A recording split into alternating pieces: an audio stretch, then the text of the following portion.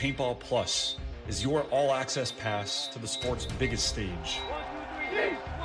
The exclusive home to live tournament paintball action, featuring semifinals and finals of all NXL major events, and much more.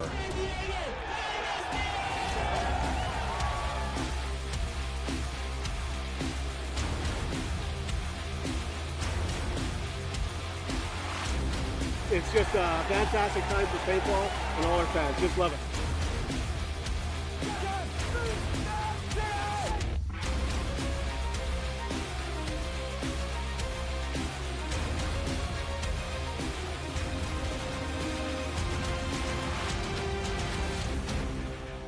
Go beyond the field with Major League Paintball Plus.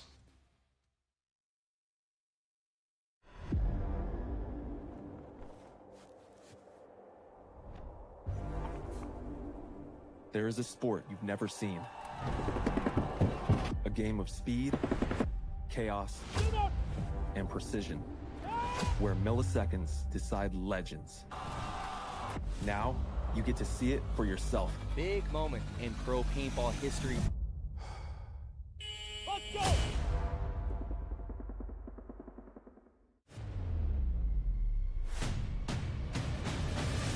Five-on-3 advantage X Factor.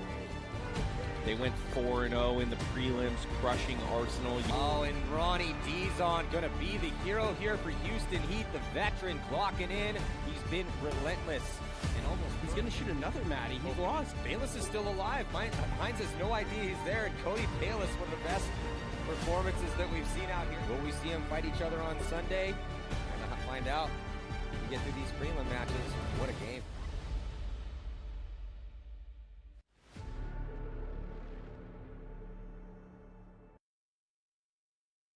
Edwards gets the kill. Tampa Bay Damage, one of the huge favorites now. The clean run through the bracket of Arslev all the way onto Spa's side of the field in the first 15 seconds. Everyone's always got a chance. The gun, the great equalizer. Here we go. Jacob Evers, he's going to go coast to coast. He's going to stitch up Dr. C. I don't care what team you are. You want to see what it looks like to try to put a point up in a minute. It's a good example of how it's done.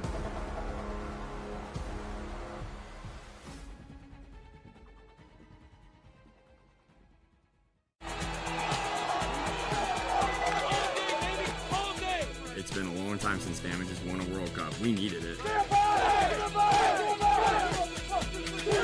go, Damage! Let's go, It's all Tonton so far in this one. Tauntauns have all 5 alive. They still haven't lost a body in this match. Oh, and Tyler Harmon gonna connect here. So a 3-pack of kills for the legend Tyler Harmon. Nice job, Hugo. Winning, heads up. Rain is going off right now, and that's gonna force a concession.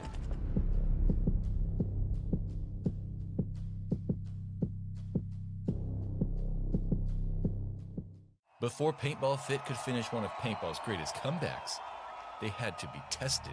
They started as the worst team in professional paintball, outgunned, humiliated, and kicked out of the division. Their first attempt at a comeback ended up in a 1-point heartbreaker. Most teams quit there, but after losing this series, the Lookout family didn't just rebuild, they evolved. They stopped trying to play the league's game and started to build their own. In 2023, they returned as a machine, doing the impossible by sweeping the entire semi-pro division. Again and again and again, as the big man, let the big boy eat. Oh, he's got to wipe that face off, eating all them ribs. The last time they were here, they got last. Was their evolution and a perfect season enough to survive the pros? Did they have a blueprint for a championship or just an expensive way to keep failing? If it were an expensive way to fail, JD Lukau was okay with the bill because he wasn't buying trophies. He was buying back the time life told him he didn't have. So in 2010, I went through cancer, and it got really bad for me. I was bedridden, and I couldn't eat. I had a feed tube and chemo and radiation, everything. And I went to a really dark place. He survived and came out with a different perspective. He realized he wanted to spend more time with his family. A couple years later, he would head out to the paintball field with his sons, and he saw a way to take back the time cancer tried to steal. They first played as the Apex Predators, but as the team got more serious, the local fields weren't enough. JD was no newcomer to paintball, So he did the only thing that made sense: build his own field of dreams. They weren't just building a place to play, they were laying the literal foundations for Paintball Fit. FIT stands for Family Integrated Team, and it starts with the Lukau's. JD the father, Sarah the mother, and their 3 sons, Colt, Brody, and Johnny.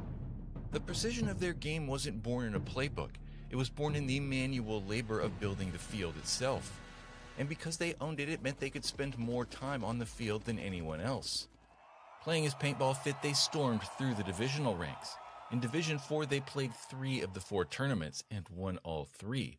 The next year in Division 3, they won 4 of 5. Right by the other guy, still spins around and gives it to him. Is he hungry yet? Is it dinner time yet? Can you, Cal, give us a 6 Ellie. Give us a 6 Ellie. Come on, Cal. Is it time yet? Oh, there it is. Let the big man eat. Coming off their 3rd place overall finish in 2020, the team was offered a shortcut that would eventually backfire. Skip a division and head straight to pro to fill out the AC Dallas roster.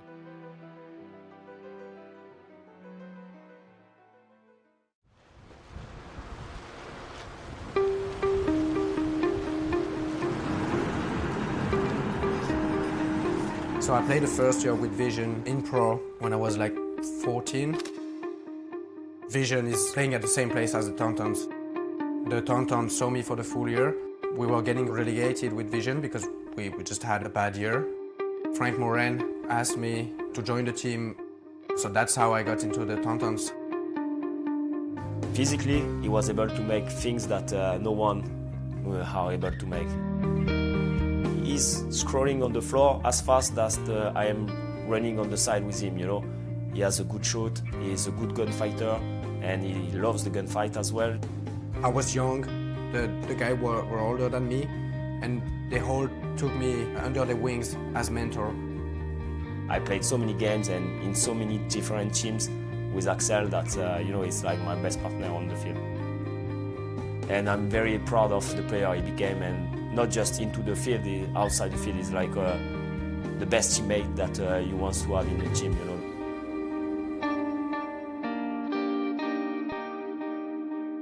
I think that what made the Tonton who they are is mostly due to the people that are running the team. The captain we had in the team back in the day was Frank Moran.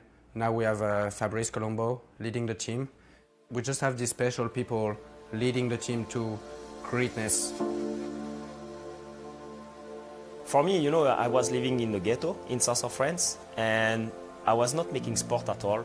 And when I met Frank, and he taught me playing paintball, it's put me out of this ghetto, and I start to have the dedication of, you know, that I was eager to play and to come back. I was just finishing the practice that I was already thinking when I was going to play again. He gave me this passion, and all my life been built around the paintball. I follow this and I practiced a lot. I make like a lot of drill, and less than 1 year, I've been picked up by the Tontons. So I started playing with the Tonton in 2003. This label, the Tonton label, continue to be strong through the years because it's a lot of passionate people on different generations, but we still staying like as a group, you know, as a family. And the family become bigger and bigger and bigger each year. I'm Laurent Amé, I'm the founder of the Tonton Flanger, a journey we started in February 1992. Laurent, I think, had the good vision to replace the players and make sure there's always a new generation for the next era of paintball.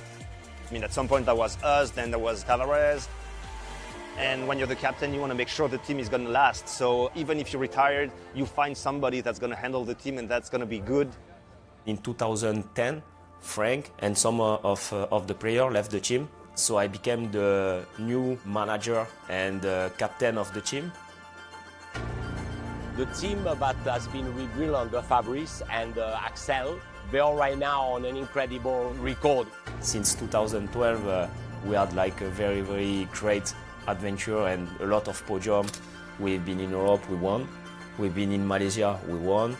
We already won the European Championships like 3 times in a row. We want to win something that we never won yet. despite all this success, we never succeeded to win an American event. I think that's what we all want, we all dream about. Winning the whole series in US, just winning the best thing. I have a lot of confidence in the new players. Of course, it's like a huge responsibility for them to be the future of Tonton and continue the legacy of best French team and maybe best European team. There's not many outside factors in paintball that will block you from winning a tournament. It's all about you, how you execute, how you get ready, how you work towards your goal. And that's why we're competing. We both want the same thing. So it's all about who will be the best. I think that's why we play this game. Just to show the other guy, the other team, is it you or is it me the best? Let's see, let's figure it out, and you have a game.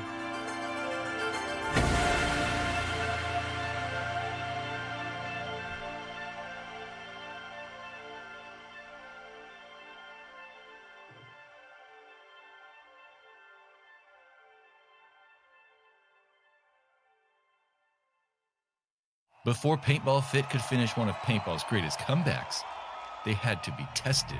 They started as the worst team in professional paintball, outgunned, humiliated, and kicked out of the division. Their first attempt at a comeback ended up in a 1-point heartbreaker. Most teams quit there, but after...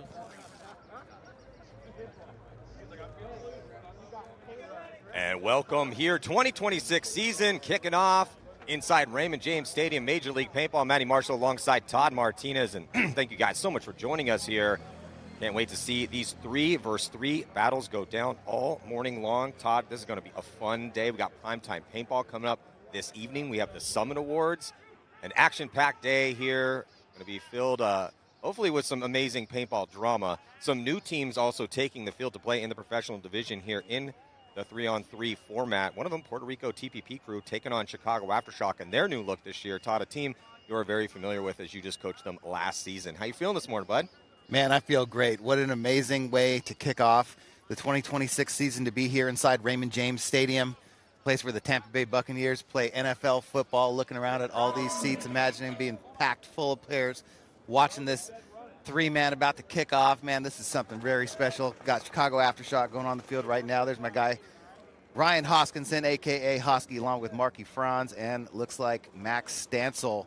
Whole new roster here for Chicago Aftershock this year. Out with the old guys, in with the young bucks, and the revamp begins. So, bring some of these guys up from the semi-pro team, get them some pro experience to start off the weekend here in the three-man division, and then kick off their pro debut tomorrow. Well, the three-man is a very interesting, specific type of a way to play this game in a format, and it allows for a lot of personal movement out here. There's only 3 players on each side. And also, it gets some looks for some of these younger players. And we are going to be putting an emphasis on three-man moving forward. So, could see themselves on ESPN here again at some point in time. Yeah, definitely something to look forward to. And this TPP crew, these guys play a lot of paintball. They travel all over the place. They go get good teams, good team practices. I've seen them up in the Northeast. They play down here in Florida a lot. But, this Aftershock team with all the young guys, they've been grinding out here.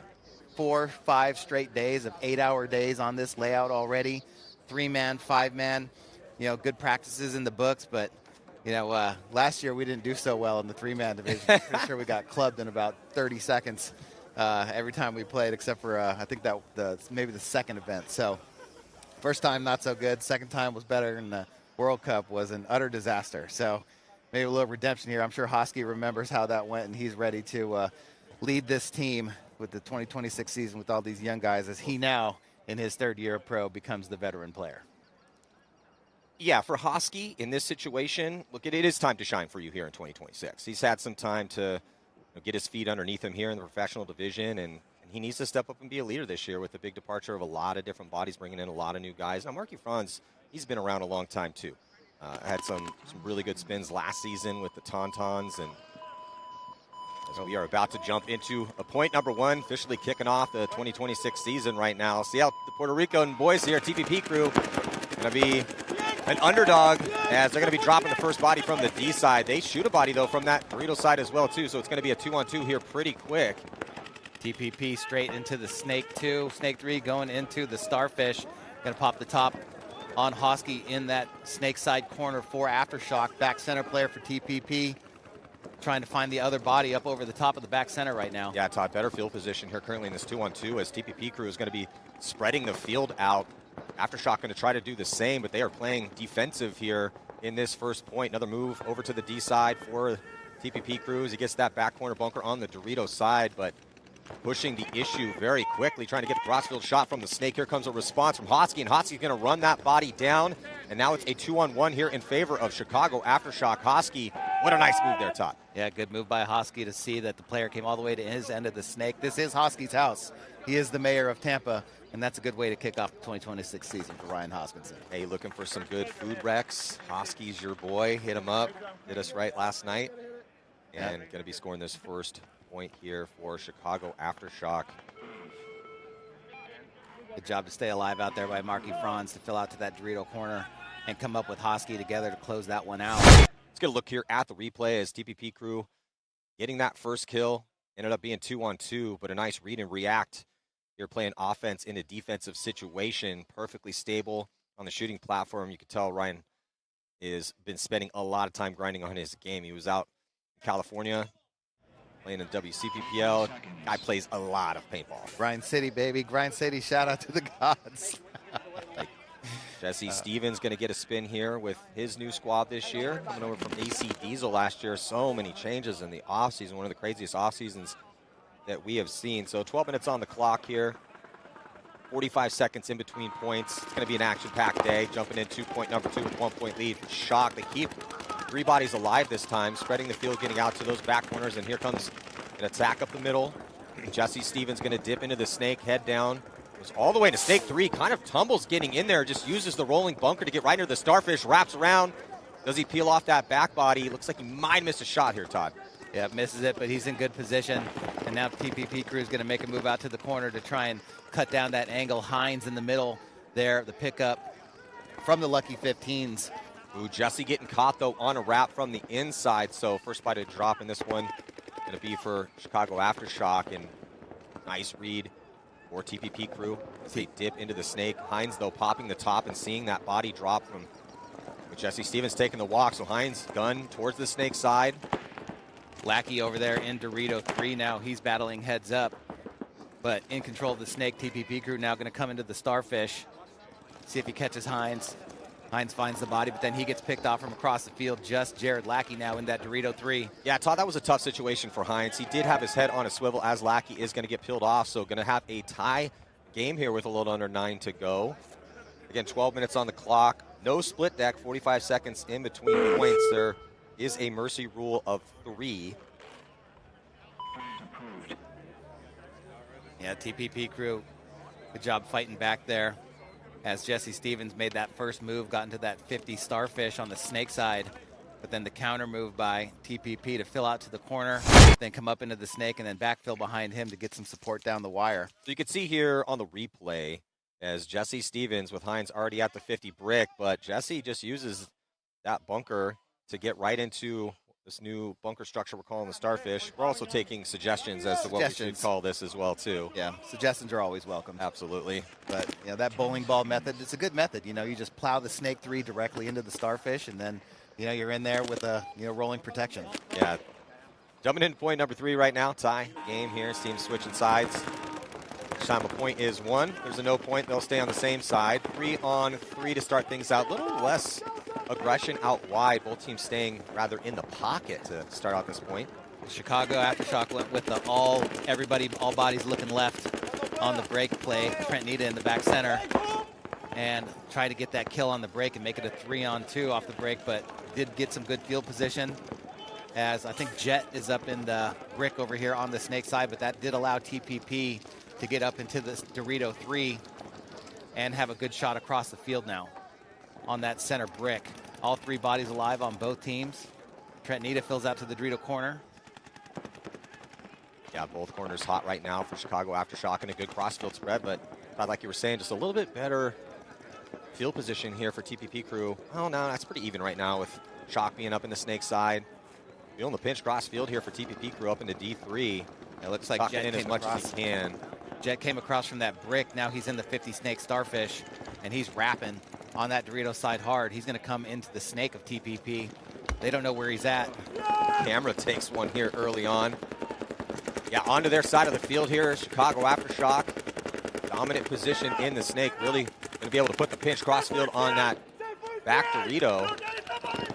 And Aftershock loses Trent Nita out of the Dorito corner. Yeah, that's kind of a tough death for Trent back there, as most of the pressure was being taken by his front player here in the snake. That's going to force a tactical retreat. Gets back to the 50-yard line, but a minor penalty going to be assessed, so it looks like Shock did wrap around and get the kill inside. Player played on, minor penalty assessed. Now it's going to be a 2-on-1. TPP Crew, though, launching on an attack.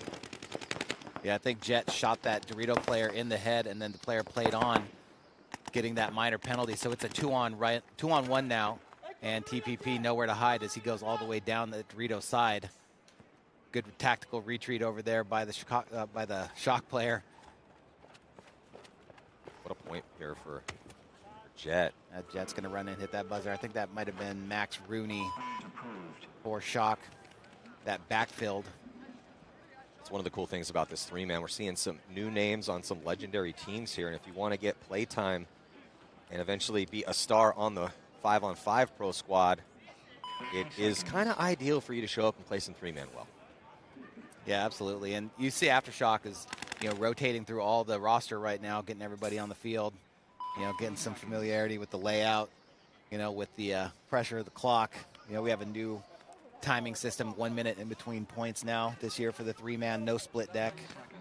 I like that way better. Yeah, I like it better too. Look, the split deck's just a reason for us to, or a way for us to kind of shoehorn so much paintball in a small amount of time. But I like this version a little bit better. Focus on one battle at a time.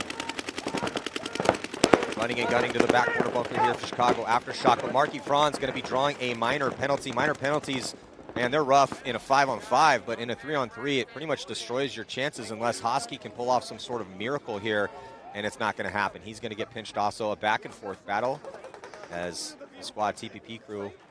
Name's been around for years, but popping up here to play in the Pro 3-versus-3.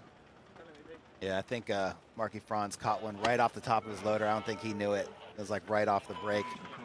Ended up getting popped for it, but good shooting by TPP. These points going pretty quick here. That score should be 2-2. There it is. So 4:32 left, and again, the clock runs in between points. 30 seconds.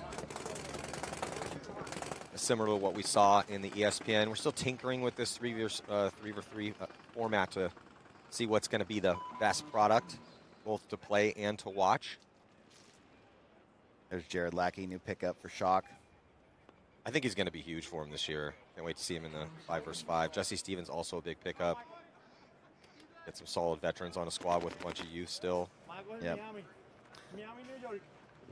Both coming over from the now defunct AC Diesel.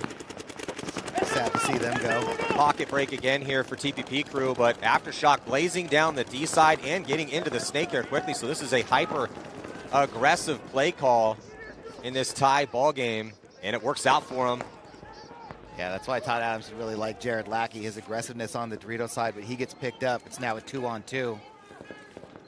Trent Nita Jesse Stevens backfills over to the Dorito side.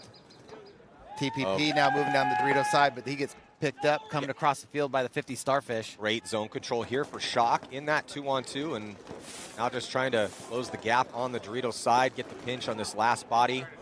Oh, but he eats him up. It's going to be a 1-on-1 situation here for TPP Crew.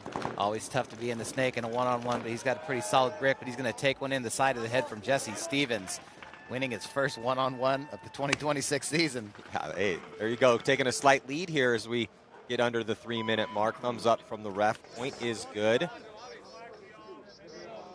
trying to read the name of the player for the TPP Crew here. It's going to be my first public service announcement of the year. Oh, I wonder what your name's on the back. We need some contrast. See how Jesse Stevens, the white surrounding the black, all that contrast. Very easy to read.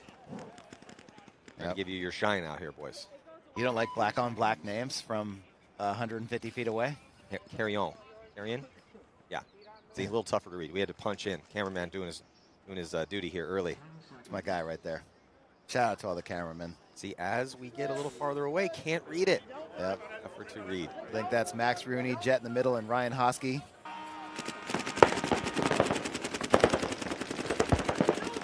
On the breakout here, 3-on-3. Oh, with time ticking off the clock, this is the crucial point. Shock scores another one, should be able to coast to a win. So it's a do-or-die moment in game number 1 for TPP Crew. Hosky from Snake 2 shoots that big Dorito on the Dorito side. TPP running out to try and fill. It's going to run right through Hosky's gun. Does he get another one? Jet picks him up as well. Here comes Jet on the move to close out the game. He's going to trade out. And stay alive. Go hit that buzzer. A couple buzzer hits here for Jet early. Yeah, I like this looks here from Jet. New pickup for Shock. And Shock looking good through these past couple right now. Yeah, that's what you want. You know, you want your young guys to be aggressive. He was back and forth to start things out, but now Shock going up by 2. So look for TP down by 2. Really going to have to, and also on the precipice of a mercy rule loss. Don't want to take one of those.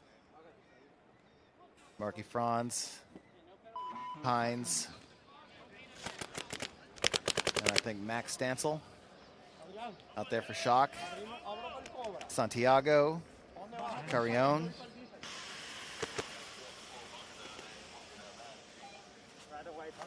For the TPP Crew, here we go. Gonna have to score a couple quick points here. So they go wide, with just 57 seconds left, but yeah, it doesn't really look like they're gonna try to win this game. Maybe hoping for a kill quickly off the break, get a read from the back corner, and then dive in, but it does look like they're just gonna try to sit here on this 2-point deficit. Because only 42 seconds left. Todd, if they're trying to win this game, they really needed to run down the field here. Yeah, it's a stop clock under a minute though, right? Yeah, and I don't think we're playing with some new rules this year, but I believe we don't play anything under 15 seconds. Okay. Well, if they can get 1 at least for the point differential, probably a good move. Yeah, no points will be played with 15 or less seconds on the clock. And we're heading to that right now, so. Yep. Looks like Hosky picking up that snake guy, or sorry, Hines picking up the snake guy for TPP. The other 2 bodies still here in the back. 8 seconds on the clock. And if you're Shocked, did you want to try and run this one up as well? 2 seconds on the clock. And that's going to do it. Shock. No points. First 3-man win of the season over Puerto Rico TPP Crew 4-2. I like this field a lot, Matty. Yeah, I like this field too. When the layout dropped and I looked at it, I'm thinking, you know what? This looks like a good old-fashioned kind of traditional paintball field in a good way. There's multiple options up the middle. I like it when a field has a middle that's playable, so it gives you another set of variables to work with. As you know, from tactics and strategy, it drastically increases probabilities out here, and it gives the guys more to work with. So we have a middle that's potentially with some different options, and then that kind of an outside snake, ladder snake, but with a soft corner, with an inset corner. You can't really control that. It's gonna be fun to watch, and then I really like the D side too. So yeah, I think this is gonna be a really fun field to watch and for these guys to play. I mean, this is probably one of the better layouts I've seen in a while. You know, I felt like there was a couple layouts last year where it's just like you couldn't go anywhere. You got stuck in certain spots. This one, it looks like you're going to be able to move anywhere on the field, up the middle, down the snake side, up the Dorito side quick. I do like the new Starfish bunker, the way that it sits, the way that it plays so far. But yeah, like you said, man, there's going to be a lot of back and forth action, you know, being able to get in, read and react real quick. And, you know, lots of opportunities here in the 3-man especially, because you just don't have those extra guns for protection. It's just going to be, you know, you see a move, you make a move. Well, shout out to Dallas. Shut Up, We're Trying here, as they are now on the pro field. This is a team that we've seen constantly just tearing up in the divisions on Sunday, and now making their pro debut in the 3-versus-3 format. Playing Houston Heat with their revamped roster. Heat going to be dropping a body early, so it's going to be a 3-on-2 situation in favor of Dallas. Shut Up, We're Trying. Yeah, and either Shut Up, We're Trying hit one of those impossible shots where the gun flips around and spins the ball, or Ronnie shot Ron Velez in the side. On the Definitely possible, for sure. Yeah, so Ron D is on back corner bunker here for Houston. He was great for Heat to retain his talents this season in their rebuild. Yeah, Ronnie's the stud in this league, man. That dude, coaching him was just one of the best experiences in my coaching career. The dude is so coachable, so vocal, so versatile. You know, won a lot of one-on-ones, one-on-twos, one-on-threes for me. Just, you know, a phenomenal player. And you got Mishka out there, who's just been around since dinosaurs were playing paintball. Yeah, the original Russian paintball superstar. Yeah, keeping the core of Ryan Moorhead, Mishka, and Ronnie Dizon was huge. Yeah, so back corner bunker here on your screen for 77. And good comms here. Know they're down a body. Shut Up We're Trying, though, is doing a good job of playing smart here. Well, you know, they didn't see the blood in the water early, Todd. No, but they're a patient team you would expect. They play out of Paintball Fit. You know the type of guys that they watch play and practice against every weekend. So, you know, probably not going to force it over here. Probably know this layout really well, and probably really good at communicating. But Ronnie and Mishka got it crossed up right now. Yeah, either Ronnie or Mishka going to have to try to win a gunfight here. Oh, Ronnie Dizon might have got a shot there on the D side. No, it came off the bunker. Player 4, Shut Up We're Trying, hunting up the middle here. Yeah, if there's two guys in professional paintball that you don't want to have to gunfight with, Mishka and Ronnie are two of those guys. But being crossed up in the corners right now, we're going to see a ball come in and hit Ronnie in the loader from the D-side Starfish. It's just Mishka right now. As here comes Shut Up We're Trying down the snake side. 3-on-1. Still playing smart, closing out slow, not giving up any bodies. And the first point going to go to Shut Up We're Trying. Excellent first point here. See Phillips waiting for his boys, checking himself real quick. Concede. Well in there as well too. Yeah, that's a great first point here for Shut Up We're Trying.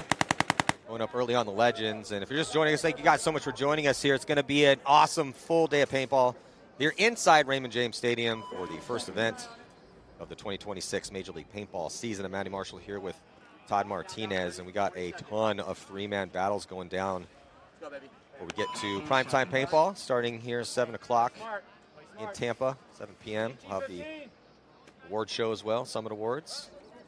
Be inducting some new players into the Hall of Fame. Houston Heat, looks like Mikowski, pick up for them. Moorhead and Buffton. Over the shoulders here, Houston Heat down 1. Emphasis on full day of paintball, Matty. Oh, yeah. Full day. Keyword full day of paintball. Full day and into the night. Yeah, somebody call Guinness, because we're going to be setting a world record for number of hours consecutively broadcasting this specific sport today. See if we can dial that clock back up. Here we go, 4 seconds till the break. The gun's up for Shut Up We're Trying, and it does produce a kill as Moorhead gets shot trying to get outside wide. This pocket play working nicely here for Shut Up We're Trying as they end up getting out to the back corner bunker. Great comms for Shut Up We're Trying.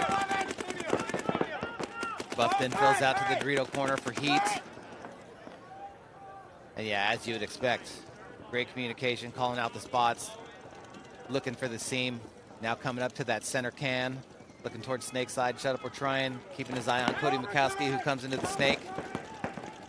Oh, and Shut Up We're Trying losing the body. Coming up the field to that big brick in the center. Cody Mikowski's got the whole wire to himself. Can he capitalize? Yeah, Cody Mikowski wrapping around. Oh, and he's going to get that kill on the back center. So nice little comeback here for Houston Heat initially. So it's initially dropping that early body as they tried to extend Moorhead out on the D side. Didn't make it, but nice little clock in here for Cody Mikowski and Buffton to put Houston Heat's first point on the board. You want it? You want to get it? First one. The vet, Cody Mikowski. Big gun on the break. Also a good communicator. Veteran, been on a couple teams now. Very familiar with everybody in the league. Oh, and there's that shot on the replay coming in right on his head from across the field. Cody Mikowski from that snake side Starfish. There's Ron Velez. Maybe we'll get a chance to see him. He took one right in the hip off the break. He looked at Ronnie like, you got me. Was it Ronnie for sure? I mean, I'm not going to point any fingers at number 4, but it was pretty quick. Get him out of the way. You're going to get that. If you're going to have team kills, get it out of the way. Let's get that right out of the way here. Point number 1. Rob's going to scoot over a little bit farther towards the back center on this one. Mishka running and shooting out to that Dorito corner. All three bodies alive. Shut up, we're trying. Ronnie Dizon, nice little fill out through a stream. Able to make it outside wide here at Snake side. Oh, and Shut Up, we're trying, going to be dropping a body after trying to push the issue up the middle.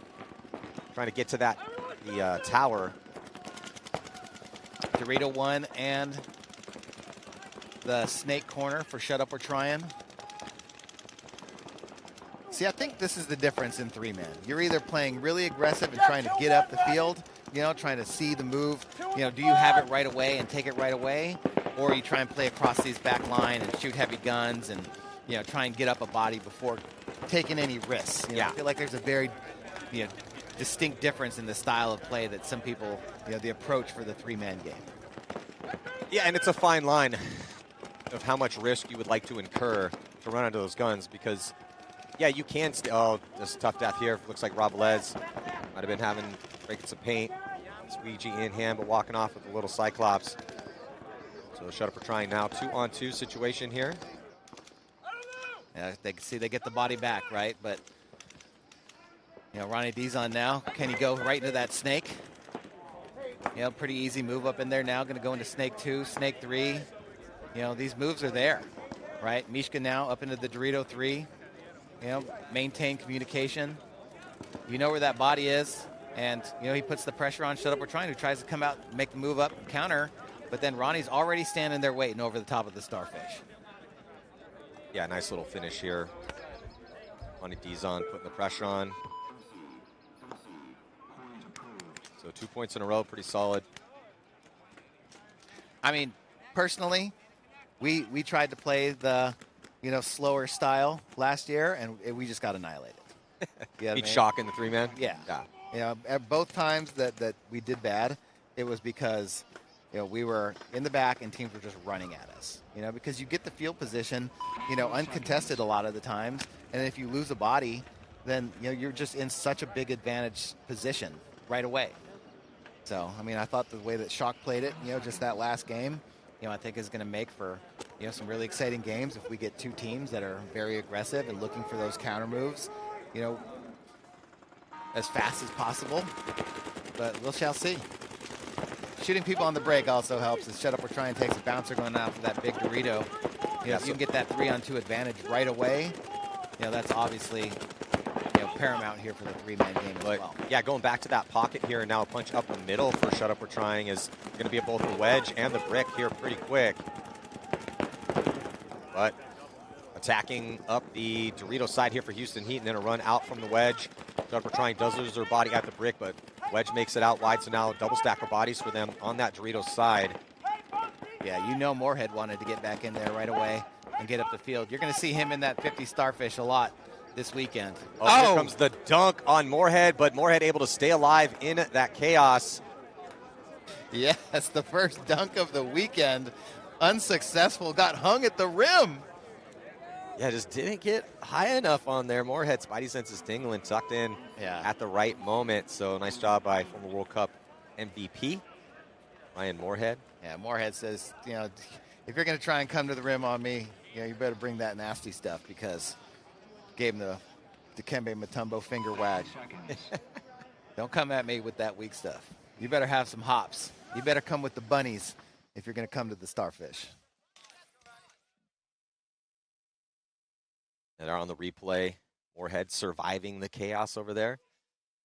Let's get another look at the angle here. Just did it. Oh, he thought that Moorhead was outside wide, but Moorhead inside.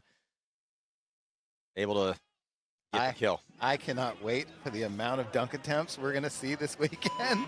That bunker is going to be highlight city. Oh, for sure. Highlight city. Best Starfish player of the weekend. You know, I mean, who's going to get it? Who's going to get the most vertical on it? You know, I mean, who's got the best hops here? Who's got the bunnies?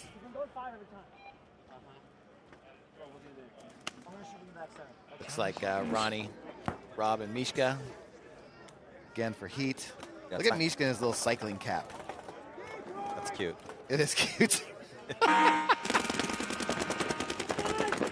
Mishka trying to get out, dig out there. And Shut Up, we're trying. Good zone control. off the break to give them a chance here. Just 2:10 to go, and down by 2. They desperately needed that kill. Velez still alive, back center, and Dizon here in the back corner. Bunker on the snake side. They are crossing it up. Dizon throwing paint towards that Dorito side to try to stop the attack. Shut Up or Trying does go up to the wedge, and they get the kill on Dizon. So still an opportunity here. They got to close this one out quick, though, Todd. Yep, and here they come onto the brick on Heat side of the field to close out, shoot Rob Velez out of that big Dorito. That's going to be a tough spot to live. If you lose your snake side and teams start pushing that snake side heavy, trying to live in that big Dorito, just not a great angle to hide from the snake side. If you come into the opposite team side of the field, you know, it's just, and they don't know you're there, then it's just going to be a quick 2-packs. For sure. Often. So this is the point now here, as, again, running clock. It's like if they're going to Buffton, Moorhead, Minkowski line again here to try to save this 1-point lead for Houston Heat. Heavy guns towards the Dorito side for both teams. Shut Up or Trying, not running out wide on that Dorito side, going to cut straight up the middle, and they're going to get Cody Minkowski off the field right away. Todd, ideal for him here. Kill off the break, keep your 3 bodies alive, and push up the middle of the field. They got another kill here, got a chance to try to tie this one up. And they're going to have plenty of time to be able to finish this off here, just scanning the field to see where the last body is. Yeah, Moorhead's back there somewhere. And not able to hide long enough. 30 seconds on the clock. Shut Up or Trying, going to ring it up. Tie game. 2-point lead going in with about, what, 2 minutes left, and then able to put up 2 quick ones on Houston Heat to come back. Maddie, who you got here? Oh, Shut Up or Trying absolutely has the momentum right now. Looks like they're going to send Logan Dyer out. We've seen him on the pro field before. And, yeah, looking at their roster, he's definitely the most experienced guy out there as far as the highest level that we've seen. Well, let's see. Are we going to see an aggressive point out of Houston Heat? Looked like Mishka tried to float on that point when he got shot. Looked like he tried to float and go. And Shut Up and Try and just picked him up. Let's see if he heads out there a little bit quicker this time. Well, they also got Justin Gladwell and Jerry Phillips out there with Logan Dyer try to win this point here, or will we head into tiebreaker? Heat shoots one on the break. Snake side's open. And they shoot another one off that Dorito side. 16 seconds on the clock. I think we're going to see one-on-ones here, Todd. That is the tiebreaker in this 3v3 format. Houston Heat got to go close this out. 8 seconds on the clock. It's a 3-on-1. They got to go. They're going to try to send it here, Todd, on the D side, but I just don't think they're going to have enough time. Oh, just needed a couple more seconds. Tough read here for Houston Heat. They had the big advantage, like you were saying, but not able to capitalize on it. And who is going to get sent out for these one-on-ones? Yeah, I don't know if they just didn't see the body walk off that snake side right away. And then the second body came off that Dorito side in the tower. But, you know, Houston Heat we've seen win many a game, you know, with under a minute, 30 seconds on the clock. But maybe they didn't see the bodies walk off. They had a 3-on-1 there for probably about 20 or 15 seconds. Yeah, visibility on the body count, often an issue. Well, that's also... it's going to be Velasquez. So this is Ernesto Vasquez for Shut Up or Trying, and it's going to be Ronnie Dizon. Oh, no. A terrible break. Oh, no. Oh, that is a frustrating end to it here for Shut Up or Trying. Looks like a false. No points. Oh, no. Okay. Looks like they gave it to Dizon. Tough break there for Ernesto as he false started in the one-on-one. Well, he's trying. Definitely trying. Yeah. They gave it a really good try. That was a good comeback. So here is a replay on the false start. Yeah, you can pull up, but you can't shoot. If you shoot early, then you're not allowed to tag back up. Bit of a rookie mistake here for it's a rookie pro team here in the 3v3 format, but still not a bad look at all for Shut Up or Trying. Heat has a very, very experienced roster, even with the changes that have been made. So now jumping into this next set, New York Wrecking Crew also making their pro 3v3 debut here against New Jersey Leverage. A little East Coast battle, New York versus Jersey. Scotty Graham, Chris Caputo, and go ahead and say that other one, Matty. Wozniak, I believe. Wozniak. I'll have to go down and get a pronunciation on that one. And those Polish names are rough. Wozniak? Something like that. Well, here we go. He's probably going to go Cobra. First name Steve. So Steve. It's a really easy one to pronounce. Yeah. 30 seconds. So Brown, Rolfson, and Sester here for Wrecking Crew, who've had some really good looks as a semi-pro squad coming up. Still will be in semi-pro for the 5v5. Top left. Got it? Yeah, they got some players on that team. Those guys practice a lot as well. Come on, boys.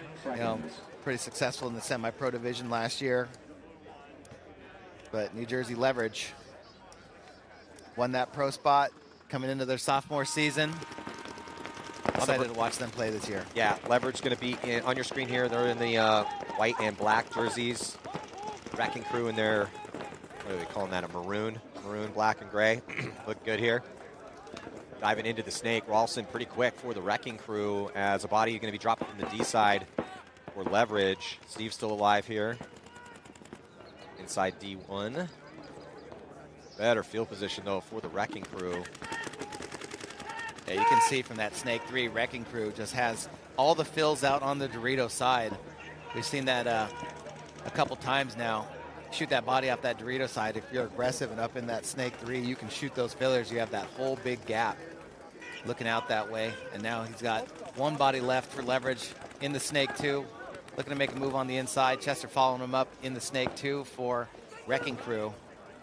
Looks like Caputo trying to make a move to counter. Yeah, Caputo gets pinched out, though, from multiple angles as that D side was blown. Had a body right in front of him in the middle and in the snake. So solid full point here for Wrecking Crew across the field. Excellent job.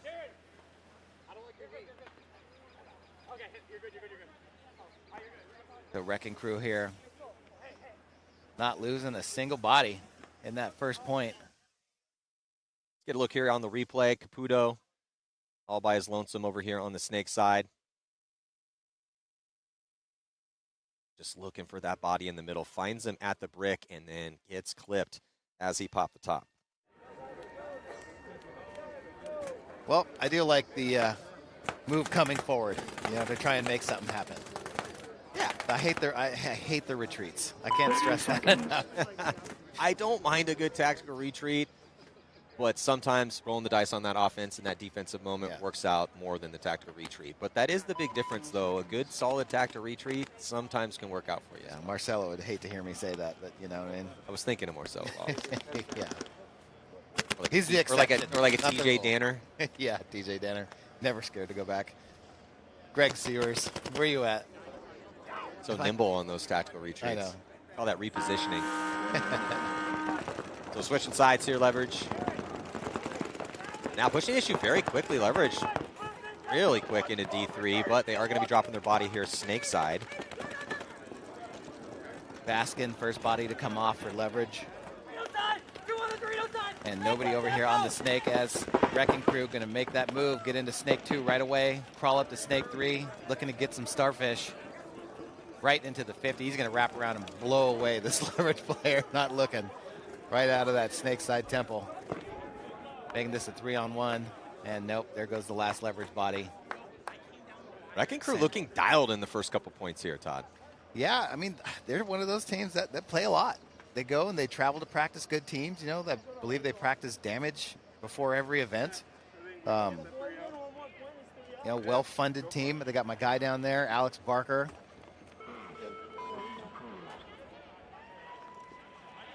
There's some good shooting on the break. Colton Dahl.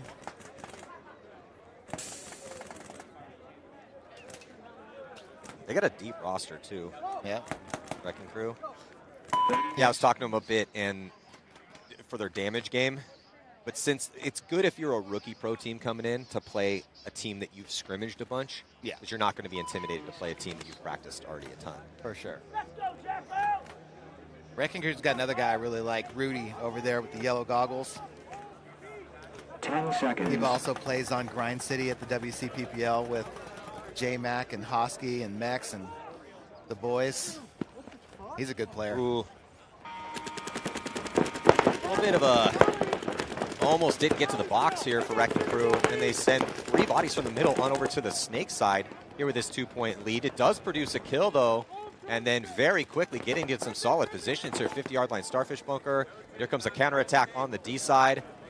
As everyone is focused here, Snake side, he slips in there clean. Could be the difference maker in this one if he can get clip one of these bodies.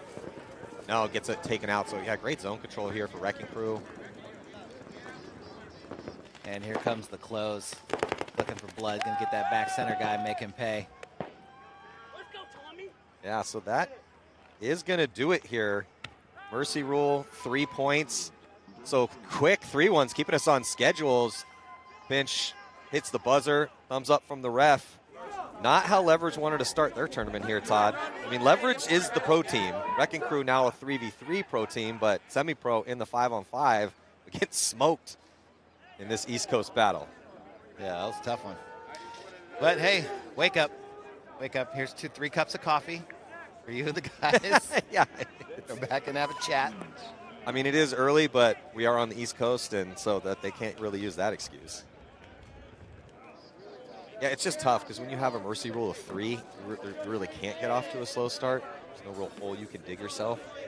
Definitely not. Yeah, keeping us on schedule, so we're going to reset for this next one. It's going to be New York Extreme taking on the New Jersey Jesters. Another New York versus New Jersey battle going down here. That's nice of the league to let the West Coast teams come in a little bit later and catch up. Yeah, it's currently 5:30 in the morning for Todd and I. Anybody from New Jersey, New York, Florida, you guys are on. Puerto Rico, you guys need to be here at your normal time. Thank you very much.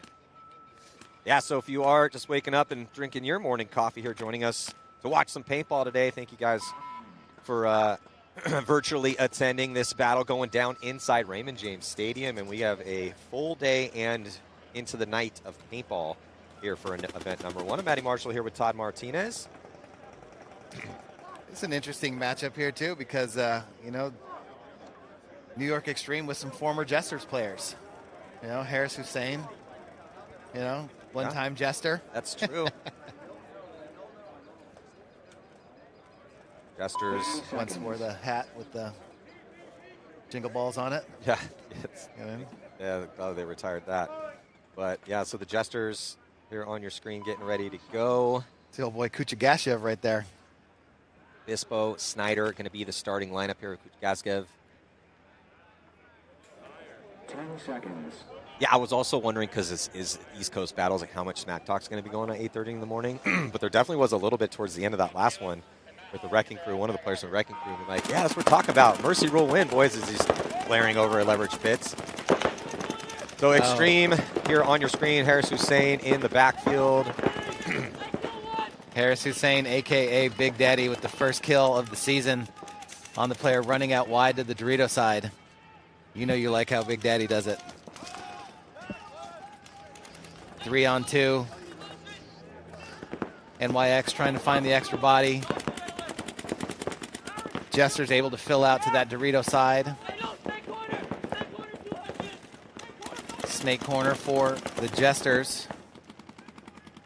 NYX now looking to push up that Dorito side, now into Dorito too, but Harris Hussein gets goggled out of the blue. Catches a long ball from deep. He needs to get up the field, get into those bricks and start cooking. And NYX throws another body away off that Dorito side. So now just one for NYX. They had some really good comms going for a second, but just throwing bodies away, not ideal here. In point number 1, a couple tough deaths for New York Extreme. If the Jesters do something with it, start making moves in the Snake and on that D side as well too. It looks like Demers going to get pinched out. Ooh, maybe not. Looks like something came off of Demers. He decided he was just going to keep rolling, but then gets pinched out from the D side as well too.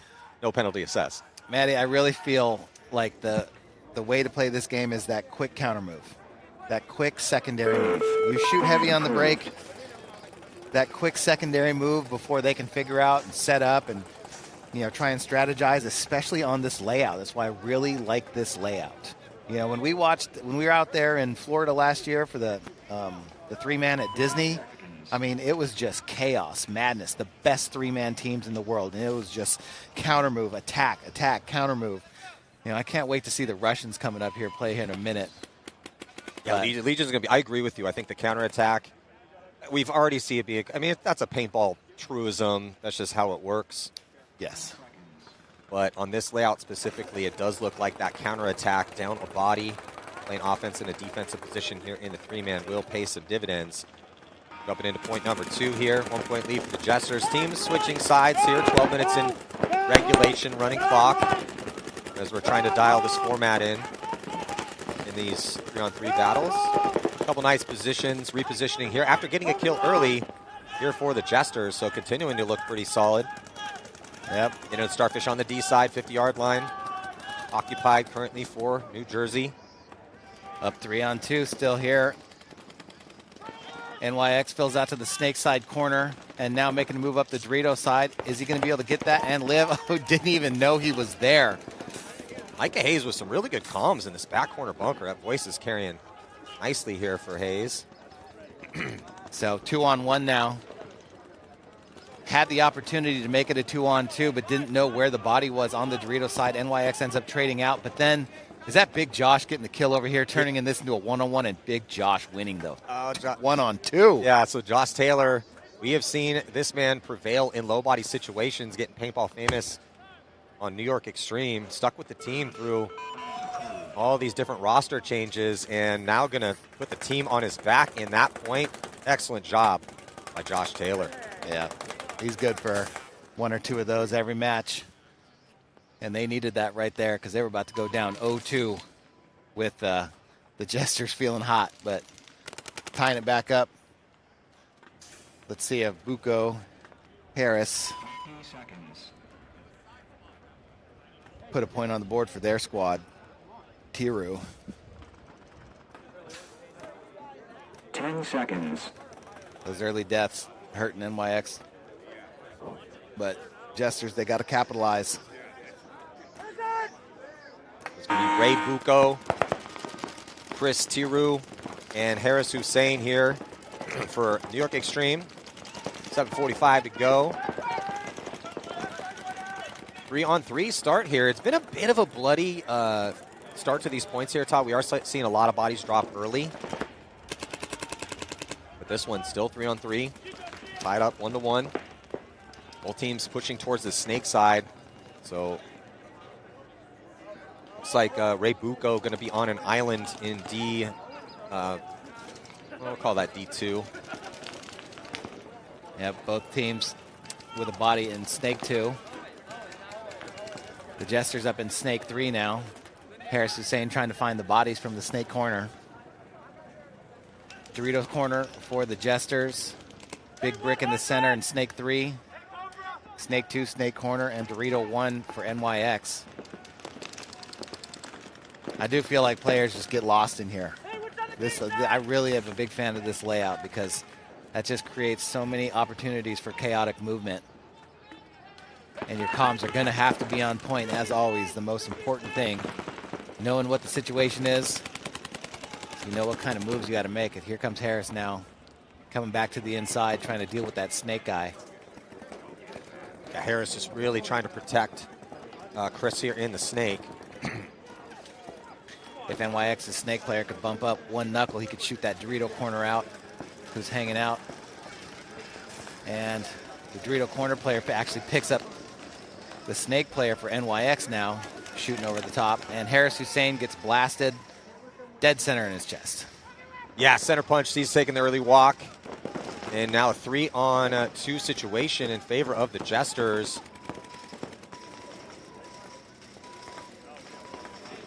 The Jesters have time here. Really don't need to overextend. Just try to work this advantage. And they quickly actually get the kill crossfield on Buko. Yeah, just giving the bodies away here. A little bit more patience with the Jesters. But I just feel like they need a little bit more aggression out of NYX in those positions. Hopefully they'll see what they had over here on the snake side, because the Jesters were stacked up on the snake side. If they could have gotten that body off the Dorito side, then the NYX Dorito player would have had the whole side to himself.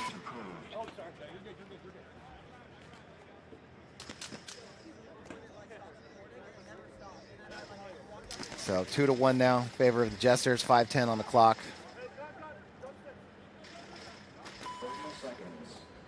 See if NYX can get Josh back out here on the field. Yeah, see on the replay here, just Chris Tyru, last player left alive after the early death of Hussein.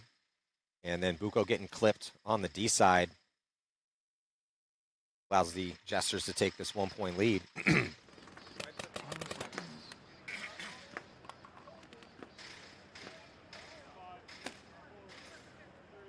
Taylor Blue Acevedo out here for New York Extreme now. To try to get this one back, tie the game up. Clean break for both squads, 3-on-3. I see a lot of teams shooting heavy Dorito side so far this morning. I feel like there's a lot of opportunity to get into that snake quick. Ooh, penalty going to be assessed here on the Jesters, which should hand the tie here as soon as they get a read on it. It's 3-on-1 right now in favor of New York Extreme. Bispo, last body here for the Jesters in the snake side corner. He's going to try and fight off that Dorito side attack. 2 bodies coming down there for NYX. Acevedo over here in the snake. And nowhere to hide for Bispo here in the corner. Approved. Penalties are huge. Can't get penalties in 3-man. Yeah, I was just going to say the same thing, man. You have to try to stay away from the birds of death as much as you possibly can. Because even just that minor penalty, and that's you and your buddy, and just puts you in a drastic body disadvantage. You see there's Snyder. Getting a look at this minor. Yeah, just tucking in. Got shot. Penalty going to be assessed here.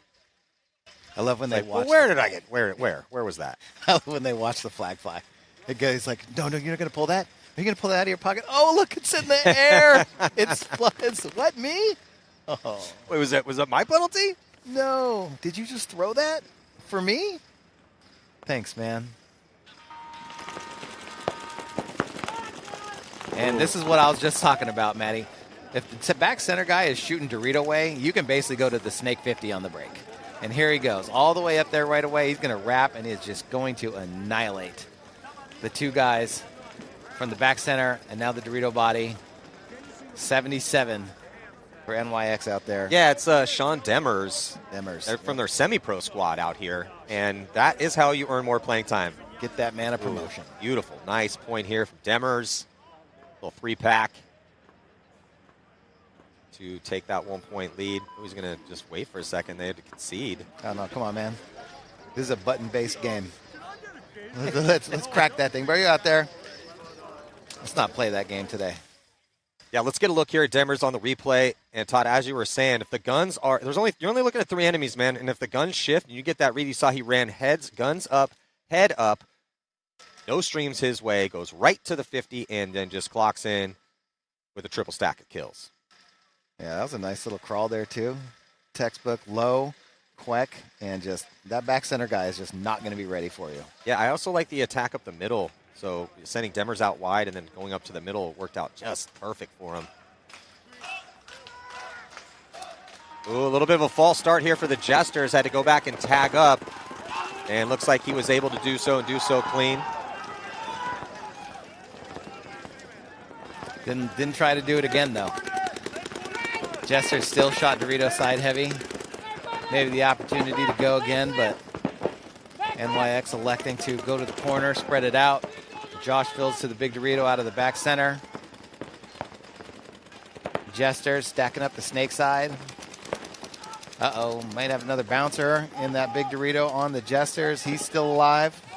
Yeah, caught a hot bouncer. Looks like he's good. They dip into the snake, though. Getting into snake 2 for the Jesters. Trying to make something happen as we hit the minute mark. Jesters now going to back up to snake 1, see if he's got a better view on anything.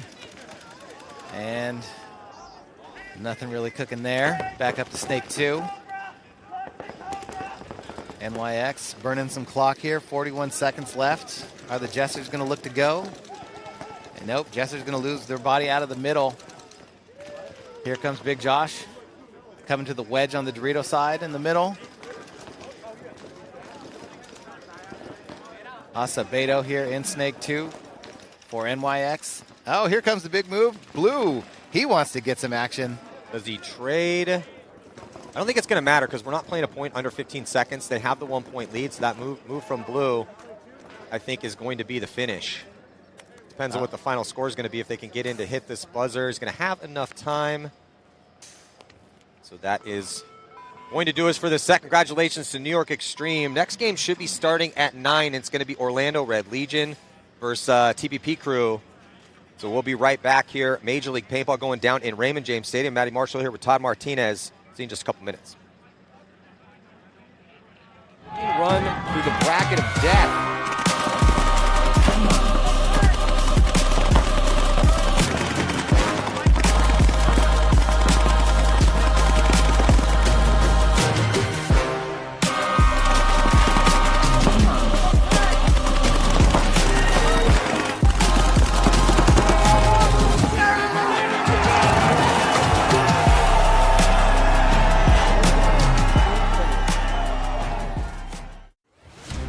Major League Paintball Plus is your all-access pass to the sport's biggest stage. The exclusive home to live tournament paintball action, featuring semifinals and finals of all NXL major events, and much more.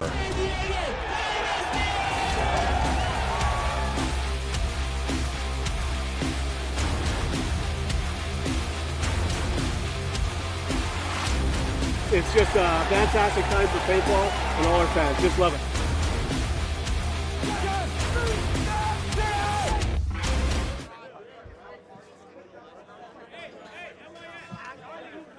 They even talked about it and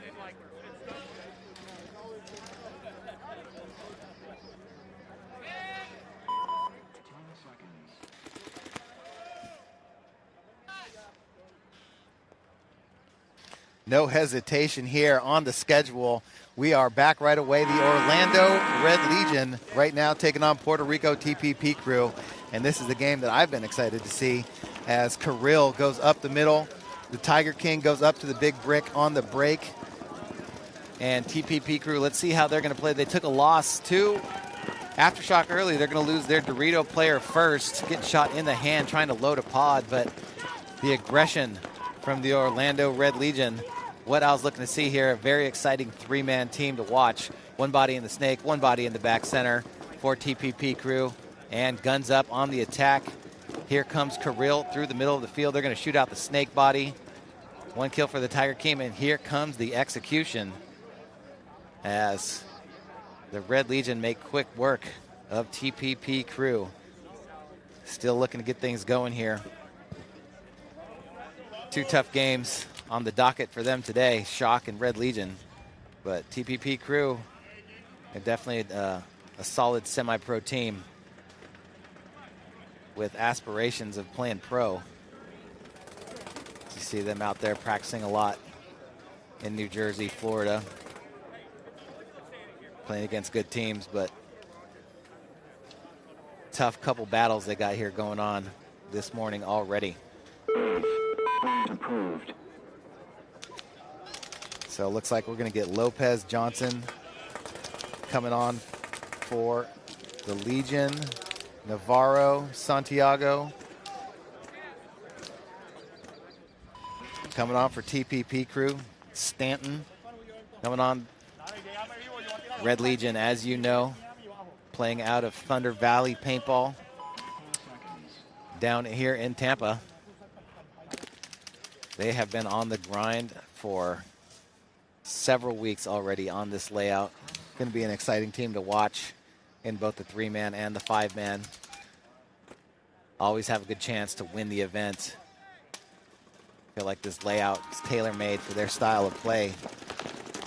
On the breakout, TPP Crew spreading it out wide. Red Legion attacking those bricks again. Playing over the top, pushing hard on that Dorito side, but losing that first body. but they do get a kill. Stanton shoots a body off that Dorito side. Body comes off the snake side now for TPP Crew, just the back center. As the Legion players are flying all over the place, just constant pressure. And quick horns, quick 2-0 lead here. It is a 3-point mercy rule in the 3-man division, but you could tell these guys have been chomping at the bit to get out here on the field. Just nonstop practice. Lopez on that snake side. Definitely looks like he's got some pep in his step this morning. Yeah, so Legion looking solid.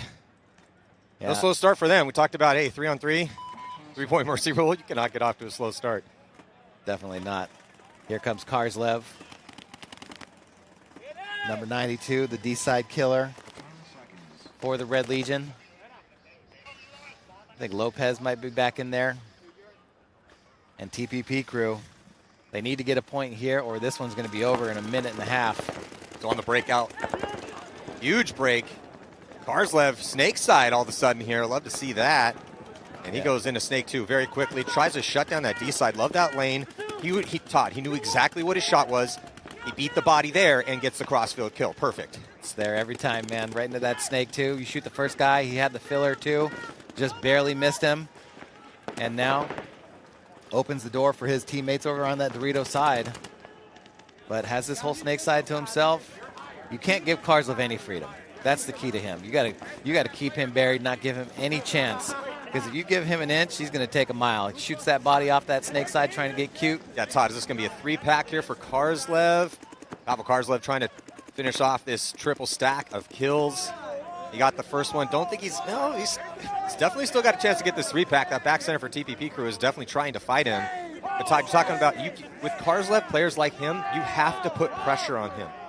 You cannot allow him free reign to just do whatever he wants to do. You got to keep a gun on him at all times. Yeah. Good paintball players will be able to fight you even with the pressure, right? You put the pressure on a mid-level paintball player, and they're going to struggle, right? But the good players, the elite players, they will find a way even with you putting 2 or 3 guns on. You know what I mean? Absolutely. And they also know when just to sit there and not fight, talk. But Karslev, that guy is all gas. He wants to come. If you don't put pressure on him and you give him an opportunity, he's on the way. 3-pack, ball game.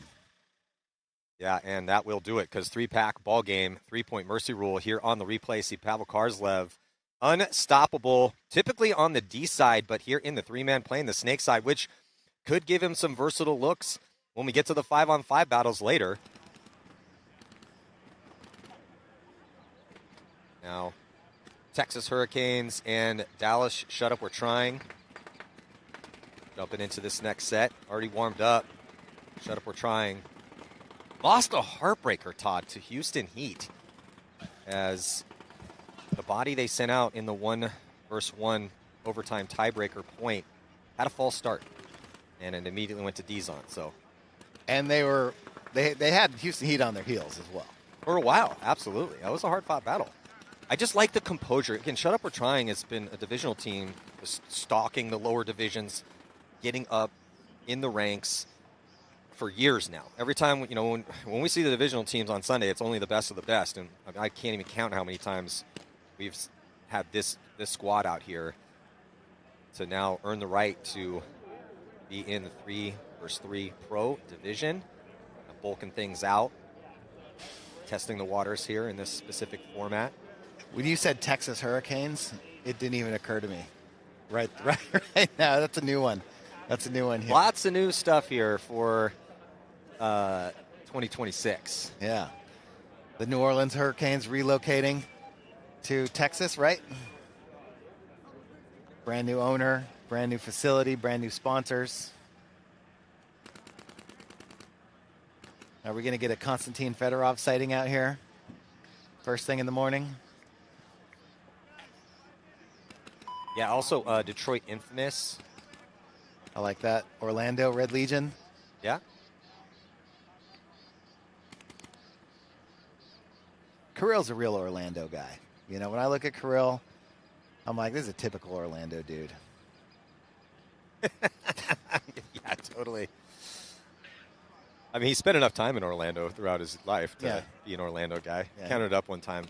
Stopped counting years ago, but I think I spent like something like 6 months of my life in Orlando, Florida. Yeah. Having never lived there. Yeah. And those guys grind for like 6 weeks out on the event. Oh, yeah. You know, so they're just down there. It's a requirement. They might as well be Orlando in. Yeah, but I think it's actually here out of Tampa. It's in Tampa for Yeah. sure. That's why I thought It's tinkering with their guns, getting ready to roll here.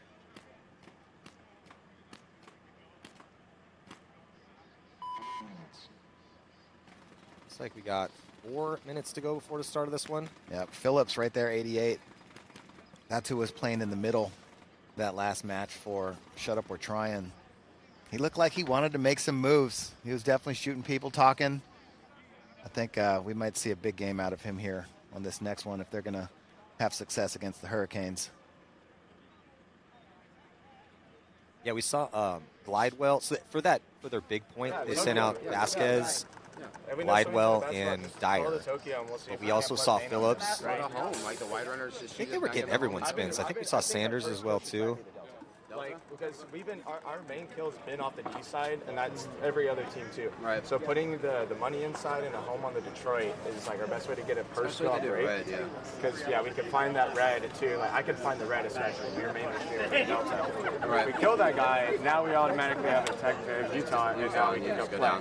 But we just need to make sure we get a kill off break. Yeah. When we get a kill off break, take the couple of seconds to just like, hey, where are the last two, and then go close the point. You got to know too, because if we get we kill a Dorito player like we have been, the home guy's going over no matter what. Yeah. Right. So as long as we can get set up somewhere and just hold that and play, if we need to bring somebody around us, that's fine. Yeah. But we need to hold. If we get a Utah, we have to hold the Utah because we're doing the same shit. Everybody's not on. Go chrono real quick. Because if we do the same shit. Yes, sir, King, sir. Snake 2 would be a great place for that. Indeed. Yeah, just saw that out of Parsley. Wait till you're 58, right? You got to beat him there, though. This is what I'm talking about, Maddie. We got the Buccaneers ship. We're here in Raymond James Stadium. Fly the flags, shoot the cannons. We got paintball right here in the end zone. We're letting this fly today, baby. I love this. Look at that. Tampa Bay Bucks. Shout out Baker Mayfield taking us to the Super Bowl this year. Yeah, beautiful morning out here in Tampa Bay, Florida for the stadium takeover. Hope you guys are going to be showing up here. It is free to attend if you're local. I'll tell you what, if I was playing the 5-man, I don't care if it's at night. You need to be here to watch the pros play. 100%. Catch me up there at the Corona Hut next to the Tiki Bar. You're always going to have like whatever leader on the team that's like, let's make sure we get a good rest. Let's not have a 5-hour-long meeting. I'd still be, hey, we're all going to the stadium. We're going to watch the best teams in the world play. Let's see how they play this field. I would have my meeting on the ship, starboard side. Yeah, have your meeting in stands. That's what I'm saying. Go up there. Staying far from here. Yeah. Catch me at the Tiki Hut, you know what I mean, for a little intermission. Maybe have a Mai Tai. Walk down, fire the cannons, have a meeting. Yeah, I want to fire the cannons. I was told we might be able to fire the cannons. I'm hoping that's legit. Yeah. Pretty pleased with sugar on top. And let's fire the cannons. Give me the torch. I want to go up to the owner box. Let's call Glazer, see if we can get up in the owner's box and be like, hey, man, can we fire the cannons? Just let us pop them off one time. So it looks like we are set to go here. Texas Hurricanes will rebrand. They got a new owner. Brinkman coming in, taking over the squad. Love it. They got more support. They picked up Konstantin Fedorov. But the core of the team is pretty similar to what we've seen. They still have Andrew Bell, Daniel Camp, Nick Ripple, C. Wright, Michael Brown.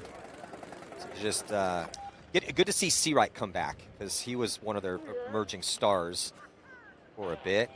With an injury, and but then the big pickup of Konstantin Fedorov, running a little bit of a light line here, not as deep as some of these other squads, but that could be a good thing for him. Bell, Ripple, and Camp for the Hurricanes. On the breakout here to Snake side for the Hurricanes. We're going to look here at Shut Up We're Trying, and again they played very disciplined in their game against Heat, taking ground early, for Shut Up or Trying on the D side, though, as they get out to the back corner bunker, keeping 3 bodies alive. It's a 3-on-3 break. Bell, the island for the Hurricanes. He gets into D2 at Baby Dorito, and he's going to match the move as Shut Up or Trying gets into D3 quicker. But then Bell dips in there right away. It looks like Ripple's having some problems with his gun here early, Todd. Yeah, he dove into that snake. Now he's trying to figure out if he can get balls out of his gun. Doing a little surgery. But he's got Camp behind him to communicate. Bell in that Dorito, too, looking across the field at the snake side. Sun's starting to come up now. Over the bleachers. Bring some more light out here. But Ripple back up and running. This is one of the longest 3-on-3s we've seen out here in these early morning sets. Yeah, I mean, this is the way Shut Up or Trying played in that first match. You know, this is really the style that the Hurricanes play. Ripple jumps the beam from Snake 2 to crawl up into the 50-yard line here in the Snake. And looking crossfield. Camp with the big overwatch in the comms here for the Hurricanes, Snake side. Bell doing a great job on the island. That means you're the only body on that side. And in 3-man, you got to do that sometimes. You run a double stack of bodies towards the Snake side and just put your survivor, your Drew Bell, and he's going to dip into the D4. Yeah, Ripple gets that kill out of the Snake with a nice snapshot down the wire. Good communication by the Hurricanes. Ripple looking to the inside. Still might be having some gun issues. Gets it back up now. Pops the top of the Starfish. Looking at that Snake corner for Shut Up or Trying. Going to come onto the Snake side of the field. Or to the Shut Up or Trying side of the field right now. Yeah, he's in a real good spot. Ripple playing disciplined and aggressive here at the same time. All the way onto their side. Try to finish off this point. He's going to launch. Ripple comes through and stitches up the player in the back corner bunker. And it forces a concession. There still was one body left alive, but he was about to die as Ripple had his back. So a beautiful first point here for the Texas Hurricanes. Nick Ripple, talk about frequent flyers, comes all the way over from Germany to train with this team. And, you know, Todd, the past couple seasons with how well he has played for the Hurricanes, you know, he's up there with one of the best players to ever come out of Europe, in my opinion. Yeah, I had the pleasure of coaching him. He's just a great kid. You know, he wants to learn. He wants to be great. He works hard. You know, he's got passion for the game. He's humble, you know, but he's just, you know, a great teammate, you know, always willing to learn, listen, you know, talk. Like, he seems super coachable because he'll come up to me all the time. He'll even, you know, text me occasionally, hey, what are you seeing out there? What do you think? And he just absorbs all criticism. He's not the yeah, but guy. Yeah. You know, when you're coaching somebody and you're like, hey, this is what you need to do. And they're, or hey, this happened in this instance. And he'll say, yeah, but, and then give you his explanation for it. He has never done that to me. Yeah, but I wasn't really listening to what you had to say. I just wanted you to stop talking so I could tell you what I had to say. What were you saying? Exactly. All right, see if Shut Up or Trying can get back in this one. Going back to the pocket break with heavy guns up, and it's going to be another 3-on-3 break here. They release up the middle, get into the can, and here comes Bell, though. Bell's going to coast all the way up into D4. No one putting a gun on him. Bell into the 50-yard line on the D side, and should be able to have a nice crossfield shot. Yeah, that's what you like to see. Nobody's looking at you. Make that move, but lose the gun battle behind Bell. Yeah, so the Hurricanes double stacked the D side this time. Unfortunately, their 2 taking the early walk, and it is now a 3-on-2 here in favor of Shut Up or Trying. And Shut Up or Trying going to take one in the center can, right in the goggles. Even it back up. Hurricanes in the Snake side temple, and Drew Bell going to make a big run, going to go bunker out that Dorito, make this a 1-on-1. Oh, did he get caught in the open? Nope, still alive. It's Nick Ripple again here. See if Ripple can get it done. 1-on-1.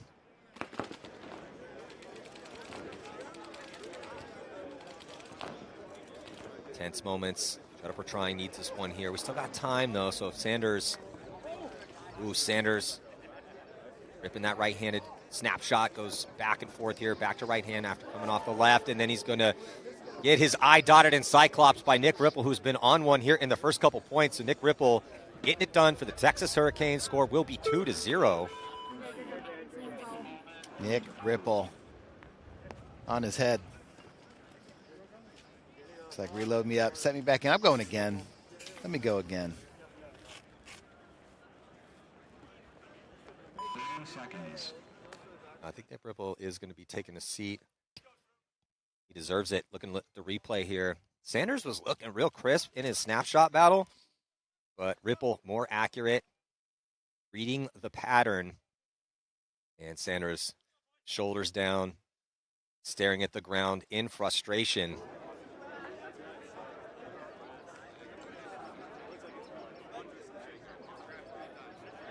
So 1 point away from a mercy rule victory here for the Texas Hurricanes. Ripple's going to take a seat. He's done his work. Let his teammates take over for him. Ooh, big move up and over for Shut Up We're Trying into the Starfish on the break and losing their back center body. 3-on-2 in favor of the Hurricanes. Warner into the snake here for the Hurricanes. Taking over for Ripple. Camp behind him, playing the two. They're going to lose Bell, though. And then Camp looks across the field, keeping his head on a swivel, sees his teammate die, yells over to Warner and lets him know, hey, I have to push over towards the D side. You're on your own. Warner pushing forward, though, not feeling any pressure. Might have got that early kill as we were watching Bell walk off. Warner in the driver's seat here for the Hurricanes. Camp going to fill out to that Dorito side corner. No need to give away any bodies. Close it out slow and get that mercy rule win. Proved. Game finished. Hurricanes, too much. For Dallas, Shut Up We're Trying as Camp. Oh, they are trying to keep us on schedule here, Todd. It's 2 mercy rule wins in a row.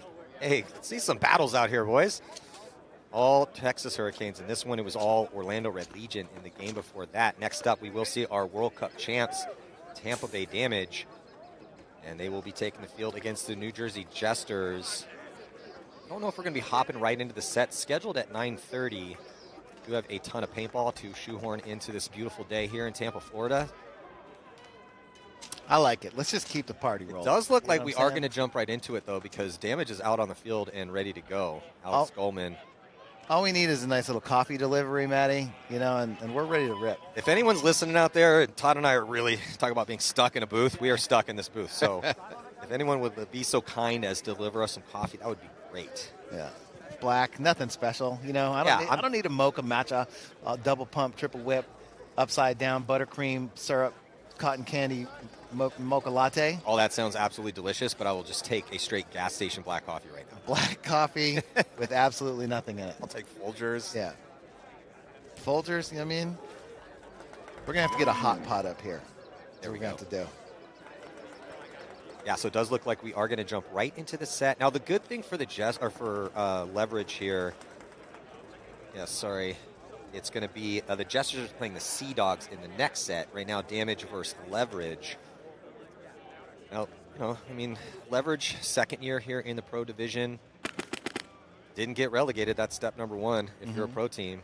But they are playing our defending world champs. It's like CJ Botsalis going to get a spin here.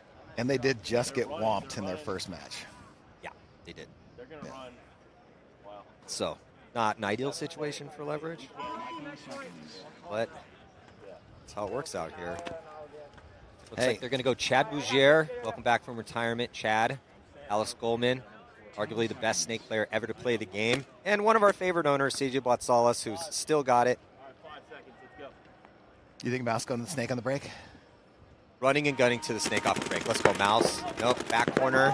Botsalis going to make it to the back corner bunker on the D side. Clean 3-on-3. No, they get a kill. So first body to drop will be for Leverage. Advantage Damage. Yeah, Damage players so good at running and shooting on the break.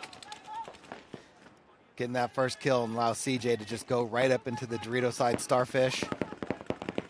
Chad Bougier backing him up. Always with the red gun, number 7.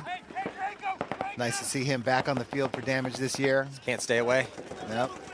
Chad's been telling me he's going to retire for probably about a half decade now. But it's probably a full decade. I'm like, you still got it, bud. Why? Yeah. Mouse just chilling over here. He's saving the good stuff for later. You know what I mean? Well, no need to throw it into 5th gear right off the rip. It's a long tournament for them, right? You know, coming off the World Cup win, going to have to play a whole 3-man tournament, and then they're going to be in primetime paintball this evening. So long day for them. Goldman does dip into the 50-yard line. And he's going to continue on to Leverage's side. Here's the look at Leverage. He's going to get pinched out cross field. So not an ideal start right now for New Jersey. Leverage as Goldman whips his gun towards the D side, trying to find a last body piece of cake point here for Tampa Bay. Looked like they barely broke a sweat here, Todd. Yeah, not much. Not much. Just saw the openings, made the moves, got the kills. Execution at its finest. So we'll see who they send back in here for the next point. We get a line change. 30 seconds. Brian Smith, Chris Shear, and looks like CJ Cantor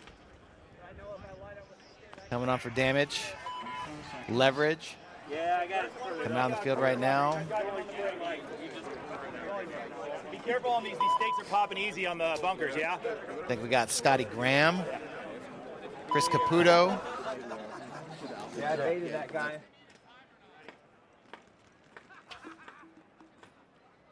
All right, 4 seconds, 1-0 damage.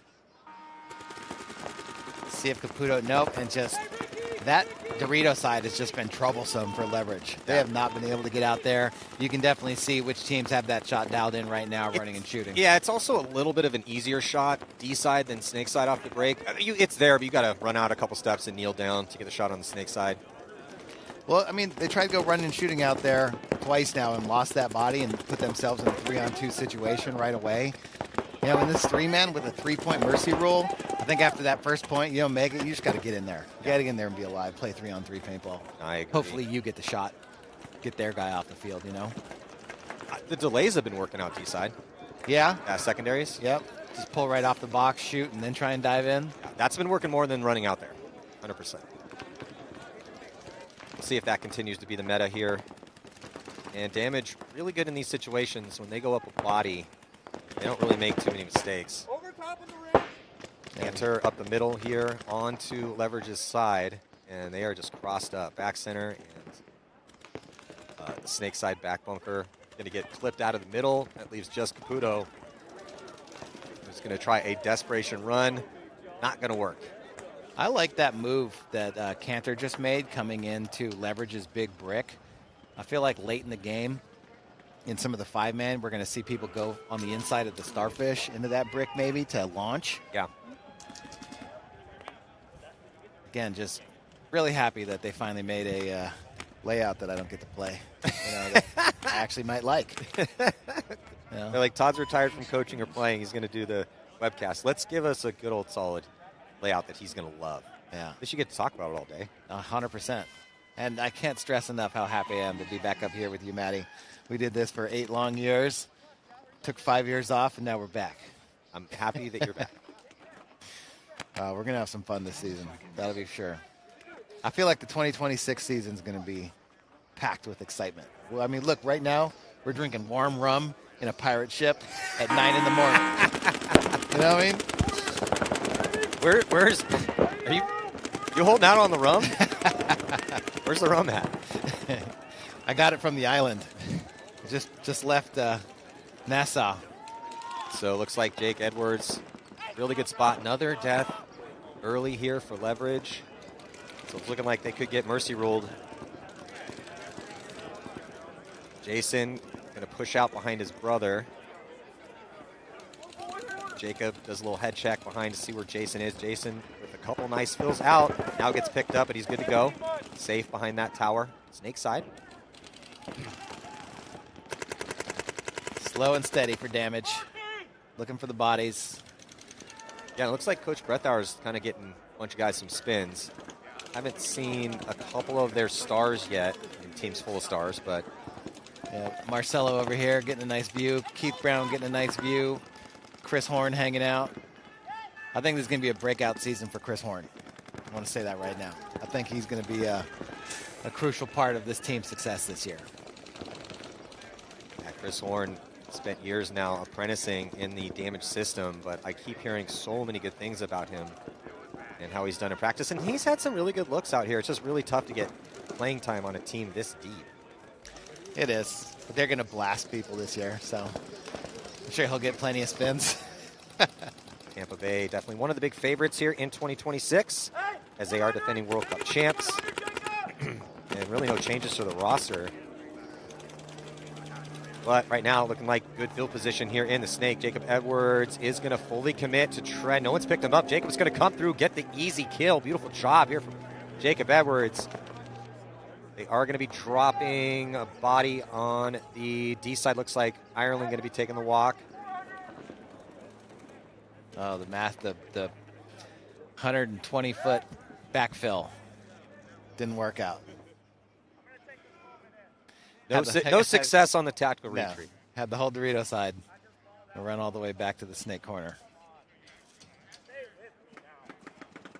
Yeah, so Jason Edwards is going to walk in to hit the buzzer for this final point.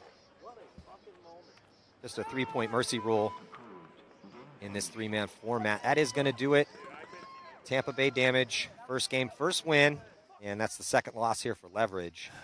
Yeah, didn't think I'd be saying this so early, but, Damage and the Russians looking kind of like the favorites here. No surprise. Yeah, bold claim out here. Yeah. That's why we play the game. So next up will be Sea Dogs, taking the field for the first time in 2026. Their sophomore season, rookie pro team last year, coming out of Canada. But they made a Sunday. They got better. Yeah, they kept getting better. That was the best thing about them, is they got better every event. We ended up having to play them a couple times, had some good success beating them, but they were a tough team. There was no easy match, right? I felt like we definitely saw some good things out of them last year. So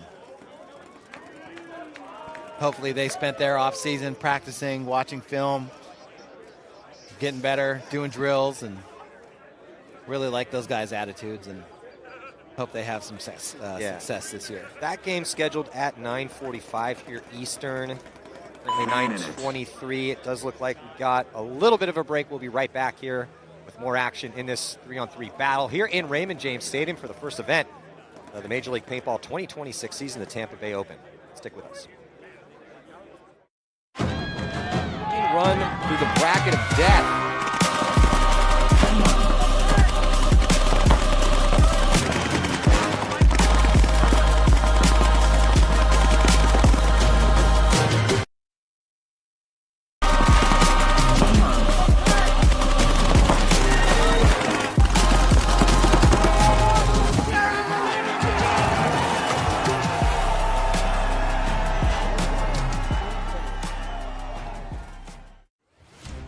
Major League Paintball Plus is your all-access pass to the sport's biggest stage.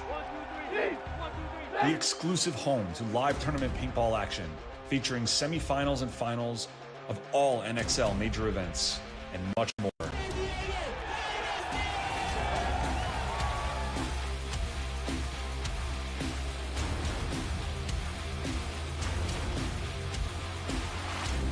It's just a fantastic time for paintball and all our fans. Just love it.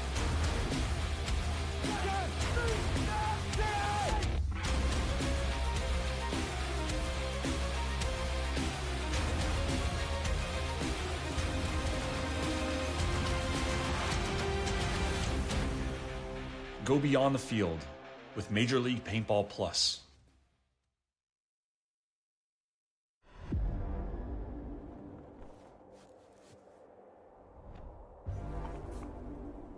There is a sport you've never seen. A game of speed, chaos, and precision, where milliseconds decide legends. Now, you get to see it for yourself. Big moment in pro paintball history. Let's go!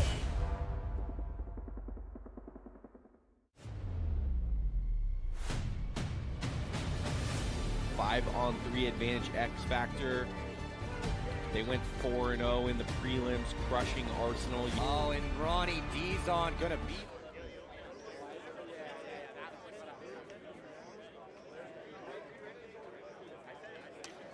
We are back 10 seconds. Here in Raymond James Stadium. Matty Marshall with Todd Martinez. 3-on-3 battles going down. It's going to be the Royal City Sea Dogs taking on the New Jersey Jesters. First game we've seen the Sea Dogs. They are in the blue, and they're going to take a little bit of a bite on the D side here, Todd. It looks like he makes it clean to the mini wall, and they're going to be shooting a body. So not an ideal start here for the Jesters. Going to be 3-on-2. Yep, Jesters tried to go running and shooting to that Dorito side. Back center picked him up from the Sea Dogs. So right away, Sea Dogs into Dorito too. Referee running to check him, but yeah, he's getting pulled out. He might get a penalty here. And he sure does. Sea Dogs giving that advantage right back. Penalties crush you in 3-man format. They are rough in the 5-man format, but minor penalty, going to pull off another body, and it's just, you want to stay away from penalties as much as you possibly can. Yep, so we got Baldwin over here in the snake corner for the Sea Dogs. Let's see if he can work a little 1-on-2 magic right away. Nope, he gets pinched out. Yeah, Garrett Baldwin, a really big pickup for them. Canadian, played with some pro teams. He's playing with the Ironmen most recently. But that adds a little bit more pop here to the Sea Dogs' roster, because Baldwin is good. A little more depth. They also picked up Cody Chong, another Canadian, playing with Aftermath most recently. I didn't know Cody Chong was Canadian.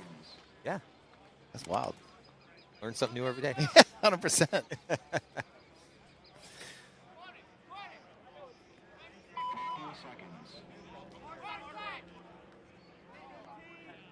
So the Jesters getting a bit of a gift here from the Sea Dogs with the penalty assessed in the first one. Like Cody Chong there, number 82, going to get his spin here. Royal City Sea Dogs. On the breakout.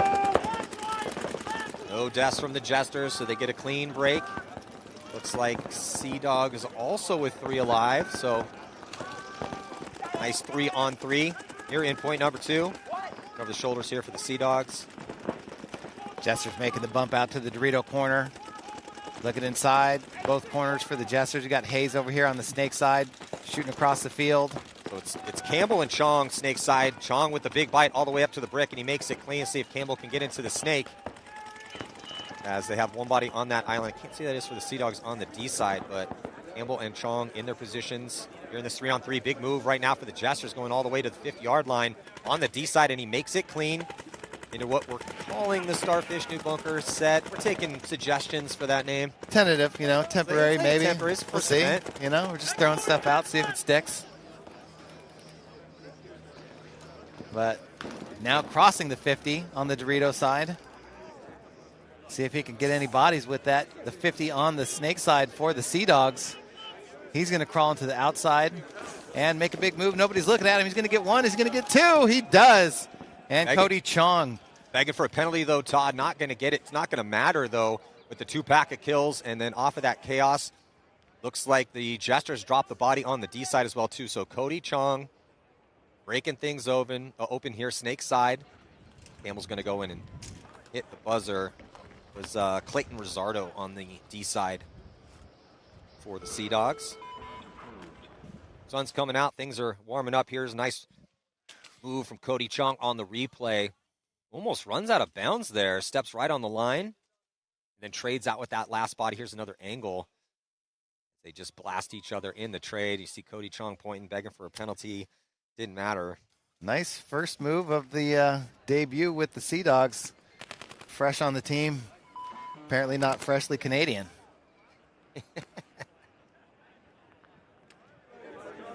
A lot of experience. He played with Infamous, Aftermath. I think a couple other teams that aren't around anymore. Yeah, Cody Chong's been in the hunt on different pro squads for a while. The Outlaws. Outlaws, that's what I was thinking of. All 3 bodies alive now for the Sea Dogs. Jesters getting into the snake, filling up to that center brick. Getting the first kill off the snake side. The Sea Dogs losing their body. Now going to refill that snake. But they shoot out the center brick. But the Jesters are now past the 50 on the snake side. Is he going to get that kill across the field? He does. And, takes one in the chest. So it looks like it's a 1-on-1 now. Jesters in the Dorito 3. Sea Dogs here in the snake corner. Thinking about moving to the snake, he does. That's Connor Smith for the Sea Dogs as makes a couple moves in a one-on-one situation. You want your opponent to lose you. And looks like Smith now trying to pick up body for the Jesters. Finally picks him up at the 50-yard line. Jester's going to go up into the Sea Dogs D4. Smith takes a bouncer in the elbow, checks himself. He's still alive. Yeah, that brick it's a tough bunker to play in a one-on-one because you got to be right around 6'1", maybe 6'2" to play over the top of it nicely. Oh, and it looks like Smith's going to get his loader scalp trying to come over the top. Yeah, bricks are a rough situation to be in a one-on-one. Now taking a lead. Jesters dropped their first game. Definitely, as far as favorites in this one, would have to give it to the Sea Dogs. 30 seconds. Yep, they've already spent a year in the Pro Division. Jesters haven't looked bad, though. Definitely looked all right here today so far. Yeah, Jesters in their first game dropped to New York Extreme by 2. But like you said, didn't look bad. Nope. They jumped on him early, and Big Josh brought it back. Got some momentum going.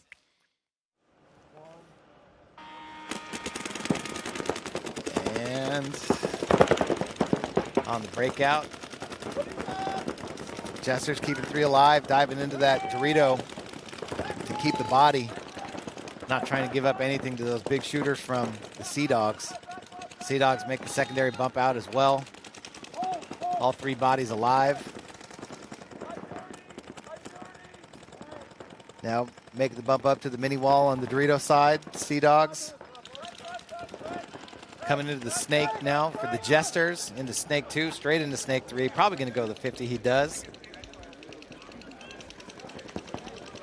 Going to start wheeling and dealing from the Starfish. Sea Dogs making a move up the middle. I think he might have got caught going up there, though. He does. He's walking out. Yeah, but still alive on the D side as he gets to the 50-yard line. But then Salmon gets taken out as well, too. Ooh, Starfish to Starfish, cross-court shot. So it was one of those bend, don't break moments here for the Jesters, trying to protect this 1-point lead within 2 attackers for the Sea Dogs. But good zone control, and now they're in a 3-on-1 and now a 3-on-none. The Jesters going to take a 2-point lead with a little under 5 minutes to play. Campbell, Rizzardo, and Chong coming back out for the Sea Dogs. Going to see if they can get another point here. This is game point for the Jesters with 4.5 on the clock. There you see that player coming up the middle. Saw the move on the snake side, was trying to come counter, but then gets picked up on the way. Says, gosh, darn it. Dadgummit. Yeah, Ryan Chandler. Got one right in the grill piece. Chandler getting picked off, so do or die moment here for the Sea Dogs in game number 1. There's not much breathing room here on the points with that 3-point mercy rule.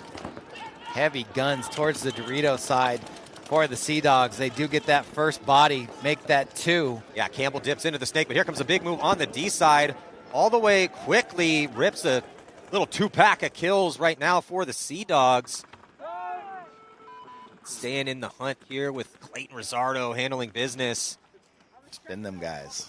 Spin them boys. Yeah, I like the line for Rizzardo, Chong, and Campbell is looking pretty good here for the Sea Dogs. Yeah, real crispy whip from Chong out of that back center over there. That Jersey player went in hard, too. Spin him again. Yep, spin it. Mm-hmm.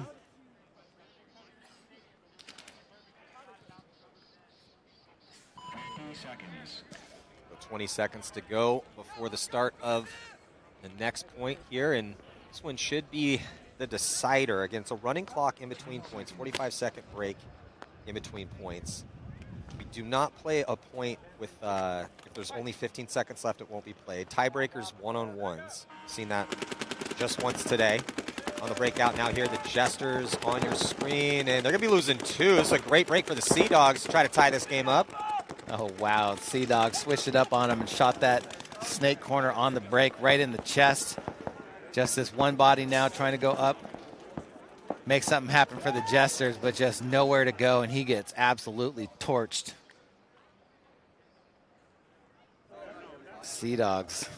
Yes. Oh, racing each other to the flag. Oh, hey, gonna blow that thing out of the grass. So they didn't spin the Campbell, Rizzardo, and Chong line again, showing the depth, though, as that great off-the-break shots for line 2 with Smith, Galikowski, and Koss.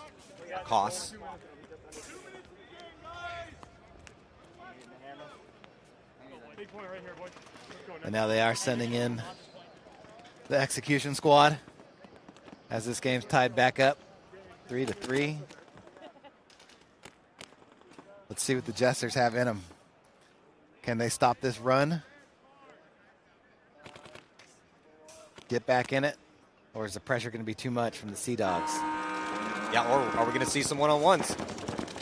Campbell running and gunning out to the Snake side. Mirrored up and matched up. Jesters also in that spot. Campbell first to launch, though. As Campbell, no one putting any pressure on Campbell. He gets all the way to the 50-yard line. And if he wraps around, he's going to get a free kill inside. Doesn't matter. Actually, it looks like Chong's going to trade out with that player who was running up the middle here for the Jesters. 2-on-2. Much better field position here for the Sea Dogs as Campbell on to the Jesters side of the field here in the Snake. Yeah, Campbell's going to blow that Dorito corner away. Should be shortly. Unless he tries to make a move, gets caught. Nope. Dorito corner doesn't see him. Going to be in a tough spot in that stand-up brick in the corner. 60 seconds. But teammate lets him know Snake corner's still alive for the Jesters. Who's going to win the gunfight? And it's the Jesters. Oh, and they get the kill cross field on Rizzardo. And they're going to have enough time here, so the point's actually going to be conceded to keep the Sea Dogs in this match. Tough break for them, though, with Campbell all the way on their side. Advantage was definitely in the Sea Dogs' court, but they could not capitalize. Yep, you got to make it count. Advantage, yeah. Got to make it count, Manny. Yeah, tough situation for him is it's actually kind of good maybe that Rizzardo died at the same time, because if he didn't, they could have just milked that 2-on-1 and then won the game in the last second. It would have put the coach in a tough situation here as we're looking at the replay of Campbell and all the way on their side, losing the gunfight down the sideline here. Yeah, just a little bit more patience out of the Sea Dogs, what they needed in that situation. Yeah, so is Bispo with the kill. They spin Bispo again. It's like different line right now for the Jesters. So the Jesters able to contain the aggression, hyper-aggressive break here for the Sea Dogs with just 45 seconds left. They send two D side. Also send a body real quick up here on the Snake side, but still, as the dust settles and the chaos, it looks like there is one body left alive for the Sea Dogs, and he has 24 seconds left. Plenty of time, as he's probably going to wait. Yeah, so he's going to wait till it gets under 15, and then we will see some one-on-ones. Oh, you called that one, huh? The Jesters just had to live there. Just had to live. And the pressure was too much. So, second one-on-one. First one was rather anticlimactic. Yeah, it kind of was. Let's get a real one-on-one here. So yeah, if you're just joining us, thank you so much for joining us. Well, we did have a one-on-one early on, and it was just a tough situation because they false started in that game against, it was Shut Up or Trying versus Houston Heat. So Ronnie Dizon got a free pass there in that one-on-one battle. It's going to be Rizzardo here for the Sea Dogs. See who the Jesters send out.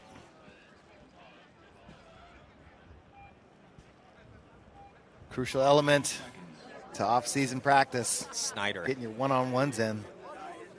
You never know when you're going to end up in this situation, in a point. If you're going to play at the highest level, you got to be dependable to win one-on-ones for your team when it matters. So it's Snyder versus Rizzardo. Here, one-on-one to determine who's going to take the win. Loser has to walk the plank. Late Rizzardo. Going to stay at that back center. Actually, Snyder also going to be at the back center as well, too. 2 minutes on the clock. First to launch is going to be Rizzardo, and he gets out first. Not able to connect, though, as Snyder able to transition out of that back center. Zardo looking a little bit crisper here as he's being the more proactive player, but Snyder has picked him up. Interesting. Looks to go Starfish. First one-on-one. Out of the Starfish. Going to pop the top. Oh, and he popped the top at the perfect time. So Clayton Rosardo going to be the hero here as his boys in the pits. Fist to the sky. Triumphant in this match. Man, Starfish might be the move in the one-on-one. You know, there's those bunkers you want to play and the ones you don't want to play. Temple, yes. Snake Beam, no. Starfish, maybe. Maybe. I kind of like it's. You have options, and you can pop the top in multiple different positions. You just don't have great eyes downfield on that. So, so many little legs to play. You know what I mean? So many little Starfish legs that you can play, crawl around. Brand new bunker this year, so kind of tough to tell so far. Yeah, brick, no. Don't like the brick. Wedge is all right. Mini walls, yeah. You know, you can pop the little nipple on top there. Hate the mini wall. One of the big Doritos. That's a check mark, yes. Yeah, mini Dorito. Mini Dorito, Mini not so Dorito, much. not so much, Not yeah. so much. Unless you're Malloy. Yep. Legion getting ready to go. Looks like it's going to be Kirill Pridny, Daniel Kuzmin, the Tiger King, and Pavel Karslev. Who Legion crushed in their first match. Piece of cake, 3-0, mercy rule victory for them. The boys from Orlando. Orlando Red Legion. Training out of Tampa. Yeah, I'm working on it. working. Trying to make it work. Well, we already got a Tampa Bay team, so. Yeah. Can't be Tampa Bay. Yeah, correct. I think Damage might have something to say about that. Are we going to get some Orlando Red Legion, like Mickey Mouse collab type deal? Oh, I love where you're going with you know that. What I mean? Yeah. Like the little Disney collab. I could see Kirill playing with some Mickey ears, you know, in game. You're going to have to talk to him about that. I will. My Orlando is not very great, though, so I might need a translator. And they're taking on Chicago Aftershock. Looks like they're going with Stancil, Franz, and Hoskinson, a.k.a. Hosky. The mayor of Tampa Bay. You know that his dad actually sailed that ship into the stadium a couple 100 years ago. Yeah, I love that. It's a crazy story. One of the first original Buccaneers. 10 seconds.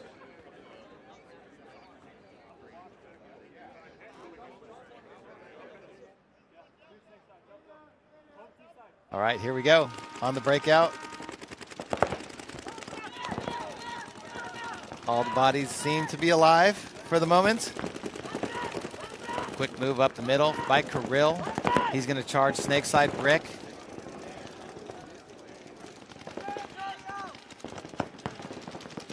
Franz making that move to match up with Kirill. Stancil booming out to that Dorito side corner. Kuzmin, Snake corner. Karslev in Dorito 2. Kuzmin going to make the move into the Snake. He's going to go right into Snake 2. Thought about maybe going to Snake 3, but he's going to pause and check off that lane. D side. Here comes Hosky into Snake 2.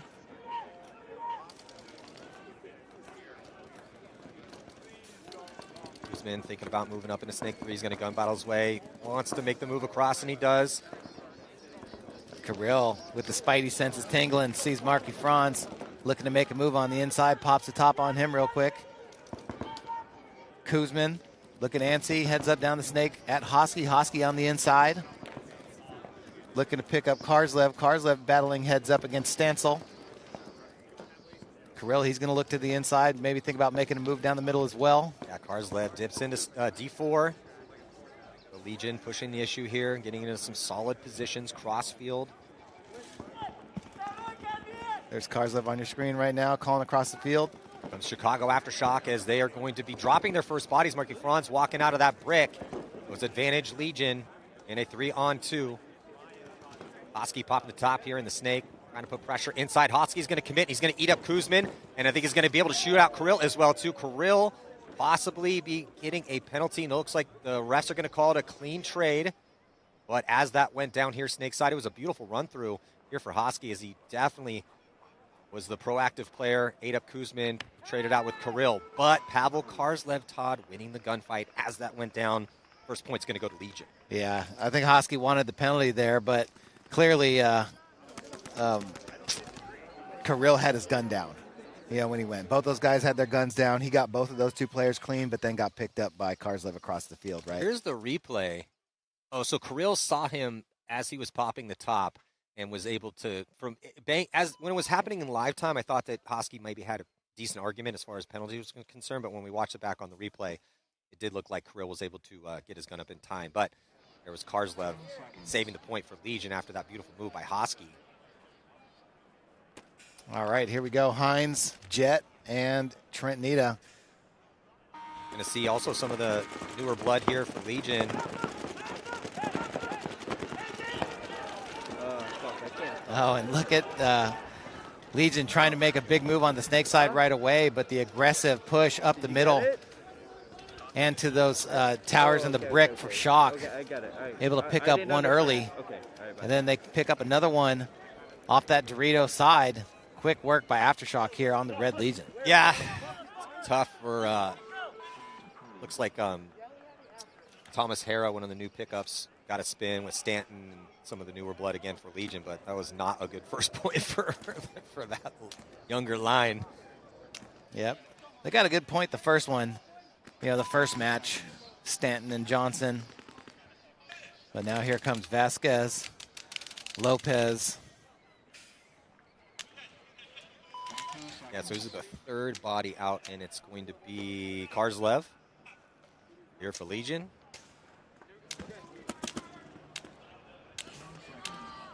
And coach is just letting his team have it down here. Letting Stanton know what the deal is. Not happy with that last point. On the breakout, both teams going to risk D1, make it clean, but here comes Pavel Karslev up the middle of the field into the brick. Pretty safe run off the break. Yeah, but I like how Legion is getting to that big brick on the snake side and kind of trying to trap other teams in that corner, but they lose their snake guy coming on the backfill behind. So Aftershock now with a one body advantage. Yeah, tight ball game here. Still a little bit of time on the clock. 7:32 to go here in point number 3. Yep, Karslev on the snake side this time. Popping the top. Aftershock talking it out. Don't want to give this body back. They have the snake corner. The big Dorito on the Dorito side, the first big Dorito. Are we going to call that Dorito 1? Even though it's kind of on the inside? Yeah. Might as well, right? It just looks more, I always like to do it linearly. Yeah. So I think that just makes the most sense. Karslev coming he's on one way here down today. Yeah. Coming on the Aftershock side of the field. Definitely got his coffee this morning. He was great. Yeah. I think Hosky might have picked him up, though. I think he might know where he is. Maybe not. Karslev going to be able to get posted up. See the double stack of bodies over on that D side for Chicago Aftershock and Hosky on Island. Going to be getting shot out, though, so Pavel Karslev controls this side of the field, and he should have easy crossfield shots. And here goes the launch from Shock, goes right into Hera's gun. Or no, that was Vasquez, I believe. Yeah, Vasquez. Oh, that was actually Jesse Stevens in the snake corner for Aftershock. Yeah, so looks like Aftershock having some gun trouble because of Pavel Karslev squandering a high body 3-on-2 situation. 30 seconds. Karzlev's good, dude. Yes, he is. Yes, he is. Big part of that starting 5 that's just been so masterful past couple seasons. Yeah, that dude's insane. He works at it, though, you know. He works real hard. Indeed. Drills, conditioning, fundamentals, speed. Dude's got the whole package. So this is Hosky, Franz, and Can't tell who's on the far side for Shock. But, oh, man, weird. Karslev into the 50 on the Dorito side already. Yeah, just unscoutable. Middle, snake side, D side, doesn't matter. He's the MVP of the day so far from what we've seen. Koski's going to drop for Shock. Marky Franz is also stuck out in the open, has no idea. Karslev going to stack up a potential 3-pack here. I think the kill came inside, doesn't matter. It's just been Pavel Karslev by first-degree murder out here so far today. Yeah, you just don't even try and argue the defense. You know what I mean? He's guilty.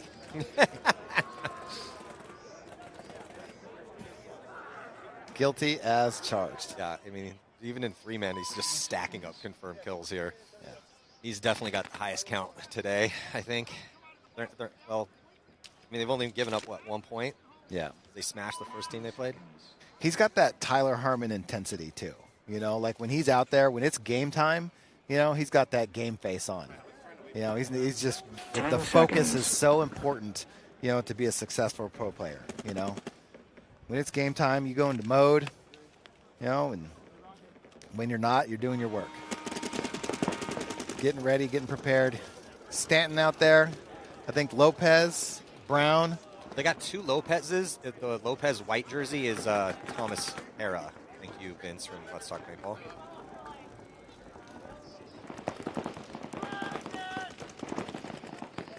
Body coming off right now for Shock, snake side. Looking really good here for Legion. A minor penalty here on Shock will seal the deal for Legion. 2 mercy rule victories for them. That will be it. 4-1, the final score. Legion getting pretty much everyone's spin so far, except we haven't seen Malloy. That's kind of the thing with the 3-man. We don't always see every team utilize everybody, trying to save them for the 5-man. But yeah, we haven't seen Rabikov, and we haven't seen Malloy, right? Correct. Are they even suited? No Rabikov, no Malloy, no Smotrov. We're at the spa right now. I would be. Some rough if downs. the spa was on the pirate ship. No, I don't even see those guys down there. They're probably still in Orlando. Did you eat because fucking eating? Yeah, right. Coach Gray over there said, "Hey man, you were eating out there." He definitely was. Must be that new Defy Black Label paint they're shooting. Platinum sponsors in the house. What's happening? Full game. It's heavy, you best of the best. MVP. Today. So, right now, relax. The second match is will be better for organization. Just shit is happening, okay? Yeah. But right now, stay on focus. That's it. Let's go. Hey, everyone, hey, guys. Come on. Will we keep making same rotation switch all of a sudden when squad number 1 plays squad number 2 and then all of a sudden squad number 1 needs to play again? Because like obviously we don't have time. If it's broken, So as Crow Pridney breaking it down. Going to be jumping into the next set here in Raymond James Stadium. Matty Marshall with Todd Martinez. Thank you guys for joining us. Texas Hurricanes. The rebrand used to be the New Orleans Hurricanes. Under new ownership. Also Houston Heat under their new organization as well too, but retaining core talent. Yes. And we are about to jump into point number 1. 12 minutes on the clock in regulation in these 3-on-3 battles. It's a 3-point mercy rule. One-on-ones will decide a tie. Nick Ribble was looking outstanding in game number 1 for the Hurricanes. Camp, Bell, and Ripple for the Hurricanes right now. Heat going to lose the first body out of the back center. Might be Rob Velez. Mishka up there into Dorito 2. Here comes Ripple. Nobody's stopping him. He's going to come into the Starfish on the snake side. Ronnie Dizon going to try and fill out to the corner. He makes it. Mishka and Ronnie. Yeah, better field position here currently for the Hurricanes with Nick Ripple up at the 50-yard line. Snake side camp improves his spot. Looking D-side, he's going to go to the brick, and then Bell very quickly into D3. But Bell going to be losing a gunfight. No trading out with Mishka down the sideline here. Now it's 2-on-2. And Nick Ripple and Camp going to pinch Ronnie out of that snake side corner.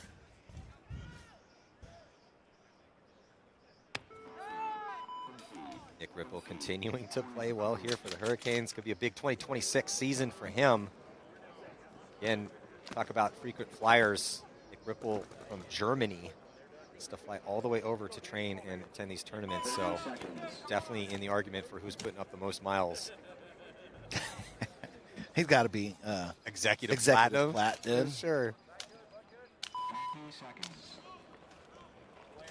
Mikowski, Buffton, Moorhead.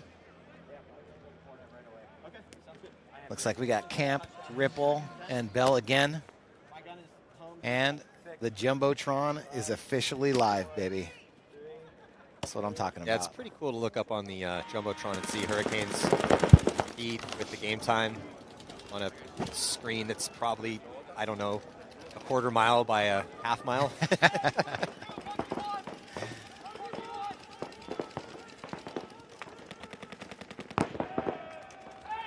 Ryan Moorhead trying to make a bump up into Dorito 2, catching one in the side of the arm, but Hurricanes have lost a body as well. Buffton and Mikowski crossed up.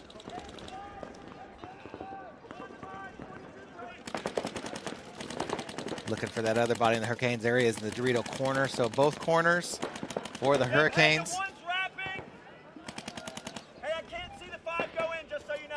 That's Buffton making the call from Dorito 1 on your screen right there. One comes off me, I'm going wide, Cody.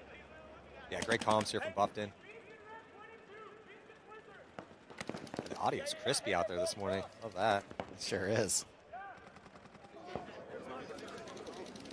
Yeah, we hear guys having high-level communication. That's what you want to hear. Not just screaming, he's at the Dallas, 22 Dallas, baby, baby, baby. That's important stuff too. But. Yeah, you gotta listen as much as you talk, right? And Buffton executes that move, makes it move, bump out there to the corner. Hey, fight for Cody.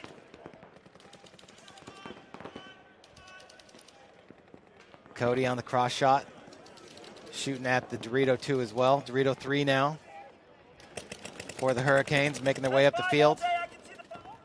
Should be Drew Bell out there. Nope, that's Camp, sorry. Camp out into the D3 spot here for the Hurricanes. They got the 1-point lead, so it is up to Houston Heat with Buffton and Mikowski to try to make something happen. Is there a third body out there for the Hurricanes? They dropped one early. Dropped one. Okay, 2-on-2. And neither team wanting to make this a 1-on-2 situation here. The heavy cross on both sides.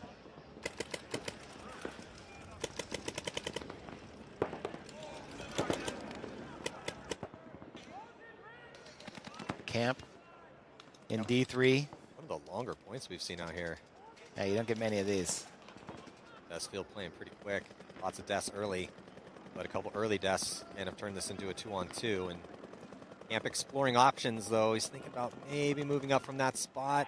Has moved up into D4. So, like the offensive looks in a situation where Camp could have just camped out if he wanted to. Good one, Manny. Yeah, just had to pull that one out of the bag early, apparently. I think Camp wants to dive into that starfish. He was thinking about it. He backed up way off of it. And now he's doing the Kentucky left-hander out of the Dorito 4. He might have thought that he's trying to protect the lane. So from that position from D4, if you can keep eyes on Snake 1, you do have a little bit of an angle if you stay that way. Wedge kind of blocks it out a little bit when you wrap around. But if he stays inside from that spot, he could keep Mikowski out of Snake 1. Mikowski is just totally focused on zoning up to keep Camp from moving up to that 50. The Camp's going to cut inside. He's going to go to the mini wall. And he's going to scurry right past that. No, he's, currently at the 50 mini wall. Camp is getting very creative. Yeah, I don't hate that move. You just got to put one sneaky ball in on somebody. And then a little tactile retreat, actually dives back into D4. Nick Ripple just posted in that back corner. Buffton just holding steady as Mikowski and Camp play cat and mouse over here. Ripple just locking it down in that corner. Buffton locking it down in his Dorito corner, playing cross-court shots. Yeah, longer that this one goes, more important this point becomes. You're not going to see a lot of points. Heat down by 1, and it's also starting to run out of paint here. Looks like Mikowski only with 1 pod left. Yeah. Hurricanes don't have to go. No, they don't. That's what I was saying earlier. It's right. So the Camp being so proactive over there, it's kind of impressive because it really doesn't have to be doing that.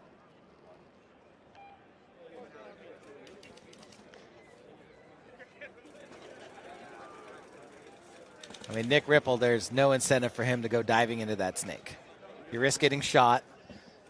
You now free up Cody Mikowski to have some movement on the snake side as well. I like that Daniel Camp went back into that D4 spot to try to keep this angle on Mikowski, because eventually Mikowski's going to have to go. Yeah. Ripple said, screw what you said. I'm going to the 50 snake. I love when that happens. He's like, whatever, Todd. Yeah, I dude. need to hang on this back corner. I heard what you said.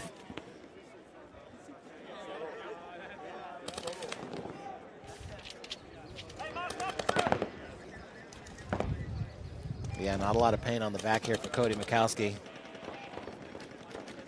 Camp starting to hammer Cody. Yeah, I'm trying to get flares a little bad right now. I'm trying to see how much paint Ripple has. Looks like he still might have a few back there. No, he's empty. Ripple's out of paint too. Mikowski going to go out wide.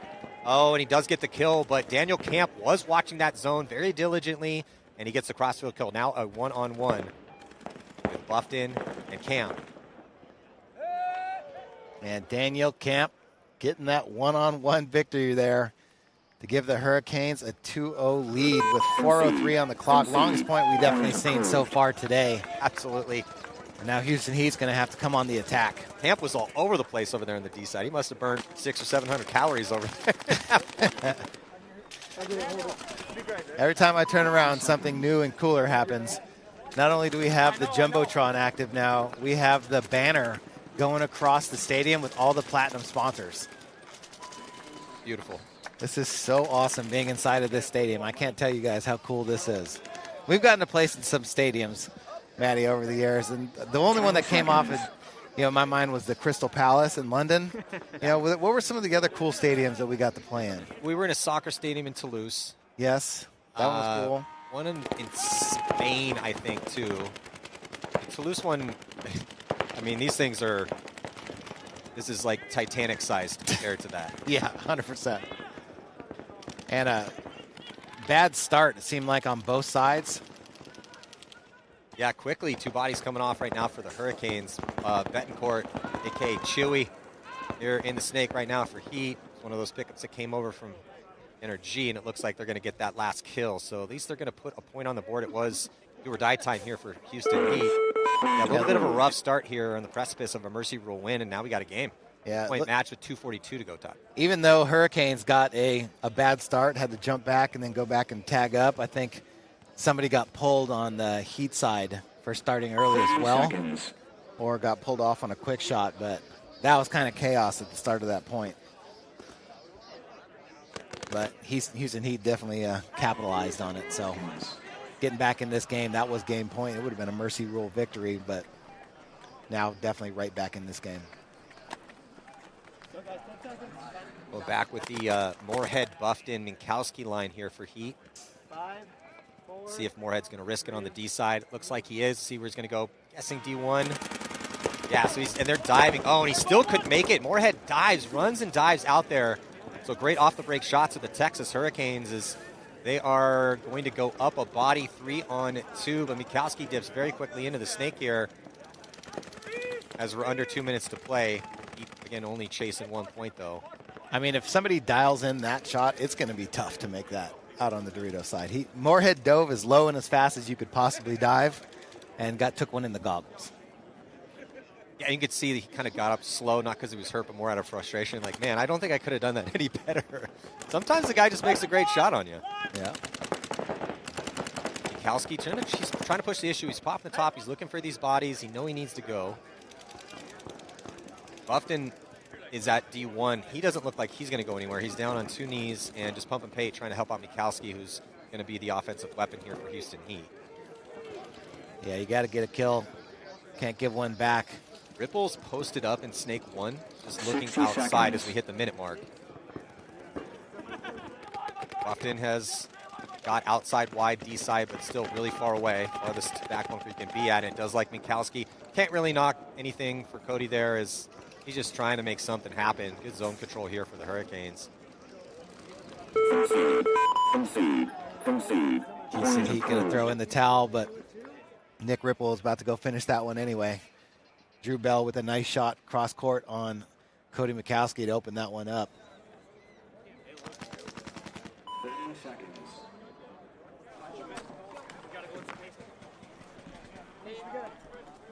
Yeah, I know. 50 seconds. 42 seconds left, down by 2. Yeah, you could hear he's like, hey, Mishka, you got to go. Yeah, so they send out the Speed Demon, Louis Betancourt.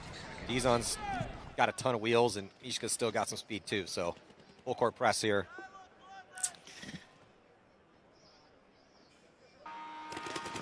On the breakout.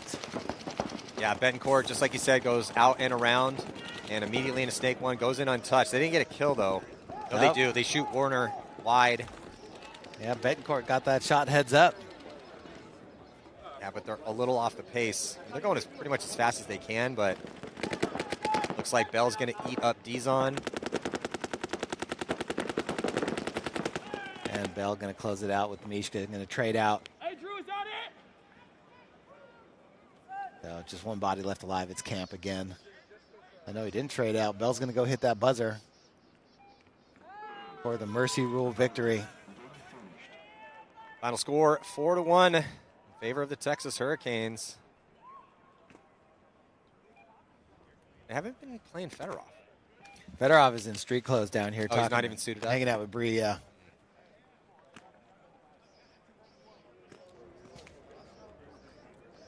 Yeah, so it's going to do it here for this set. Who we got coming up next? Tampa Bay Damage taking on the New York Wrecking Crew. Marcelo?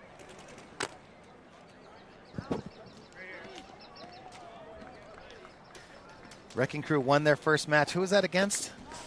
Let me go back on the schedule. March. They beat up Leverage. Yep, so Year, I can't see. a little bit more of a challenge here in this next one. See how they do against the team they're very familiar with. March.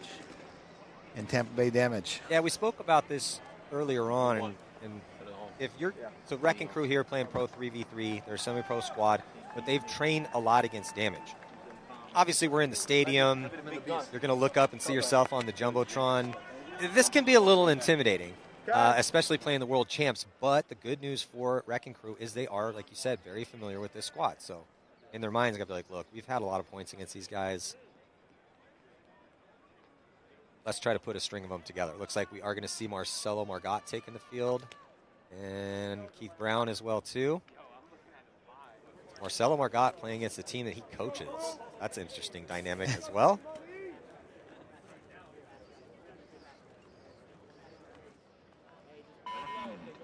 Horn, Marcelo, and Brown.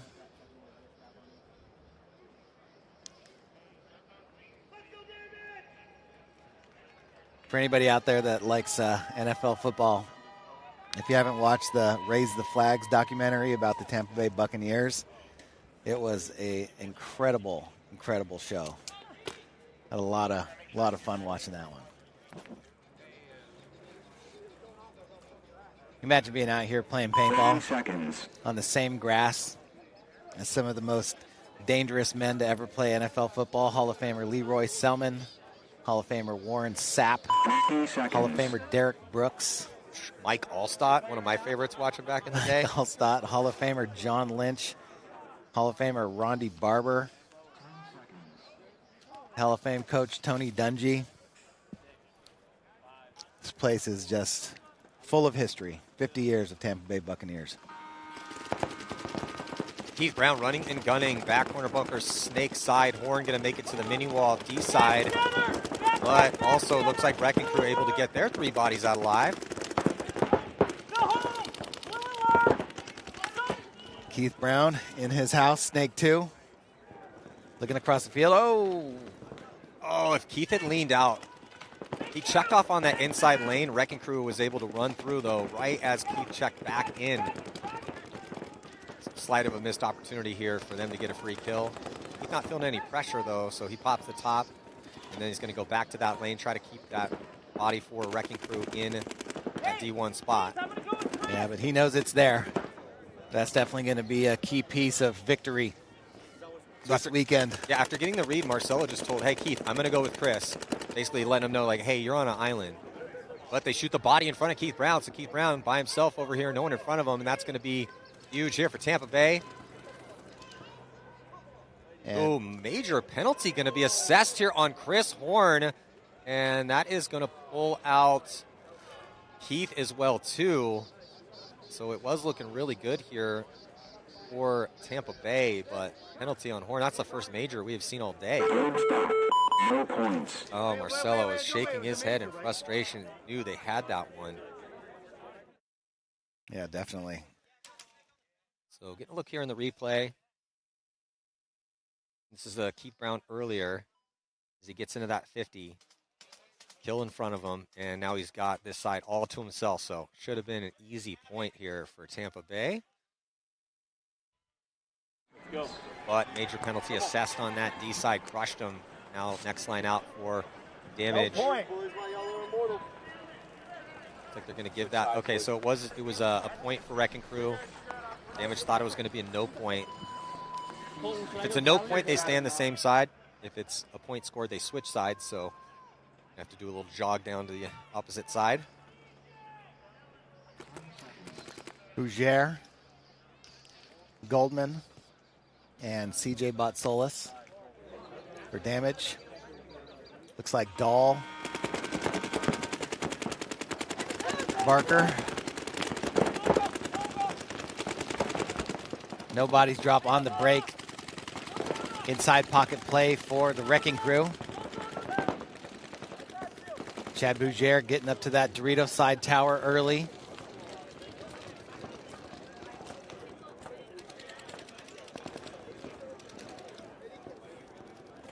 Wrecking Crew making a move up on that Dorito side, going up into the mini wall. Snake player thinking about making a move. Dahl makes a bump out to the Dorito 1.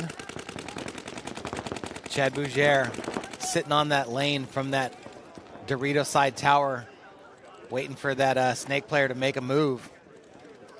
Is that Pinch? Yeah, Owen Pinch. So Pinch, he can sense the trap. Dahl runs right through it. He takes off and gets clapped up. Little communication right there. Oh, but then Pinch uses, as soon as he sees his buddy drop, Pinch able to get through that pretty lethal gap to spread the field, and they get the kill cross field. Yep, CJ comes walking off. Both bodies are on the, sorry. Chad bumped over. Mouse is still over here in the Snake for damage. Chad Bougere, though, gets caught as he tries to get from from D3 up to D4, but then looks like Pinch is going to get taken out. It turns into a one-on-one. Yeah, this is Alex Barker. I was telling you about him. Dude's a good gunfighter. He's an athlete. Oh, and he just missed his shot on Goldman. Goldman had lost Barker. Oh, and Barker comes into the open, survives, and then pops the top of the starfish and gets popped by Alex Goldman. Very proactive, Barker, in that one-on-one. Initially, Goldman had lost him, but Barker missed his first shot. You can't miss your first shot in that situation against Alex Goldman. Yeah, and Alex Goldman relocated when Barker made one of those moves out into the open, caught him slipping. But, when you play against good players like this, so here's Barker on the attack. As you see, he comes top and then misses on the top. Mouse puts him in, relocates. Barker tries to hit him on the run. That's a tough shot right there, but he makes it. It looked like Barker saw the relocation from Goldman, but then loses the engagement and starts shaking his head in frustration. Knew he had that. If he had just connected on that first shot, we're singing a different song. Instead, it's all tied up now 1-1. Kind of a gritty first couple points here. Yep. CJ, Chris Shear.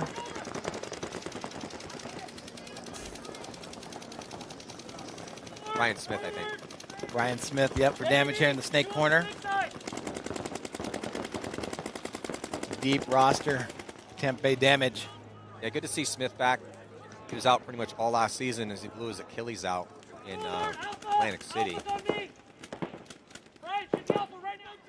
Wrecking Crew filling the snake and then backfilling to the snake corner.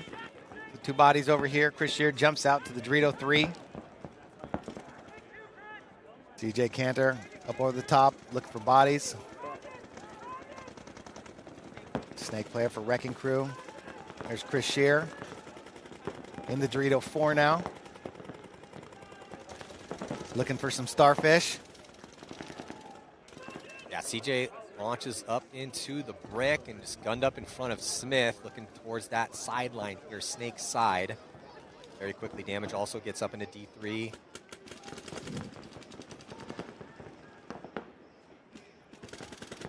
Got Shear.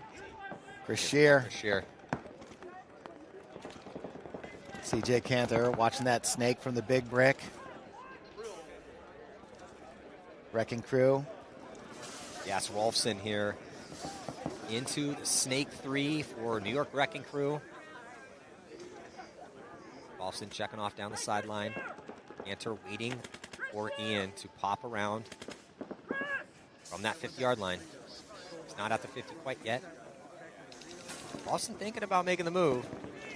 And it's a 1-1 game. Rolfson makes his move up into the starfish.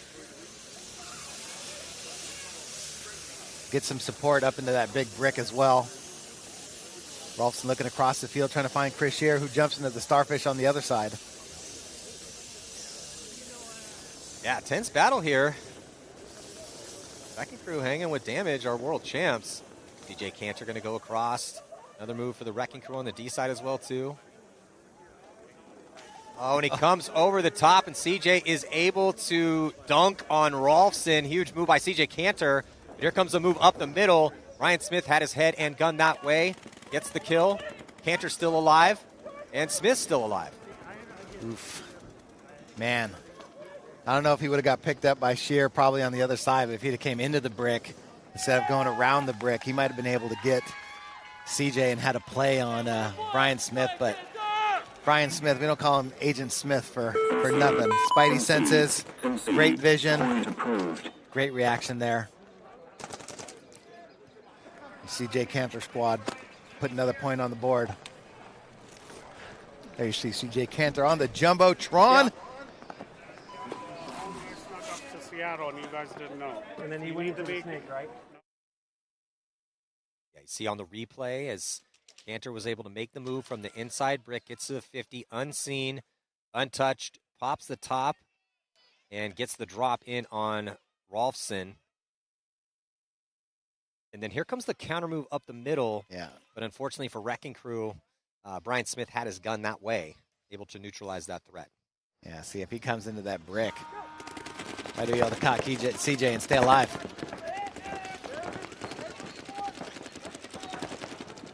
Barker, Dahl, and Pinch back on the field for the Wrecking Crew.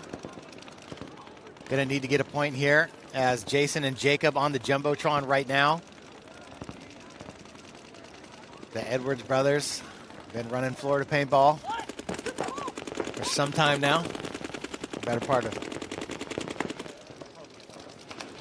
2 decades. Yeah, movement outside for both squads and up the field D side currently for the Wrecking Crew as they get to the 50-yard line. Chasing a point with 3 minutes to go. Now on to Damage's side into their D4. Dahl's going to give him some help. Dahl's going to release up into the wedge. He's not feeling any pressure. Really starting to put the pinch here on these players from Tampa Bay Damage. Yep, Barker on their side of the field. Dahl looking to come into the brick. Over here on the snake side, wants to cross the grap into the starfish. Jason Edwards doing everything he can to stay alive back there. Here comes Dahl on the run, but Jacob already got pinched out, so evening this one up 2-2. A big move over there on the Dorito side from number 12, Alex Barker. Yeah, this has been one of the better sets we've seen out here as the new pro three-man squad, Wrecking Crew, hanging with their sparring partner, Tampa Bay Damage, 2-2. Did get a gift of a major penalty in that first one, so it's been dramatic, and we've seen some solid paintball skills from this semi-pro team punching up. Our current defending world champions now locked up 2-2 here. Warren taking the field with Brown and Margot.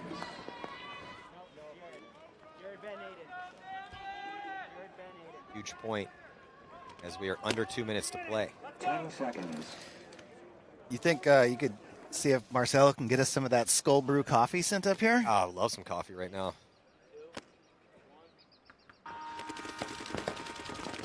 Keith again running and gunning out to the corner, and it looks like Warren is going to go up to the mini wall, makes it clean, and they shoot a body, so 3-on-2 advantage. Damage.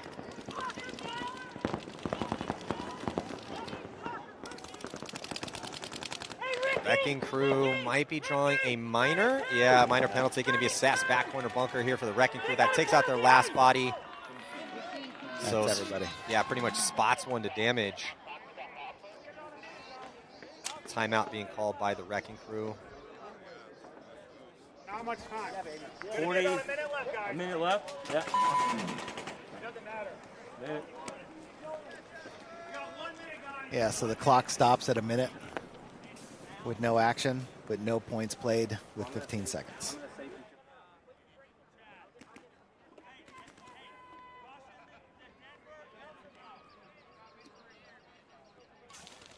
Damage sending out Mouse, Chad Bougere, and Smith, I believe.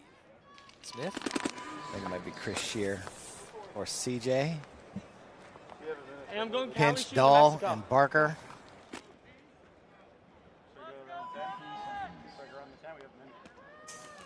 Tell you what, Wrecking Crew can find a way to scrap out, tie this one up, go to one-on-ones and win this game. That would be really big for the confidence here. That'd be fun to watch. I could get down with that. Shoot one body on the break. 2.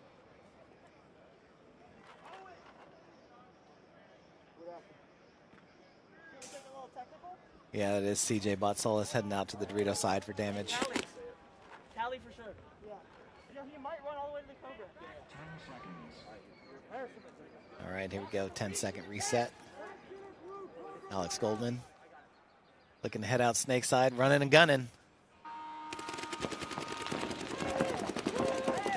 And they do pick up CJ. That was a good call there on the box by the Wrecking Crew. Looked like he said they were going to run out wide. Picked him up on the run. 3-on-2. There goes Dahl filling out to the snake corner. He's going to dive into the snake. Barker into Dorito 4.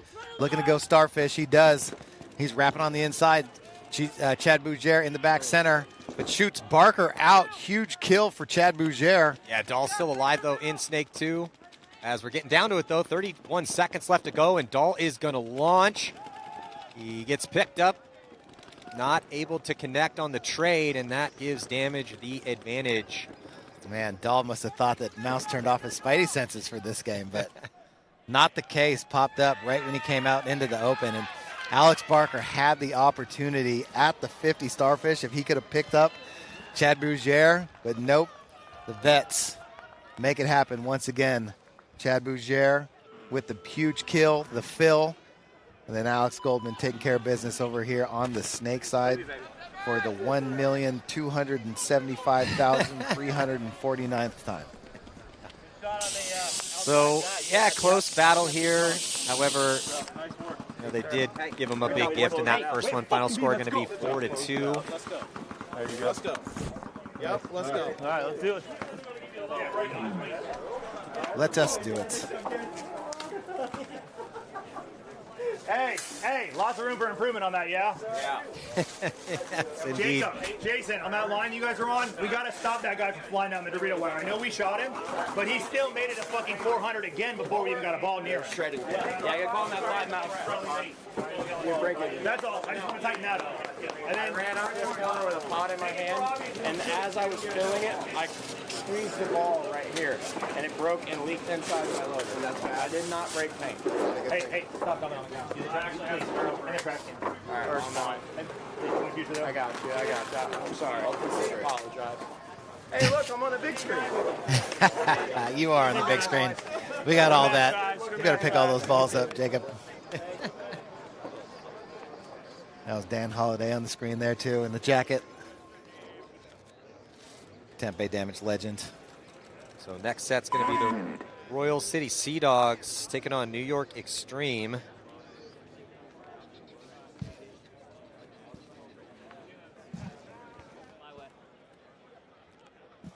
Extreme won their first game against the New Jersey Jesters 4-2. And the Sea Dogs also took down the Jesters 5-4. Both these teams undefeated. And into game 3.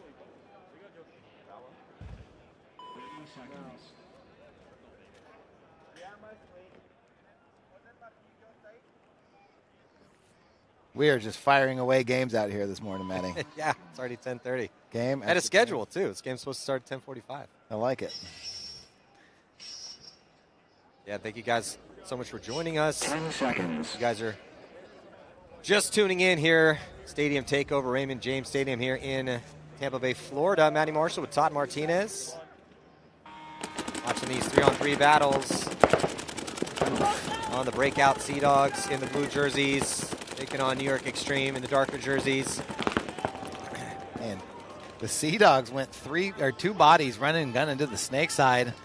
Ends up working out for them. They make it out wide and get a kill off the snake side. Harris Hussein coming through the middle. He trades out with the snake player. Should be a 2-on-1 situation here for the Sea Dogs.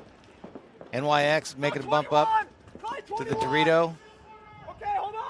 Dorito 2 maybe. Yeah, I like this first line they've been putting out with Campbell Chong and Clayton Rosardo. Pretty sure that's Clayton over there. This is definitely Cody Chong. This was their go-to line, or one of them in that first game. Chong going to crawl up to the 50-yard line, trying to find this body. Not feeling any pressure, going to continue his forward progression. Yeah. Again, small Doritos, not great places to be. Going to back up to that corner. And here comes the attack and the closeout. And just gets dunked on, gets chirped on, and gets bumped on out there. All of them. Yeah. Yeah, so line 1 still looking pretty good here for the Royal City Sea Dogs. If they continue to run that line or trade bodies out. Looks like they're going with a completely different line here from line for point 2. Well, kind of like Kirill was saying in there, a little power after. It's hard to go back to back, right? You almost have to get your pit crew to run out to you, bring you the paint, and if somebody's got a broken ball or, something like, something in their loader, it makes it really difficult to turn it around. You don't have time to clean out your gun.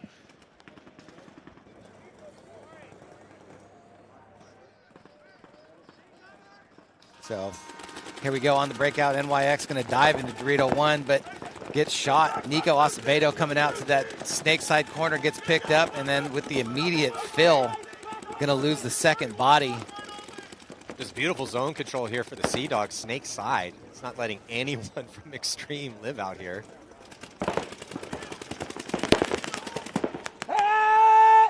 Real quick, first or second point for the Sea Dogs.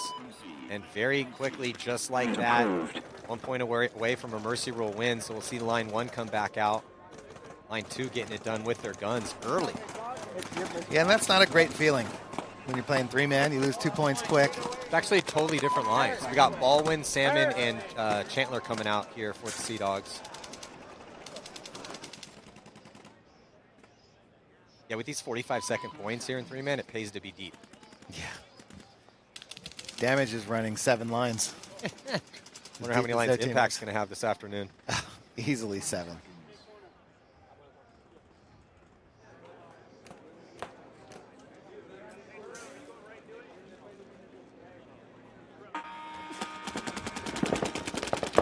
Big guns up. And a big run attempted on the break on the D side. Risky for Extreme, not able to make it. So a 3-on-2 situation now, make it a 3-on-1. So this is a rough game here for Extreme, winning their first one. Yeah, here come the Sea Dogs. Big confidence builder for them. as they just wipe Tom Brady's grass. Yeah, so that is going to do it here. Another quick set. Quick win for the Sea Dogs. Barely breaking a set, running 3 lines, all 3 lines. Getting it done. Fucking go. We may be jumping into this next game. This game's ripping here, going pretty quick. Let's go, boys. Way to be. Let's go, boys. Way to be. Yeah, so it's going to be good field goal. Fucking team ball. Let's go. Should be a little bit of a break before we get to the semifinals. You killed the Here, D-off the break. 3-on-3 battle. Again, congratulations to the Sea Dogs. Looking good here in this 3-man battle. Hey, way to be, Shannon. So we'll be right back. We're actually coming at you from Raymond James Stadium. Matty Marshall with Todd Martinez here. Major League Paintball's first event of the year, the Tampa Bay Open. Stick with us. Holy shit. 2 kills off the break. Back down, baby! Those knockdowns are sniping. Through the bracket of death.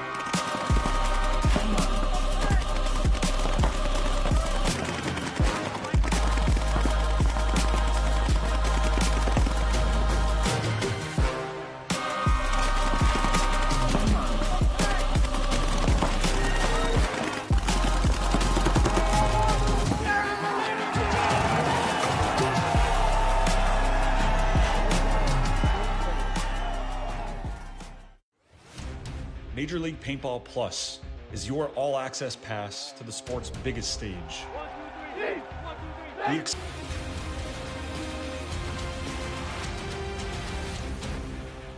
Go beyond the field with Major League Paintball Plus.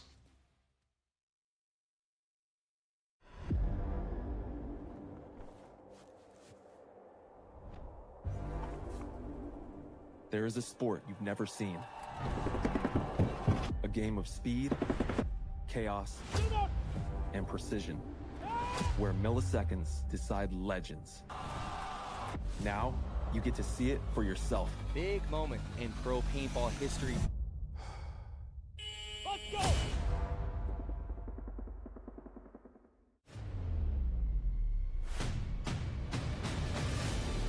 On 3 advantage X Factor. They went 4-0 in the prelims, crushing Arsenal. Oh, and Ronnie Dizon gonna be the hero here for Houston Heat, the veteran clocking in. He's been relentless and almost. He's gonna shoot another Matty. He's lost. Bayless is still alive. Hines has no idea he's there, and Cody Bayless, one of the best performances that we've seen out here. Will we see them fight each other on Sunday? We're gonna find out. We get through these prelim matches. What a game.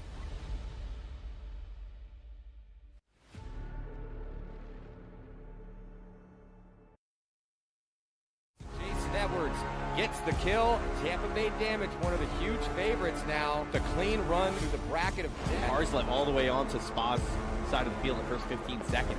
Everyone's always got a chance to gun the great equalizer. Here we go. Jacob Evers, he's going to go coast to coast. He's going to stitch up Dr. C. I don't care what team you are. You want to see what it looks like to try to put a point up in a minute. It's a good example of how it's done.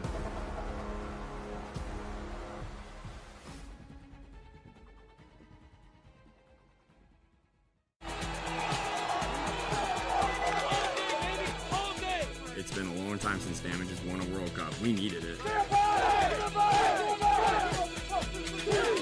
Damage!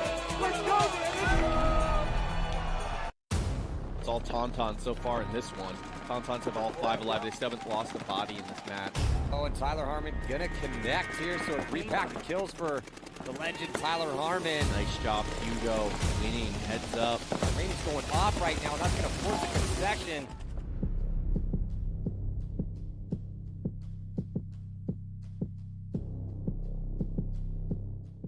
Before Paintball Fit could finish one of paintball's greatest comebacks, they had to be tested. They started as the worst team in professional paintball, outgunned, humiliated, and kicked out of the division. Their first attempt at a comeback ended up in a 1-point heartbreaker. Most teams quit there, but after losing this series, the Lookout family didn't just rebuild, they evolved. They stopped trying to play the league's game and started to build their own. In 2023, they returned as a machine, doing the impossible by sweeping the entire semi-pro division. Again and again and again, as the big man, let the big boy eat. Always got to wipe that face off, eating all them ribs. The last time they were here, they got last. Was their evolution and a perfect season Enough to survive the pros? Did they have a blueprint for a championship or just an expensive way to keep failing? If it were an expensive way to fail, JD Lukau was okay with the bill because he wasn't buying trophies. He was buying back the time life told him he didn't have. So in 2010, I went through cancer and it got really bad for me. I was bedridden and I couldn't eat. I had a feed tube and chemo and radiation, everything. And I went to a really dark place. He survived and came out with a different perspective. He realized he wanted to spend more time with his family. A couple years later, he would head out to the paintball field with his sons, and he saw a way to take back the time cancer tried to steal. They first played as the Apex Predators, but as the team got more serious, the local fields weren't enough. JD was no newcomer to paintball, so he did the only thing that made sense: build his own field of dreams. They weren't just building a place to play, they were laying the literal foundations for Paintball Fit. FIT stands for Family Integrated Team, and it starts with the Lukau's. JD the father, Sarah the mother, and their 3 sons, Colt, Brody, and Johnny. The precision of their game wasn't born in a playbook. It was born in the manual labor of building the field itself. And because they owned it, it meant they could spend more time on the field than anyone else. Playing as Paintball Fit, they stormed through the divisional ranks. In Division 4, they played 3 of the 4 tournaments and won all 3. The next year in Division 3, they won 4 of 5. Right by the other guy, still spins around and gives it to him. Is he hungry yet? Is it dinner time yet? Can you, Cal, give us a 6 Ellie. Give us a 6 Ellie. Come on, Cal. Is it time yet? Oh, there it is. Let the big man eat. Coming off their 3rd place overall finish in 2020, the team was offered a shortcut that would eventually backfire. Skip a division and head straight to pro to fill out the AC Dallas roster.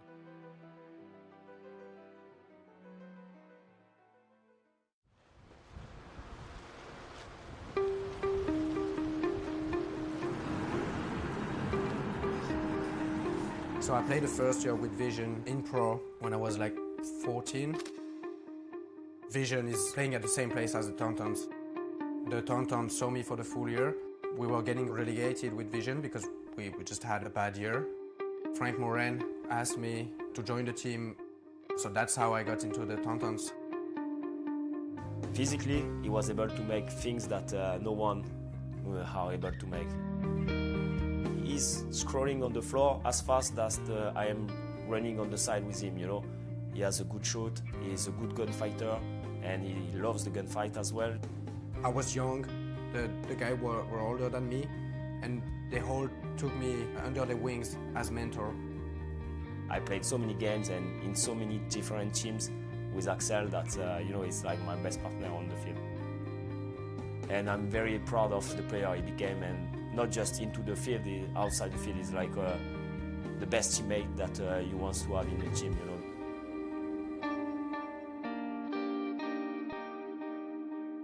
I think that what made the Tonton who they are is mostly due to the people that are running the team. The captain we had in the team back in the day was Frank Moran. Now we have Fabrice Colombo leading the team. We just have these special people leading the team to greatness. For me, you know, I was living in the ghetto in south of France, and I was not making sport at all. And when I met Frank, and he taught me playing paintball, it's put me out of this ghetto, and I start to have the dedication of, you know, that I was eager to play and to come back. I was just finishing the practice that I was already thinking when I was going to play again. He gave me this passion, and all my life been built around the paintball. I follow this and I practiced a lot. I make like a lot of drill, and less than 1 year, I've been picked up by the Tontons. So I started playing with the Tonton in 2003. This label, the Tonton label, continue to be strong through the years because it's a lot of passionate people on different generations, but we still staying like as a group, you know, as a family. And the family become bigger and bigger and bigger each year. I'm Laurent Hamé, I'm the founder of the Tonton Flanger, a journey who started in February 1992. Laurent, I think, had the good vision to replace the players and make sure there's always a new generation for the next era of paintball. I mean, at some point that was us, then there was Tavares. And when you're the captain, you want to make sure the team is going to last. So even if you're retired, you find somebody that's going to handle the team and that's going to be good. In 2010, Frank and some of the players left the team. So I became the new manager and captain of the team. The team that has been rebuilt under Fabrice and Axel, they are right now on an incredible record. Since 2012, we had like a very, very great adventure and a lot of podium. We've been in Europe, we won. We've been in Malaysia, we won. We already won the European Championships like 3 times in a row. We want to win something that we never won yet. Despite all this success, we never succeeded to win an American event. I think that's what we all want, we all dream about. Winning the whole series in US, just winning the best thing. I have a lot of confidence in the new players.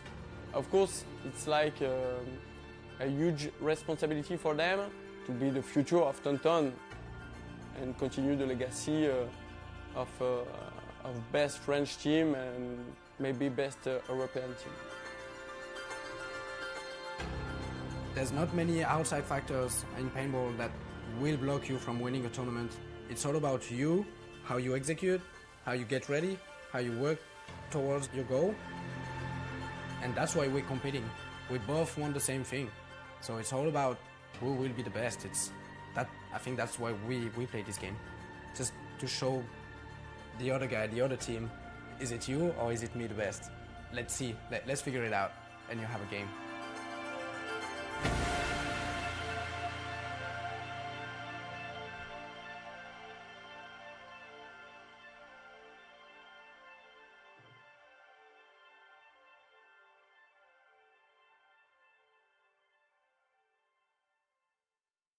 Before Paintball Fit could finish one of paintball's greatest comebacks, they had to be tested. They started as the worst team in professional paintball, outgunned, humiliated, and kicked out of the division. Their first attempt at a comeback ended up in a 1-point heartbreaker. Most teams quit there, but after losing the series, the Lookout family didn't just rebuild, they evolved. They stopped trying to play the league's game and started to build their own. In 2023, they returned as a machine, doing the impossible by sweeping the entire semi-pro division. Again and again and again, as the big man, let the big boy eat. Oh, he's got to wipe that face off, eating all them ribs. The last time they were here, they got last. Was their evolution and a perfect season enough to survive the pros? Did they have a blueprint for a championship or just an expensive way to keep failing? If it were an expensive way to fail, JD Lukau was okay with the bill because he wasn't buying trophies. He was buying back the time life told him he didn't have. So in 2010, I went through cancer, and it got really bad for me. I was bedridden, and I couldn't eat. I had a feed tube and chemo and radiation, everything. And I went to a really dark place. He survived and came out with a different perspective. He realized he wanted to spend more time with his family. A couple years later, he would head out to the paintball field with his sons, and he saw a way to take back the time cancer tried to steal. They first played as the Apex Predators, but as the team got more serious, the local fields weren't enough.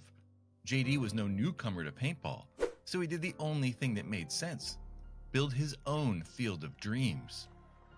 They weren't just building a place to play, they were laying the literal foundations for Paintball Fit. FIT stands for Family Integrated Team, and it starts with the Lukauts. JD the father, Sarah the mother, and their 3 sons, Colt, Brody, and Johnny. The precision of their game wasn't born in a playbook. It was born in the manual labor of building the field itself. And because they owned it, it meant they could spend more time on the field than anyone else. Playing as Paintball Fit, they stormed through the divisional ranks. In Division 4, they played 3 of the 4 tournaments and won all 3. The next year in Division 3, they won 4 of 5. Right by the other guy, still spins around and gives it to him. Is he hungry yet? Is it dinner time yet? Can you, Cal, give us a 6 Ellie. Give us a 6 Ellie. Come on, the cow. Is it time yet? Oh, no, there it is. Let the the big man eat. Coming off their third-place overall finish in 2020, the team was offered a shortcut that would eventually backfire, skip a division and head straight to pro to fill out the AC Dallas roster. They finished dead last with 117 points and were kicked out of pro. The following year, they dropped the AC Dallas name and played in semi-pro under Paintball Fit. By the 2022 World Cup, only one match against Austin Notorious stood between them and the series title. And more importantly, promotion back into the pro division. Going into the final, Fit had a lead in the series over Austin Notorious, 289 to their 282. But before Cup started, Blast Camp were actually in first place. But they managed a 10th place and took 4th in the series. That meant that if Fit finished in first place, they would take the title and get promoted into pro. If Austin Notorious won, they would get promoted, and only by a single point. And when that final horn sounded, the series title was set. 481 to 482. Notorious were World Cup winners and Paintball's newest pro team, by only a single point. Coming off the loss in 2023, Fit recalibrated and started a run like the sport has never seen. They beat Blast Camp in the finals at every single event, sweeping the entire semi-pro division and taking first place every time. That perfect season finally got them an invite back into the pro division. Great job, Cole Lucal and all the boys. Oh, he's counting to 5. You see him? He said 1, 2, 3, 4, 5. Like I said, I've been here for a long time. It's my 29th year at World Cup and been calling games for 2 decades, and I can't remember the last time a team was this dominant in a division. While winning every tournament is extremely impressive, the fact that they had to go through the same rival in every single final is truly crazy. But playing at this new higher level comes at a cost, and winning even more. But unlike most pro teams, they weren't getting their funding from some outside mysterious rich guy. Every dollar earned from their field and their brand Hydra was fueled back into the team. JD wasn't looking for traditional ROI. The ROI was memory, so they started shooting 100 cases a weekend. $5,000 practices were becoming their norm. Since they weren't going to be buying players and didn't want to get embarrassed in the pro division, they resorted to something a little bit unorthodox, playing 5-on-7s. Against the extra bodies, the lanes closed and the field became a wall of paint.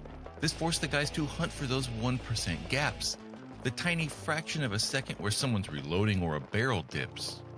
They were training their brains to process information at a higher pace than the rest of the league, so by the time the finals rolled around on Sunday, playing against 5 guys would feel like slow motion.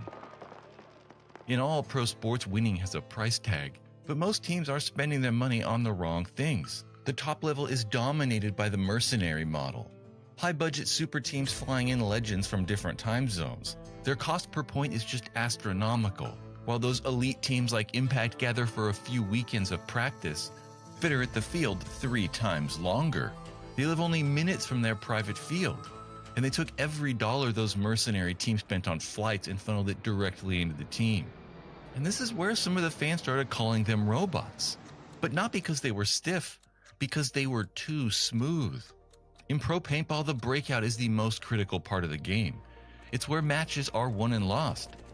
But this is where Paintball Fit dominated. 3 seconds after the buzzer and 2 of your guys were already walking off the field. Every move is crisp, every shot purposeful. They were the modern successors of Dynasty's homegrown roster and Red Legion's clinical discipline. They were too consistent to be lucky. By 2024, the World Cup final was a collision of 2 different ideologies.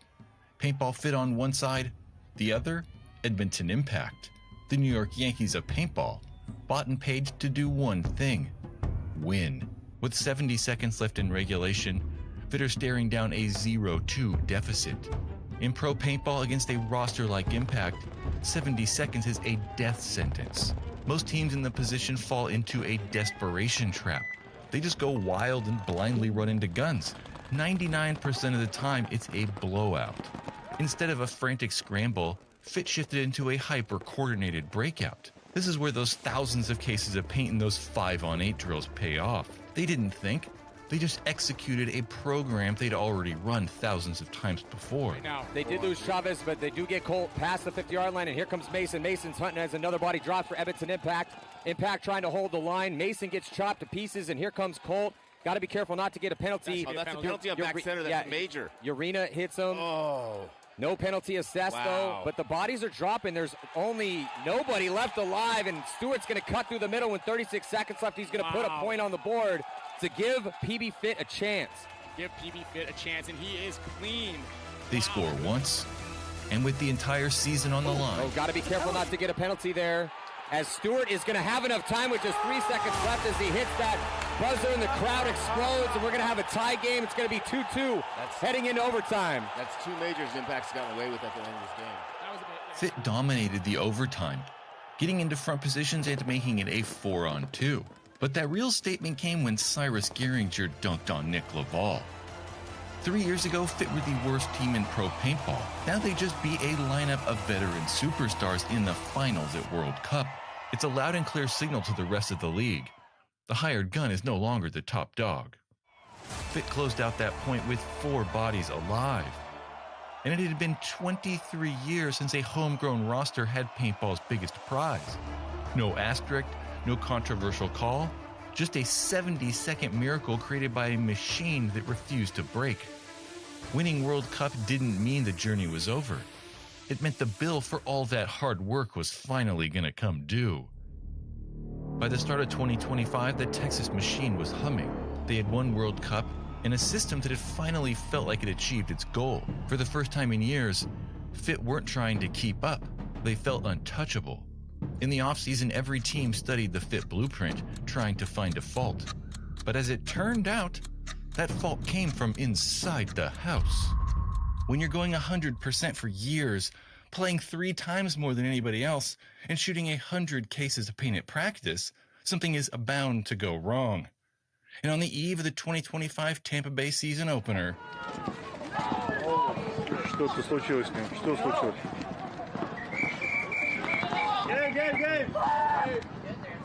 Что-то ногу сломал, что ли?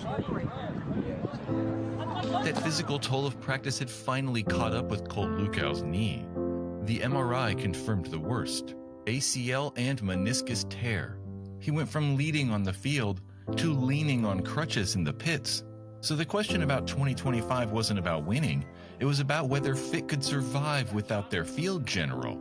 It was a stress test to find out if that system was strong enough to survive without the man who helped build it.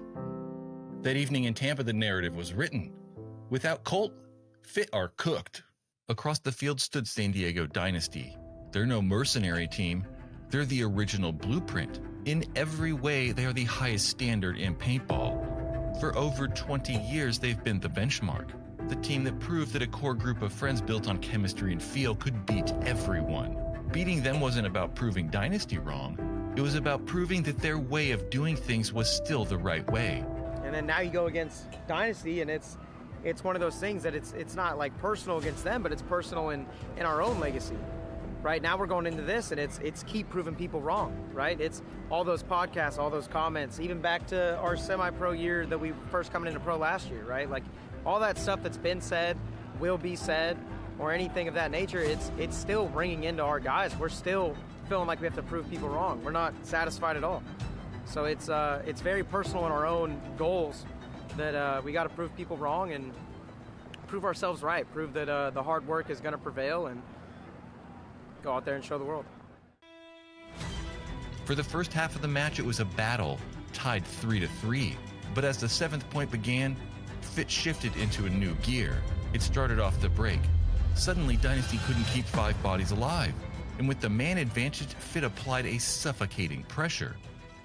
In the pro ranks, there's a hierarchy of how you get shot. Getting shot while you're moving, it happens. But getting shot out of your bunker? That's a failure. It means you lost a gunfight. It means you were in your bunker protected and you still got shot. Fit would spend the next 3 minutes systematically picking off Dynasty players. It proved that machine isn't a lack of emotion, it's a Borg synchronization. They rode that momentum through the season, taking 2 at the first 4 events. By the time World Cup rolled around, Colt Lukow was back on the field, leading them to the finals. They'd end up taking 2nd place to Tampa Bay Damage, but it was more than enough to secure their series title and the #1 world ranking. In just 4 years, this group went from relegated nobodies to undisputed kings of the sport. The system didn't just survive the man, it vindicated him. Unbelievable. By Paintball Fit. They are the new team to beat here in professional paintball, and what an inspiring story. If you're out there and you're wondering, can we do it? You can do it. You can do it. They have no paid superstars, homegrown talent, dedication, effort. Unbelievable. Paintball Fit here, champion. Looking back at the numbers now, they don't really tell the story. It was never about the balance in a bank account. It was about those minutes. To JD, those skids of paint weren't a business expense. They were the price he paid to build memories with his sons and the brothers they picked up along the way. It turns out it wasn't an expensive way to keep failing.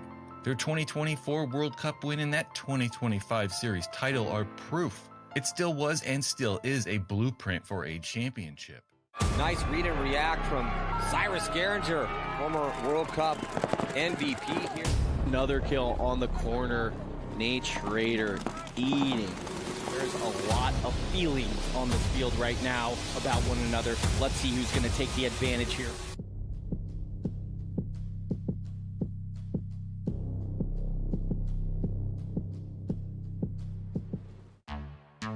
Former world champ San Antonio X Factor entered the Major League Paintball season as a top-ranked team, well overdue for a win. Since their last victory in 2019, they have finished second 7 times. But make no mistake, it would surprise absolutely no one if they took the victory in Tampa, because the lineup is a who's who of the best players ever to come out of the great state of Texas, with Colt Roberts, Matt Jackson, Miner Ninos, Cody Bayless, and TJ Danner. Add in Billy Bernaccia, Tom Guest, and Silos Cortez, and you have an incredibly tough lineup for any team to beat. Archie Montemayor will not be at the first event, but they have more than enough firepower and experience to take the victory. Red Legion is one of the most aggressive squads in Major League Paintball by far, and one of the longest-running teams in the game. Their hyper-aggressive game plans are hard to predict, and they found success the past few seasons, winning 3 events and a series title the past 2 years. Sergei Sonaiskov, Kirill Peridny, Pavel Karslev, Justin Rabakov, and Alexander Burtnikov will be the core starters, and they could be in any bunker at any time. And the pickup of Corey Hall will give them veteran experience and more depth in the backfield. Most likely, Red Legion will be hunting for another win on Sunday afternoon in Tampa.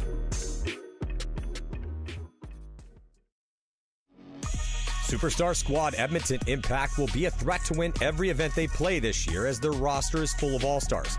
But they are starting the season with injuries to Brandon Cornell, Justin Cornell, and Tyler Panelio.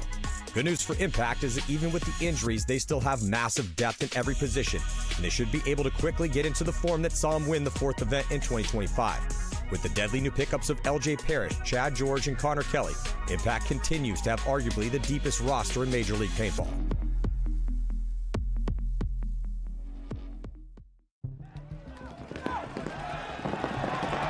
World Cup is a very, very, very hard event to win. Very hard event. Probably the hardest event to win. All Damage looking to punch their ticket into the finals, Matty. Tampa Bay Damage, just 2 more kills for them to move on to play PB Fit.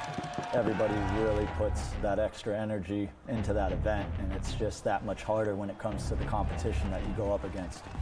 Tampa Bay Damage, superstar roster here. We have a team that can win every single year. Planets need to align to win World Cup. It's not just being the best playing team out there, it's having everything go your way. Your paint's got to be right, your gun's got to be right, the right calls have to go in the right direction. It's been a long time since Damage has won a World Cup. We've got tons of second places. Everything's on the line.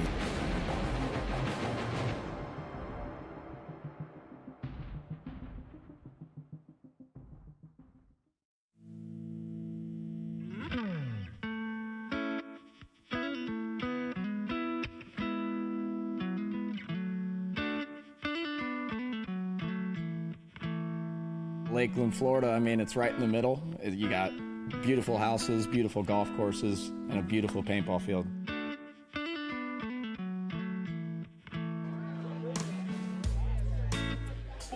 I do have a true brother on the team, but, you know, we have 13 dudes right now, and I look at, you know, all of them like brothers. Core guys have been together forever. 15 plus years together. A lot of these guys were not year 1, year 2, or 3 of Damage being formed, and I think we're on year 15 or 16 now. Back in town, and we're having a good time. I was probably 6, 7 years old when I met a lot of them. You know, majority of my life, 24 years. Yeah. Got a little eats with the boys, you know what I mean? A little practice. Keith Brown has been my best friend. I was probably 11, 12 when I met Keith. Maybe even younger, maybe 10. We played in Orlando all the time, and we actually played against each other for a hot minute until we got together right before both of us went pro. Played with TK and played, 3, 4, 5 days a week. We were grinding to go pro. We both did it, and I think we've done pretty well.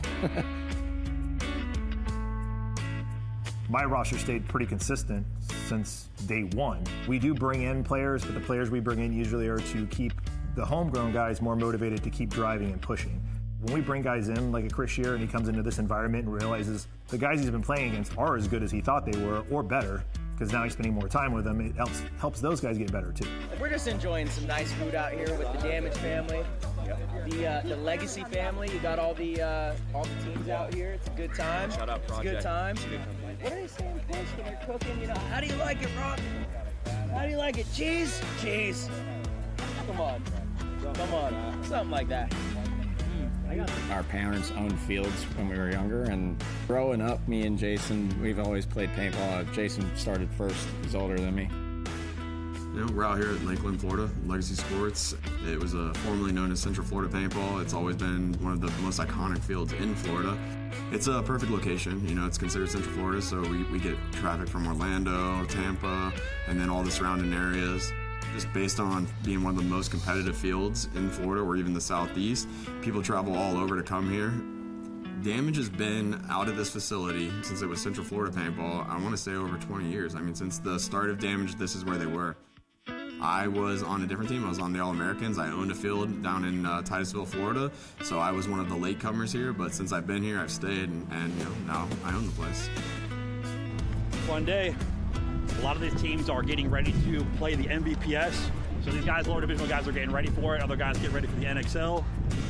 Legacy provides a lot for paintball. I would consider it like one of those gyms where, we say, no judgment, but out here it's, family-owned, operated, real chill, real easy going, but you're gonna get the most competition. This Florida right here, rainbow. You got sunshine, you got rain. Pick which one you want. 10 minutes it'll rain, 10 minutes it'll be sunny. Just up. I do have business partners and stuff, but my mom, she runs the pro shop for me.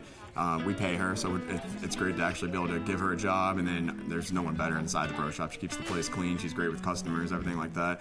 My dad's my best employee because he's free, so I don't pay him, but he does an insane amount of work. He's great with his hands, he's good at construction, stuff like that, so anything I need built, he just jumps in and takes care of.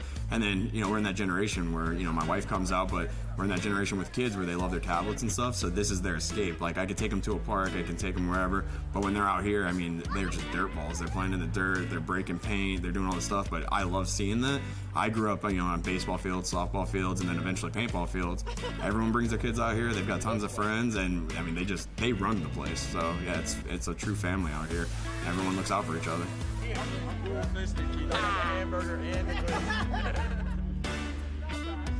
Get you a glizzy there, Mr. Arthur. Come on, man.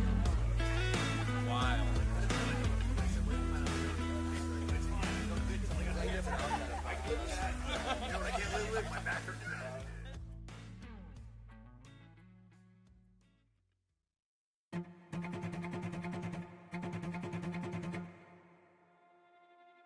We felt like we were in a really good spot going into the year. We brought in 3 new players and Skinny Kevin to coach. The 3 players, Chris Shear, Donaldson, and CJ Cantor, to go along with our roster, which we had already won events with. We lost Rainey Stanzik in the offseason.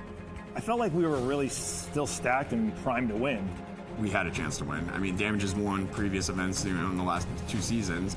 Damage, not playing the situation perfectly on Sunday. You got to be perfect if you want to have a chance to win, especially against a team like San Diego Dynasty. Skinny Kevin had coached us back in the past. Obviously, a lot had changed in the time he was gone. I mean, everyone changes, right? Skinny Kevin changed, the players changed. It's going to be some time for us to adjust into what we wanted to become, and we knew that going into it, but we still felt like we had the pieces where we should be able to compete or win every single event we play.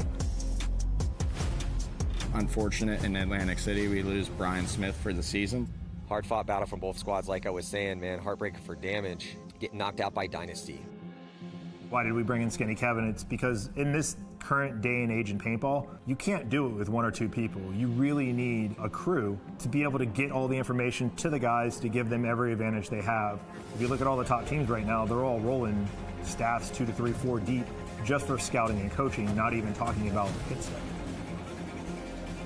Additional coach, SK came back, and there's always that growing pain of, is he going to play the people that should be playing? Is there a chemistry issue there? Because, just like a player, coaches also add an issue to chemistry too. He did good. I mean, I'm not going to take anything from him, but, there was a few hiccups here and there that we all needed to get together. One thing that people don't see on the outside looking in, right, is Joey stepped back from coaching to more or less manage when SK came in, but there was a weird slight tension that we would feel where, maybe Skinny would do something that Joey wouldn't do, and then you have to hear from both sides on that.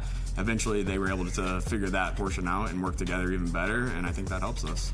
Marcelo Margot playing his old team after a brief little moment with Impact. Had spent years with Dynasty, now he's with Damage. We picked up Marcelo, huge pickup. But by bringing someone in like that, that's a top 5 player in the world who's now going to integrate in, it's almost like we had to relearn again. Dynasty going to go undefeated through the prelims. That puts Damage on the bubble here at 2-2. And then we had the opportunity to pick up Mouse for Texas, so we did, because again, who doesn't? If you don't pick up Mouse, you're an idiot. So we grabbed him as well, but again, that adds another person to the mix, which now changes the formula a little bit, right? So going into Texas, we felt like we had a solid team, but the guys had to mesh still had to play together. Here at the Lone Star Open, it's Sunday. Best teams in the world throwing down to see who's going to win this championship. We're here in the wild card round. It's going to be the Tauntauns taking on Damage. Texas was a little bit rough for us. We went 2-2. We managed to make the cut. We sent Dynasty home. By making the cut, we got to play the Tauntauns on Sunday, which is the paintball that matters the most. We edged them out with a 1-point win, but it felt like we were in control of that, and all of a sudden things started to feel like they were really starting to click. I mean, it was a great close, and if they were only down 1, we'd be singing a different. Welcome back here to the professional semifinals in the Eastern Conference.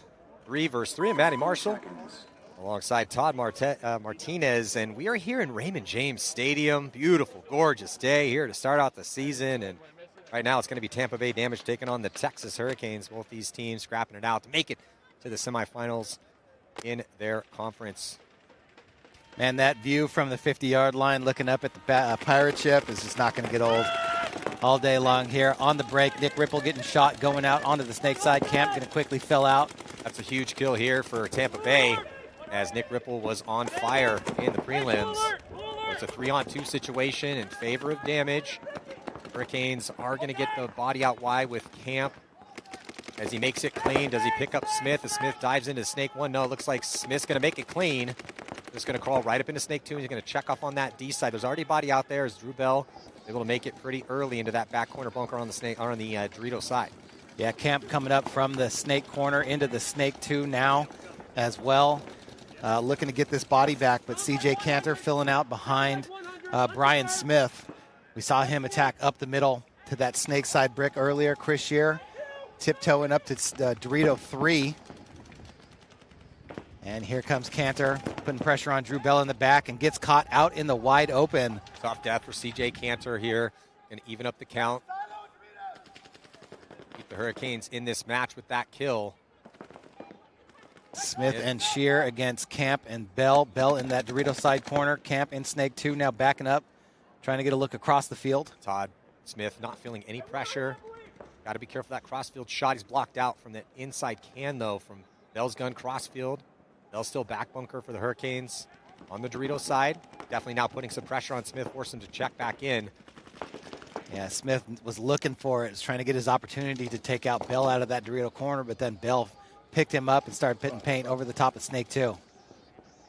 Damage with Chris Shear at the 50-yard line on the Dorito side. Playing the inside of that spot.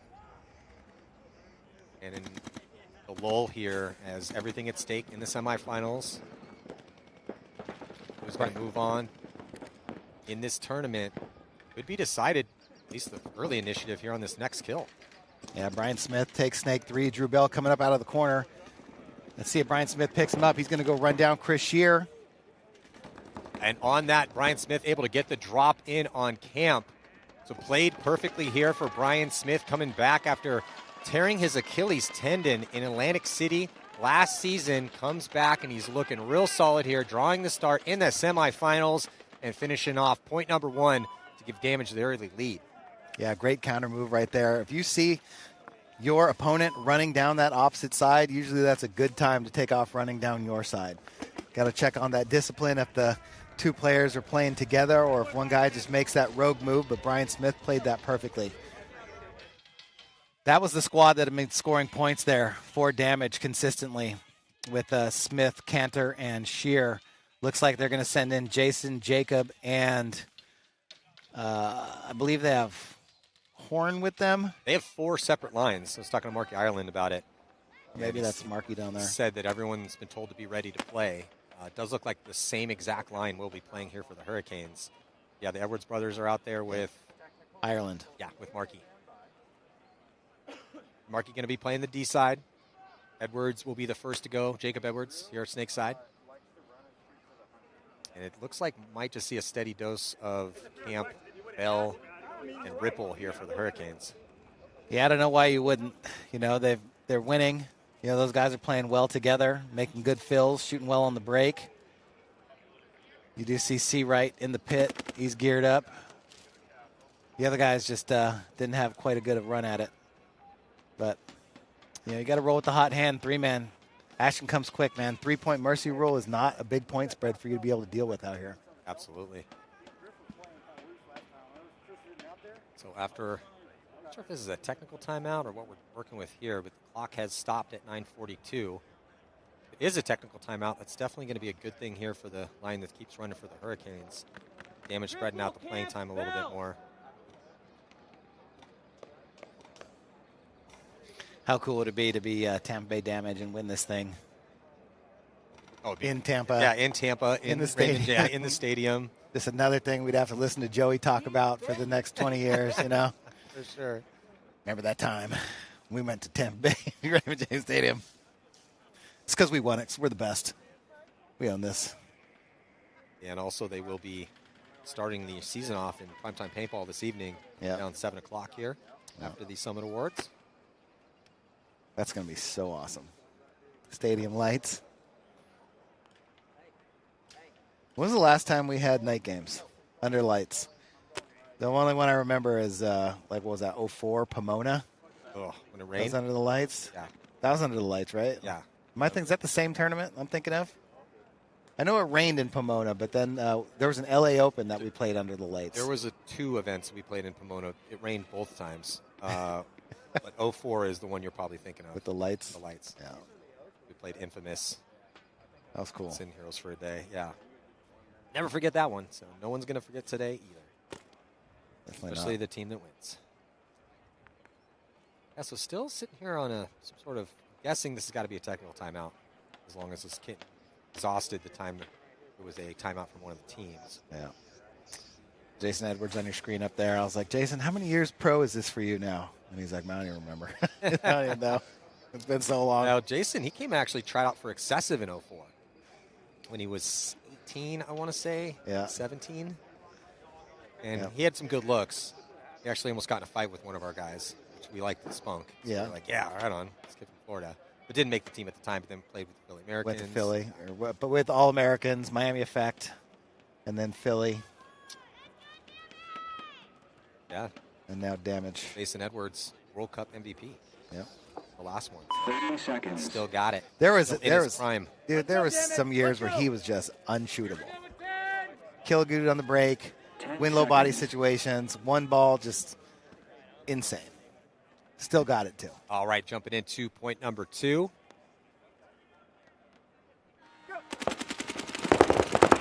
Ooh, big break for Damage. They go all the way and make it into D3 at the outset of this point. So advantage to Tampa Bay Damage. They're going to send another body that way. So 2 attackers going towards. Oh, and a minor penalty going to be assessed here on the Hurricanes. Not going to help their chances to get back. It's going to back into this one. Drew Bell, last body left alive. Now we have seen him some heroic moments. But he's actually, I think it looks like he's signaling to his pit to blow the horn. Gun might be down. Yeah, you saw Marky Ireland make that big run to the Dorito 3 on the break to try and cut off Ripple from the snake, but I think Nick Ripple ended up catching one heads up. in the loader, and that's how he drew that penalty. But good point there by Damage. And quickly down 2-0. Let's see if the Keith Brown squad coming on the field right now can put the nail in the coffin. So, yeah, Keith Brown will most likely be running and gunning to the back corner bunker here on the Snake side. Warren will be the attacker on the D side, and CJ Cantor up the middle, or as the floater, second attacker, deciding which side they want to stack. The D side has become a bit lethal off the break. Obviously, Markey able to surprise him and get to D3 off the break, but I mean, players have been getting shot just trying to get to that D1 position. Just basically take a step and a half and dive. You should be there, but guys are still getting shot trying to get to that spot. Yep. It's always fun to see how, as the field develops, people get their shots dialed in. You practice the layouts, but it's not always the exact same layout as it is, at the event. Temperature, inflation, time of day, wind chill factor, all the things that, And sometimes on your grid, the one you were practicing the weekend before, it could have been an inch off here, inch off there, and that could be a big difference. Yeah. From one day to the next, especially out here playing the 3-man and then get an extra day on the actual layout, another day of practice before you go into the main event. So sure enough, Keith Brown is running and gunning to the back corner bunker on the Snake side, but he's made it every single time. He makes it clean. Hurricanes get a good break, though, and they keep 3 bodies alive. Oh, but not for long, though, is Drew Bell going to take the walk, dying out of his spot, back corner bunker. 3-on-2, favor of Damage. And here comes Nick Ripple looking to even it up. He gets one. Trades out with Keith, 2-on-1 now.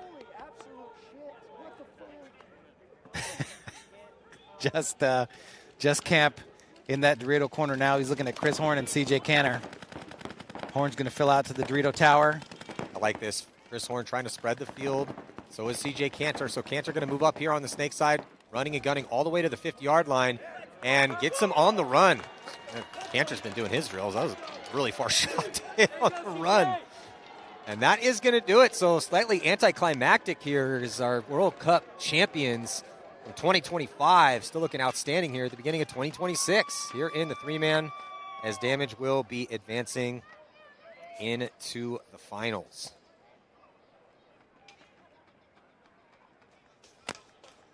Just like that. And I'm trying to look at our scoreboard here, and it hasn't populated with who's going to be playing in the next semifinal set. So that is still apparently, who is it going to be? It looks like it's going to be Sea Dogs. Probably the Russians. Gotta be, right? I mean, the Orlando guys. Yes, yeah. So it'll be Sea Dogs versus the Orlando Red Legion boys. So the Canadians versus the Russians by way of Florida.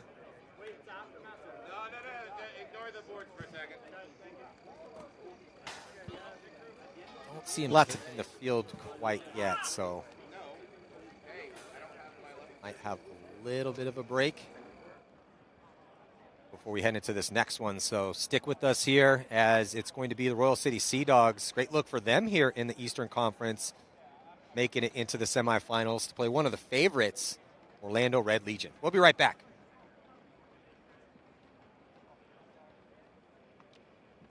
Run through the bracket of death.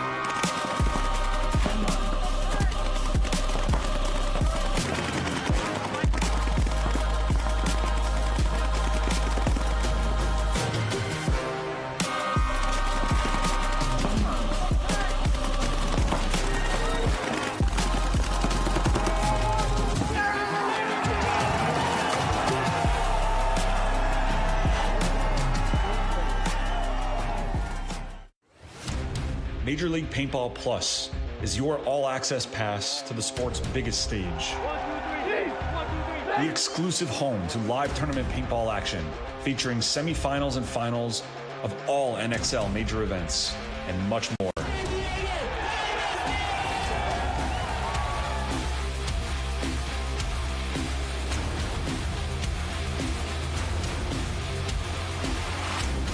It's just a fantastic time for paintball and all our fans. Just love it.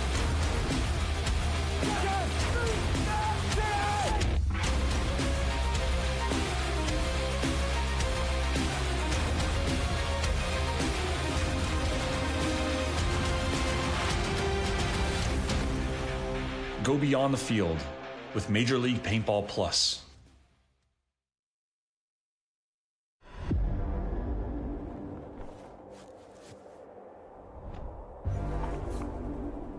There is a sport you've never seen. A game of speed, chaos, and precision, where milliseconds decide legends. Now, you get to see it for yourself. Big moment in pro paintball history. Let's go!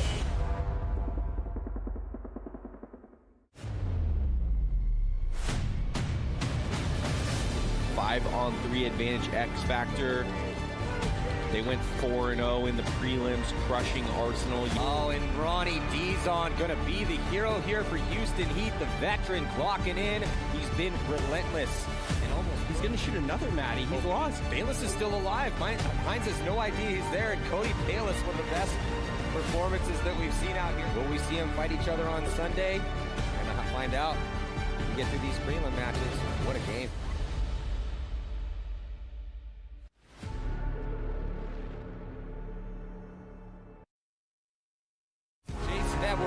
Gets the kill. Tampa Bay Damage, one of the huge favorites now. The clean run through the bracket of Karslev all the way onto Spa's side of the field in the first 15 seconds. Yeah, everyone's always got a chance to run the great equalizer. Here we go. Jacob Evers is going to go coast to coast. He's going to stitch up Dr. C. I don't care what team you are. You want to see what it looks like to try to put a point up in a minute. It's a good example of how it's done.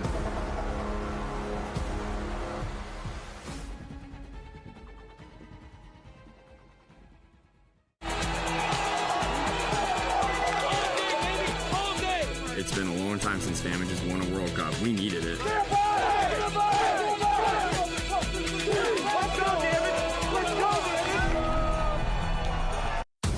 It's all Tonton so far in this one. Tonton's have all 5 alive. They still haven't lost a body in this match. Oh, and Tyler Harmon gonna connect here, so a 3-pack of kills for the legend Tyler Harmon. Nice job, Hugo, winning heads up. Rain is going off right now, and that's gonna force a concession. We are back. Semifinal action going down here in Raymond James Stadium. Matty Marshall with Todd Martinez. It's Orlando Red Legion taking on the Royal City Sea Dogs. Sea Dogs in the blue, Legion in the white, blue, and red. Looks like Karslev going to be taking the walk here. This is huge for the Sea Dogs, as Karslev was on fire in the prelims. Going to be losing another body as well, too. Sea Dogs do drop one in a high body situation, so that is not an ideal death here, Todd. No, it's Kuzmin over here by himself on the snake side, looking at 2 bodies, both on the snake side for the Sea Dogs as well, but they don't know that Kirill walked out of that back center, I don't think. So Kuzmin looking around like, where's my homies at? Chong looking around like, where's Kirill at? And looks like Kuzmin might have the opportunity to make the move. He does. Oh, he gets stitches. One. Oh, but Cody Chong did keep his head on his swivel. Kuzmin begging for a penalty on Campbell. Campbell shaking like, no way, I knew you were coming. I don't know about that, but Cody Chong, unsure of the count. Talk about Spidey senses tingling. He head checked here towards the snake side in the perfect time to catch Kuzmin. In another universe, Kuzmin shoots them both, and Legion puts up the first point. But Cody Chong prevails here. Score 1-0. Royal City Sea Dogs, the underdogs here in this semifinal match. Yeah, 100%. But what they've done well in those first 2 matches was shoot that Dorito side on the break, and a huge kill to get Karslev out right away to set the tone in this match. Can't rest on that 1-point lead, though, against the Red Legion. You know, they're coming right back at it as they send in their second squad. Yeah, so even down a point, looks like they're going to send out Stanton, Johnson. And not Vasquez? No, not Vasquez. It is Hara. And this time, Orlando gets the shot on the Dorito side on the break, leaving the Sea Dogs with just the back center and the snake corner, but yeah, Hara gets shot. Yeah, Tom, that was a little bit of a tough death on an over battle out of that brick here for, we believe, Hara. It now turns into a 2-on-2 situation, but another body drop in out of the back center, getting pinched out here for the Sea Dogs. So 1-on-2 advantage, Legion. Johnson attacking the Starfish on the Dorito side. Stanton going to back up and come watch over the snake. Make sure the Sea Dogs didn't sneak in there. He's looking for the body. He doesn't know he's in the corner. Now it comes with the Starfish. Stanton finally picks him up. Sea Dog's going to run all the way out, but it's not going to work, though, as Johnson had cleared the field on the D side, and he's going to hit the afterburners, run in to tie things up. Good job by Johnson there to protect Stanton, because that Sea Dog in the corner was coming to get him. Next line coming out, Chandler, Salmon, and let's see who this third body is going to be. It's going to be Baldwin, who pick up for the Sea Dogs this year, spent last season with the Ironmen, joining his Canadian brethren here in the Pro Division. Right in front of you. Great pickup for the Sea Dogs this season, also with the pick up a Chong, You cannot see that. line. You're looking at them. Nothing like getting cooked on the Jumbotron right after a point. Coach Gray was not happy with the death out of the brick there. Yeah, and see Stanton almost, he was coming for him right there. Looks like they're going to go with Kuzmin, snake side here for Legion this time. Ooh, big break all the way into the snake, but past the 50-yard line. Kirill Peridny is hunting for it. They have not picked up Kirill Peridny. See if the Sea Dogs, Chandler comes across. He makes it clean, but Kirill is alive on their side, and there is no one to put the pinch on him from the Dorito side of the field. Snake a little blocked out from that position from the brick. He can't see him either. Wow, And that was awesome. Salmon does get smoked. Kirill ends up taking one, though. It's getting a little chaotic out here as Legion has both 50-yard lines in the snake. And here comes Kuzmin. He's going to come through. He gets diced up. Going to be a possible one-on-one, and it is after the dust settles on those attacks. Chandler here for the Sea Dogs, but Chandler's going to get taken out by, I believe, Pavel Karslev. Yeah, nice snapshot right there by Karslev. Chaos over here on the snake side, a couple points now. Yeah, it's speeding up a little bit here. And this is what we wanted to see. You know, we knew that Red Legion had this in the bag. Pulling it out here, Karslev just a tad bit late coming across to the other side. You thought that he maybe would have picked up that filler, but I mean, you see Kuzmin coming a little bit too wide and then having to pump the brakes and throw it in reverse, go down the Starfish leg and end up getting caught out there in the open, but that body went with him. He's begging for a penalty again. Haven't seen a lot of penalties on the exchanges. A lot of penalties in the backfield today. Yeah, that is true. So going with this younger line again. Looks like Hara's going to get clipped out, trying to get to, no, takes a bouncer, trying to get to the back corner bunker. Johnson, after a nice little look in that last one, I believe that's Stanton now going up, but two bodies have come off here currently for the Sea Dogs, so off the break shots dialed. The Legion trying to stack up this lead. Still have one body to deal with in the snake, but then he gets clipped out as well too, and that's going to be a quick one here for Legion. So the young line getting it done again. Dropped a grenade on those dudes. Shot two bodies on the break. It's going to be Galikowski, Smith, and Koss for the Sea Dogs. So they're definitely spreading the playtime around here. Well, they got to get something going. This Orlando attack ain't going to stop anytime soon. You have to get a point on the board here to keep off getting mercy ruled. 6 minutes on the clock.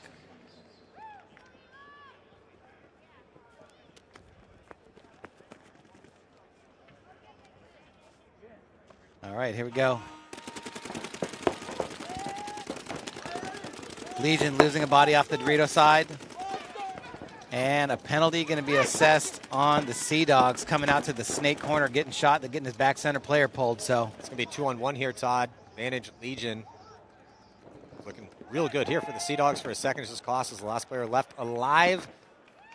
And that is going to be a mercy rule victory here for Red Legion. It's tough in three-man. They're dealing with just a three-point mercy rule. Can't let the other team go on a run.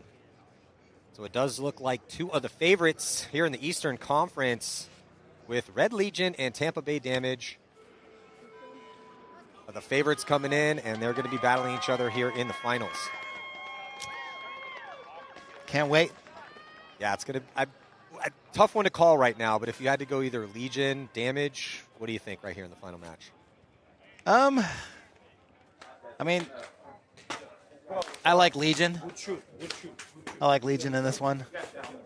You know, I think we'll see if Damage keeps running a bunch of lines, you know, if they go Legion's running a lot of lines too. Yeah, for sure. And I think it's if the youth can step there. If Legion runs with multiple lines again, and the youth steps up, then they got a really good chance. I think the advantage still is to Tampa Bay. Yeah. We will see though. So after a quick break, we'll be right back here with the final match. Tampa Bay Damage taking on Orlando Red Legion. See you in just a few. Next game is final. Guys, please.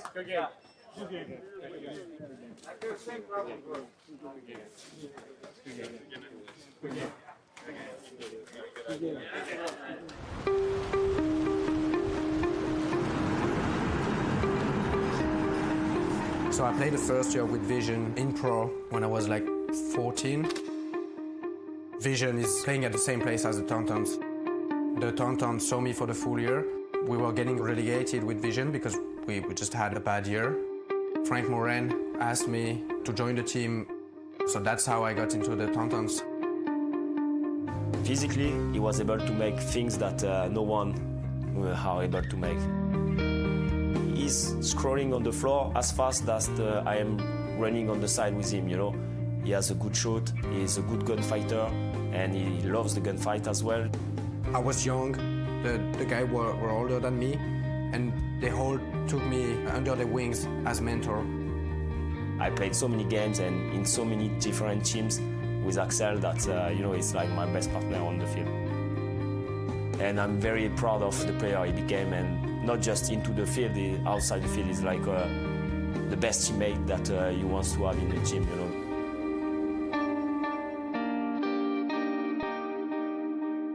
I think that what makes the Tonton who they are is mostly due to the people that are running the team.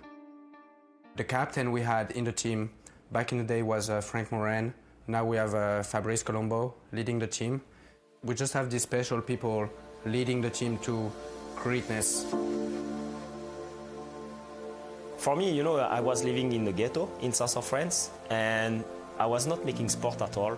And when I met Frank, and he taught me playing paintball, it's put me out of this ghetto, and I start to have the dedication of, you know, that I was eager to play and to come back. I was just finishing the practice that I was already thinking when I was going to play again. He gave me this passion, and all my life been built around the paintball. I follow this, and I practiced a lot. I make like a lot of drill, and less than 1 year, I've been picked up by the Tontons. So I started playing with the Tonton in 2003. This label, the Tonton label, continue to be strong through the years because it's a lot of passionate people on different generations, but we still staying like as a group, you know, as a family. And the family become bigger and bigger and bigger each year. I'm Laurent Amé. I'm the founder of the Tonton Flanger, a journey we started in February 1992. Laurent, I think, had the good vision to replace the players and make sure there's always a new generation for the next era of paintball. I mean, at some point that was us, then there was Tavares. And when you're the captain, you want to make sure the team is going to last. So even if you're retired, you find somebody that's going to handle the team and that's going to be good. In 2010, Frank and some of the players left the team. So I became the new manager and captain of the team. The team that has been rebuilt under Fabrice and Axel, they are right now on an incredible record. Since 2012, we had like a very, very great adventure and a lot of podium. We've been in Europe, we won. We've been in Malaysia, we won. We already won the European Championships like 3 times in a row. We want to win something that we never won yet.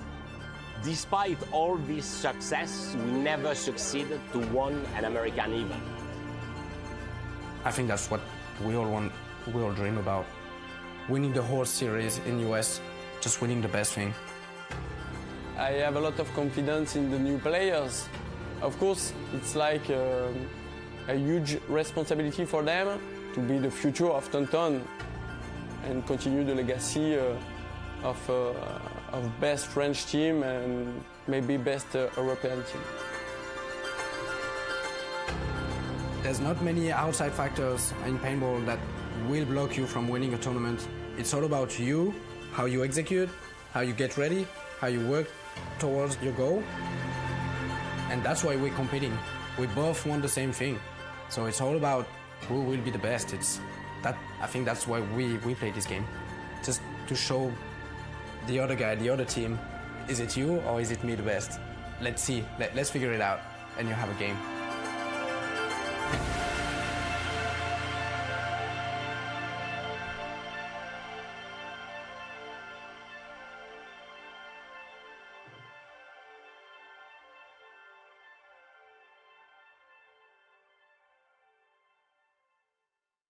Before Paintball Fit could finish one of paintball's greatest comebacks, they had to be tested.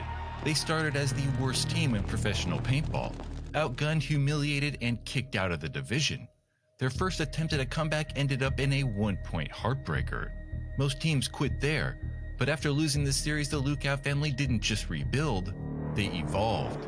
They stopped trying to play the league's game and started to build their own. In 2023, they returned as a machine, doing the impossible by sweeping the entire semi-pro division. Again and again and again, as the big man, let the big boy eat. Always got to wipe that face off, eating all them ribs. The last time they were here, they got last. Was their evolution and a perfect season enough to survive the pros? Did they have a blueprint for a championship or just an expensive way to keep failing? If it were an expensive way to fail, JD Lukau was okay with the bill because he wasn't buying trophies. He was buying back the time life told him he didn't have. So in 2010, I went through cancer, and it got really bad for me. I was bedridden, and I couldn't eat. I had a feed tube and chemo and radiation, everything. And I went to a really dark place. He survived and came out with a different perspective. He realized he wanted to spend more time with his family. A couple years later, he would head off the paintball field with his sons, and he saw a way to take back the time cancer tried to steal. They first played as the Apex Predators, but as the team got more serious, the local fields weren't enough. JD was no newcomer to paintball, so he did the only thing that made sense: build his own field of dreams. They weren't just building a place to play, they were laying the literal foundations for Paintball Fit. FIT stands for Family Integrated Team, and it starts with the Lookouts. JD the father, Sarah the mother, and their 3 sons, Colt, Brody, and Johnny. The precision of their game wasn't born in a playbook. It was born in the manual labor of building the field itself. And because they owned it, it meant they could spend more time on the field than anyone else. Playing as Paintball Fit, they stormed through the divisional ranks. In Division 4, they played 3 of the 4 tournaments and won all 3. The next year in Division 3, they won 4 of 5. Right by the other guy, still spins around and gives it to him. Is he hungry yet? Is it dinner time yet? Can you, Cal, give us a 6 Ellie. Give us a 6 Ellie. Come on, Cal. Is it time yet? Oh, there it is. Let the big man eat. Coming off their 3rd place overall finish in 2020, the team was offered a shortcut that would eventually backfire. Skip a division and head straight to pro to fill out the AC Dallas roster. They finished dead last with 117 points and were kicked out of pro. The following year, they dropped the AC Dallas name and played in semi-pro under Paintball Fit. By the 2022 World Cup, only one match against Austin Notorious stood between them and the series title. And more importantly, promotion back into the pro division. Going into the final, Fit had a lead in the series over Austin Notorious, 289 to their 282. But before Cup started, Blast Camp were actually in 1st place. But they managed a 10th place and took 4th in the series. That meant that if Fit finished in 1st place, they would take the title and get promoted into pro. If Austin Notorious won, they would get promoted, and only by a single point. And when that final horn sounded, the series title was set. 481 to 482. Notorious were World Cup winners and Paintball's newest pro team, by only a single point. Coming off the loss in 2023, Fit recalibrated and started a run like the sport has never seen. They beat Blast Camp in the finals at every single event, sweeping the entire semi-pro division and taking 1st place every time. That perfect season finally got them an invite back into the pro division. Great job, Cole Lucal and all the boys. Oh, he's counting to 5. You see him? He said 1, 2, 3, 4, 5. Like I said, I've been here for a long time. It's my 29th year at World Cup and been calling games for 2 decades, and I can't remember the last time a team was this dominant in a division. While winning every tournament is extremely impressive, the fact that they had to go through the same rival in every single final is truly crazy. But playing at this new higher level comes at a cost, and winning even more. But unlike most pro teams, they weren't getting their funding from some outside mysterious rich guy. Every dollar earned from their field and their brand Hydra was fueled back into the team. JD wasn't looking for traditional ROI. The ROI was memory, so they started shooting 100 cases a weekend. $5,000 practices were becoming their norm. Since they weren't going to be buying players and didn't want to get embarrassed in the pro division, they resorted to something a little bit unorthodox, playing 5-on-7s. Against the extra bodies, the lanes closed and the field became a wall of paint. This forced the guys to hunt for those 1% gaps, the tiny fraction of a second where someone's reloading or a barrel dips.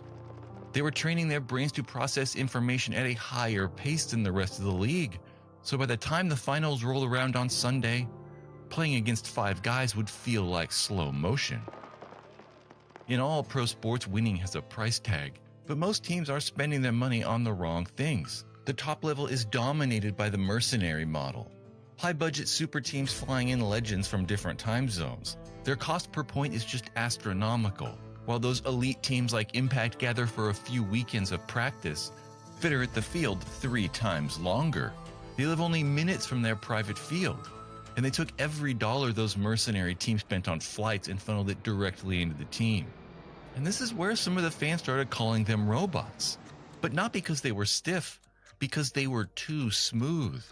In pro paintball, the breakout is the most critical part of the game. It's where matches are won and lost.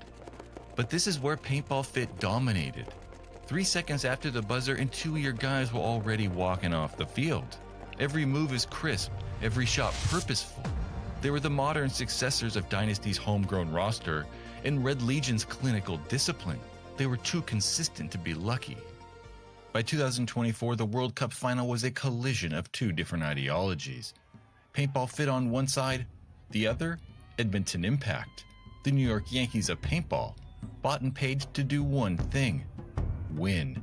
With 70 seconds left in regulation, Fit are staring down a 0-2 deficit. In pro paintball against a roster like Impact, 70 seconds is a death sentence. Most teams in the position fall into a desperation trap. They just go wild and blindly run into guns. 99% of the time, it's a blowout. Instead of a frantic scramble, Fit shifted into a hyper-coordinated breakout. This is where those thousands of cases of paint in those 5-on-8 drills pay off. They didn't think. They just executed a program they'd already run thousands of times before. Now, they did lose Chavez, but they do get Colt past the 50-yard line, and here comes Mason. Mason's hunting as another body dropped for Edmonton Impact. Impact trying to hold the line. Mason gets chopped to pieces, and here comes Colt. Got to be careful not to get a penalty. That's a penalty on back center. That's major. Urena hits him. Oh. No penalty assessed, though, but the bodies are dropping. There's only nobody left alive, and Stewart's going to cut through the middle with 36 seconds left. He's going to put a point on the board to give PB Fit a chance. Give PB Fit a chance, and he is clean. They score once, and with the entire season on the line. Oh, got to be careful not to get a penalty there, as Stewart is going to have enough time with just 3 seconds left as he hits that buzzer and the crowd explodes, and we're going to have a tie game. It's going to be 2-2 heading into overtime. That's 2 majors Impact's gotten away with at the end of this game. Fit dominated the overtime, getting into front positions and making it a 4-on-2. But that real statement came when Cyrus Gehringer dunked on Nick Laval. 3 years ago, Fit were the worst team in pro paintball. Now they just beat a lineup of veteran superstars in the finals at World Cup. It's a loud and clear signal to the rest of the league. The hired gun is no longer the top dog. Fit closed out that point with 4 bodies alive. And it had been 23 years since a homegrown roster had paintball's biggest prize. No asterisk, no controversial call, just a 70-second miracle created by a machine that refused to break. Winning World Cup didn't mean the journey was over. It meant the bill for all that hard work was finally gonna come due.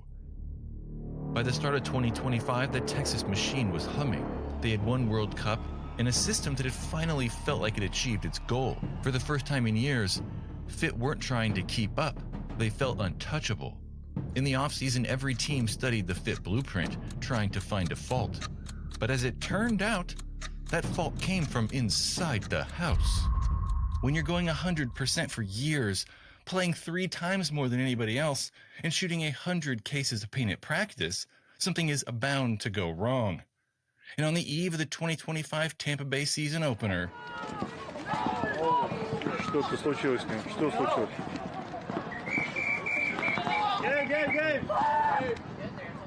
Что-то ногу сломал, что ли? that physical toll of practice had finally caught up with Colt Lukow's knee. The MRI confirmed the worst: ACL and meniscus tear. He went from leading on the field to leaning on crutches in the pits. So the question about 2025 wasn't about winning. It was about whether Fit could survive without their field general. It was a stress test to find out if that system was strong enough to survive without the man who helped build it. That evening in Tampa, the narrative was written. Without Colt, Fit are cooked. Across the field stood San Diego Dynasty. They're no mercenary team. They're the original blueprint. In every way, they are the highest standard in paintball. For over 20 years, they've been the benchmark. The team that proved that a core group of friends built on chemistry and feel could beat everyone. Beating them wasn't about proving Dynasty wrong. It was about proving that their way of doing things was still the right way. And then now you go against Dynasty, and it's one of those things that it's not like personal against them, but it's personal in our own legacy.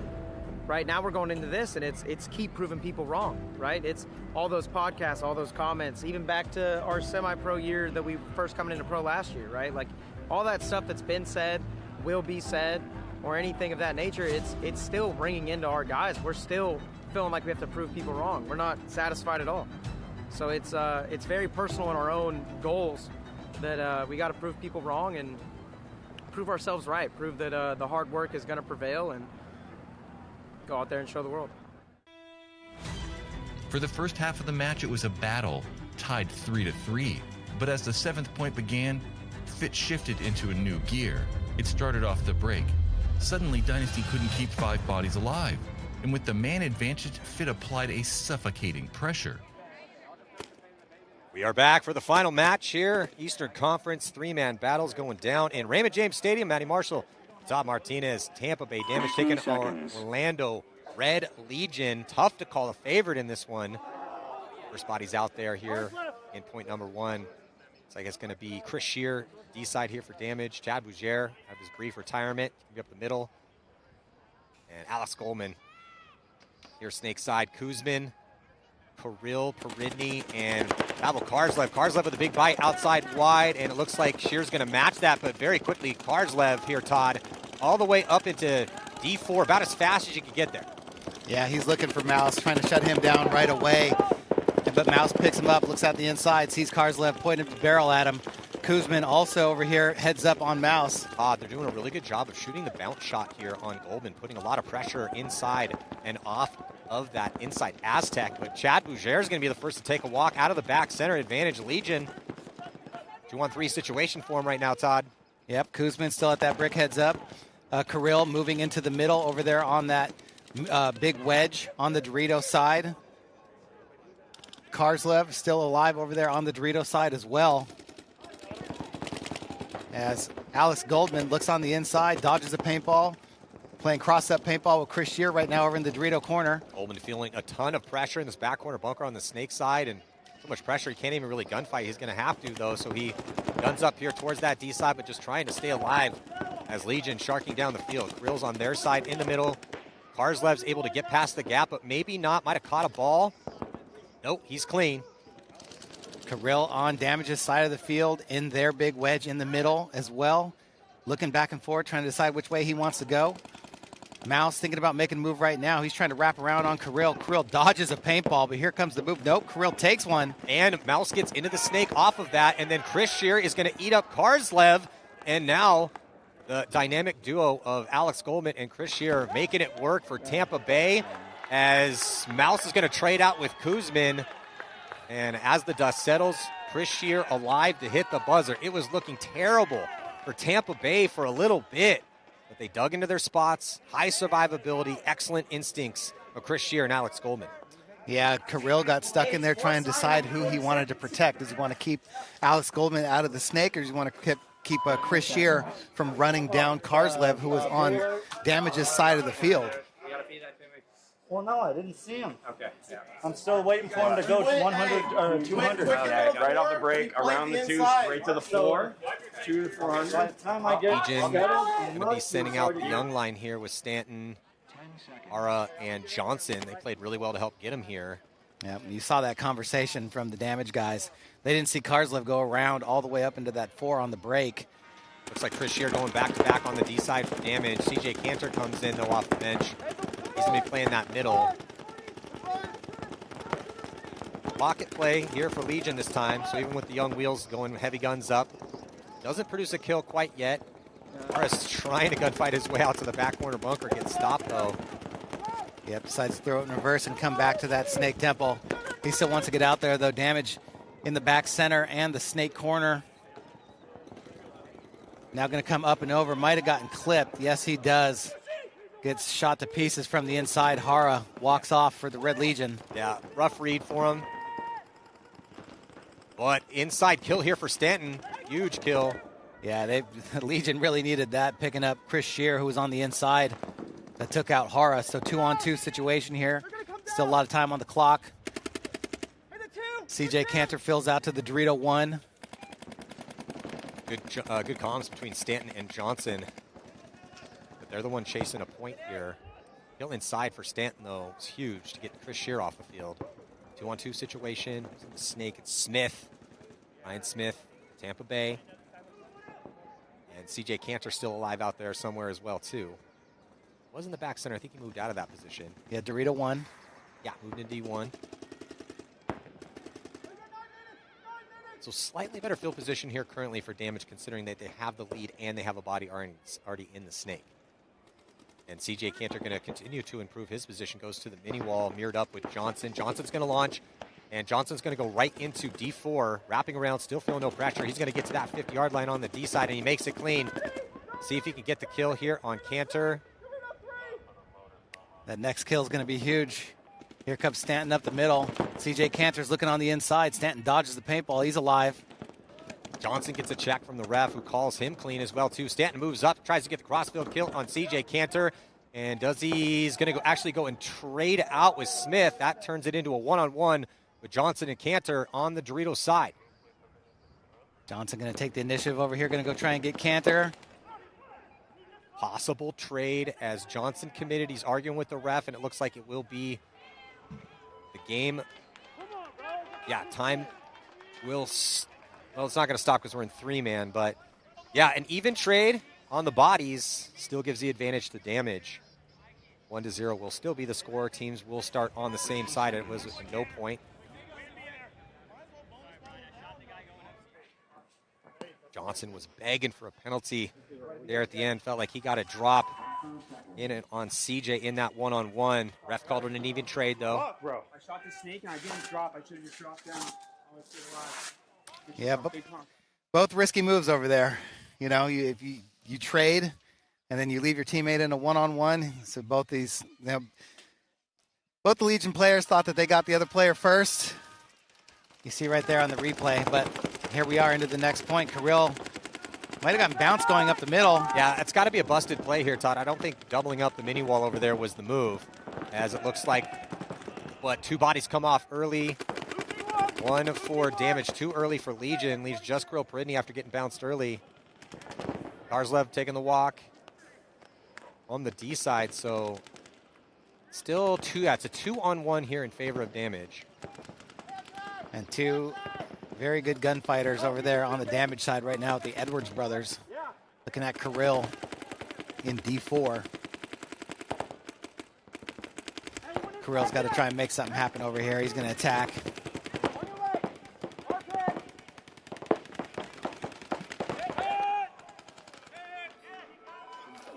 And Jacob Edwards is going to finish off Kirill to give them another point.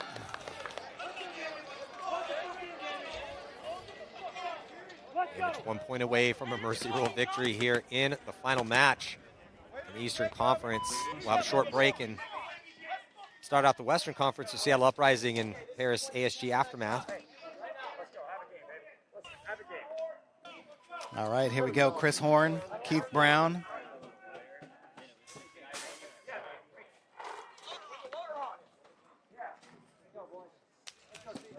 And it looks like Stanton, Johnson, and Hara. CJ Canada, last body for damage. All the way out to the Dorito corner. Both teams make it. Chris Horn might have taken a bounce going out there in the harness. He is still alive. Nice break from both squads. 3-on-3 situation. The ground taken from Horn very quickly into D3. Keith Brown, every time he's played, might as well just let him start outside in the back corner bunker on the snake side. Made it every single time. Hara out here, mirrored up with him in the snake side corner. Long distance gunfight with Keith Brown. CJ Cantor going to fill out snake side, looking to go up the field. Heads up. Yeah, Todd releasing up to the brick as Legion also going to release into the snake. Hey, Dallas 200! Quickly into the starfish, Hara. Yeah, Todd, I don't think Damage knows he's there, too, so might have a chance here as he's going to be able to... Oh, yeah, now Keith's going to knows that he's at that 50-yard line. But Keith then also releases. He gets into snake, too. On the island over here, you can't give that body away or trade out. Todd, damage. If you're Hara. Yeah, and they got an island player over there with Horn in D3, so this is a straight staggered island drill. 3-on-3 here in the final match, and Tampa Bay Damage would love to take this win with the Mercy Rule. Take it any way they can get it, though. Under 5 minutes to go. You see Stanton there in the middle. He's at the big wedge on the Dorito side in the middle. Looking to help out. Ooh, almost gets shot in on Keith Brown. Stanton looking to make a move. Yeah, I believe this is Hara here in the snake for Legion. Not feeling any pressure. He popped the top. Now he's got 2 guns on him. It's Keith Brown. Cantor's going to come off. Here comes the move up the middle as Stanton's going to come through. Trade out with Cantor. Harslev releases after that, but Keith Brown stitches up Hara, and then here comes the release. No, it's Johnson. Johnson runs through, shoots Chris Horn potentially, but at the end of it, Keith Brown doing Keith Brown things out here, and he's going to win that gunfight and help his team win the game here in the final match. 3-0 victory, Tampa Bay Damage. So the momentum continues. Our World Cup champions in 2025. Were the favorite here heading into this 3-man battle with basically no changes in their lineup except getting Chad Bougier back. Definitely going to be the odds-on favorite in 5-on-5 battles. Stay in there. Let it happen. There you go, Brown. They're going to be pretty happy with this performance here in the 3-man, and they're going to take some breaks and get set for primetime paintball as they're going to be playing this evening here under the lights. Lock in. Come on, stay with me now. Come on. Let's go. So congratulations, Tampa Bay. Second place is going to go to Orlando Red Legion, and we will be back starting out the Western Conference here with Seattle Uprising and Paris ASG Aftermath. We'll be back here, Major League Paintball's first event here, 2026 season, the Tampa Bay Open in Raymond James Stadium.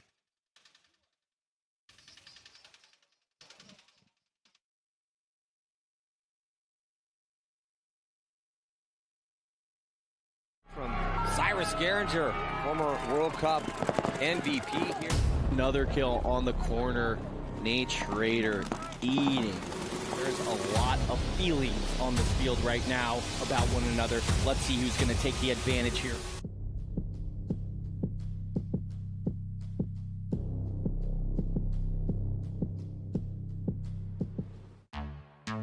Former world champ San Antonio X Factor enter the Major League Paintball season as a top-ranked team, well overdue for a win. Since their last victory in 2019, they have finished second 7 times. But make no mistake, it would surprise absolutely no one if they took the victory in Tampa, because the lineup is a who's who of the best players ever to come out of the great state of Texas. with Colt Roberts, Matt Jackson, Meter Ninos, Cody Bayless, and TJ Danner. Add in Billy Bernaccia, Tom Guest, and Silos Cortez, and you have an incredibly tough lineup for any team to beat. Archie Montemayor will not be at the first event, but they have more than enough firepower and experience to take the victory. Red Legion is one of the most aggressive squads in Major League Paintball by far, and one of the longest-running teams in the game. Their hyper-aggressive game plans are hard to predict, and they found success the past few seasons, winning 3 events and a series title the past 2 years. Sergei Sonaiskov, Kirill Peridny, Pavel Karslev, Justin Rabakov, and Alexander Burtnikov will be the core starters, and they could be in any bunker at any time. And the pickup of Corey Hall will give them veteran experience and more depth in the backfield. Most likely, Red Legion will be hunting for another win on Sunday afternoon in Tampa.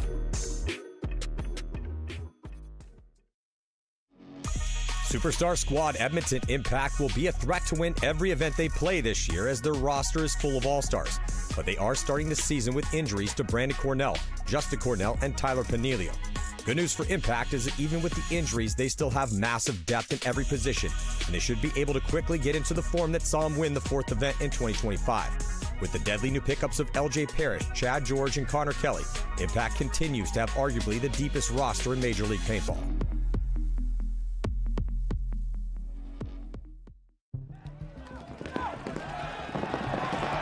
World Cup is a very, very, very hard event to win. Very hard event. Probably the hardest event to win. All Damage looking to punch their ticket into the finals, Maddie. Tampa Bay Damage, just 2 more kills for them to move on to play PB Fit.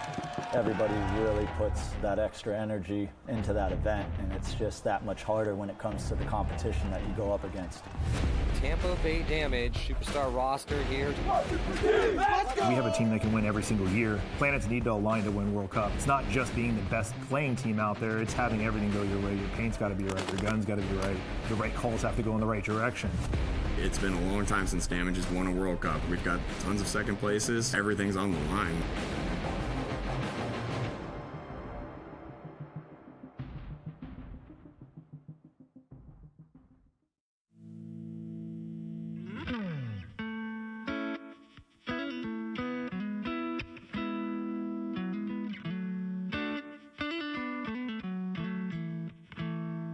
Lakeland, Florida, I mean, it's right in the middle. You got beautiful houses, beautiful golf courses, and a beautiful paintball field.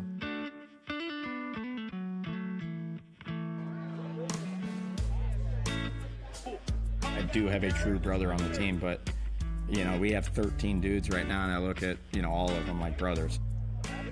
Core guys have been together forever. 15 plus years together. A lot of these guys were not year 1, year 2, or 3 of Damage being formed, and I think we're on year 15 or 16 now. Back in town, and we're having a good time. I was probably 6, 7 years old when I met a lot of them. You know, majority of my life, 24 years. Yeah. Got a little eats with the boys, you know what I mean? A little practice. Keith Brown has been my best friend. I was probably 11, 12 when I met Keith. Maybe even younger, maybe 10. We played in Orlando all the time, and we actually played against each other for a hot minute until we got together right before both of us went pro. Played with TK and played, you know, 3, 4, 5 days a week. We were grinding to go pro. We both did it, and I think we've done pretty well. My roster stayed pretty consistent since day 1. We do bring in players, but the players we bring in usually are to keep the homegrown guys more motivated to keep driving and pushing. When we bring guys in, like a Chris Shear, and he comes into this environment and realizes the guys he's been playing against are as good as he thought they were, or better, because now he's spending more time with them, it helps those guys get better too.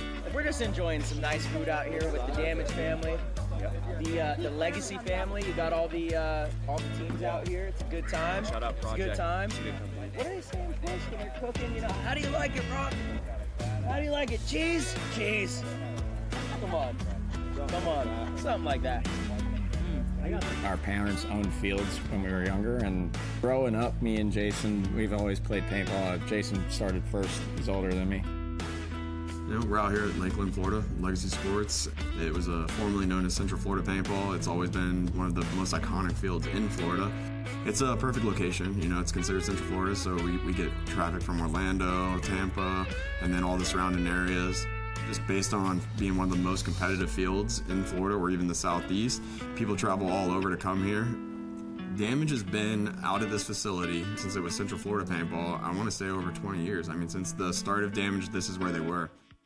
I was on a different team. I was on the All-Americans. I owned a field down in Titusville, Florida, so I was one of the latecomers here, but since I've been here, I've stayed, and you know, now I own the place. One day, a lot of these teams are getting ready to play the MVPS, so these guys, lower divisional guys, are getting ready for it. Other guys get ready for the NXL. Legacy provides a lot for paintball. I would consider it like one of those gyms where, you know, we say, you know, no judgment, but out here it's, you know, family-owned, operated, real chill, real easy going, but you're going to get the most competition. This is Florida right here, rainbow. You got sunshine, you got rain. Pick which one you want. 10 minutes it'll rain, 10 minutes it'll be sunny. Good stuff, bud. I do have business partners and stuff, but my mom, she runs the pro shop for me. We pay her, so it's great to actually be able to give her a job, and then there's no one better inside the pro shop. She keeps the place clean, she's great with customers, everything like that.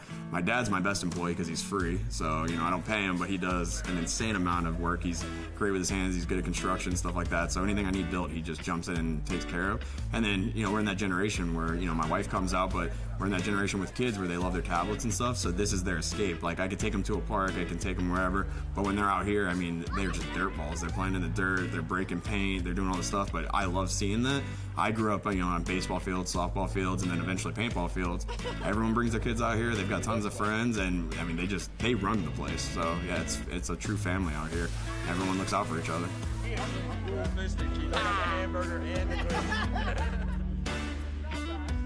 Get you a glizzy there, Mr. Arthur. Come on, man. Wow.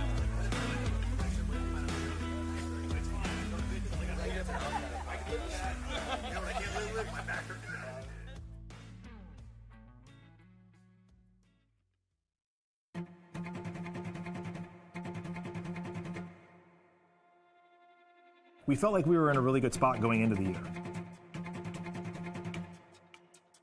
We brought in 3 new players and Skinny Kevin to coach. The 3 players, Chris Shear, Donaldson, and CJ Cantor, to go along with our roster, which we had already won events with. We lost Rainey Stanzik in the offseason. I felt like we were really still stacked and primed to win.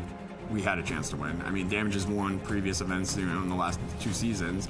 Damage, not playing the situation perfectly on Sunday. You got to be perfect if you want to have a chance to win, especially against a team like San Diego Dynasty. Skinny Kevin had coached us back in the past. Obviously, a lot had changed in the time he was gone. I mean, everyone changes, right? Skinny Kevin changed, the players changed. It's going to be some time for us to adjust into what we wanted to become, and we knew that going into it, but we still felt like we had the pieces where we should be able to compete or win every single event we play. Unfortunate in Atlantic City, we lose Brian Smith for the season. Hard fought battle from both squads, like I was saying, man. Heartbreaker for Damage, getting knocked out by Dynasty.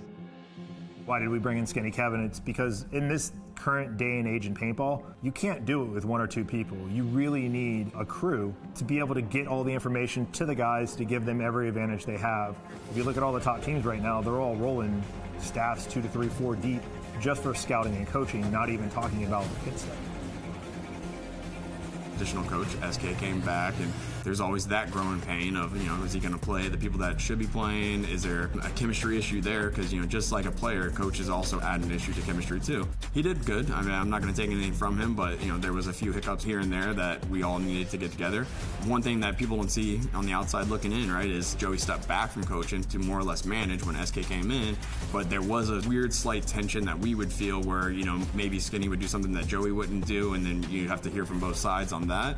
Eventually, they were able to figure that portion out and work together even better, and I think that helps us. Marcelo Margot playing his old team after a brief little moment with Impact. Had spent years with Dynasty, now he's with Damage. We picked up Marcelo, huge pickup. But by bringing someone in like that, that's, you know, a top 5 player in the world who's now going to integrate in, it's almost like we had to relearn again. Dynasty going to go undefeated through the prelims. That puts Damage on the bubble here at 2-2. And then we had the opportunity to pick up Mouse for Texas, so we did, because again, who doesn't? If you don't pick up Mouse, you're an idiot. So we grabbed him as well, but again, that adds another person to the mix, which now changes the formula a little bit, right? So going into Texas, we felt like we had a solid team, but the guys had to mesh still had to play together. Here at the Lone Star Open, it's Sunday. Best teams in the world throwing down to see who's going to win this championship. We're here in the wild card round. It's going to be the Tauntauns taking on Damage. Texas was a little bit rough for us. We went 2-2. We managed to make the cut. We sent Dynasty home. By making the cut, we got to play the Tauntauns on Sunday, which is the paintball that matters the most. We edged them out with a 1-point win, but it felt like we were in control of that, and all of a sudden things started to feel like they were really starting to click. I mean, it was a great close, and if they were only down 1, we'd be singing a different song, but Impact going to be knocking out Damage. We went into the Impact game. We ended up losing to them 2-1, but things felt good. We felt like after that, we had something going into Cup. We felt like at that point, it's getting scary. Like, it's going to be real scary at Cup for these other teams.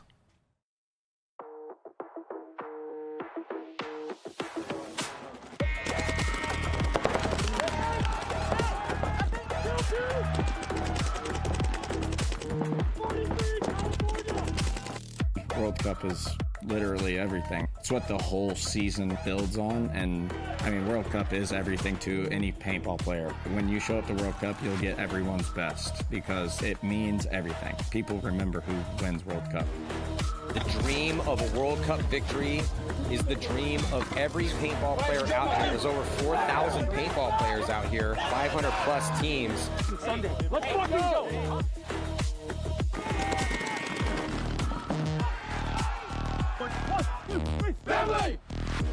Winning World Cup is everything.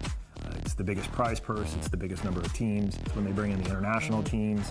We've won series without winning World Cup, and it's awful. Winning World Cup is everything. Anybody who says differently is full of shit. Hey, good job, Jason! Way to be, Jason! Way to be, Jake!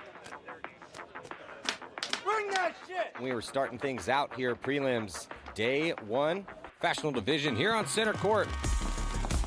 Aftershock was a really good test for us. They came out swinging, and they went up by 2, and it forced us to have to play on our heels and then get aggressive on them, right? Which we've been working on really hard this year, picking the pace up on the actual gameplay when we can. It's not always going to be there. Some of the layouts aren't going to let you do that. This layout was one where you could punch fast. It was one where Connor ran down, got shot in the loader, shot 3 dudes. They went up 2-0. Honestly, that didn't work in their favor. They got the point, but that really got the guys pissed off and locked in. And anybody who plays us knows, you piss off certain guys on our teams, it's not going to end well for you. We came back, won that one. So, but that was a really good wake-up call going into Cup for the first match. You know, a couple of those dudes we know pretty well, so it's like one of those, we really want this win. They went up 2-0 in the beginning, and it was like, ooh, now we got to fight. So I think right there, that moment, like the 3rd point in World Cup, that's really when everyone was like, okay, we're here. We showed up. Control, we don't have to go. Smart fucking paintball. Stay the fuck alive. That's fine. Then cross it the fuck up. Watch each other's front. Prelims at World Cup are a lot more difficult if you're not in the champions bracket. You know that no matter what, you're going to play 4 games on Sunday, so you're kind of trying to play this game of conserving guys, having a bigger rotation, making sure you don't wear individuals out a little too much. But everything was just feeling really good in the prelims for us. You know, everything was going well, and if we would lose a body, someone else would step up. A lot of great team paintball, a lot of individuals that stepped up in big moments.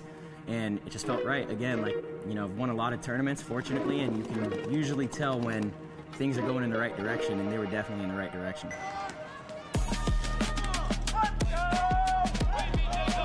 Those 2 games that we 7-1 Joy Division and 6-0 Sea Dogs, yeah, it felt fun. You know, the whole team's laughing, joking, and having a good time, also playing phenomenal paintball. It's just one of those feelings like, all right, dude, it's clicking, you know? Because once you have a good time and you're winning, there's no feeling like that. It's so nice. Good job, baby.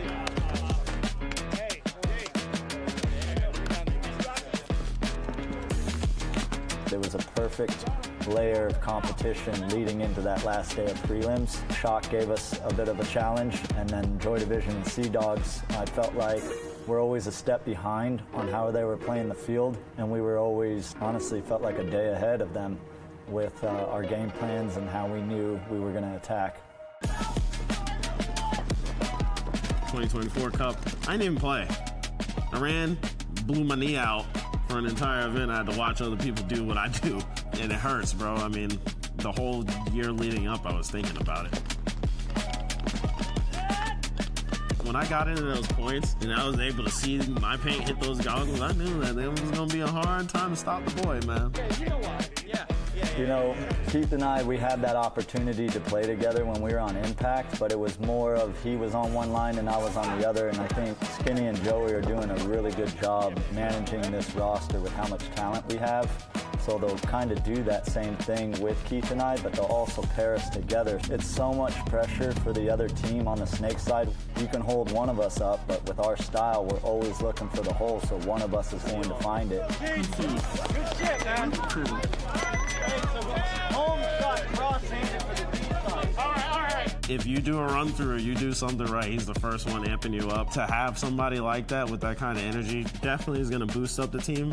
But on top of that, he is one of the best Snake players to ever even, put cleats on, bro. So, You know, I don't ever plan for a certain amount of energy that I bring to each event. Obviously, I always try to bring 100% effort, but that type of energy that you see me pouring out on the field kind of comes with my confidence level as well.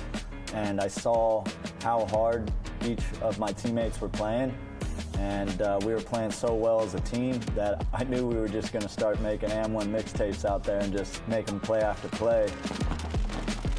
We still respect every team we were going against, even though we knew there was teams in our prelim bracket that we should absolutely smash. But, in every tournament, any given day, someone can get you. Alex Goldman with the beautiful 5-pack. You can see he was pumped up here. Also, Keith Brown's been outstanding for him in the Snake. What a dynamic duo. I had a couple 4 or 5 packs out there. It really comes down to a team game first, and then if you are in a position like I always play the Snake, points are going to open up where you look like a superstar, but really it's all a team effort. They just help me look much better. Alex Goldman's eating everyone up right now. All day, baby, all day. Alex Goldman is on fire.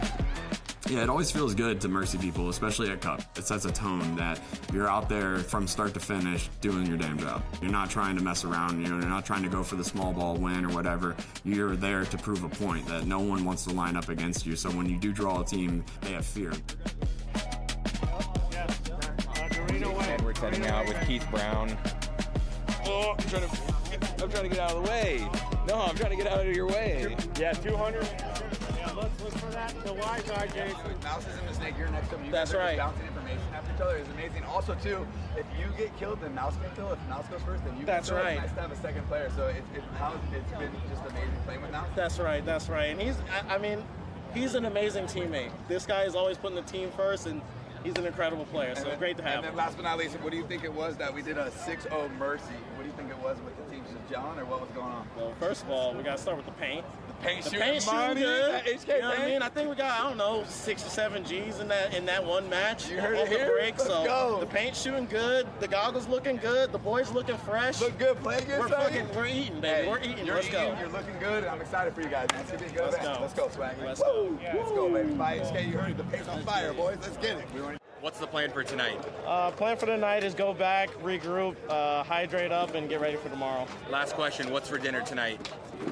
I don't know. It kind of depends on what the mamas decide to cook. We cook over? You guys in an Airbnb? We're Airbnb this Full morning. kitchen? Yes, sir. That's the best way to We do it. got 2 fridges. I don't know what that's for. A lot of food, big team. That's it. Hey, well, congrats. Big Thank wins you. today, 2-0 for course. Tampa Bay Damage. Let's go. Everyone else can.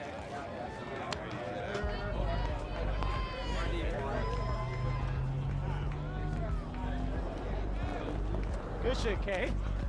Way to beat you. Yep, way to get on the front.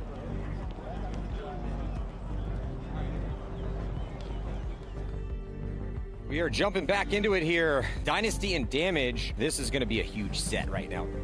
I have so much respect for Dynasty and how long they've been doing this and all the wins they've collected, but at the same time, they're competition, so you are going to try to run through them when you get the chance. That game and that team in particular is more of a rivalry in the league for us than any other team. The last 2 events, it came down to one of us loses, we're not going on, we end up beating them, and then World Cup, they had to win their match against us to even have a chance to move on. We obviously don't want that to happen because Dynasty is a much better team when they get that second chance on Sundays.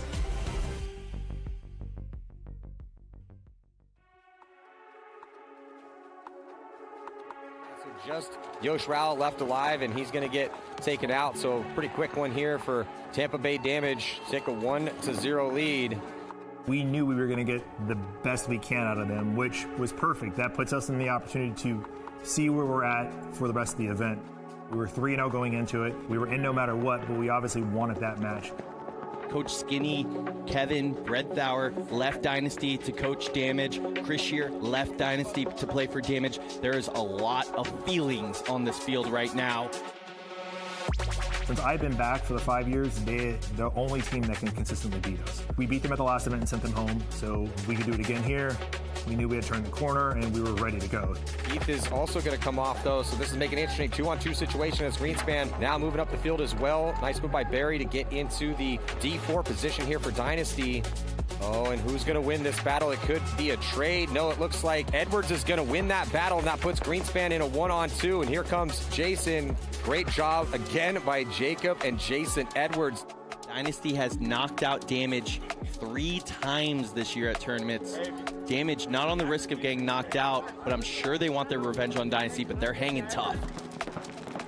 Well, but Barrett's going to come off, and so does Blake Yarber, so not ideal here at all for Dynasty. They're going to be down 2 bodies. It's a 5-on-3 situation here with just 1:40 to go. 5-on-2, Harrison Fry died as well. Got to concede the point. Oh, look at this. Mouse is giving Greenspan a little chirping going on here.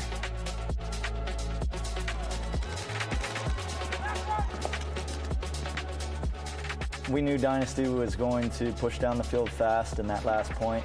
They had to get 2 points to tie it up, but really we knew if we slowed them down just enough that they would maybe just score 1 point, which is fine with us. We'll just take the win. Trying to summon that famous Dynasty magic down 2 against Damage with 1:30. 4-on-4 situation here. Big moments right now for San Diego Dynasty if they can summon the dramatic ending yet again. And here comes Yosh Rao. He's going to get the shot in on Mouse. He gets diced up, and here comes Harrison Fry, goes all the way into the backfield with 42 seconds left to go. Joe with Barrett's Edwards still alive. in a 1-on-1 situation. And it's going to come down to, yeah, so somehow, some way, Edwards still clean there, but it's a 1-on-1 with Joe Barrett here and Jason Edwards. And Barrett's going to have to push the issue.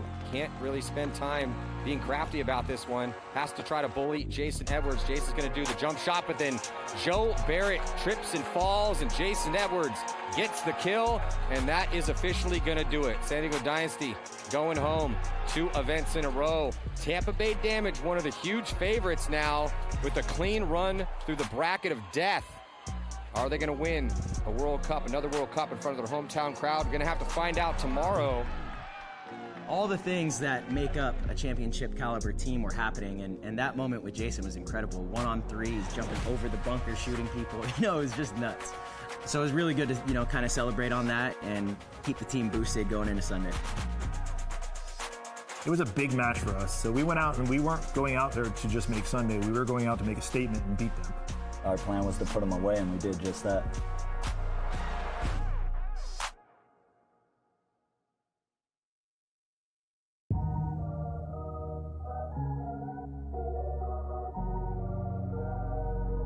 After becoming a free agent after the second event, I really narrowed it down to about 2 teams, and it was going to be either AC Diesel, having Mouse there and a really good group, or Tampa Bay Damage. I was up front with both organizations, told them those were the 2 I was deciding between, and they respected my time and allowed me to, you know, think about it and give me some space to make the right decision. Ultimately, Damage is a team that I've known for a long time. You know, I coach New York Wrecking Crew, so for the past couple years, they come out and practice against Damage as well, and I've been out here at a lot of those practices. I played with some of the guys on Team USA. Being out here at practices, I bring my equipment and I would play with them. You know, it just kind of felt really natural, and then obviously having Skinny Kevin, having Chris Chiardi here, it made sense. You know, it felt like the comfortable, correct move to make. You know, it just felt right. I was in, you know, kind of a rough spot mid-season. Things weren't working out with AC Diesel, and I think word was getting around whether it was going to be me making the move or Mark Johnson making the decision to kind of part ways. You know, those things happen in sports. Whether you're great or not, sometimes it's just not the right fit, and it seemed like the harder we were trying, the harder the failures were coming. So Joey had reached out and said, you know, you always have a spot. I've been trying to pick you up for years and years. They had just picked up Marcelo a tournament prior, so I'm like, the cards are kind of falling in place here. I think this is actually, you know, the time to do this if I'm ever going to make the jump. Because the only thing that was really holding me back before was the flights. I don't really like flying, but when there's an opportunity like this to play for a top team like Damage, you take it.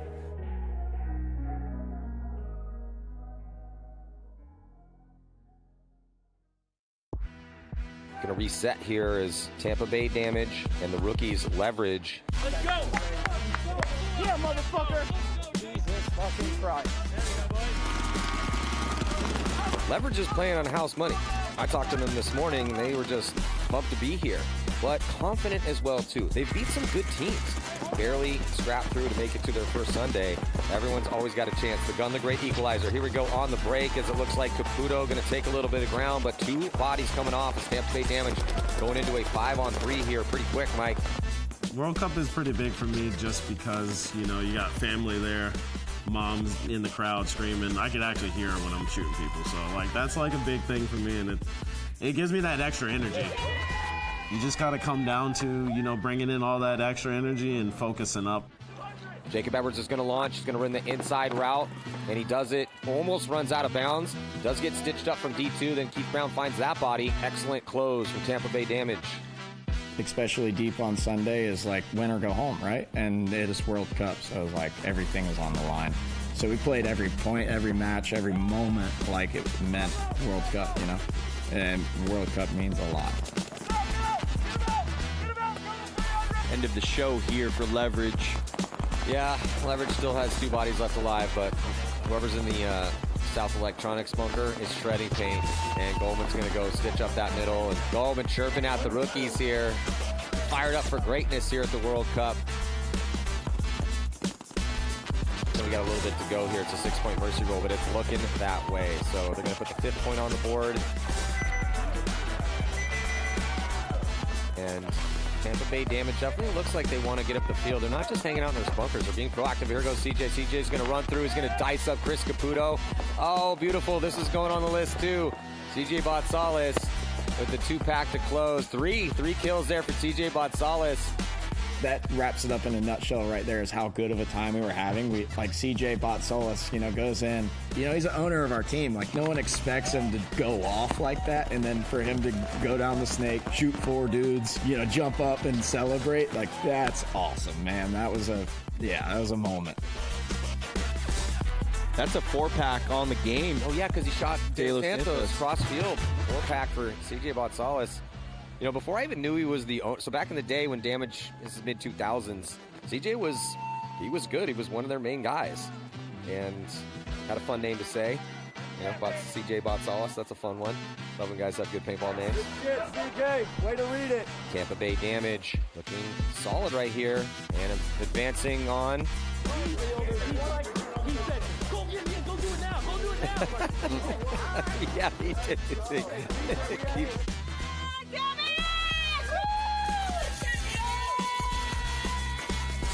Good win, still room. Yeah, we still made a couple mistakes. Just keep getting better. That's all this is about. Just get a little bit better every fucking point, right? Mistakes were made, we learned some shit. It's going to be a little easier to see this next match, too. So our plan, move over to the other side, do what you need to do, and then we'll have a meeting over there. Mike is going to handle scouting, so don't even worry about that until we're done with our meeting. Okay? All right.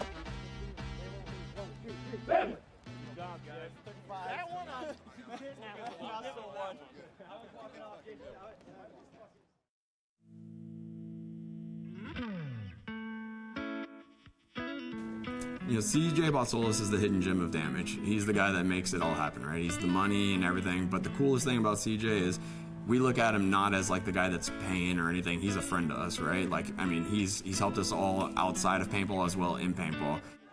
CJ's a very giving person, like just truly at heart, like he'll do anything to help people. A lot of us have worked at his facility. He's supported us on other endeavors in life as well outside of paintball. And I think he just looks at it as like it's his way of giving back. He's successful, he has it, and he gets to, you know, help us live the life that we want to live. And I mean, truly, we thank him as much as we can. There's nothing we would ever be able to give back to even a match what he's given to us. More or less, like, he just knows, like, he's creating a life for us that we would never have if it wasn't for him. After the Damage team is done, we go to competition judo and triathlon team. A lot of these guys afraid of that. They good with paintball, no good with the bike and the ocean waters. They don't like that. There was a point I worked with CJ when everything happened and, you know, the team was basically being dismantled, right? The budget was pulled, and I mean, it's him, it's his money. No one's gonna argue and say, hey, you gotta keep funding the team. I'm not sure the exact backstory of why or what happened, but I was able to convince him that I believed I could run the team for a very small amount of money, and I was able to. You know, all the core guys stuck together, played for nothing for years, went from nice hotels to whatever we could afford. We started flipping as much sponsorship gear as we could to stay alive, and it lasted a while. Tim Montresor came in, and I got him on the team. He helped me organize things. Eventually, we pulled Joey back over, and little by little, I think CJ, seeing that we were relentless and not letting it go away, little by little, he continued to get back to where we were, and he's all in now, and I think he's never been happier with it. Sun's out, guns out, baby. You know, we've been putting in a lot of work, so it's nice to be able to get out there, give a full effort, you know, with your guys you've been with forever. I just love to see them get out there, lay it all on the line for their teammates, you know. The results happen on their own. Doesn't really matter what happens as long as you give 100%. Come out on top no matter what, baby. I think, honestly, it's true emotion. There's no tax write-offs for him. His business does other things on the side that he doesn't need a tax write-off from us or anything like that. I truly think it's an emotional-based choice where he just sees, like, how much we love the game, and I think he's just truly emotional-based, like, almost like, you know, a family at Christmas, per se. Like, you know, you spend all your money and you get the kids the gifts, and they're all excited about it, and you feel good about it, and then you just work your ass off in January and try to make up for it. I mean, that's what it looks like to me. When he's there and you know that's the guy that's providing and letting you do what you want to do and love, you want to, you know, make him happy and show him that, I'm not going to say it's an investment, but that his money is well spent, that we made the right choices on the pickups that we have, and that we're doing everything we can. And that is the one thing that CJ always says to us. It doesn't matter if we win or lose, we need to have fun and always give it our all. If he sees us have a bad game or a bad tournament, he definitely chirps and puts in his 2 cents, which rightfully so, we take it. At the end, he's always just tells us, you know, just love what you do, have fun, and just give it your all. Don't ever go out there and not try your hardest.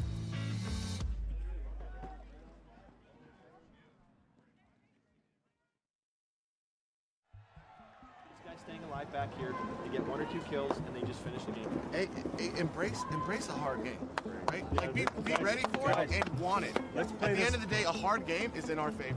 If it's a quick game, it's a coin flip between us. You guys understand that? Yeah. So embrace a hard game. Play the Drag them in the deep water. Think about the 1-point game, guys. Impact had a really good, consistent season, and they had kind of found their sweet spot with how they were using their roster. So we didn't want them at Cup to think that they were a step ahead of us. I felt like we were playing a lot better of a game at Cup than they were through their prelim games. Let's get it going, huh? So going into it, I think we felt really confident. It's going to be a war against any of these top teams. Welcome back. Quarterfinal battles about to begin here in the professional division at the NXL World Cup. Impact taking on Damage, so tons of history between these two squads.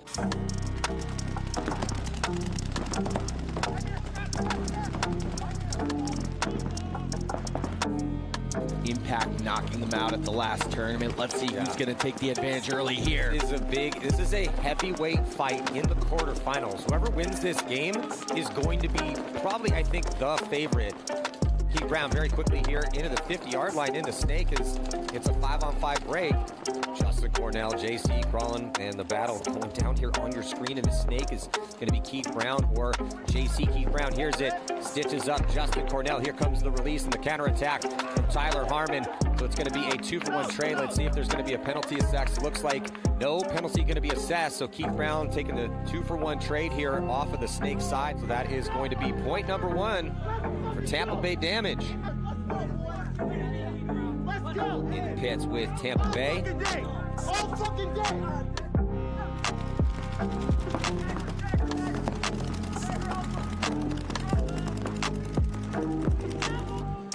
Tyler Harmon sees the body come off, calls kill 1. Yeah, Goldman's coming up there, but pops up. Tyler Harmon is right on that zone. And if he can get a ball, maybe they'll trade.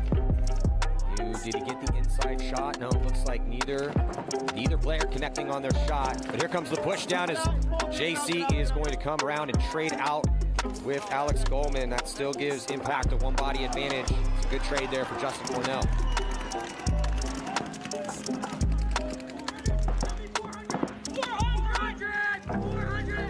It's a great team. They have a great roster. They were playing good.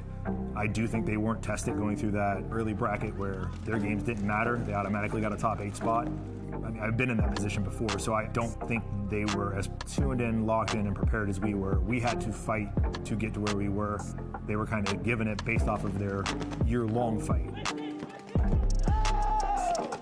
Tyler Harmon backing off, trying to find a shot on Marcel. Ooh, sneaks one in on his co-host. Nice job, Tyler Harmon. Yeah, Tyler Harmon gets the kill on Marcelo Margot. I think Tyler also shot Horn as well, too. So Tyler Harmon strikes again. Like the moves from Rainey, and what a great offensive presence by both Dalton and Brandon Cornell over there in the D side. Impact gonna lose 1, gonna lose 2 off the break, but Damage is gonna lose 1. So quickly a 4-on-3 advantage Damage. Marcelo Margot calling Weasel 2, and he's dead. So it's a 3-on-3 quickly. Tampa Bay as they get Chris Shear up into the D4 spot, and he gets the shot in on Dalton, and they get the shot on JC, so it's just Rainey Stanzik in the back center. Here comes Tampa Bay Damage. Damage in control. There's the concession from Impact. Bloodbath start to the point. Impact Damage. Oh my goodness. Come on, boys. Come on, boys. Stay up. All the way through. Stay up, March. 1-point lead for Damage right now with a little under 6 minutes to play on the breakout. Another heavy gun breakout for Impact as they stay in the pocket, and it produces a kill as they shoot Goldman.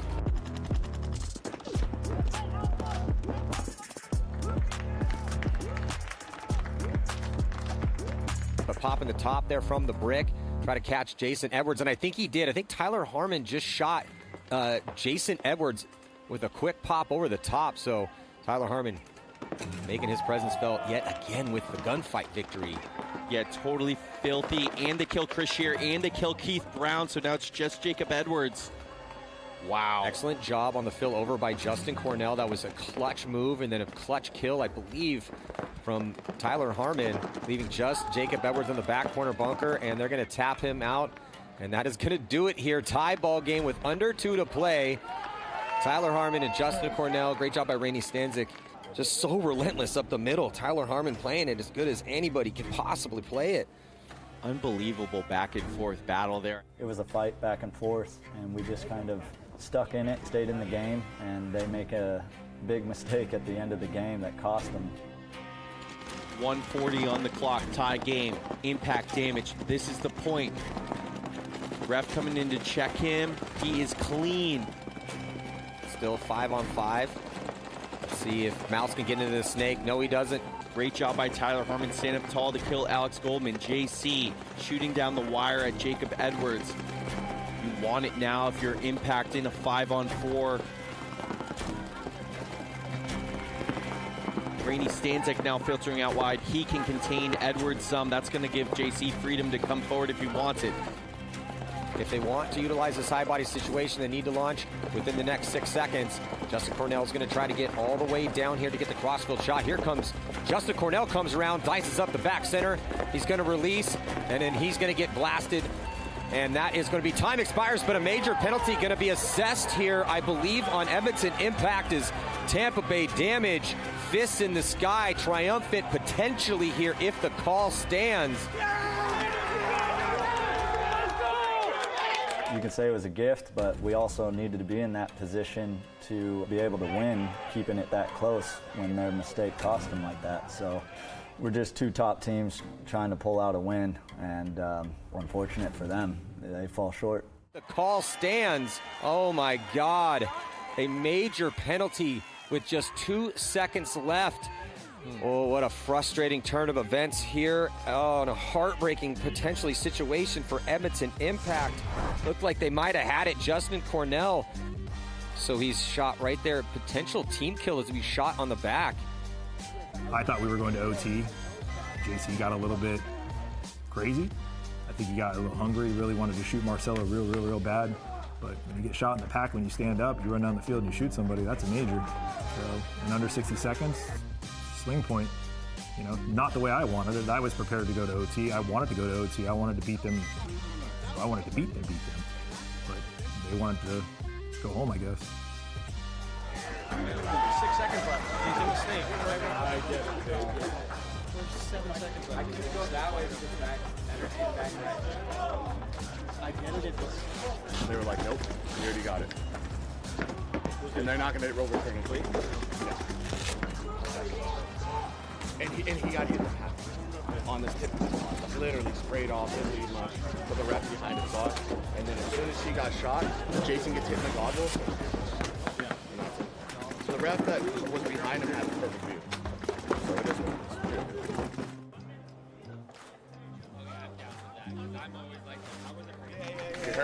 About an hour and a half. Turn your loaders off, save your battery. Come on. Let's go win us a World Cup, baby. Come on. Come on. Come on, two more. Come on, dude. Mark, did I get you really quick on the field?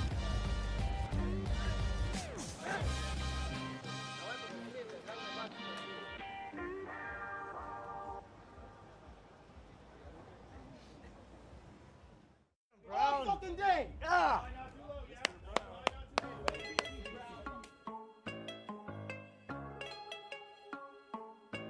So now we're going to jump into the Tauntauns taking on Damage. Konstantin Fedorov, relentless on the attack on the D side. Has been a force multiplier for them all season long after coming over for Houston Heat, selling it. The big victory, come from behind win against Red Legion, where he started his paintball adventure. You don't put pressure on him, you're going to have a problem. As a competitor, I found myself even rooting for them and rooting for Axel because he's been so loyal to that organization. World Cup 2023, we knocked them out of the semifinals, and I saw how that affected Axel. You know, like, he broke down, he was crying, and it was emotional, and it was really powerful, you know, because he really takes a lot of pride in playing for his country. You guys going first. Hey, have a game, buddy. Let's go, baby. This year they picked up Fedorov and had a really powerful season. You know, they had a chance to win 2 tournaments. They were in the finals twice. We're staying level, yeah? Level. Let's go. Come on! Hey, we're out here to fight, right? Let's bring the fight to them. And we're just jumping into point number 1, 15 minutes on the clock, and see if we're going to get a 5-on-5 break. We do not. First body to come off is going to be, it looks like, 2 bodies coming off here for the Tauntauns. So Tampa Bay Damage, 5-on-3 situation. Keith Brown, slightly better field position, and Keith Brown's going to giddy up, and he's going to go down and he shoots Axel into the ground. Looks like a 2-for-1 trade. Beautiful run through here from Keith Brown, just talking about what a menace Keith Brown has been. Going to force the concession. Fedorov was still alive. He had just done a tactical retreat back to the Aztec. It's not going to matter. Enough damage has been done, and Damage going to go up by 1. Highly uncharacteristic for both Edwards brothers to die early, but that's what happens when Konstantin Fedorov is in Dorito 4 off the break.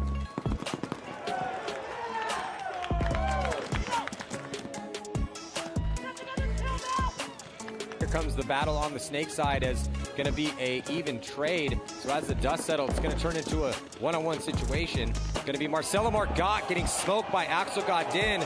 So a little redemption from Axel. They came out swinging. They actually went up on us. I think the score was like 3-1, maybe even 4-1 at some point. You know, they had a decent lead.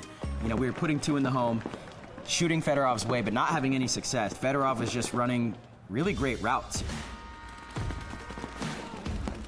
And he's so good at shooting on the move that it makes it difficult for shooters. And I remember saying, like, hey, guys, we need to change this. Let me get out, because Fedorov's making it anyway, and then we're getting pinched. And either Jason or myself are getting shot out of the back center because we can't survive. So let's go to this little brick on the Dorito side.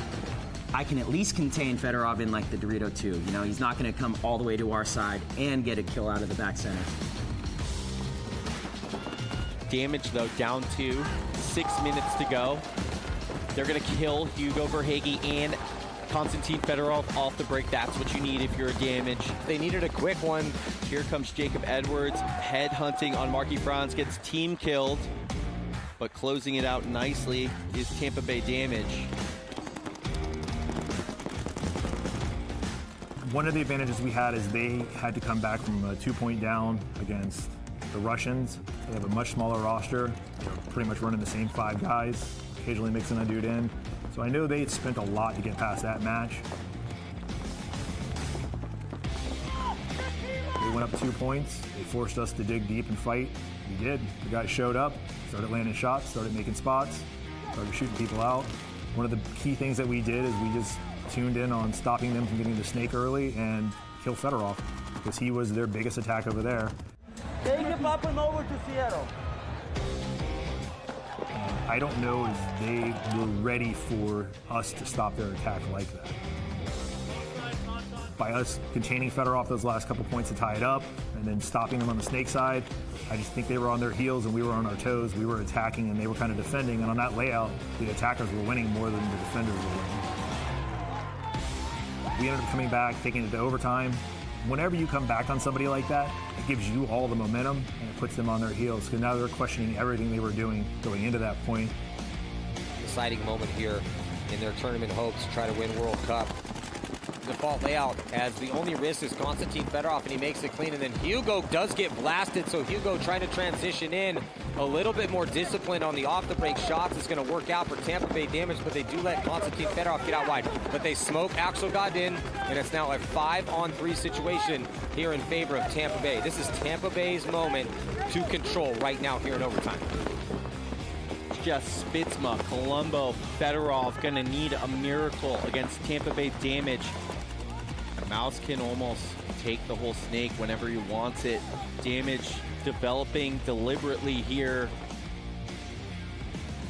Konstantin Fedorov, one of the best to ever do it in that Rio 2. Spitzma gonna die though. It's all Damage looking to punch their ticket into the finals, Maddie. Tampa Bay Damage, just 2 more kills for them to move on to play PB Fit.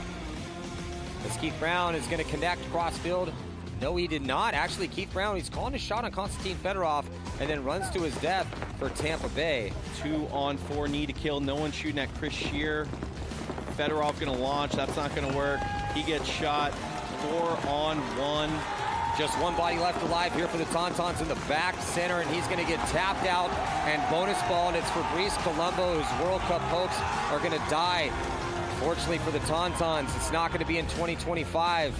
And Tampa Bay Damage, this amazing rock star lineup converging here on the box with a bunch of live bodies. Just Keith Brown, only body that walked out. You know, closed out the point, textbook fashion, but they played out of their minds at World Cup. Arms to the sky here in celebration for Tampa Bay Damage winning a scrap against the Tauntauns here in overtime. So the finals are set in the professional division. It's going to be PB Fit taking on Tampa Bay Damage. What a great semifinal round. Marcelo Margot, Alex Goldman in the offseason. It looked like they were going to be playing on Impact together. They meet each other at the buzzer in overtime for Tampa Bay Damage at the World Cup. You know, we ended up coming back and fighting back and then winning a close game, you know, so now the momentum again is with us going into the finals. So that match, you know, they're all important, right? But they're all building as well, and they're all part of, you know, building towards a championship, or, you know, helping with team chemistry, helping with confidence, momentum, all these things.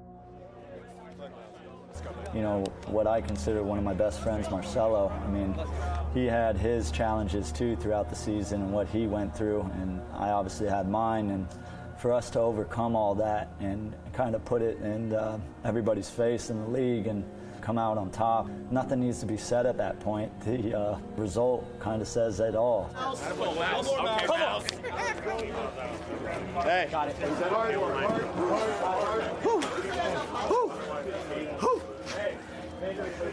Big dogs in the house. Big dogs in the house. 1, 2, 3, family. Hey, that was the least amount of fun we've had going into the match and during the match. Get back to having fun. Let's go. That's right. Come on, baby. Feel You guys that are way energy. too serious. Hey, let's get that energy back up. Come on, boys. Stay up. Yeah, stay up. Let's stay on that line. The backs, that's a staple proven point right there. You want that, you need that. So we knew going into it, like, they weren't going to lay over. Even if we scored the first point, the second point, or the third point, they were going to keep swinging because that's what they do. I mean, they know what it feels like to win. They've won 3 events in pro. Like, they're ready to take it to the next level. And for them, the next level was being back-to-back World Cup champions. I don't know. don't know what they are. You know what I know? I know about damage. And that's all that matters to me. I don't give a damn about these other dudes, bro. I really, really don't.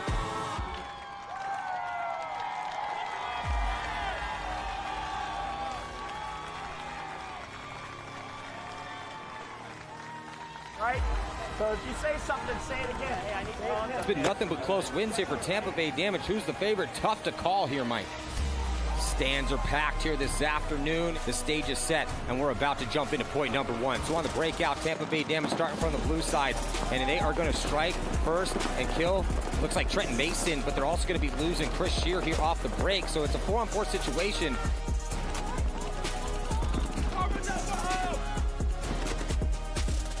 Keith Brown just got shot crossfield by Chavez. Massive kill crossfield for Chavez here, and Keith Brown's going to give PB Fit a one-body advantage as Scott Stewart's going to hit the deck and crawl up, and they're going to get a kill inside on Marcelo Margot as well, too. So not looking good here for Tampa Bay Damage, but Colt Lukow dies to make this one interesting at point number 1. Jason Edwards just shot Scott Stewart righty-lefty out of the Boston Paintball can. Matty filthy to even up the body count too. Jason Edwards has been on fire here. Both of them have. The Edwards brothers have been clocking in for Tampa Bay Damage. They're both in the MVP conversation. Here comes a big move by Jacob Edwards. He's going to go coast to coast. He's going to stitch up Dr. Seabaugh. And does he get caught before he gets? He has to pump the brakes to try to get the crossfield kill. Jacob Edwards with a 2-pack to close here in point number 1, putting the team on his back to give Tampa Bay Damage a lead. That's going on the list.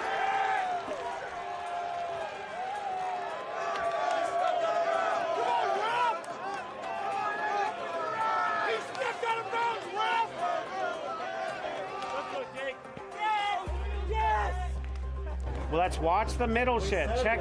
He moves around. He moved about 20 times there. Okay? Slow down, find him, and then kill him. Let's see how PB Fit responds. It does look like they're going to be dropping their first body as Stewart's going to take the walk. So it's going to be a 5-on-4 situation here in favor of Tampa Bay Damage. And here comes Keith Brown. He's going to get into the snake. There comes Edwards. He's going to get out wide, but Edwards is going to catch one. That's going to even things up. I think that might have been Trenton Mason.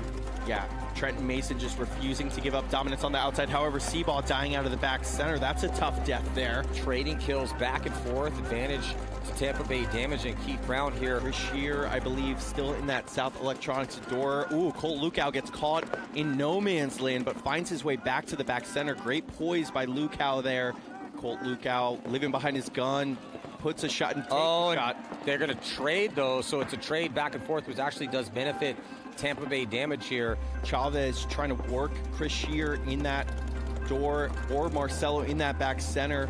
Coast-to-coast gunfight on the snake side between Mouse. Don't see any kill yet. Looks like something came off the bunker over there, but everyone's good to go. Mason being very proactive in the middle, though, gets all the way back to the D-side brick. Yeah, Mason has been trying to bait Alex Goldman into a move forward. He's been playing both sides of the bunker. Mason getting lost. 60 seconds in the first half here. Damage with the 1-0 lead. Again, this is the first half. So Fit will have an opportunity to tie. Full send moment. Here comes Chris Shear into no man's land, hunting for Trenton Mason. Yeah, I don't think that Mason knows he got there and he got the kill, and so now he's going to launch with 13 seconds, and then here comes the burst speed from Alex Goldman as he's going to clear the field as fast as anyone can, and with still 5 seconds left to go, they're going to put their second point on the board, so Tampa Bay Damage is going to take a 2-point lead. It was a bend-don't-break moment for them as they were playing defense, but that is the blessing of having the roster that they have. They knew exactly what the situation was. This layout, I think, benefited us over them, us having as much speed as we do on the snake side.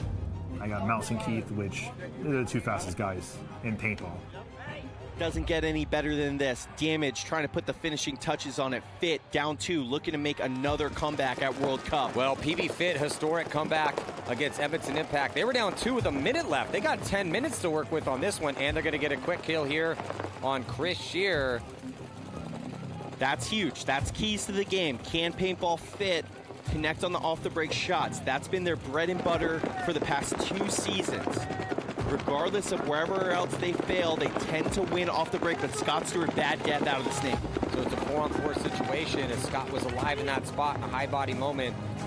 And it looks like, though, also Tough Death or Mouse, though, is Mouse going to get taken out of the snake. So everyone kind of, a couple bodies, ooh, wow, look at this, grinding their gears here, and that's going to be a rough one for Jason. Oh, wow, busted play for Tampa Bay as Jason goes in and collides with Keith, and it leaves just Keith. So PB Fit's going to get on the board here. Yeah, barring a miracle from Keith Brown, here comes Dr. Seaball. Yeah. Paging Dr. Seaball, we need you in the OR. He's going to take off Keith Brown's face, give him a couple extra. Nice job, Seaball, cutting the lead to 1. You know, Fit's got an interesting dynamic where they're not necessarily an aggressive team, but if you give them a lot of bodies early in a point to shoot at off the break, that's where they kind of thrive. But we are back here, and we're heading into the Western Conference 3 versus 3. I'm Matty Marshall alongside Todd Martinez. Thank you guys so much for joining us here. Major League Paintball's Tampa Bay Open first event of the season. We are inside Raymond James Stadium. Have a better place to have our first battle of the season. And right now it's going to be Seattle Uprising taking on Paris ASG Aftermath. So the boys from SoCal taking on the boys from the Pacific Northwest.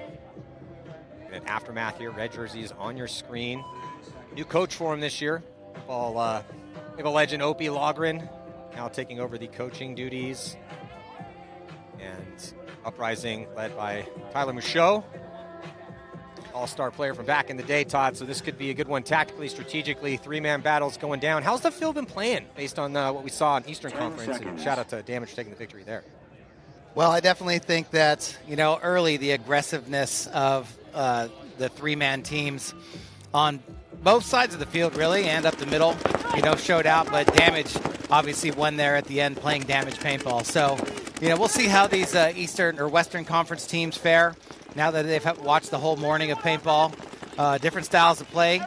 Seattle Uprising, a lot more closer to Damage. Great off-the-break shooters. Aftermath out here still trying to prove themselves in the Pro League. Get some extra spins on this layout here in the Pro Division. Well, Todd, Aftermath going all the way very quickly into D4 and tries to catch Nate Schrader getting in the snake, not able to do it. They do get a kill in that center position, so it is an advantage. I believe it's 3-on-2. Maybe one of the players for Aftermath snuck off. Zerk's going to filter into the snake. Grayson Gladstone's in the Starfish over here on the snake side with help behind him, but looks like his back guy came into snake too and then took one in the face. That's Steven Mazurk. Yeah, Steven. Grayson pops the top, tries to get a shot here on Nate. Nate's going to recklessly attack forward. It looks like they're going to trade out. And then winning the one-on-one, though, down the sideline. Is that Joel Eaton? Who's this body right here? Yeah, Joel Eaton getting it done here for Uprising in point 1. And Uprising, at one point in time, was in a low body 2-on-3 situation, but still able to get it done. Nice job by Nate Schrader and Joel. 30 seconds. Yeah, I think that was Jeremy Doan over there on the Dorito side for Aftermath there at the end, but you got to be head on a swivel. When it goes down, 3-man bodies are walking off. Got to keep that communication tight because it's a one-on-one situation. Players are off and running. Going for this 3-man battle. It's not a split deck, so it's 2 teams battling it out through 12 minutes of regulation, running clock in between. It's 45-second breaks. Mercy rule of 3, so these teams have switched sides. We got Carter, Velasquez, and Arietta over here for Aftermath. Yeah, new pickup from the TJ Bastards here this year playing their stars, Jake Arietta. And Julian able to get up into D2. Here comes Carter's going to go Snake Way. Uprising still 3 strong. Uprising along the back line over here in the snake corner. And that snake temple. Arietta makes his move into the snake 1. Straight to snake 2.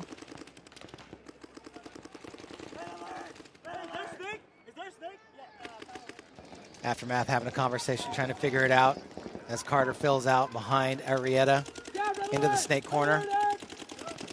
Uprising now in the snake 2 as well. Arietta was leaning back to check off on that D side, see if he can get an angle from there, but he's locked out from the brick. Trying to get a shot on D3, and then Arietta, mistime move for Arietta. He's going to take the walk. Advantage to Uprising. And you see teams, once that snake is clear, straight to the Starfish with the look across the field as Uprising hops in there.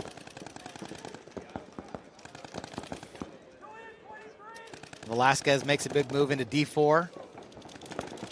Carter playing heads up in the snake corner. Uprising fills out to the snake corner as well. Yeah, so double dose of bodies for Uprising on the snake side. Rodriguez be a crucial player for them. And here comes the move down the D side of the field as Graham Arnold's going to come through, stitch up Julian, and get a little two-pack, a couple extra there. A little bonus ball action here from Graham Arnold on Zach Carter. So bonus balls right out the gate for Graham Arnold. You know, first point of the day. We didn't see a lot of bonus balls in the morning. We did not. We didn't see too many. Barely any that I recall, but Graham Arnold here, point 2, is putting it on Carter. The 2-point lead and 1 point away from a Mercy Rule win. Veteran Graham Arnold getting it done with a beautiful 2-pack to close. There he is on your screen. We got Rhodes in the middle, Woodward and Borromeo heading out to the Dorito side for Uprising. There's Graham Arnold on your screen right there, number 5.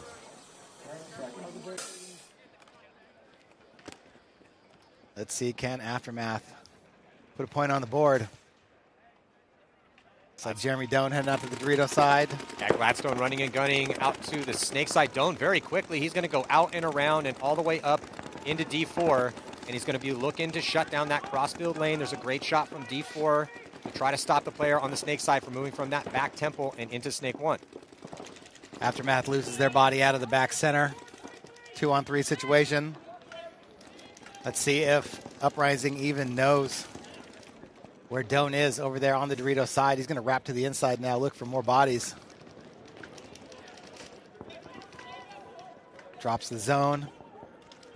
Looking on the inside, looking to play the wire, trying to sneak into that starfish. Maybe he does. Yeah, I think he's in the 200. Good comms here. But it looks like, Woodward's going to drop here. So tough death out of that back spot here, Todd. Yeah, Jeremy gets that shot from the 50 starfish. Yeah, Jeremy Doan trying to be the difference maker. On the D side, they're going to get another kill inside as the attack from both sides of the field. Doan's going to launch, try to take out this last player here for Uprising and stitch up. And then he trips and falls and eats it. But great move to get up to the 50, create the confusion, allow Grayson Gladstone to run to the snake and help him out over there. But signs of definitely life. Not going to make the flylight reel on that one. Signs of life here from Aftermath, though. Hey, it doesn't have to look pretty all the time. It just needs to work. And here it comes, is on the Jumbotron. Oh, is it just Doan with a little bit of a trip, a stumble, fall, picks himself up, shakes his head like, well. Nobody saw that. Well, I mean, what's the worst going to happen? Ends up on the Jumbotron or something?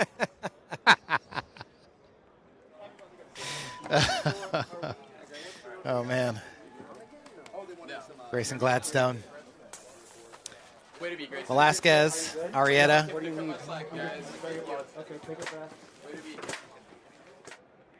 Come back on for Aftermath.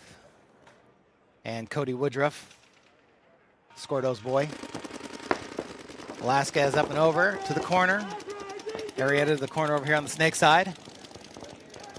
Yeah, he makes it clean. But a 3 alive and up break here for Uprising as well, too. So 5:24 to go. Velasquez able to make it up into D2. Woodruff, Cody Woodruff's thought about moving back to go over with, get to that back center. He's kind of figure out what he wants to do right now. Looking at Uprising here on your screen with Joel Eaton again. Be the first attacker on the D side. He's in a good position. Yeah, if you make it out on the D side, it seems like it's been pretty easy to get up the D side. But if they get up on the D side quick, it's really hard to make that secondary come in snake side into that big brick, right? You're just running through just a big, giant open gap. Kind of got to wait for your snake eye to get in. And Arrieta does get in. Now he's in snake 2 looking across the field, going to try and help Cody. Cody looks like he wants to get out of there, but here comes the move into the big brick from Uprising. Yeah, Woodruff into the snake corner. Yeah, Woodruff pushing over here to help out Arrieta. Puts Doan on an island, or Velasquez on an island. And Uprising with the lead. Don't have to go anywhere. It's up to Aftermath to push into those guns. Ooh, Cody might have got clipped. Crossfield's tough death of Cody Woodruff here, back corner bunker. Yeah, a chest full of paint there. That might have come off the bounce shot off of that Aztec. Seeing guys start to figure that shot out. Uprising into snake 3 now. Pop up into the 50. Looks like, is that Nasty Nate? I believe so. No, I think Nate's in the middle. Yeah, here comes Nate Schrader cutting through the middle. Back, little retreat here for Julian as he gets to the back corner bunker. And they're gonna pick up Nate Schrader up the middle. So now it was a 1-on-3, now it's a 1-on-2. Velasquez battling the 50 Starfish on both sides. The double Starfish attack. Let's see how quickly he gets pinched out of there. Yep, nowhere to go. Catches one in the eyeball. Concede. Point approved. So game point again for Uprising. After Aftermath was able to put one on the board, down 2-0, 3-1 in favor of Uprising. 1 minute.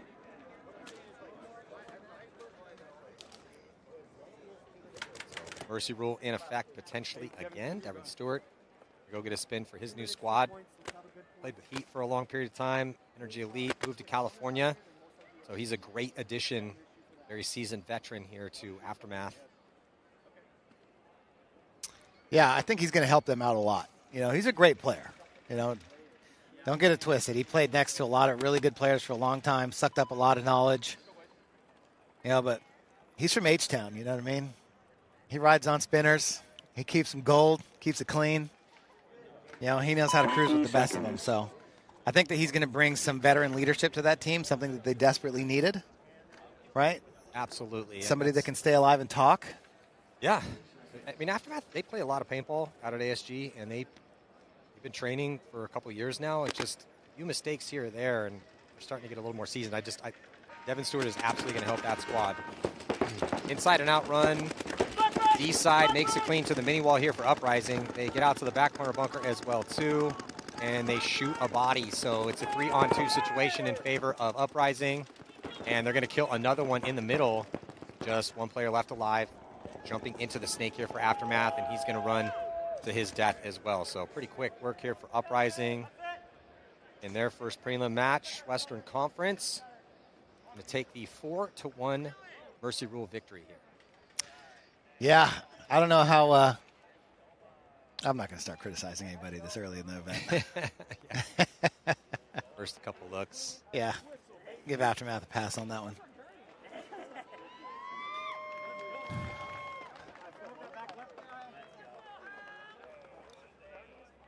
Aftermath didn't shoot anybody on the break. Uprising didn't really shoot people on the break for that matter either, huh? Maybe one. Aftermath maybe got one, right? The whole match. Yeah, that wasn't the difference maker.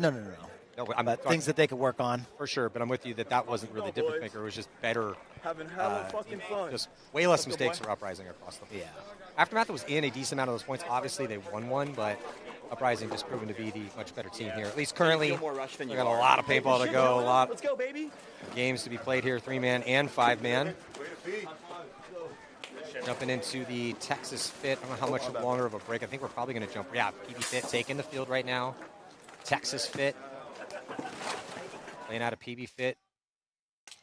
Outside of Dallas, Texas. And they're going to be taking on Oregon Iconic. So cool story here. Thomas Taylor and the boys from Iconic who've been doing really well. They just jumped into Premier in the WCPPL out on the West Coast and made it really deep on Sunday. They won D3 last year, but it's cool that they're playing in a pro event now. They play pro, man. I love it. God bless you, Thomas Taylor. He's playing with his son, too, Keith. So dream realized here from a former teammate of mine and an eventual Hall of Famer, Thomas Taylor. And they're playing, and for your first game, might as well play the best team in the world. Let's play our series champs from last year. It's like Braun and Bronny on the Lakers. You know what I mean? Yeah, so the news for PB Fit, though, Texas Fit heading into this year is this event, no Trent Mason. We're probably going to see a little bit more of Cyrus Geringer at this one. Dr. Sebaw's in the back, so it's Chavez, Geringer, and a minor penalty. First point not going very well here for Oregon Iconic is looking a little dire. 3-on-1 in favor of Fit. Yeah, and here come the Sharks. And already bonus balling Thomas Taylor. You know, Fitz ready to bonus ball right out the gate as well. Thomas doesn't have any nerve endings left on the edge of the skin, so he barely felt that. Concede. Point approved. Thomas is going to have a word with his guy. Look, sometimes those first point nerves kick in. Don't actually, because you got so much adrenaline pumping, you may not actually feel that hit. Well, just giving him the benefit. Yeah. No, Thomas went to the Dorito. I'm not talking about Thomas. Right. Whoever else got the snake guy, I think, got the penalty. Yeah. Come on. They got a deep roster too. 12 guys. No, he wouldn't even get a shot at. Well, Thomas is trying to develop a lot of these guys. I've seen some of these kids, or some of these guys. Yep, and I had Seattle in the back. We were fine. Okay. Dude, I was smoking those things. Yeah. You were fine. Hey, they shot me about 35 times on the sideline on third base. And they said, yeah, that's how. I mean, Thomas, I don't know, it was 35. It was maybe more like 6 or 7. But jumping into point number 2, new line here for Iconic. We're going to have to learn all these guys' names. TPP Fit also has bulked out their roster for the 3-man here. Into the snake, Iconic snake 3 looking across the field. Still haven't seen any bodies walk off. Oh, and there goes the first one from Iconic out of the snake 50. Back center's getting called out as well. They're going to be losing their back center. That leaves just D3. And Texas Fit looking dialed, looking sharp, and they're going to get easily tap out D3. That's Brody going to be running it in. Yeah, Brody Lucal back from a break. Approved. Set some good looks in the snake for them in their rise to prominence. Jacob Johnson was in on that point. And this other body. They picked up Joseph Petroselli and Henry Portillo. That's Petroselli down there. Petroselli. 80, number 7. Oh, sorry, 09.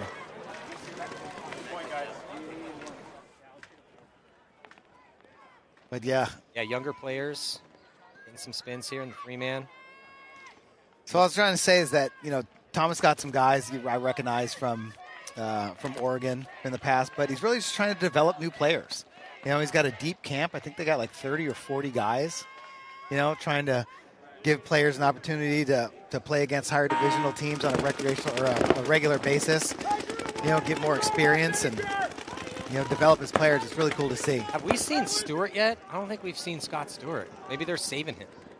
Scott Stewart made it first attacker in the snake here for PB Fit. No, Scott Stewart's down here. Is he even suited up? Yeah. Geringer up at the brick and another solid break. Dr. Seabaugh behind Geringer. Chavez going to launch. It's a D3. Has anyone been shot on Fit yet? I don't think so. Because they didn't lose a body in that last point. No one's been shot on PB Fit yet. That's a good start. Yep. Geringer going around the Starfish onto Iconic side of the field. Looking to pop up in their snake too. See what he sees. And here's going to come run down that corner. So not a great start for Iconic. A welcome to the league moment here, getting 3-0'd by Paintball Fit. Yeah, that was definitely, hey, you're playing the best team in the world, which they looked like it, and yeah, some work to do for Iconic, as they didn't shoot anybody and not able to score a point.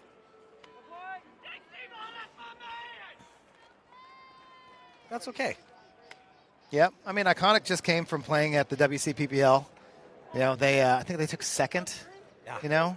Yeah. So like they're a solid team. First premier event ever. Yeah, first premier event. Last year they won. I think they won. Won the D3 title. Yep. My team Alliance had it for the whole season, and then they took it. Well, we did that to ourselves. They earned it. Yeah. There's some potential there. Absolutely. Definitely got some just the fact they're D3 last year. Yeah. And then Premier, which is kind of like semi-pro on the West Coast. Then now playing pro 3-man over here. It's just a really cool story. And like you said, just a really, really good camp. Those guys are dedicated. They're playing a lot of paintball. Got a great leader on that squad. But with that one, keeping us on schedule here. So they're going to have another chance. We will be moving into this collision and Chicago Wild Style Distortion. So it looks like we're going to take a quick break. We'll be right back. Stick with us.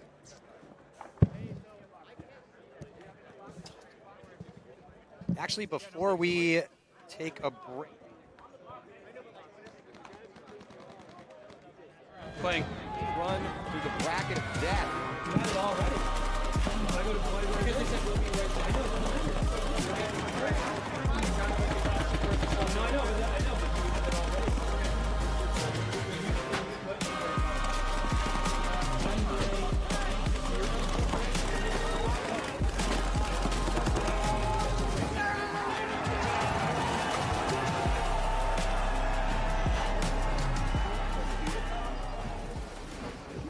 Edwards gets the kill. Tampa Bay Damage, one of the huge favorites now. The clean run through the bracket of Ours like all the way onto Spa's side of the field in the first 15 seconds. Always got a chance. We run the great equalizer. Here we go. Jacob Evers is going to go coast to coast. He's going to stitch up Dr. Steve. I don't care what team you are. You want to see what it looks like to try to put a point up in a minute. It's a good example of how it's going.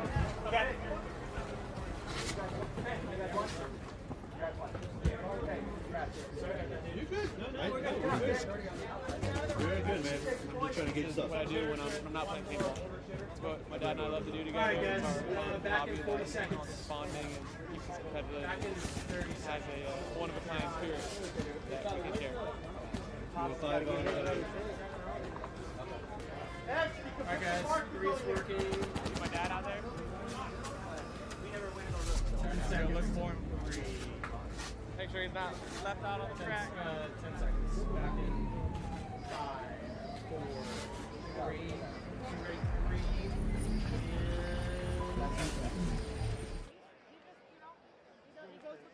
We are back, jumping into another prelim game here. Western Division taking the field. Los Angeles Collision and Chicago Wild Style Distortion. Collision going to be in the murdered out black jerseys. Mike Hinman's new pro team 10 here. seconds. Had a lot of success in the semi-pro division and picked up some new bodies. Talk about a team that trains a lot out at SC Village. And playing a new pro team with Distortion as well, too. Distortion deeper on the experience, even though there's some guys with pro experience on Collision. But some of the names on the Distortion roster have been around for a long time. They're going to strike first, get a kill here. Snake side, no one's putting any pressure here on the Snake side. This is a big mistake for Collision.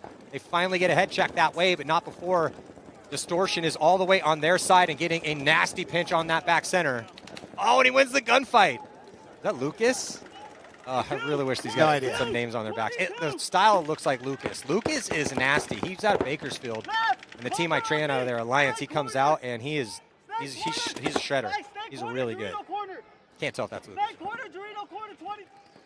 I mean, he saved it because this looked like it was going to be a piece of cake point for Distortion. Yeah, the guy's in the 50. Yeah, he's in there. He's past the 50. He's in there, Snake, putting the pinch on the back center. You can tell the gap, how wide it is between people that practice and do drills on the regular. You go out to SC Village every single weekend, there's 20 or 30 Collision guys out there, and they're getting that work. But in the brick over here now, looking heads up, trying to wrap and play that Dorito 3 for Chicago. Gonna cross, come into the Starfish. Come all the way into the Snake now. I think there's a body in that Snake corner for Distortion. Yeah, it's 2-on-2. But Distortion gonna go trade out. It's gonna be a major. So even though, I'm pretty sure this is Lucas over here in the Snake. But even though he just had a heroic point with a 2-pack of kills, major penalty assessed on their D-side player. And that is going to pull his body.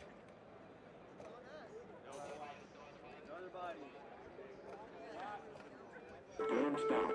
No points. Yeah, tough break here for Collision. As soon as he takes his goggles off, I'm pretty sure this is Lucas, just by the fluid style he was playing with. Yeah, none of these guys have their names on their back. You gotta fix that.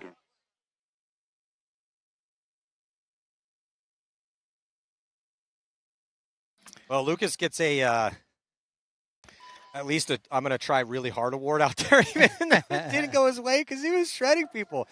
He's good, man. It was against our D4 team at a shout out to Alliance Paintball Park in Bakersfield.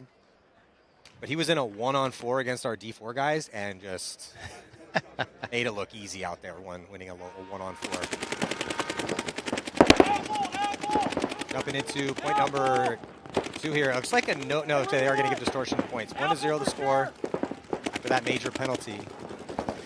Vince Newell, old NYX player for a cup of coffee over here on the snake side. He's up over the top, ripping, shoots 1. Yeah, Vince is looking good right now. Comes into the fish. Well, this isn't also an interesting story, too, because both Vince and Avery were potentially going to play on Collision and then didn't make it, so having to come over now and play for Distortion. Vince has been around a little bit. Avery's a rookie, up-and-coming talent out of Arizona, or maybe Nevada. I think it's Nevada. Oh, they got Matt Askren also. Old level player.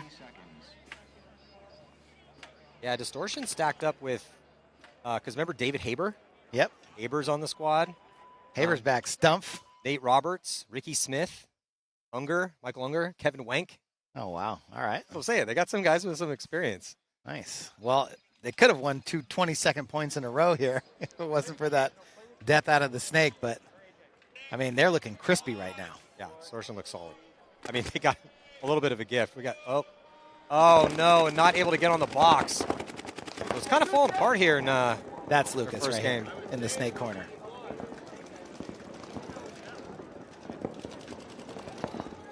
But they're going to have to pull something off here.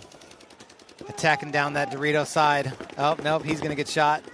It's going to be just Lucas. Time for one of those 1-on-3s that you were talking about. I don't think this is Lucas. I think this might be Castro. It's tough to tell because none of these guys have names on their backs. Oh, he got one. Penalty. That's going to help out. That's going to pull out the center. It's going to turn it into a 1-on-1. So they got a chance here. Distortion stepping on a bomb over there. Now locked in a 1-on-1.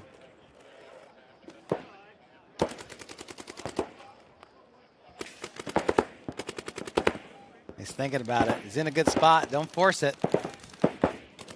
We'll see if it's a good move to battle out of the starfish. It looks like the Distortion guy might have just broke a ball, though. That's never great. Oh, there goes Lucas.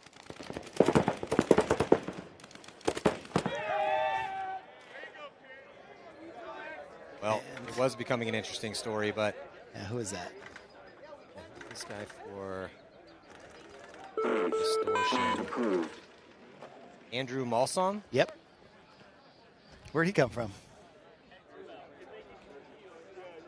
Columbus level. No, he was on the staff. He's only 19, so he came from the divisional ranks. This is his first pro. He's like super rookie right now. I love rookies. Get some new blood out there. Oh, wait. Let me see. Okay, so he played with the Philippines team on the WCPPL. You don't get down, okay? You stay right. Played with like the Denver altitude guys, yeah, right? Yeah, it's all divisional altitude sickness. Yeah. I mean, he's been on a ton of divisional teams. Yeah. Colorado Blitz. Hey, good job, DSC. But yeah, I don't think he even played semi-pro before, so jumping right into the pro division here. He's bricked up right now. Let's go.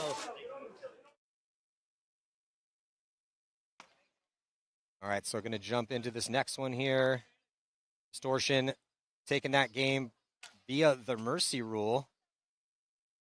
And we're going to have one of our favorites, 3-man champs last year, San Antonio X Factor, taking the field, taking on a Las Vegas Shock.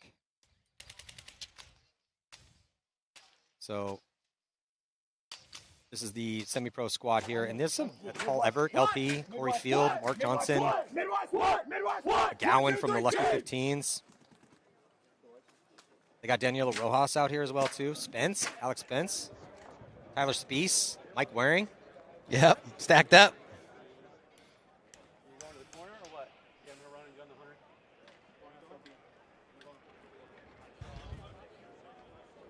Looks like Colt Roberts, TJ Danner, and Billy Bernaccia. First to go here for San Antonio X Factor. And get a look at Shock's line.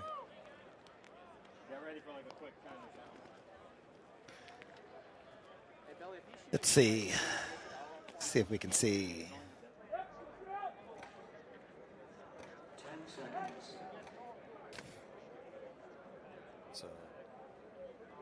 23. 23 is Corey Field. What else we got? So Corey Field playing that back center. Going to take a corner and jump into the snake here for Shock. So a little bit more aggressive for Vegas Shock. 3-on-3 still here. Start of point 1. Billy Bernacci going to get into snake 1 and go right to snake 2. Shock's already at the 50-yard line. Big move down the other Dorito side to get into the 50 as well. Billy's going to get into the 50 as well, too. And he's going to open up inside. Player for Shock probably could hear the gun now. Yep, definitely knows that Billy's there, and he's going to come up. Ooh, trades out with them. Ooh, oh, but they lose TJ Danner inside. Uh-oh, Corey Field is dealing. Colt Roberts, Corey Field. Oh, the Colt Roberts bunkers out the 50-yard line on the D side, so it's a one-on-one situation here. Corey Field versus Colt Roberts. Legends in this two game. naughty dogs? Yeah, 2 OG naughty dogs. Oh, and it's going to be Colt Roberts gets the kill on, I believe, because, yeah, Corey was on when Colt was on. Yeah. Yeah, so former teammates here. Colt Roberts going to take the victory and get that first point on the board. It's like Meter Niños going to get a spin here. Silos Cortez. Right out the gate, we get some vintage Colt Roberts winning a 1-on-2 to win a point. That was a nasty 1-on-2. Still got it. Roberts. Colt Roberts still got it.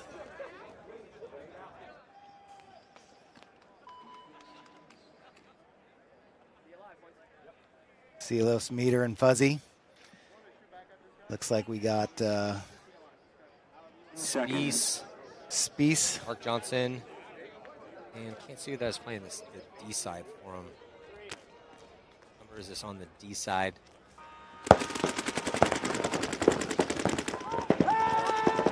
Oh, Mark Johnson gets cooked, sitting out in the open. 3-on-2 advantage for X Factor. Silos filling out to the Dorito corner. Yeah, nice little fill there for Silos. Not feeling any cross-field pressure as both the Shock bodies are shooting, looking towards the D side. Shock making a move up into D3. Spies tries to get out wide and makes it clean. So slightly better not getting stuck in that pocket here for Shock, but they are still down a body. Meter filling out to the snake corner. Fuzzy Jackson still in that back center. I think this is Kostin Pabon over there on the D side here for Shock.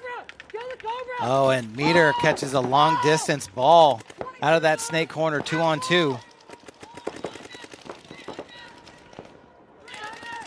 Silos skirts up the field into the Dorito 3. There you see him on the Jumbotron.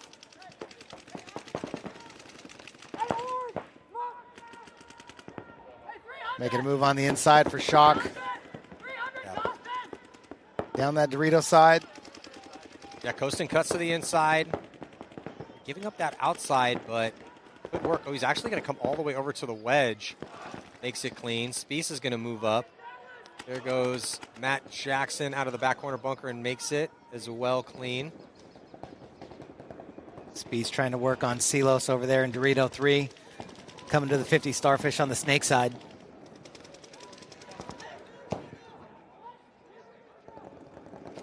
Matt Jackson looking to pick up a body on the outside of the snake. Silos Cortez.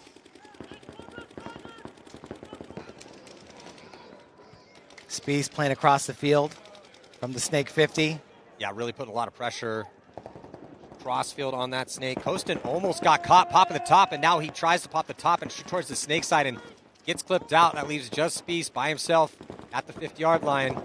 Bunker's going to get real small once Silos Cortez can get up the field. Spies knows it, so he's just going to go gas pedal, relentless attack, and try to catch, I believe, Matt Jackson in the back corner bunker sleeping. Oh, that almost got the shot in over the top. Silos has now moved up enough that he can get that easy crossfield kill. That was Jackson in the back corner bunker, and that's going to force a concession. So 2 points right now for X Factor. Danner, so Cody Bayless going to get a spin here. Billy Bernacci and TJ Danner heading back out. Game point, X Factor off the rip.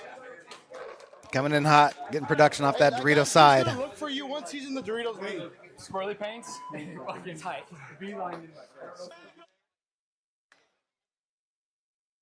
There's that replay. Yeah, and Matt Jackson clipping out Tyler Spies. We like offense in those situations, but fortunately for Spies, there wasn't much he could do with Silos completely on his side, and Matt really putting a lot of accurate fire on him, not giving him much room to breathe. So, tough one for Bayless. Bayless looked like he lost his gun on the break, couldn't get into D1. Advantage to Las Vegas Shock. Oh, and they're going to get Billy Bernacci out of the snake as well. Michael Waring getting a spin. He's moving up. Oh, are they going to let TJ Danner? Nope. TJ Danner going to get caught going into snake 1. So Shock avoiding the 3-0 mercy rule.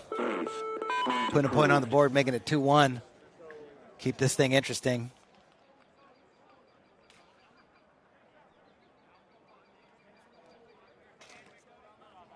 It's like Tom Guest, new pickup for X Factor. Played with the team for a little bit and then went over and became an all-star for the Ironman. So they picked him back up, and it could be a big part of this squad this year. Gives them a little bit more depth out of the backfield and another awesome center attacker. Real tall, can play every spot. Matt Jackson getting another spin, and it looks like Silos Cortez going back out as well, too. Rooney and Pabin getting a spin here with Corey Field again, so Corey Field will be in that center. Yeah, that's not Max Rooney, though. It's not? No, Max Rooney's on the pro team. Might be Jim McGowan. Jim McGowan? I think that's Jim McGowan. Corey Field playing the 1 on the snake side. Love it. Yeah, there we go. Just 1999 all over again. He has dropped a ton of weight. He's in the best shape I've seen him since I was playing against him back in the day. He's looking to crawl the 50. Nimble. Yeah, Corey. Let it rip. Yeah, Corey Field. In the 50. Might have caught one cross field. Nope, was able to get low enough. Here comes, I believe, McGowan up. There is Tom Gass getting peeled off, and they're going to peel off Silos as well, too. So here we go. Tie ball game right now after a slow start. Las Vegas Shock 2 in a row. A 5:18 to go. Locked to 2. That's the answer, dude. The young, nimble, electric Corey Field. That's the 1 on the snake side. Spark plug out there. Dude, just igniting the whole stadium. The whole stadium goes nuts.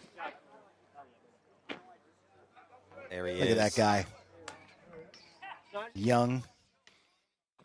There's some looks at Corey Field. Oh, yeah. Falling across, getting into that 50-yard line, snake side.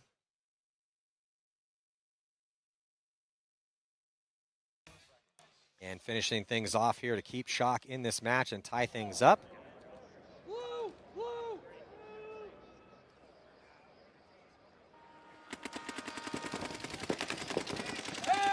Bernaccia, Roberts, and Bayless. Daniela Rojas getting a spin over there as the 1 on the D side.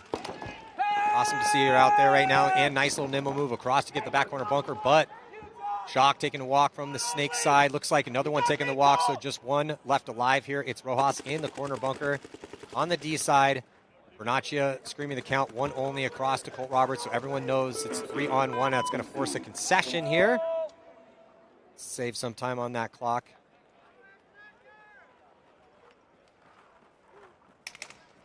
Making it a game, though.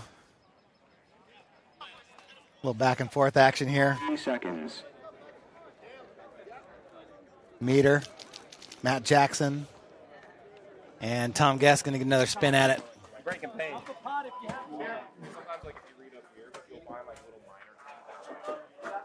It's that sliver shot, Bill. Yeah. I shot for the other side, too. Lean out a little bit, shut the sliver. Yes, lean back. Yeah. Spies back in there. Looks like Mike's back in there as well, too.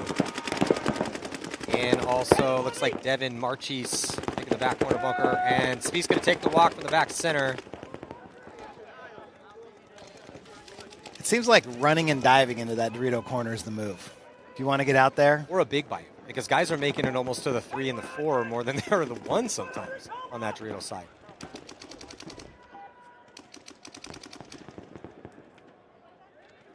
Mike Waring over here going up the field, getting into the snake.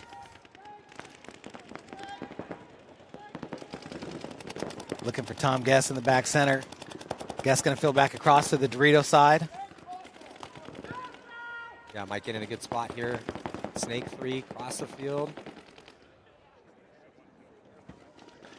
trying to tie this one up. This time's ticking off the clock. Ooh, Feeling pressure across field. Just barely dodged that ball coming across the field from that big Dorito. Dorito won. Oof. He's almost stuck his head into a few now. Just dodging paintballs left and right. Tom Guest into the corner. Meter Ninos and Dorito 2. They see Waring battling out of Snake 3 over here. He's calling 100 and 200. Must be the back corners. Snake corner is hot. Yes, and back corner's hot. I think that's it. Meters and Dorito 2. Okay, so we got Meter D2, and Guest, back yeah. corner, D side, so 3 on 2. X Factor just tightening it up, trying to protect this microscopic 1-point lead, and they are going to get the kill on the D side, and it's going to force another concession here. Timeout called by Vegas Shock.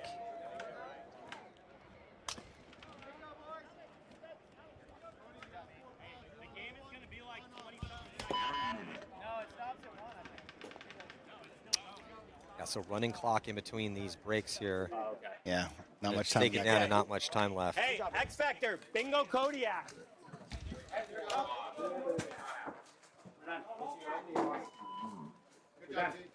TJ Danner, Cody Bayless, Colt Roberts coming on, see if they can close this out.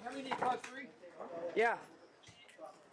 They can run that clock out or have a potential mercy rule over here. They want to go for it. I think we might have gotten a timeout. Yeah? Yeah, timeout. Both teams, I believe, called a timeout.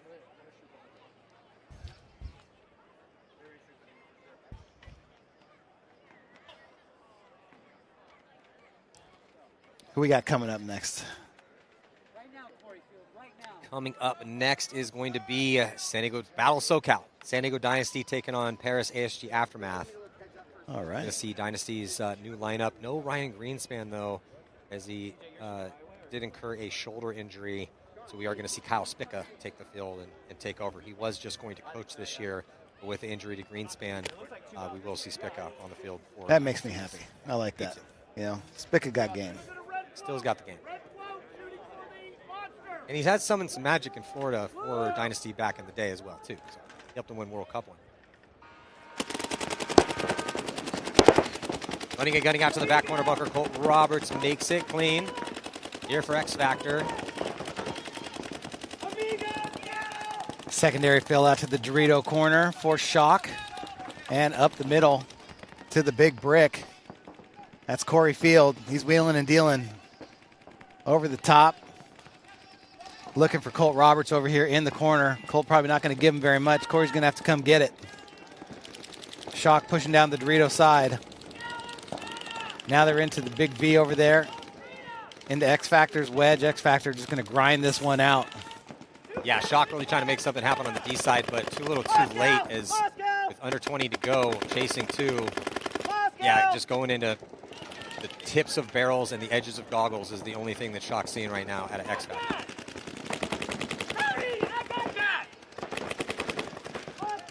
Roberts screaming at Cody Bayless, hey, I got that.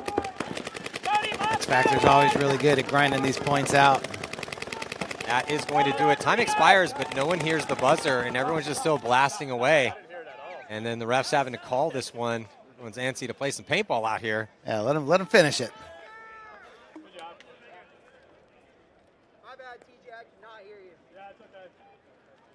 I was just saying it's freedom. Yeah. Because look, so he's in the Final score 4-2 in favor of X Factor. No, he's not. Maybe over the top. I have this. Alex Fragy's over here running sprints on the sideline. Looks like he's ready to step in for San Diego Dynasty and do some work. Is suited up, so that's good to see. And yeah, so next up will be San Diego Dynasty taking on Paris ASG Aftermath. Says it 2 here, but we could jump into it before that. Congrats to X Factor, one of the favorites to win this event. So stick with us. More 3-versus-3 action. First event of the 2026 Major League Paintball season here inside Raymond James Stadium. We'll be right back.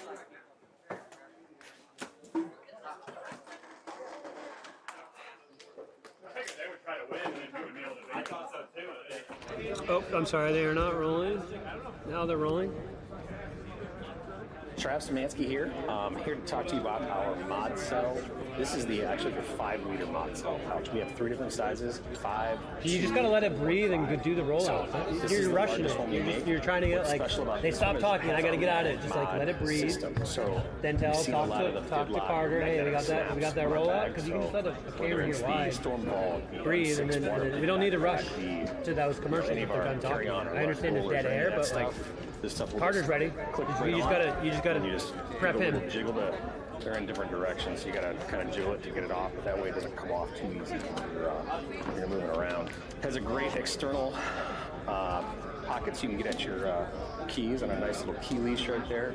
Also great for pens and things that small items you want to get to, but keep them stowed away.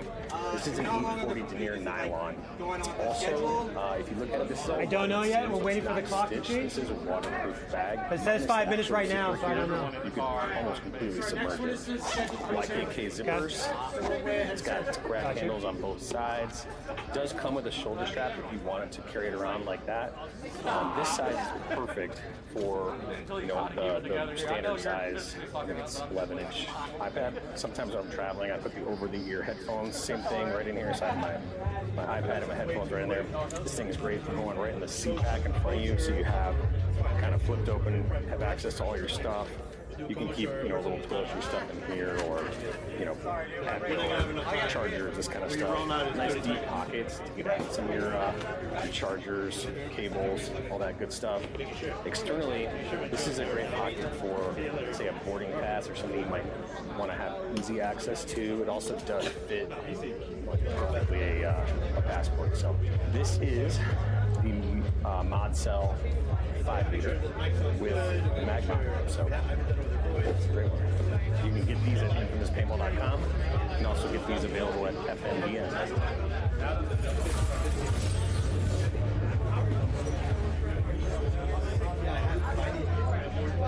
I changed from leave these on to the back all day. Switching from here to here. Here's our here to here. That's it.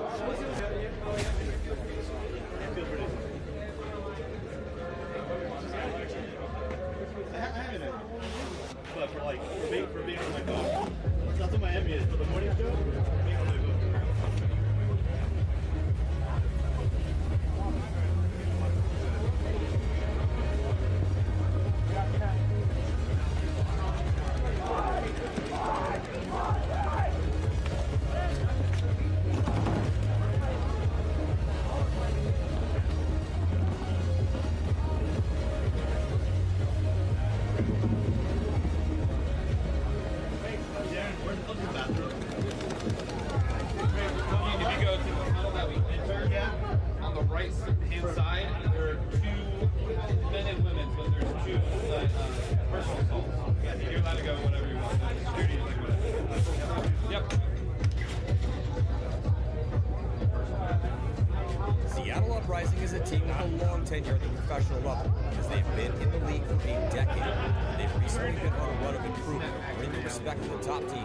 Sundays, and they finally hit their first podium appearance with a third-place finish in Texas last year. Rising star Alec Holland will be missing the first event. They will lead the rest of the veteran corps, comprised of Graham Arnold, Alexander Cormail, Austin Woodward, and the aggressively creative savage known as Nate Schrader, as well as the snake hunter Jordan Rodriguez, will all bring their best game for them to have a chance to win in Tampa.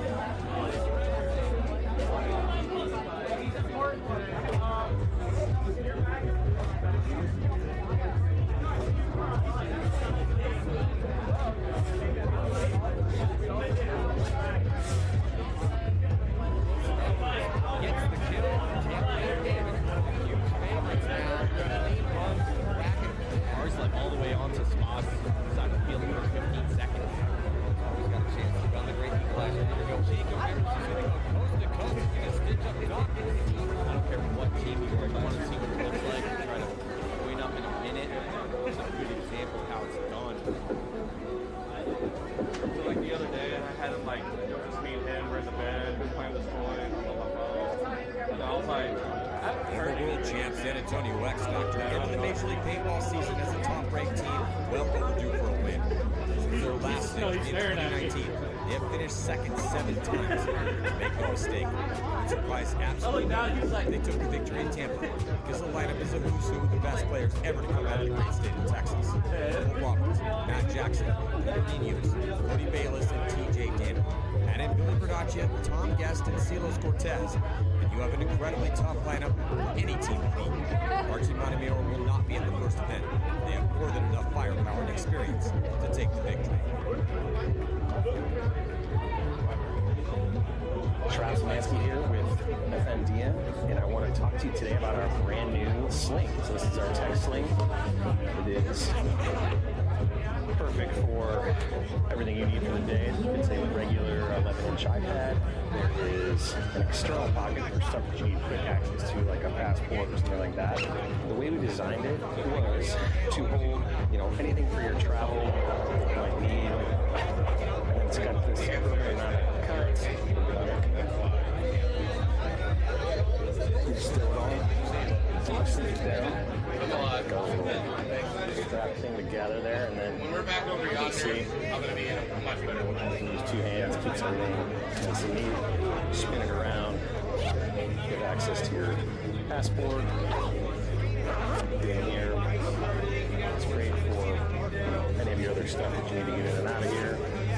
This is an 840 denier nylon, and if you're taking it for outdoor use, which is obviously what it's designed for, you can easily wipe it down. It's waterproof. You've got welded seams. They're not stitched. There's no moisture getting in there. If you do need to get inside for quick access, like I said, there's this zipper to do that. Of course, you can leave it through our backpack. Strap it on the side of it. Need it. This is a great one. If you're in your seat of the airplane, keep it actually tucked right inside your bag. As soon as you get by, your ticket, just pull this thing out. So you've got everything you need. Slip it right in the back of the seat back. It's perfect for travel. And so if you're using the tech sling at the paintball field, what's great about it, you have access to all your little tools, extra parts. Inside, it's perfectly designed. So both sides is a CS3 Pro. It's got spots for your barrels, inserts, all that good stuff. There's also another zipper pocket for any kind of small parts. But this is perfect for anyone that wants to keep their marker with them. Maybe they got to take it to the tech, or you don't want to leave it back somewhere. You want to keep it on you. Great spot for that. So again, just cinches down super easy. You're good to go. So these are available right now on paintball.com or fndn.com. Superstar Squad Edmonton Impact will be a threat to win every event they play this year as their roster is full of all-stars. They are starting the season with injuries to Brandon Cornell, Justin Cornell, and Tyler McNeely. The news from Impact is even with the injuries, they still have massive depth at every position. They should be able to quickly get into the room and solid win the fourth event in 2025. Deadly new pickups of LJ Perry, Chad George, and Connor Kelly. Impact continues to have arguably the deepest roster in Major League Paintball.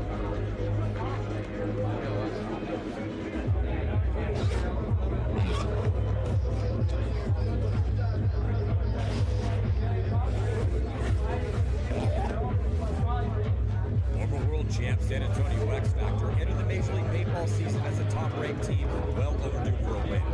Since their last victory in 2019, they have finished second 7 times. Make no mistake, it would surprise absolutely no one if they took the victory in Tampa because the lineup is a who's who of the best players ever to come out of the great state of Texas. Cole Roberts, Matt Jackson, Peter Munoz, Cody Bayless, and TJ Danner. And in Billy Berdaccia, Tom Guest, and Silos Cortez. Then you have an incredibly tough lineup for any team to beat. Archie Montemiro will not be at the first event. They have more than enough firepower and experience to take the victory. I don't know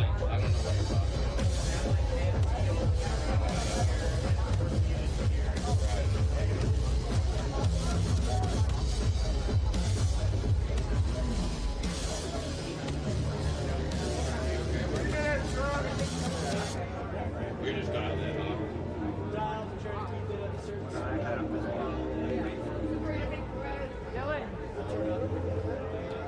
Oh, the pit mic is still on with the stream.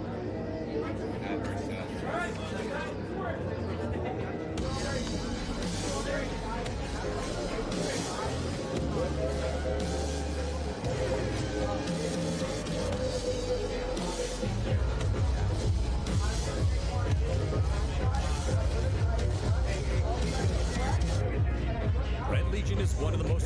squads in Major League Paintball by far, and one of the longest-running teams in the game. Hyper-aggressive game plans are hard to predict. They found success the past 2 seasons, winning 3 events and a series title the past 2 years. Sergei Solayski, Will Caribbean, Pavel Karslev, Justin Rabikov, and Alexander Burtnikov will be the core starters, and they could be in any bunker at any time. The pickup of Corey Hall will give them veteran experience and more depth in the backfield. Most likely, Red Legion will be hunting for another win on Sunday afternoon. People talking in the pit during the advertisement. Hey, Travis Szymanski here. I just want to introduce our brand new mod cell. I know what it is. I know what it is. Bags. This one here is the 2-liter. We have them available in 3 sizes. This is the mid-size one. So what's great about it is it's made out of a 840 denier nylon material. It's TPU coated, so it's like perfect for keeping clean. It gets wet or dirty or whatever. These seams there's no stitching here, so this is all seamless welded design. So it's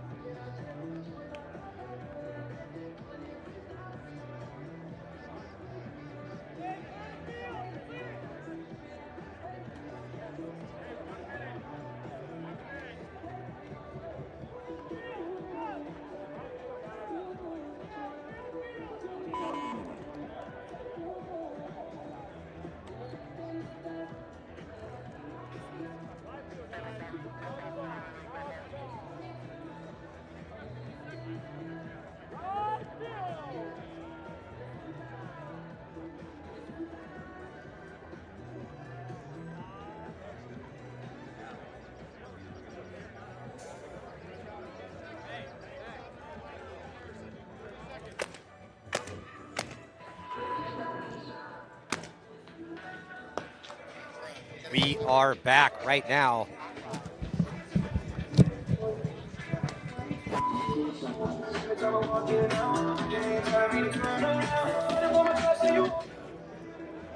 So welcome back here as we're about to jump into this next prelim match.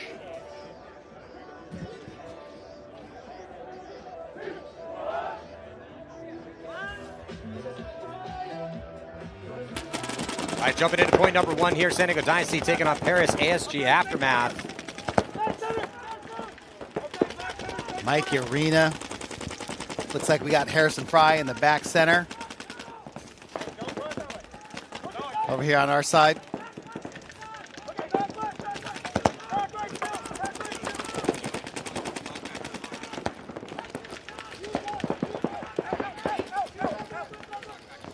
Mike Arena getting clapped up, trying to fill out here to the snake side corner.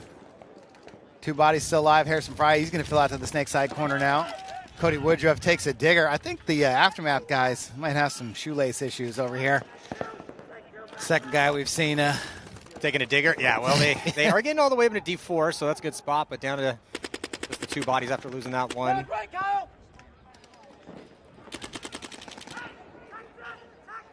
Aftermath in Snake 3 now. Yeah, I don't know if Harrison Fry knows the bodies at D4. Possibly. Okay, he knows that he's at the 50 Snake now. Screaming bloody murder across the field. Harris going to send some paint that way, though. See if he can go fish. Aftermath. Looks like Arietta is over here in the 50 Snake for Aftermath. Yeah, they got better field position here in this 2-on-2. Harrison trying to get creative to get that angle on the D4 spot. Harrison real tall, but he can fold up like a folding chair, get tiny. Ain't that the truth? He loves that move, too. The double knee, double heel, lean back. Like just doing combat yoga out there. Velasquez in the 50 now on the Dorito side. Julian trying to get it done here, and here comes the launch as he's going to trade out. Spica trades out, and after all of that, body's still alive in the Snake, and it's going to be Arietta going to be putting the first point on the board here. So that's got to do wonders for his confidence. You know, heading into the pro division, it's going to be his first year. It's obviously very seasoned on the West Coast. But playing Dynasty, playing well here, getting a first point on the board. Big for Aftermath. And Aftermath definitely needs a win here to try to stay in this tournament as they drop their first one via the Mercy Rule to Uprising. Did Arietta shoot Spica? Or did he get shot on the trade? I think they traded. Okay, with Velasquez. Arrieta might have he just put balls that way, I think, but I don't know if he's the actual one. I think that Velasquez traded with. That's his coach from the TJ Masters. That's true. That is interesting. Well, we'll see right here. There comes Kyle Spick. Shot on the trade. I didn't see anything from that right-hand side, which would have been from. All right, Mazurek, Devin Stewart, and Jeremy Doan for Aftermath. He guns up here for Aftermath, running and gunning, and they're going to get a kill. Back corner bunker here for Dynasty taking the walk. Already playing the D side? So. Quick move up the Dorito side for Jeremy Doan into Dorito 4. I think that's O'Mara here shading towards the snake side. In a 2-on-3 here, advantage again for Aftermath. Zurich trying to make something happen. He's going to get all the way to 50, not feeling any pressure. Finally picks up O'Mara. Starts to put the pinch on him. Mazurek going to wrap the Starfish.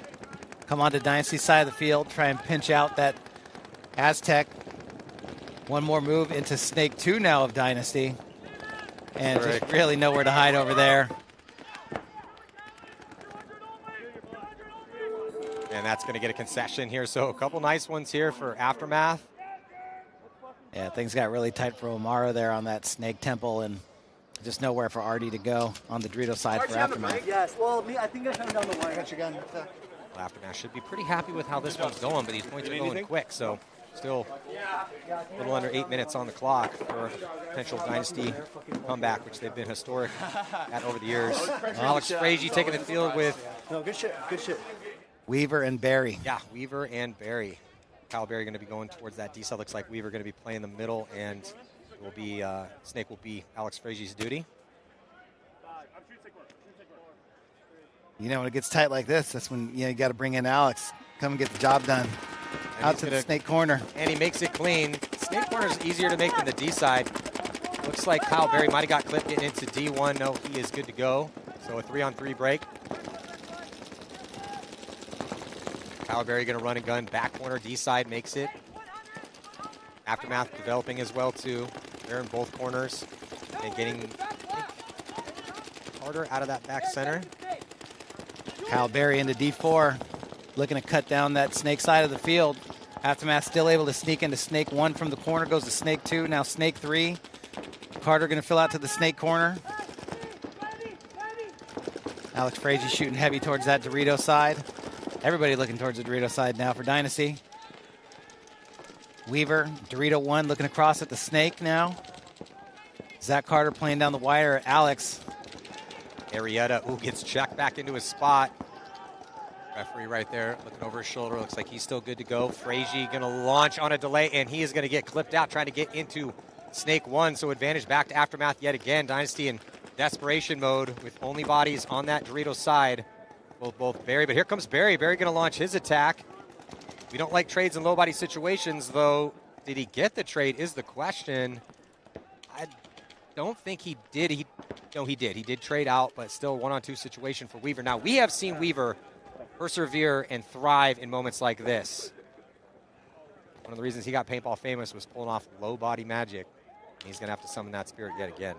Well, it's going to be on him now, or otherwise this is going to be a 3-0 mercy rule against Dynasty. Yeah, Dynasty did win a 3-man tournament. Oh, and Weaver gets one. Weaver does. Oh, he bounced him. I don't know. The ref's going to check him out. If that player's hit's going to be a penalty. Looks like he's clean. Arrieta all the way down on Dynasty's side of the Snake. He's actually going to come back to their Snake 1 to better gunfighting posture. But Weaver gets a bounce back, so we're even now. Fighting desperately. Yeah, Weaver in a really difficult position. Arrieta putting a pinch on him. Just needs a little bit of help. Problem is, they don't have outside containment on the D side. Now they do. Yeah, Weaver's going to have to switch his gun over. Weaver begging for a penalty. Is he going to get it? He's going to get it. It's going to be a major penalty. So dramatic turn of events here as Weaver begs for the major. Major does get assessed here on Aftermath. So breath of fresh air here for San Diego Dynasty as it was looking like it was about to be curtains for him.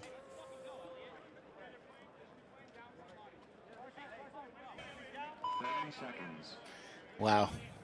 Talking about being on your last clip. Let's get a look here. So there's Weaver. Tightens the barrel. Maybe connects on the jump shot. Tough to tell. Where does the hit on I believe Carter? The referee right there. Referee comes and is going to be pulling that penalty there. So Get your next line ready. tough break for Aftermath. Unless we give him a gun. Yeah, I don't know. I only saw the hit on Carter's hand. I need a squeegee. So now, just like that, it's a 1-point spread, and they get the kill outside wide. And now we got a completely different game. It's a 3-on-2 situation here in favor of Dynasty with 4 minutes left to go as Mazurek takes the early walk. Dynasty hunting on the D side. Drop a body as Urena gets clipped out trying to get into the snake. Yeah, and Aftermath had to start with 2 and lost Mazurek right away. Let's see if Gladstone can get some back. But nope, he's just going to trade out there with Spica at the end. And that's going to leave Harrison Fry to gallop down the field like he does to go hit that buzzer. Thumbs up, tie ball game right now. Oof. Crazy turn of events. Indeed, indeed. Aftermath just a couple minutes ago was 1 kill away from a Mercy Rule win, and now all of a sudden, lo and behold, tied up 2-2. And Dynasty has the momentum. Andrade going to be on that D side. Kyle, you got to get another gun. Center. O'Mara coming out to get a spin.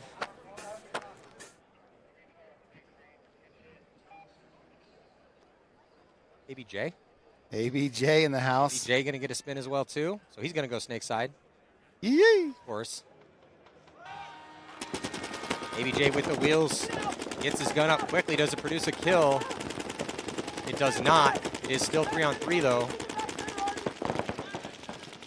Aftermath gets out of that back center, gets into D1, and very quickly into D3. So better field position for Aftermath.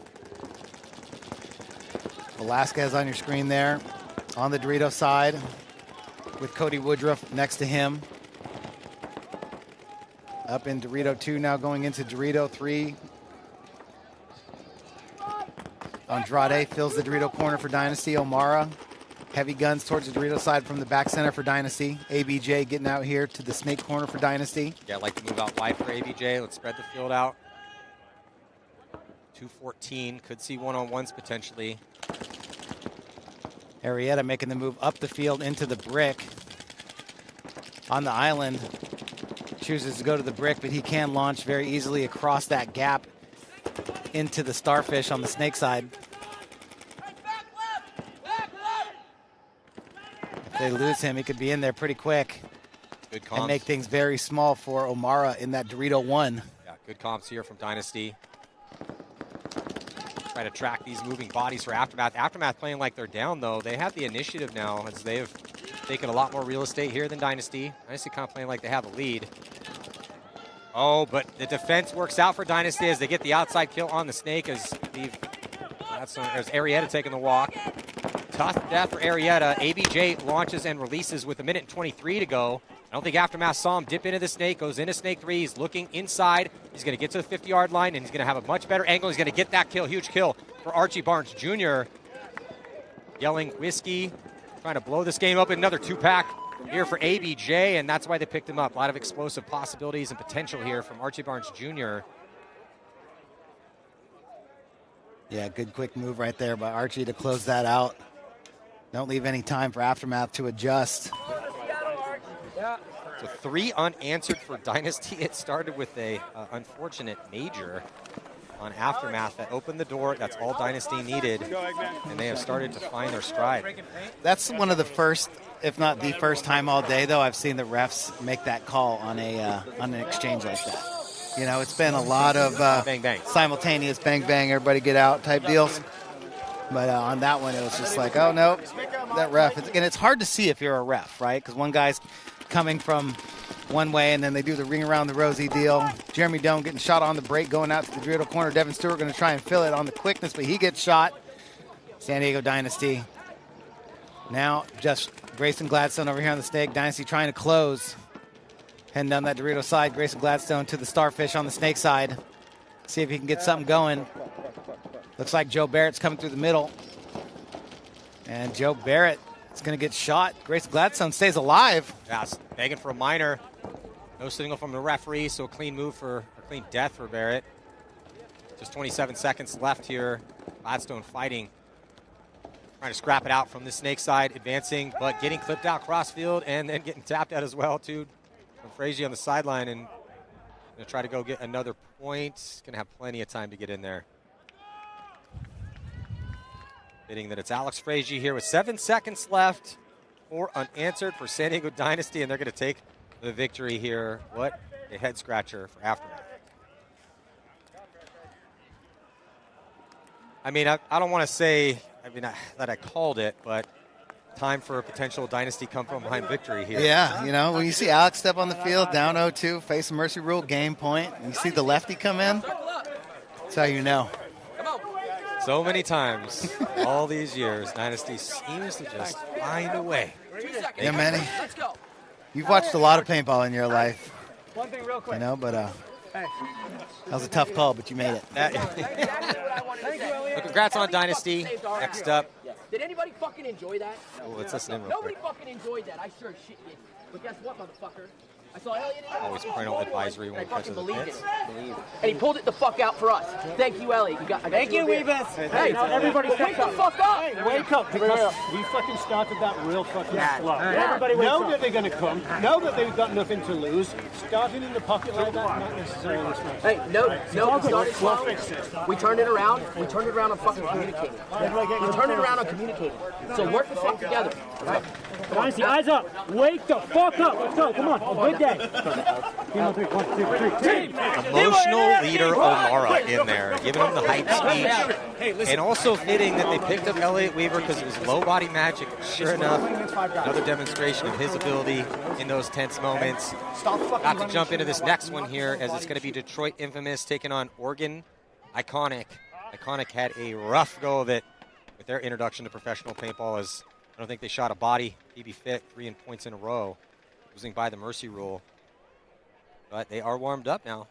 Infamous with their relatively new line, couple changes. They picked up Kyle Bowen and Danny Schonauer. So a little bit more pop on the attack for Infamous this year as they lost Tim, not be able to play this year. 30 seconds. No Brussel back, but nice additions of Kyle Bowen and Danny Schonauer. They got to have just. This is a team that we're just expecting a little more of in 2026. Expecting to make some Sundays, to make some runs. A lot of talent, a lot of experience on the squad. Good leadership. There's my man Trevor Reeser on the Jumbotron out here at Raymond James Stadium, along with Silberg and Zach Patient. First 3 for Infamous. See if Iconic's got something different in the bag for us today. Split to the corners, one back center, a quick fill up to the big brick on the snake side. No bodies, walk off on the break and then straight into the 50 brick. Here comes Zach Patient, though. He's going to want to come all the way up into the brick as well. Battling that snake corner for Iconic. Zach over battles just a little bit and gets popped by that center 50, or by the 50 Starfish. That does give Iconic a real powerful position here, snake side. There's no one in front of them. They have outside containment. And here comes the scurry, and they keep that outside containment. They get the shot on Trevor Reeser. I believe it's just Sam Silberg left alive. In a rough spot in D3 with this snake side completely blown. Oh, I think Silberg's about to get dunked on right in his face in the D4. Didn't know it was coming. But Iconic putting up their first point here in the 3-man pro.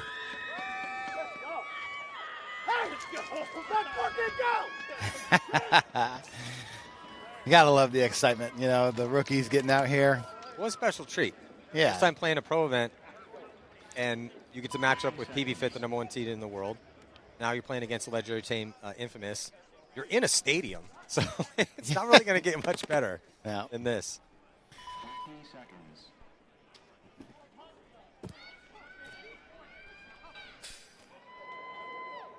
So here comes Thomas and Keith. I want to know how come Thomas is running to the 50 Dorito and Keith's playing the back center. You know what I mean? You just can't take the front guy out of Thomas. You can't. Well, Keith's pretty good as a 2. So, yep. Oh, lasering off the break, though, here is Infamous going to get that inside kill on Keith. Yeah, Infamous. And they shoot Thomas Taylor as well, too. Yeah, Thomas tried to float. Infamous shot heavy guns into the backstern on the break, pulled out Keith. One body left alive for Iconic. Yeah, I think it's Justin Hunter, who's a baller. Yeah. But he just lost his bunker. He's going to get shot by everyone, pretty much. Fuck out, baby! Let's go! Let's fucking go, Jonah!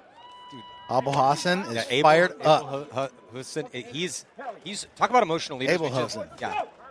Yes. We just saw in the pits with Omar on how pumped up he was. Yeah. Nathan's that guy. Yes. It's Abel Hussein. Is it? Okay. Pretty sure.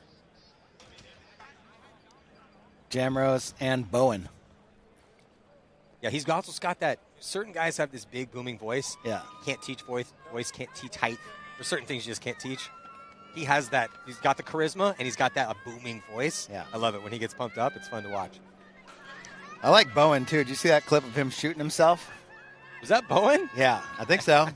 I like that. He shows I he's got saw the clip, but I didn't know it was Bowen. He's got a little cuckoo in him. You know what I mean?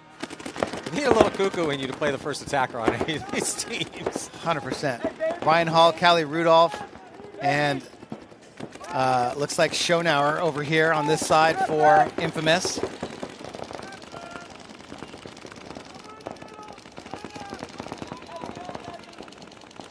Iconic moving up the field to the center can. Looking to launch. Both corners hot for Iconic. Iconic making a move into D3 from the corner. And now into the 40 wedge on the D side. Ryan Hall filling out to the Dorito corner. Schonauer heavy inside from the snake corner. Callie Rudolph, longtime veteran pro player, making his move up into the snake side brick, looking Dorito side.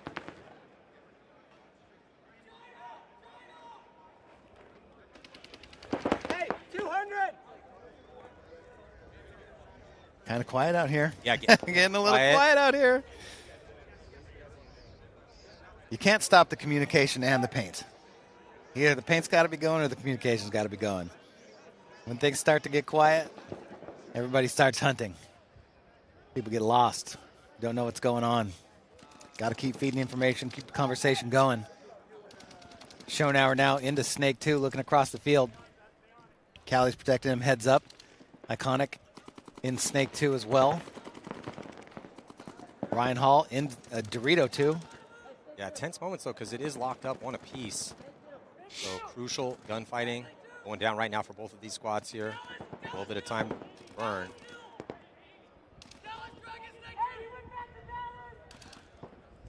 There you go. You can hear Infamous sorting it out. That's Ryan Hall, number 41 for Infamous in Dorito 2. Yeah, and he's got good comms on the island all the way from the D side, and they can hear him. I can hear him crystal clear, and I'm even twice as far away as Callie is.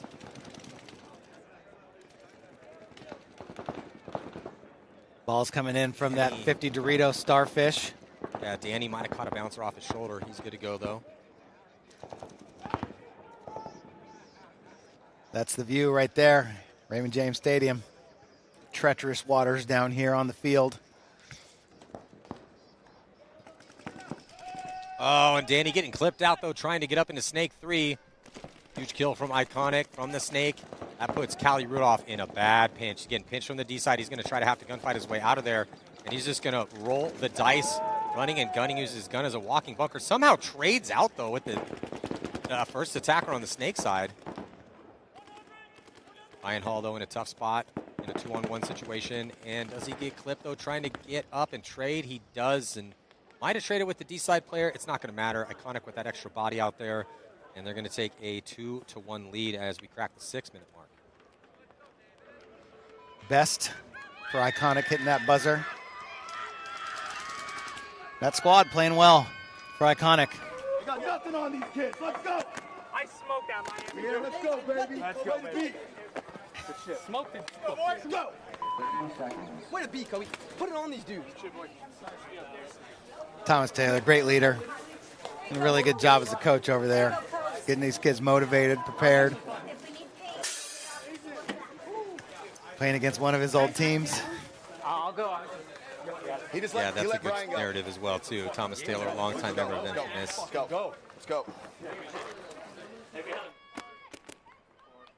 Knows that team very well. Patient Reeser. And Silberg.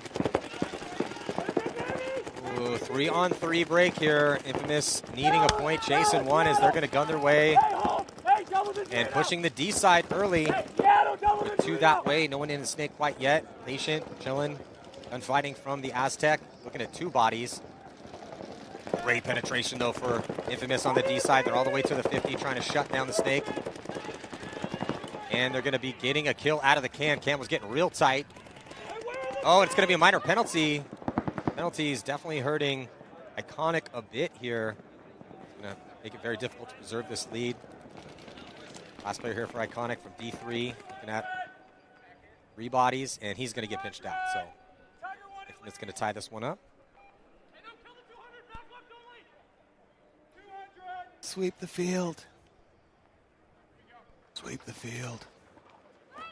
Does anyone still have like a sweep the field? You ever heard that one recently? No, but somebody should. I know for certain I've heard it at 10 minutes. Yeah.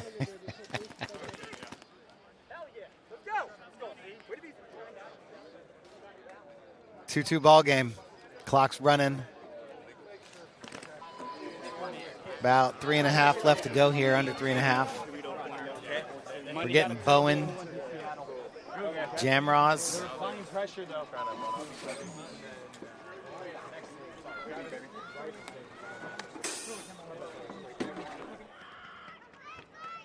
And Nathan.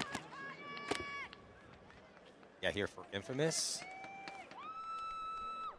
Much better look for, I mean, regardless of what happens here, this is a much better look for Oregon Iconic. Doubling up that, they're doubling up it on the D side. More of a crossfield spread, though, as Bowen's going to back corner bunker here for Infamous. And Iconic, though, going heavy D side, putting one body on an island, but he goes quickly into the snake. Bowen also launches into the snake, too. Nobody's walking off yet. Bowen's battling down the wire. Battling the Snake 3 from Snake 2. Iconic making a push up the Dorito side into Dorito 3. There's the Snake player for Iconic. Popping the top of Snake 3. Jonah in the Dorito corner for Infamous. Killed by Nathan out to the Dorito 1. Bowen on the inside. Going Starfish. Looking on the inside, see if we can see any bodies. Battle developing here on your screen on the snake. It looks like Iconic's going to be the first to go. And clears him out. So an even trade on the snake side. Who's going to be the first to react? Hey, do it, Jonah! Nathan, the first one to make that bump over to cut off the field because both Iconic players are on that D side heavy, but sneaks out to the Dorito 1 and then back to the back center. He makes it. Nathan peels all the way around to the snake. Spider Y2 Banana works, gets there, but he doesn't see the Iconic player fill the corner, I don't think. Oh, yeah, but Abel Hassan hits the deck, and he's going to crawl up to protect himself in that back corner bunker. Slightly blocked out there from the brick in front of him, that Snake 2. He's in there, Snake 3. He's going to continue to crawl forward. Oh, I think Iconic picked him up. He's going to run the highway on him right now. And he misses him. them. He misses him, and also Iconic getting shot cross field. Nathan's still alive in the chaos, turns into a 2-on-1 situation, and Infamous going to put potentially the winning point on the board. One of the closer games that we've seen out here, though. Good Spidey sense move right there by Nathan. I don't know if he heard him coming or what, but crawled forward right at the second, protect himself. You have to make that shot if you're Iconic. You know, you got to go straight at him, get him, come the inside, get him, and then dive over and live. Well, we're seeing the trade here in the first one. Here's the read from Abel Hassan. He comes over, gets a glimpse, not feeling any pressure, goes into the snake, but then feels the Spidey sense. Either that or got a call cross field, but I like the move from Iconic to try to run him down, but then somehow, some way, felt the pressure just through the ether and just made that move forward and lived through that. Unbelievable job by Nathan. So here we go. Oregon Iconic down by 1 with under a minute. Going to have to go into these guns. Hunter's going to be the first to go. I would definitely put him out here in this situation because he is an offensive beast. Probably your best option here in the Snake. Got a ton of experience. But they got to play at the pace here. Need to put themselves at the 40 and 50 yard lines right around that 15-second, 20-second mark. Yep, Keith fills out here to the Snake corner. Thomas is in the Dorito corner. You got to get up the field. Go support Hunter. There goes Thomas. He's around straight up to the Dorito 4. He's in the mix now. And Thomas, somebody gets a kill off that left side. Yeah, I think that's Thomas Taylor. Thomas Taylor getting the kill. He yells, he knows it. It's actually less than 20 seconds. Hunter's going to launch at 12. Here comes Keith behind him, riding through the field, trying to figure out what this last body is. Hunter lives through that. Everyone's alive on Iconic, and with 4 seconds left, they're going to tie it up here with Infamous. Thomas playing against his former squad, and it is 3-3, and we are going to see some one-on-ones. And who is it going to be here for Infamous and Iconic coming out to put the team on their back in the prelims, Western Conference. Oh, what a great turn of events here for us, Todd. This is very dramatic. I love it, Manny. That was amazing. Thomas is running off the field doing the throat slash. Keith is running right behind him, giving the business. Who comes out to play the one-on-one? Porter, you gotta go. Porter, you gotta go. Oh, hugs. Oh, that's so sweet. Oh. I mean, I'm going to be way too old for me in Montgomery. They know it's one-on-ones? But Way to be, Justin. Hey, good shit. Hey, how much you gonna major? I showed you the golf. Oh, it's not one-on-ones yet. wait, no. So they put 3 bodies out.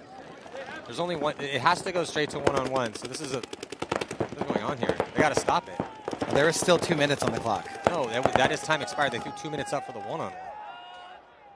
So wondering. I was like, wait a second. Yeah, no. Iconic maybe didn't get the email about the rules, which I understand. We keep changing. Service is bad out here. We're trying to reform and refine this 3-versus-3 format to see what the best product is we can give the world. And it goes straight to one-on-ones now because one-on-ones are more dramatic than just playing another 3v3 point before we get into one-on-ones eventually. Anyway, let's just go to the heroes. I heard Thomas or somebody say, no, I shot somebody. He got a penalty. Someone was probably like, why have they only got one guy out there? Maybe that's what it was. Okay, so the rest, now I'm wondering if are they going to give them a little grace here? Are we going to get a little grace from the rest? I mean, we have to. Play a one-on-one? We have to. Give them some grace. Just give them some grace. Just let them send their guy out.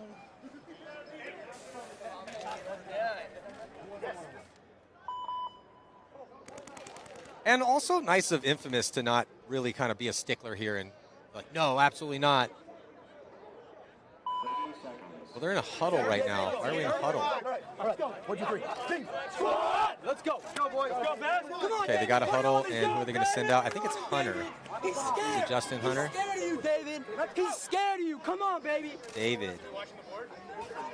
He's scared. Sam Silverberg versus David Best. We shall see. I love that they're pumping David up, but I don't know that Sam Silberg is even aware of who David Best is, so I don't think he's scared of him right now. But this is how you want to get paintball famous, become a hero, this is how you do it. Well, Best just got lost, but I think he might have also lost Silberg. And he's going to go to the Snake. Use that big brick kind of on a blind shot. Posted up, he's both of them inside. Yeah, both of them kind of hiding, playing that edge. Yeah, neither. Okay, now they know where each other's position is. Ooh, brick and a one-on-one, don't like it. Oh, but he might have caught Silberg. Definitely knows where he is. Neither one of them is at a very advantageous bunker right now with Silberg at a wedge and Best at a brick. And Best playing the overpower game right now. Just shooting paint constantly at Silberg, not letting him, trying to force him to come out into a stream of paint. Yeah, he has Silberg kind of trapped right here. Oh, then Silberg waited for the load. Now Silberg goes gun dominant. Left-handed, and he's going to cut through. If they trade out, we're going to see another set. Both coaches screaming back and forth. Going to be a simultaneous. Yep. Send out your next guy. So next man up. They trade out. Silberg hits the buzzer for fun. Oh, he's getting checked out. Wait a second. It looked like the ref called it a trade. Silberg is just still selling it out there. Love it, Sam. Academy Award for Best Actor so far in this three-man goes to Sam Silberg of Detroit Infamous. Still with the performance here. I mean, maybe he might have a legit argument. Let's get a look here at the replay.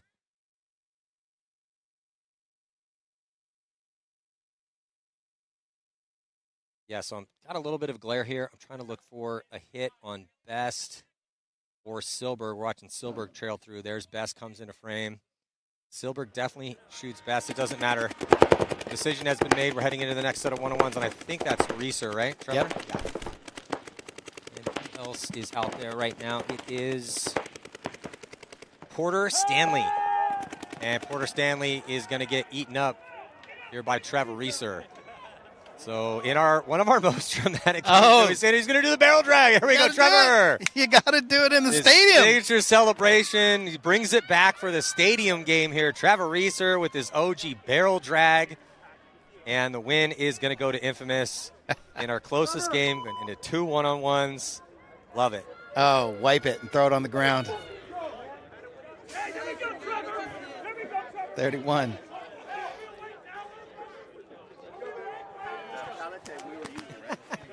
I love that. That was great. Oh, man. So after a little bit of a longer one here in this set, we're jumping right into point number 1 with Edmonton Impact. And they're going to be taking on Chicago Wildside Distortion. Distortion took a big win, 3-0 beating on Collision. Collision could not get it together in that game, so they warmed up in a win. This is the first time we've seen Impact with their Rockstar lineup. Good to see. Heard a little rumor that Justin Cornell might have tweaked his back. Didn't know how much we were going to see him here at this first event, but he's good to go. They have everyone out here all suited up. So who's going to be the first 3 bodies? This is new. We haven't seen everyone out here like this. They kind of just send out their 3 bodies, so everyone just feeling the field right now, getting out here in the stadium. Neither Brandon Cornell nor Tyler Panilio suited up. So Tyler's going to be out with shoulder injury. Brandon just had surgery on his foot, so he's going to be out for at least this first event. Still a deep roster here for Impact. You know who's going to play the Dorito side for Impact? Tall And LJ Parrish. LJ Parrish. Yep. Yeah. Yeah, so a couple big pickups here for Impact. Every year seems like they're just getting a beautiful list of all-stars that want to play for the team, of course. And, yeah, LJ Parrish, seeing some dudes in some New Jerseys. Man, picking up LJ Parrish and Chad George, you know, a dominant one on each side of the field in the offseason is just so big. Such a big move. Yeah, can't wait to see what both those guys bring to it this year. I think we're going to see a steady dose of awesomeness, but particularly for Chad George because, you know, with the Heat, he was struggling through some injuries and wasn't really getting the playing time that he's one of the best. As soon as he stops playing, he's going to be a super easy vote for the Paintball Hall of Fame, which we're going to have some guys inducted in later on today with the Summit Awards. I think the first rep is going to go to Zach Yakimek, Tyler Harmon. This is going to be a good game over here. Because remember how we saw that first Distortion beat up on Collision? Yeah. Distortion went buck nutty. If they play with that same speed, this could be an exciting game. We'll see if Impact shoots people on the break, though. Chad George, Tyler Harmon, Zach Yakimek. Looks like Tyler, love this. We're going to see Tyler Harmon on the D side. You can play everywhere. Back, front, 1, 2, 3, doesn't matter. Chad George, but Tyler, that has been such a that spot, particularly here, Todd, on the left-hand side, the field has been really lethal. Well, it looks like Chad George is going to gunfight into a quick death after making his spot. So rough start here to Impact's 3-on-3 tournament. That leaves just Tyler Harmon. But just like you said, man, Distortion warming up in that win here, Todd. And talk about good vibes. They had an amazing vibe against Collision. Because it was, as we say sometimes, collision by first-degree murder. Approved. And they got the weapons out already, Matt. Yeah. Looks like they went back with that. I can't see the the third body was, but it was Wynn and Newell again to start things out. Yeah, Avery Wynn, Hormesis dual champion. Yeah. Great one-on-one player. I've coached him a little bit, a couple times at SC Village. He works with Dan. Yeah. A lot. Dan Lee, who's a great coach as well, too. Excellent. And Dan's been working with a lot of guys. Working with Alex Goldman. Yep. Anyway, but, he was speaking very highly of Avery. So Avery's got a lot of potential. He's got a great attitude. And that's the biggest part, great attitude. Every time I see him, even though I only coached him for like a day and a half, you hear on and off a little bit, he's always like, what's up, coach? You know, I'm like, hey, man. He's very respectful. Really like that guy. Brand new lineup for Distortion, though, as Impact goes pocket. Yeah, looks like Rainey, Connor, and maybe Dalton. Yeah, Dalton over there on the D side. Dalton going to scurry his way quickly up. That's going to get matched by Distortion. Distortion going to get quickly into the snake with Stump. Oh boy, 2 Chains. Rainey makes his move across into the snake 1.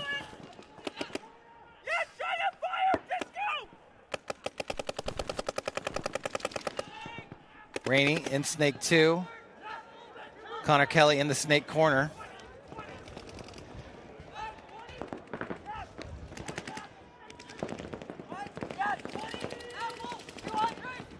Backed up another knuckle here in the snake and into snake 3 with Rainey. Stump in front of him. He's at snake 2. A little bit better for Impact here, snake side. But awesome field position across the field on the D side at that 50-yard line here for Distortion. Yeah, he's just ripping it over the top. Oh, but he gets caught in the goggles. Tough death out of that 50-yard line for Distortion. He's going to want that one back. Yeah, 100%.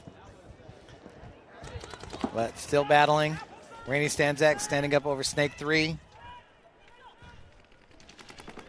Dalton Vanderbilt alive in the Dorito 3. Here comes Rainey looking to call the highway. There's so many moves to be made over here on the snake side. With the starfish, with the beams extended. You know, the big brick to be able to get up there, come across, come down fast. You know, and then come to the other side of the field. Well, I love what we're seeing out of this layout here in the 3-man, so can't wait to see what it's going to look like in the 5-man. Yeah, double stack of bodies here towards the snake side. Looks like a possible trade out in the snake. No, it looks like Rainey is going to get taken out. Doesn't shoot Stump. Well, that's a big kill right now. Even up the count. 2-on-2 situation. Dalton's going to launch. He gets up into D4. Here comes Connor Kelly as he's going to get to the 50-yard line. I don't think Stump knows where he is. Connor gets the crossfield kill. Dalton actually might have eaten him up on the D side. And now in a 1-on-2. Dalton going off on the D side here for Impact to tie things up. Nice job by Connor Kelly as well here for Edmonton Impact in his first tournament with his new team. So now we got Laval, Cornell, and LJ Parrish coming on the field for Impact.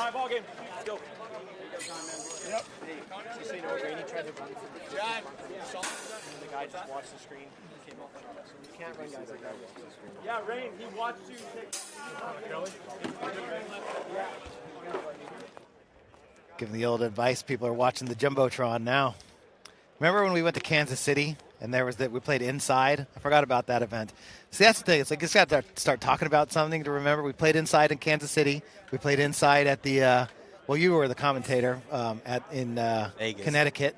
Oh, yo, Mohegan Sun. Mohegan Sun, yeah. We had we were in an arena for the 3-man. Yep. In Vegas a bunch of times. We yep. did that yeah. together.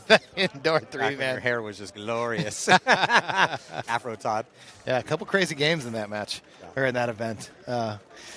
Chaos, bloodshed, lots of it. But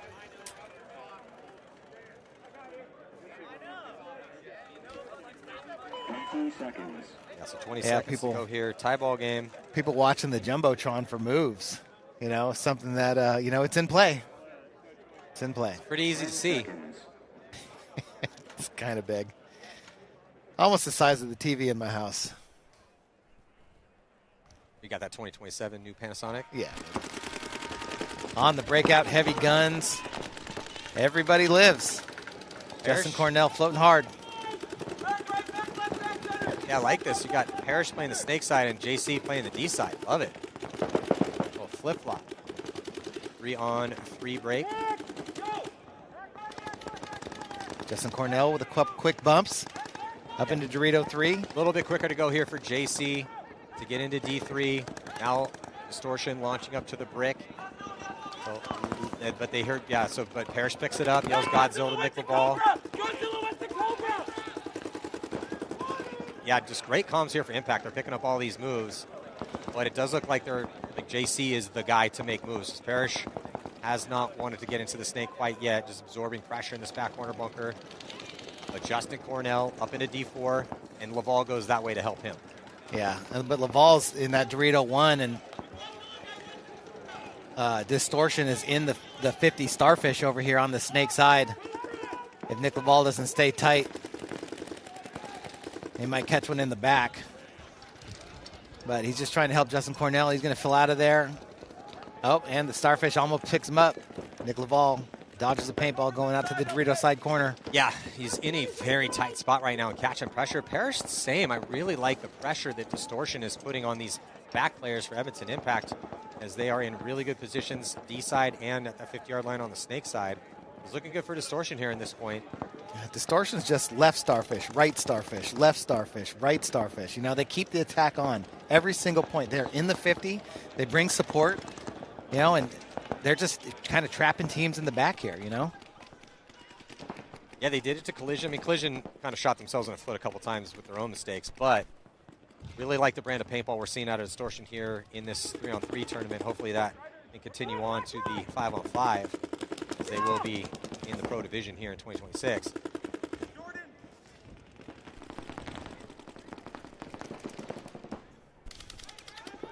Justin Cornell, a little Starfish of his own there on the Dorito side.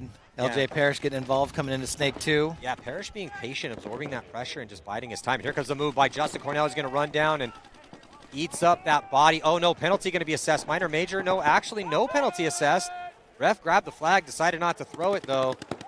But then a tactical retreat, Distortion getting eaten up. So Distortion playing the aggressor in this point, but Impact just eating up that aggression with no problem, and then some secondaries of their own, some execution, and they're going to take a 1-point lead. Ate a little bit of time off that clock. Those were under 5 minutes to go. Yeah, we're far away, but Justin Cornell looked like he got the drop.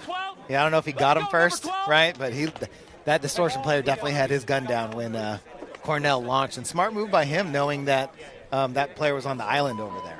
Yeah. That didn't have the support. You know, the support was a distance away. So Justin Cornell slowly worked his way down that Dorito side and then launched at the right time and opened that game up for Impact. Like Haber going to get a spin over here, Snake side. And he first came into the league a couple years ago. He was forcing Ager in the Snake. Haber running and gunning, back corner bunker. That is mirrored up, I believe, Chad George for Impact on a delay. Newell up to the middle. Avery win. Oh, but Newell getting taken out up the middle of the field. Yeah, it's a little different when you go a little reckless into that middle against Collision than it is against Impact. And he just got caught, trying to wrap a little too hard on that wedge, and now it's a 3-on-2 situation here. Yeah, I think this is the Yakimek, Harmon, and Chad George line. Yeah, because Tyler's in a really good spot, just moved into D3. Oh, and he got his gun up in perfect time to catch Win cross field. Oh, but he actually missed his shot, but then Win comes around and gets diced up by Chad George. And then they get the shot also as well on the D side, and that is going to do it. No one on Impact in that point got shot. Great job by Yakimek, Harmon, and Chad George. Now a 2-point lead and only a 3-point mercy roll out here. Distortion backs to the wall. Connor Kelly, Rainey Stanzik, and Dalton Vanderbilt out for this next point here. Impact. It's like Chad George is going to switch off guns here with Connor Kelly.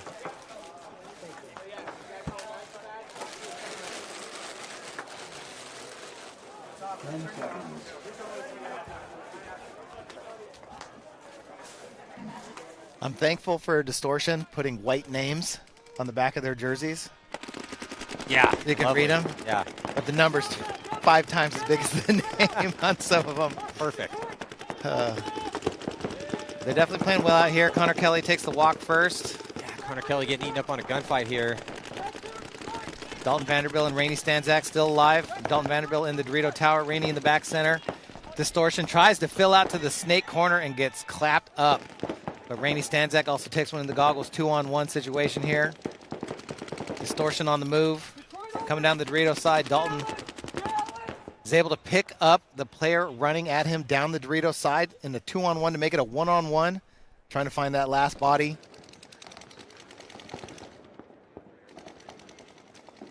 There's a big one-on-one. Because if Distortion can win this one, I think that's Roberts out there for Distortion. Yeah, they have to win to stay alive. And have some time left on the clock to come back and tie it up. 2-point lead for Impact. Yeah, Roberts has to engage with Dalton in this situation. He doesn't have time to play patty cake with Dalton Vanderbilt right now. Has to engage. Yeah, all Dalton needs to do is burn time and trade out. I would love a trade. If I was Dave Baines right now, coach for Everton Impact. Love a trade. An idea like the win. Ooh. There we go. Dalton Vanderbilt going to get shot on Nate Roberts. And that is going to be a 4-1 Mercy Rule victory here for Edmonton Impact. Or you can just finish them off like that, you know? Well, Dalton played that one great.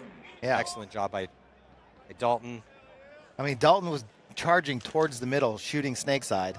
And then the Distortion player went running down the Dorito side, and Dalton saw him out the corner of his eye, swung his gun around and shot him on the run, and then wins a one-on-one to get the Mercy Rule victory. Let's go down to our new sideline reporter, Bree, and it looks like she has the coach of Edmonton Impact. Let's listen in. Hello, everyone. I am here with Zane Yakmik. We are just finishing up their final point here. What did you do to prepare the team for these 3v3s with everyone new coming in? You know, it was a lot of practice the last 2 weeks, bringing all the guys in, getting everybody playing together, just getting gelling. It's a quick format. You know, 3-on-3s are quick points. You're back and forth, so our mentality is just get everybody playing, roll 3 different lines, all 9 guys are playing. Great, perfect. And what are you looking forward to this season with these new players? You know, I think the thing we look forward to this year is getting a better start. You know, we typically get rolling 3 or 4 events in, so I think we want to start early. We want to win an event early this year, get the guys rolling. Get an early win would be ideal. All right, perfect. Well, thank you so much. I look forward to seeing you this season. Thank you.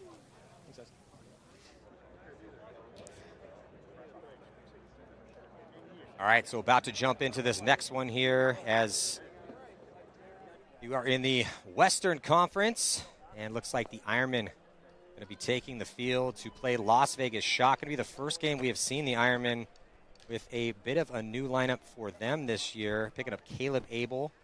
Love seeing him out there. He's definitely emerged as a huge threat on the snake side, and then also picking up John Peterson and Alex Rosati. So a little bit of a new lineup here for the Ironmen. And they are going to be playing Vegas Shock. This is the semi-pro line for Vegas Shock. Lots of seasoned veterans on that team. Jumping into point number 1 here. Thank you guys so much for joining us. First event of the 2026 season. Looks like the Ironmen are going to be dropping a body early, so it's going to be a 2-on-3 here pretty quick. Yeah, Caleb Abel tried to go all the way to the snake on the break, asking where he's hit. I didn't actually see him get hit either, but Henry Sense filling out here to the snake side to stop the bleeding. Coming out to the snake side corner. Ironman losing another body off that Dorito side, just Henry Sense.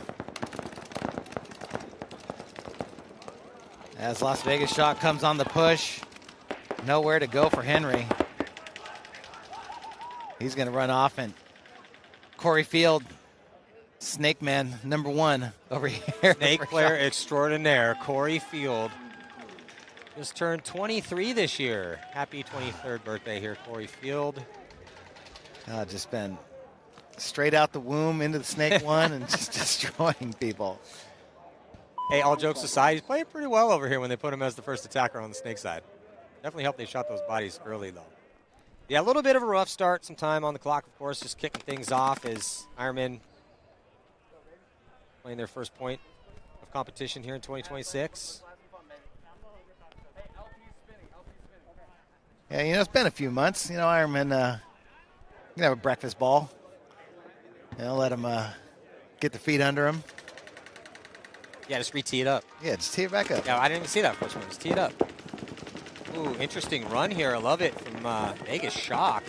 Running around the Aztec, getting into the brick here off the break, so aggressive looks. Other 2 in the pocket still.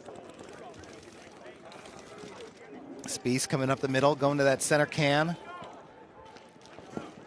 I wonder how open that move's going to be in 5-on-5. Going up to that can and then trying to make a decision. Do I want to launch to the big brick on the snake side or to the big wedge on the Dorito side? You know, or are people going to get trapped there? You know, but that looks like a Kirill type of spot to get adventurous with. Here comes the big move. Straight down the sideline. Geiger makes it, but he gets cut down by Spies. So trade, 2-on-2 game now here. Yeah, that was Alec Brown in the Snake as the first attacker for Shock. So there's no one on the Snake side for either squad right now. Battle developing on the D side, though. Here comes the Ironman. Goes through, he just eats up Tyler Spies, and he gets the next kill. Little 2-pack to close things out here from the Ironman. Yeah, they definitely needed that from Rosati. Yeah, hey, Rosati, remember how nasty Rosati was? Like yeah. 3 years ago, 2-3 seasons ago? He was definitely on the ascent. And then he got picked up on Impact for a little bit. Uh-huh. And then now he's taking this big break. But when I found out that the Ironman picked him up, talked to Shane about it, he was really excited about the pickup. And I'm like, hey, man, if Alex Rosati comes back and looked like he did when he was on the ascent, yeah, then that's a huge pickup for you guys. 100%. I mean, it's cool to go play for Impact and all, you know, but he went to that team and just never got to play. You know, there's being around all those guys and learning from those guys, but just never getting any spins when you're a young dude, you know, with a ton of potential, coming from a team where you were playing a lot and dominating. I felt like definitely hurt his career a little bit. Yeah, that's always kind of one of those tough situations. Yeah, you'd love to have that spot, but that's a big ask as well, too. You got to go to a superstar team, try to get playing time. They're jumping into this next point. Nicolo, Lennon, and Abel. Yeah, Caleb Abel trying to definitely look like he wants to gunfight into Snake 1. He's actually going to crawl from the back corner bunker and get untouched into Snake 1. 3-on-2 break. Yeah, 3-on-3 break. At least to start things out. But Caleb Abel in a really good position here for the Ironman. Still untouched. All the way on to Shock side of the field. And Corey Field going to come bunker out Caleb out of the Snake. Get him out of there.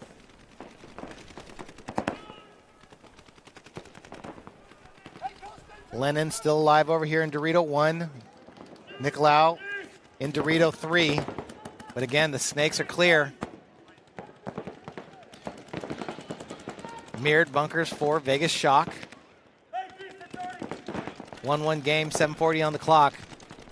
Yeah, Battle just going Who's down gonna on make the that D. move? Yeah, Battle just going down here, Todd, on the D side right now. Lennon sees the body in the middle. Yeah, Lennon with the big booming voice. Might have clipped out the wedge, though. Actually, the wedge might have been shot by D3. Nope, goes in, catches the bouncer. Still 2-on-2.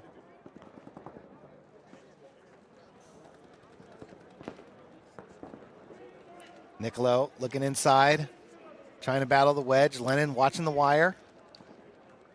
There's the Shock players on your screen. Who's going to make the first mistake? Oh, and it's going to be Nicolau. Yeah, Kyle Nicolau taking the walk. Lennon with the desperation run across, and he gets blasted. Shock going to take a slight 1-point lead here.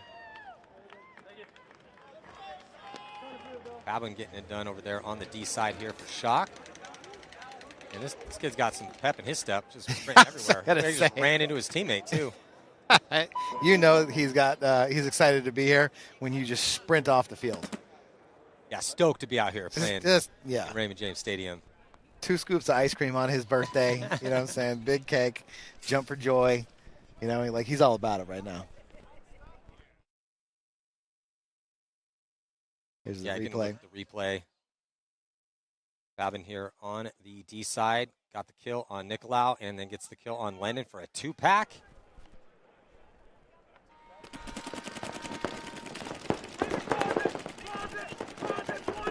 Geiger makes it out wide for the Ironman, but then takes one on his first engagement. And Aftershock gives it right back. Shock. Yeah, so 2-on-2 situation here. Shock repositioning to get outside wide on both sides of the field. Into D3. Back corner bunker on the Snake side. Now dipping into the Snake with Waring. Waring's feeling the pinch from both. I mean, both those angles can get shots. So Waring needs to get up the field here. He knows it. Now he's a little safe from that D3 spot. Locked out from the brick inside.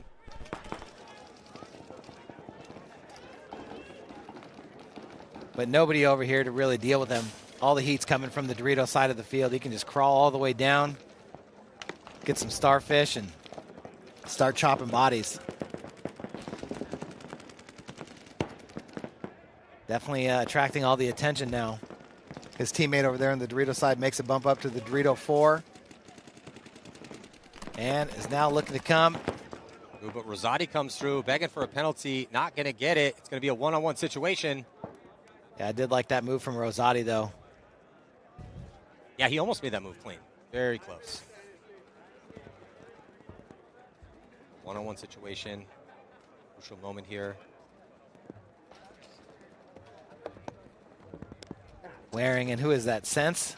I think it's Sense. It's all the way across the field, but I'm pretty sure it's Sense. Nope. Lennon? Down here. Lennon, maybe?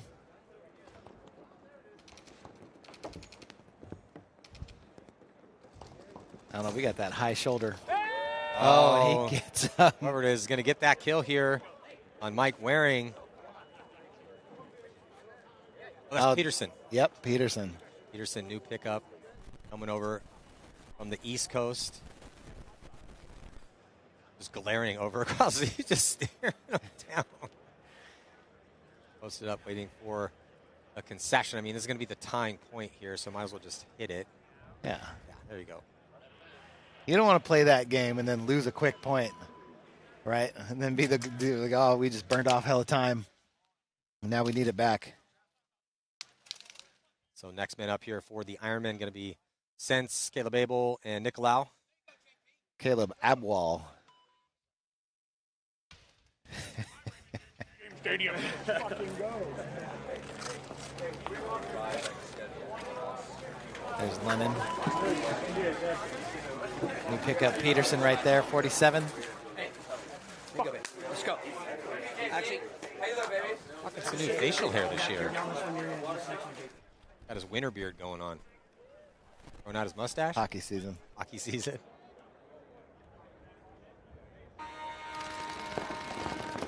Well, this is the point. Just 3 minutes on the clock here. He's going to seize the initiative in this one. Body dropping early for Shock on the D side. Caleb Abel rolling dice to get into the 50-yard line pretty quick. Got a body right in front of him, though, sharing the bunker, and they are most likely going to trade out. They do.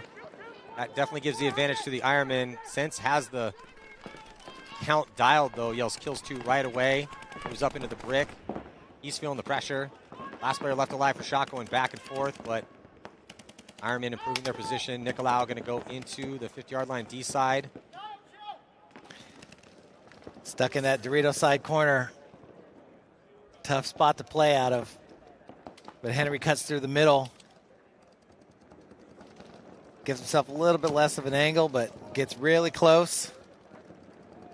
He and Nicolau need to communicate, execute, and they do. As it looks like Spieth was the last body on the field for Vegas Shock. So Ironman taking the momentum here. Very quick concession. 30 seconds. Reserve that time. Peterson back out. Looks like Rosati back out, and Pat Kraft Jr. taking the field. Looks like Corey Field coming back out here for Shock with Gowan and Everett for Shock. 10 seconds. Hey, wipe off Caleb's take. Next line is Caleb. I would never. Rosati, Pat Kraft, and Peterson. Off the break. A little bit bigger bite for the Ironman, trying to get out wide, snake side.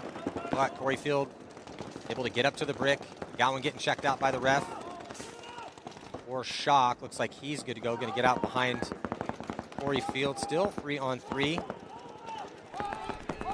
Ironman went short on that Dorito side, though, and Corey Field's in good position to chop him down if he stays there, but he comes back to the snake side. Rosati not falling for that, but a big move by Shock down to the Dorito side. Let's see if they can capitalize from the starfish. Corey Field getting some starfish over here as well. Yeah, Shock playing the aggressor here with Field at the 50-yard line. He eats up the body in front of him, and LP is also in a really good spot as well, too, on the D side. Corey Field just dicing another body up. Corey Field's on fire here. Corey Great Field job by Everett and backed up by McGowan. So here, Shock roars back into it.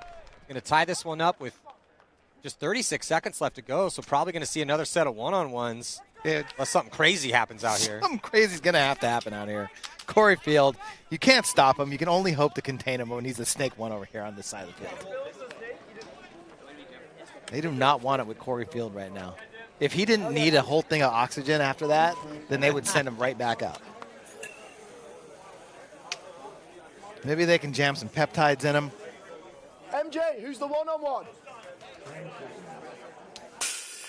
So let's get there first. McGowan's coached before, so he's very understanding of the flow of what we need. So he's asking immediately, hey, just in case, who's the one-on-one? Who did he coach? Lucky 15s. He also came over to help out Aftermath a little bit last year because Greeny was playing for him. Ah, nice. Oh, here comes Shock. They don't want to go to one-on-ones. Yeah, Shock they're throwing it right now. They're on their side, just one more body to shoot, and Shock is going to be stealing this win. Oh, but just as we think that Shock going to steal the win, a minor penalty thrown, so that could change this. That could change it, though. A penalty was being thrown. Did hear that the point was conceded, so the referees are going to have to sort this one out. They might have been able to eat that penalty, though. Did they have 3 bodies alive is the question. They did, and the player from Shock going down the Doritos side got a one-hander on the Jumbotron as he went to finish that game before he came and blasted the start box. No, I knew we had the body. I know, but it doesn't fucking matter. All right. Hey, let's go, boys. Hey, I got the penalty because I knew we could eat it. You know? Yeah, I knew the whole time. Yeah, we're fine. Yeah, dude. I'm just making sure I put paint on that guy. Oh, that's Spence. I know. You know, Spence, Yeah, give him the benefit of the doubt. Yeah, Spence gets the benefit of the doubt. He knows what's up. OG damage player. And probably his hometown family right now. Uh-oh. Well, looks like there's still 15 seconds out there. 15 is that's the limit here. If it goes under 15, we don't play it. Oh, they're going to call timeout. Try to figure this one out. Well, let's get a look here at the replay and see if we can see something. So there's the kill. Here comes a last second push. There's Spence in the middle. He's got the hit on his back. Oh, he got shot by his own guy? Yeah, if he got shot by his own guy. So Spence was basically saying, hey, I needed to put paint on that. I want to make sure I put paint on that guy. He did have that big hit, it looked like, on his back. But if you're hit and you're shooting another body, that's major. So a minor was thrown. But if it was a major, that could be a totally different situation. It doesn't look like it's going to matter as they're just going to go right into the next set here. Yeah, that guy was dead anyway. Gas over. There's going to be Dynasty taking on Uprising. Hey, Jim, the one thing I want to say is if I know that snake prior point, you're splitting hairs, but that's what wins tournament. Split hairs all day long. As long as it's constructive, we split hairs all day long. And you just tuck in, roll fast, like shoot it. Oh, McGowan. Yeah, McGowan. English Nick Slowiak. Yes. Yes. I like him. Yeah, McGowan's great. Uprising's on the box. Dynasty came out to get ready to go on the box. Hey, is there a chrono over there?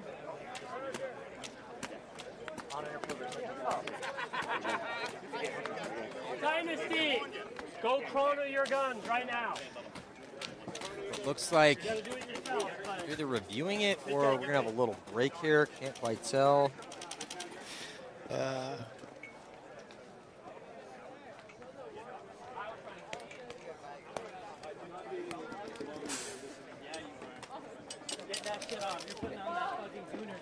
Yeah, so it looks like I'm going to take a quick break, and we'll be right back here with Dynasty taking on Uprising. Stick with us. Yeah. Run through the bracket of death.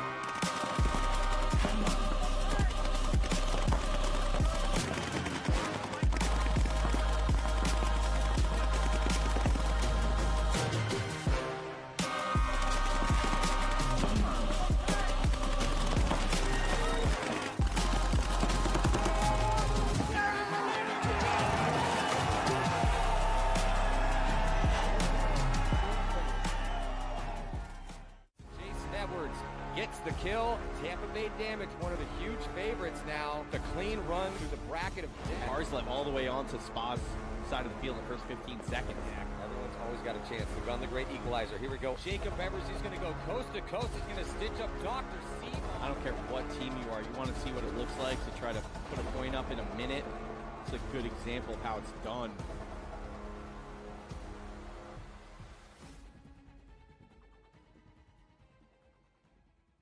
Previously on Behind the Mask. This is what I do when I'm not playing paintball. It's what my dad and I love to do together. It's our fun hobby that keeps us bonding and keeps us competitive and just has a one-of-a-kind spirit that we can share. Pops has got to get his ready too. See my dad out there? I'm gonna go look for him. Make sure he's not left out on the track.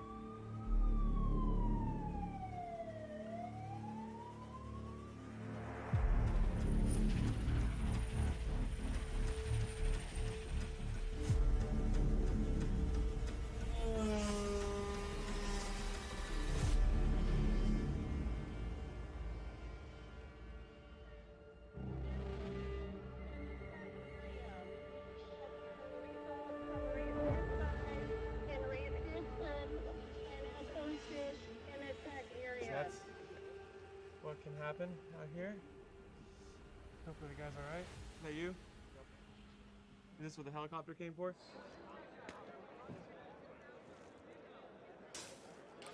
All right, welcome back to Raymond James Stadium. Out here in Tampa, Florida, getting a look of the banners all the way around the stadium of all the platinum sponsors. I tell you, it is a sight to be seen over here. The feeling of being in this big, giant stadium where a lot of NFL Hall of Famers have played. And now we are down on that same very grass. We got Dynasty taking on Uprising. On the breakout, looks like it's going to be Uprising losing their first body, running out to that Dorito side. And now making a big move towards the Snake side. Uprising getting into Snake 2. Dynasty still with 3 bodies alive. Kyle Spica makes a bump out here past Urena into the Snake corner.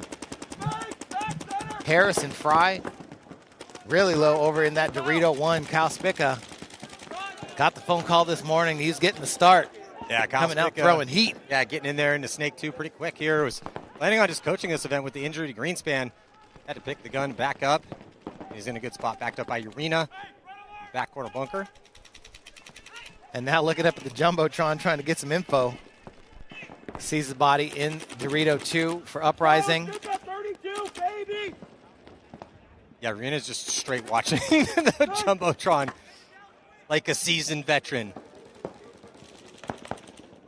So Use one anything, body advantage use for anything Dynasty. you got, right? Anything you got. Whatever you got to do. Everything's fair and game in Raymond James.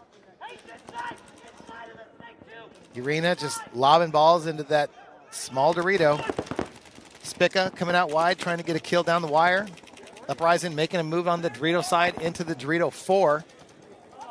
Oh, Spica with the nasty crossfield shot. Still got it. Huge kill here for Kyle Spica.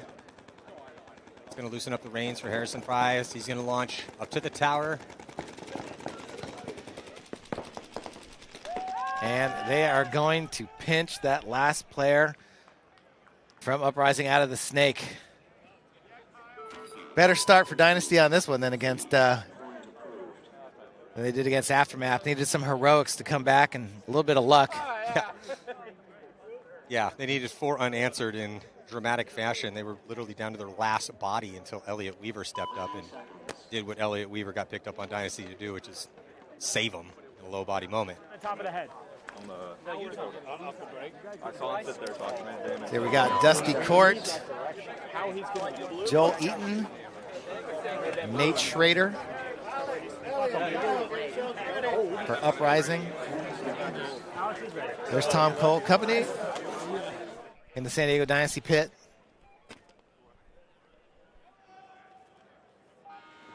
Dynasty sending out O'Mara. Schrader running and gunning all the way into the Snake, not feeling any pressure. He gets all the way into Snake 2. He still has not checked into his bunker. Now going to hit the deck and crawl up into Snake 3. It's just a wild maniac over here. Somebody needs to put Nate Schrader into his bunker. Somebody needs to put the harness on that guy. You know what I mean? He's off the leash right now, going crazy on the Snake side, trying to get kills across the field on the Dorito side. Court going to back him up. Yeah, but then Court actually looks and checks off cross field and sees, I believe, Joel Eaton taking the walk. He goes all the way coast to coast to get back into D1. Nice fill. Stop the bleeding on the D side here for Court. Nate Schrader wheeling and dealing still. Ends up catching one heads up in the goggles. And then Court is also going to get pinched out. So another good start, or another good point here for Dynasty, getting off to a good start. Mara unsure of the count, checking off the field. And ABJ going to come follow him up out of that snake side corner. It's going to be Weaver, Elliot Weaver, Kyle Berry, and Alex Frazier play this next point for Dynasty. 30 seconds.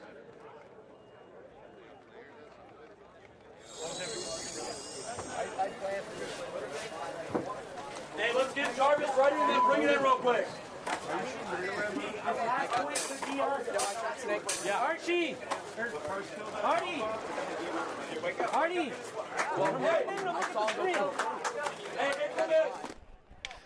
All right, it's time for the closers. Frazier, Weaver, and Kyle Berry. Big whip on the break. No bodies come off on either side. Snake corners on both sides. Back centers on both sides. Kyle Berry making the first move into Dorito 3. And running ref over to the uprising side. Into that mini wall on the Doritos. And there goes Graham Arnold, the first body to walk off. Body number 2 coming out of the snake for Uprising. This looks like it might be a quick one. Can Uprising pull off the same magic the Dynasty did last match? Or is this going to be a 3-0 mercy rule? Here comes Weaver, sharking through the middle of the field. I think that might be Shane Howe. Oh, Shane Howe runs and gets his face painted like a Halloween carnival. That's going to do it here. Uprising. 3 quick ones for Dynasty. Just hit the button, guy. It's 3-0. Much better start here for Dynasty. And if you did miss, or you missed that first game, it was looking absolutely dire against Aftermath. This one, completely different story here. Beautiful job by Dynasty to completely shut out Seattle Uprising. Get a look here at the replay. Boop. Yep, there it is. And going to take the walk.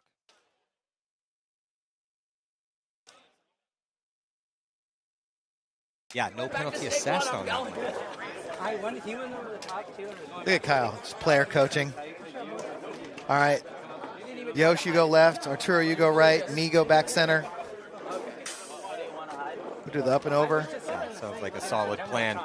So coming up next here, it's going to be Detroit Infamous and Texas Fit. Your Western Conference 3 vs. 3 championship. First event, 2026 season. Looks like Patient, Silberg, and Reeser will be the first out for Infamous. On the far side, but I'll leave it's Chavez, Seabaugh. Yeah, we haven't seen Scott Stewart much, right? Portillo, no. Scott Stewart's just chilling. Saving him. Yeah. Saving their first snake attacker for the big event going down this evening.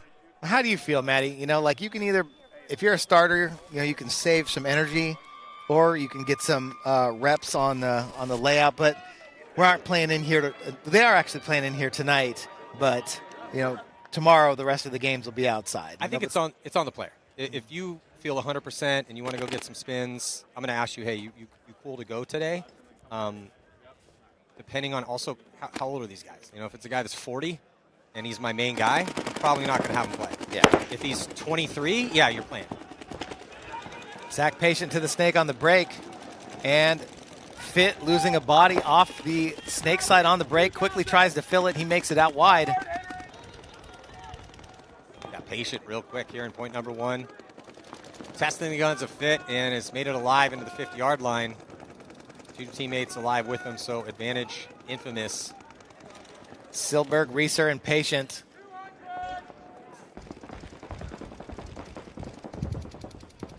Fit up in Dorito 3. Now Dorito 4. Looking to get a shot on Patient across the field. Yeah, Chavez is in a good spot. And there goes Cyrus out of the snake corner. So 3-on-1 advantage for Infamous right now. Patient's going to go full send down the snake. Try and capitalize right away. Yeah, Patient coming all the way down. And then here comes the counterattack from Chavez. Does get the shot on Silberg, but Reeser and Patience still alive. So that's going to do it here in point one. So Fit, after running off 3 straight points against Iconic, going to go down 1-0 here against Fit. I do like the pace of this. 1 minute in between points. You know, I think that not having the split deck, you know, just staying in the same game. We got a long day, but it's already 3:15. Yeah, it is? Yeah. Jeez.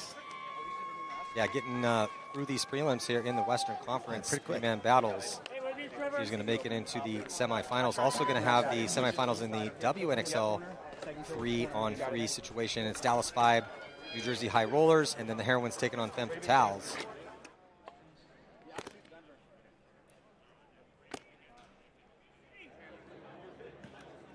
Fit family here showing up as always. They travel well. Always a home event. You know who else we haven't seen for Fit? Cole Lukow. Yep. No Cole and no Scott. Brody able to get out alive. Snake side. Johnson in the middle. Lukow getting into Snake 1. Johnson coming across to the Snake corner behind him. We saw this squad win their point in that last match. It's like Nathan's going to fill out to the Snake corner.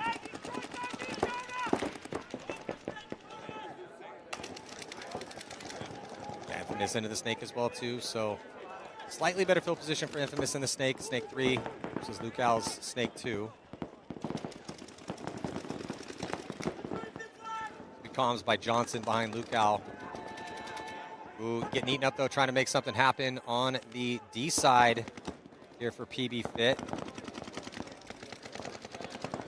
Johnson able to get out all the way to the Dorito corner. That's definitely going to help. See if he can make something out of it, but Infamous still with the bodies. Yeah, that was Petroselli, one of the new pickups, taking the early walk from that D side. Johnson's made his way all the way over there, but then he gets taken out. And Lukow had decided to jump out of the Snake into the brick, and that Dorito player is just going to eat him up. I think is that Jonah?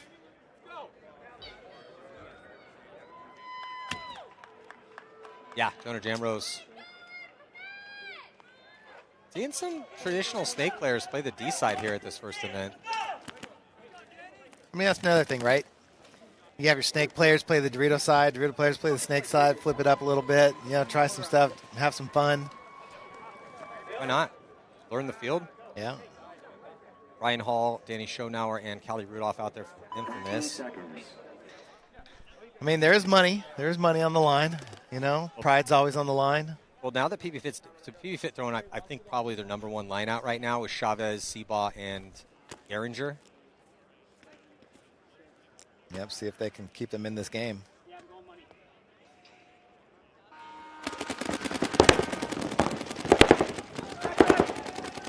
And they get a kill on Ryan Hall going out to that Dorito side. Advantage PB Fit here, 3-on-2, and they need it. They want to take a mercy roll loss. That's a pretty brutal cut to get into the top 4. Danny and Callie over here. Or is that Nathan? Nope, that's Callie. Callie comes all the way across into the Snake side 50. Chavez walking off for Fit. 2-on-2, Geringer in the back center.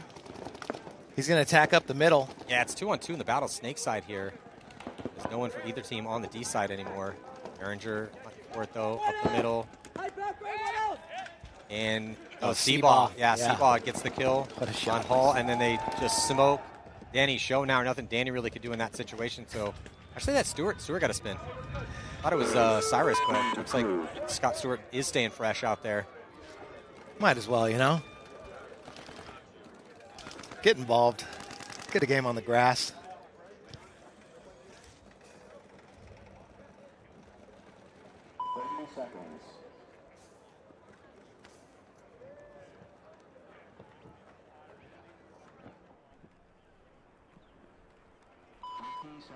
So it looks like Petroselli, Johnson, and Brody Lukow out for this next one. Where's Petroselli from? Texas, Beefy Boys. Yep. The Beefy Boys. They play the USSBL out there, crush it, practice against these guys all the time. Nice. Gotta love the developing more talent. Trying to bring up that roster a little bit. Lukow on the move up to the big brick on the snake. Zach Patient's already in there. This could be a crucial gunfight right here, and Zach Patient's going to own it. Now on this side of the field, going to get another one out of the back center. Zach Patient going off right now. Yeah, a little two-pack here for Zach Patient. Just Petroselli left out there for Texas Fit. Looking at 3 Infamous bodies. Infamous trying to stack up that 2-point lead again. Here comes Infamous on the close. Yeah, Reeser cutting up through the center. Easy work for Trevor Reeser on the close. Lion's share of the killing done by Zach Patient from the snake, though, here for Infamous. Reeser doing the spin. Checked out by the ref. Thumbs up. Point is good, and Fit is, again, 1 point away from taking a mercy rule loss. So it's going to be Abel Hussein, Bowen, and Jamrose back out on the field here for Infamous.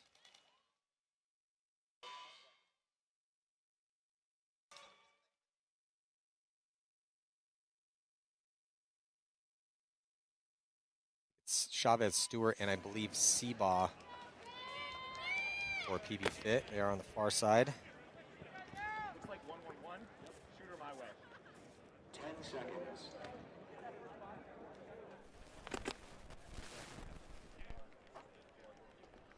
Stewart there on the bottom of your screen, coming out Snake Way. Ooh, it looks like Seabaugh might have taken one in the back center. Ooh, ref calls him clean. Took a hard bounce with a quick shot. But Chavez is going to take one and get a penalty. Seabaugh's coming out anyway. Just Stewart left in that snake side corner. Let's see if he can work some magic. Infamous loses one. 2-on-1 situation here. We got Bowen in the snake corner. Yeah, Todd, just got to be smart right now. A little under 4 to go. It's 2-point lead, 1 body advantage. Bowen talking it up nicely. Let's figure out where that last body is and put a ton of pressure on him. Bowen's going to cut to the inside. He's going to run the highway for a second. Stewart with a great shot of the Jumbotron right in front of him, but Bowen's going to go get it anyway. Yeah, so Bowen comes through, doesn't even trade out with Stewart, gets a clean run on him.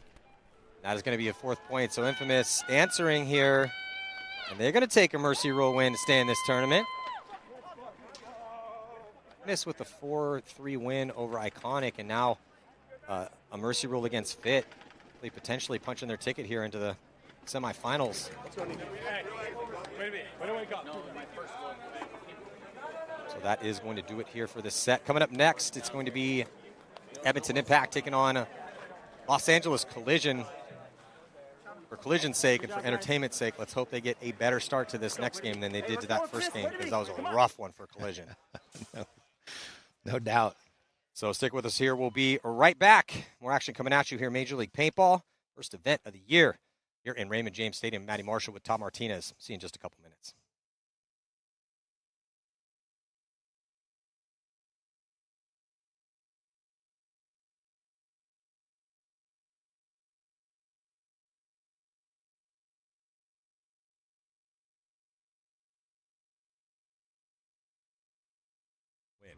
Since their last victory in 2019, they have finished second 7 times. But make no mistake, it would surprise absolutely no one if they took the victory in Tampa, because the lineup is a who's who of the best players ever to come out of the great state of Texas, with Colt Roberts, Matt Jackson, Miner Ninos, Cody Bayless, and TJ Danner. Add in Billy Bernaccia, Tom Guest, and Silos Cortez, and you have an incredibly tough lineup for any team to beat. Archie Montemayor will not be at the first event, but they have more than enough firepower and experience to take the victory.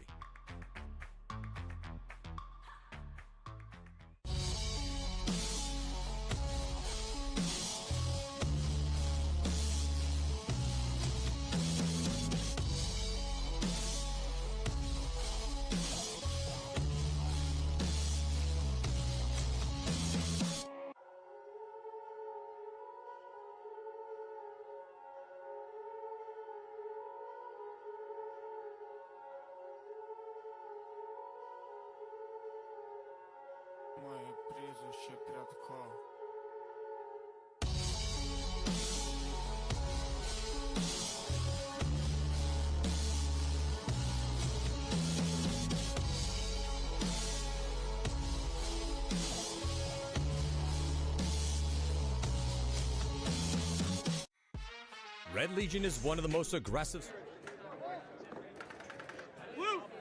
Back still here in the prelims. Western Conference three-man battles going down in Raymond James Stadium for the stadium takeover. Edmonton Impact taking on Collision. Collision in the murdered out black jerseys in, getting off to another bit of a rough start here as they lose 2 bodies early. Matty Marshall with Todd Martinez. Impact here, Todd looking real good in a 3-on-1, now a 3-on-none. Piece of cake point for him here in point 1. Penalties aren't great, especially on the run out. Lose that body quick, give some momentum. First point of every match. You know, you want to get up early, especially in 3-man. You know, I mean, it's like that anyway all the time, you know, but at least like in 5-man in the long game, you know, you got a little time to work it back. You can get, you know. A lot more points on the mercy rule here in a 5-on-5. Yeah, you can cover up some mistakes, but you go down 1 on a penalty, you know, that definitely gives a lot of momentum to the other team off the rip.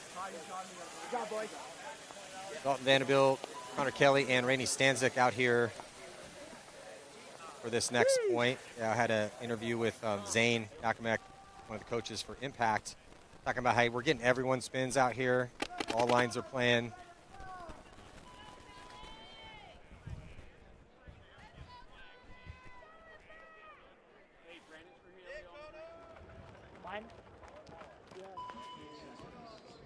We'll see right now if Collision can get it together here. It's just been a head scratcher for them. These guys have been training hard for this. Expecting some, they got a ton of talent, a lot of experience, some veteran, great leadership. This is a very small sample size, but the first 4 points here in 3-man have just not looked good. On the breakout, they do risk, I believe this is Lucas out here, corner bunker, snake side, and he's gonna go right into the snake. Gonna get some help from Boyum. Really wish these dudes would put names on their jerseys. It would help. But you got a body in snake 3, body in the snake corner, body in the Dorito corner. Impact. Connor Kelly's out there. Dalton's out there. Up 1-0. Yeah, Collision's in a good spot. Body, 50-yard line, snake side. He's got Overwatch. And then they have a body on an island at the Baby Dorito D2 east side. Impact still with 3 bodies alive of their own, though, in the 1-point lead. I think I see Rainey just tucked away in that back center. You just see the tip of his goggles sticking out, looking this way, watching that snake 50. I think Dalton Vanderbilt snuck into the Dorito 4. Yep, there he is, trying to deal with the snake 50. And the first body's going to come off from Collision on the Dorito side. Yeah, so advantage Impact here. No one on that side. It's going to be really easy for Dalton to get across that 50. I think that's Brandon Trujillo. But, you know, we're just... And then Dalton's going to get another kill, back corner. Luke is still alive here at the 50, but he's about to get run down. Potentially. Connor Kelly's looking for it. Connor Kelly's going to have to come all the way around to find him. Completely, does almost a 360 around that bunker. Stitches him up. And another point here for Impact. So that was a good opportunity for a dunk right there. We got Kyle Spica from Dynasty over here. Hey, I said you still got it when you were out there. We both said it. Yeah, 100%. Like, oh, Kyle Spica having a good one. He still got it. Bring in the lefty. Yeah, everyone's playing the Jumbotron. It's fair. Everyone gets a look at it. Kyle Spica.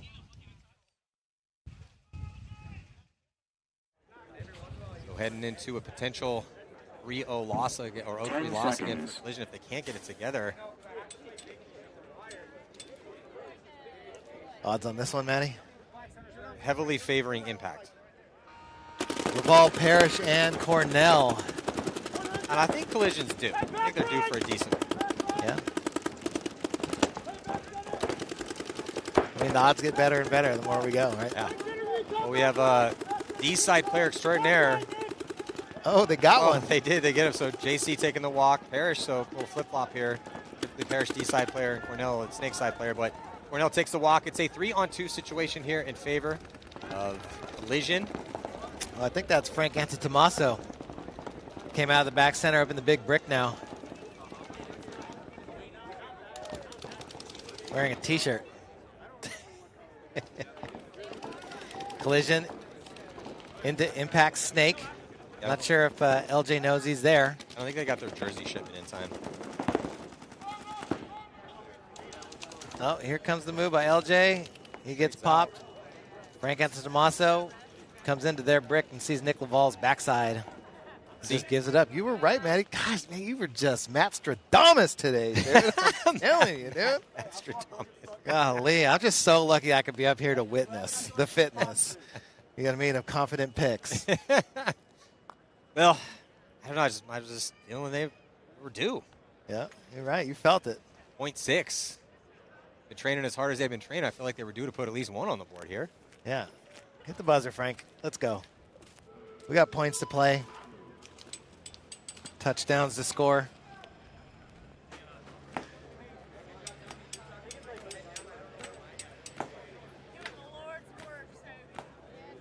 All right, Chad George, Tyler Harmon. 30 seconds. And Zach Yakimek coming out. 3 dudes in black. 15 seconds. For Collision. A tall one, a short one, and one shorter than that guy. I think this is Cousin coming snake side way, and I think they're sending Lucas east side way. It's just an educated guess at this point. I believe Boyum in the back center. Well, the Dorito guy tried to run and gun around the corner and got clapped up. So a 3-on-2 here. Only a 1-point lead for Impact, but a big move to the 50 Starfish on the snake side for Collision. Yeah, so that has been Isaiah over there. So yeah, Isaiah taking the walk, a.k.a. Lucas, and then here comes Castro. He runs to his death. Tried to run directly at Chad George. Chad made him pay for it. 2-on-1, Tyler Harmon and Chad George. Seen this combo before, but oh, Chad George. The shot in the on back of the heel. Nasty heel shot here. But Tyler's okay at 1-on-1s. We'll see if he can pull this one out. Yeah, he's pretty good at this. Relocating Collision. Could be a big one for him. So Tyler Harmon now moving up into D4. Going to put in the player for Collision. Might have caught him over the top. Maybe Collision now goes gun dominant over the top. Tyler's in a tough spot, man. Those Starfish bunkers aren't the best. I mean, you have some options. There's a lot of different angles you can come out of there. Saw some come off the bunker. Going to reposition to a can here for Collision. Tyler Harmon's thinking about getting out of there. Trying to find him.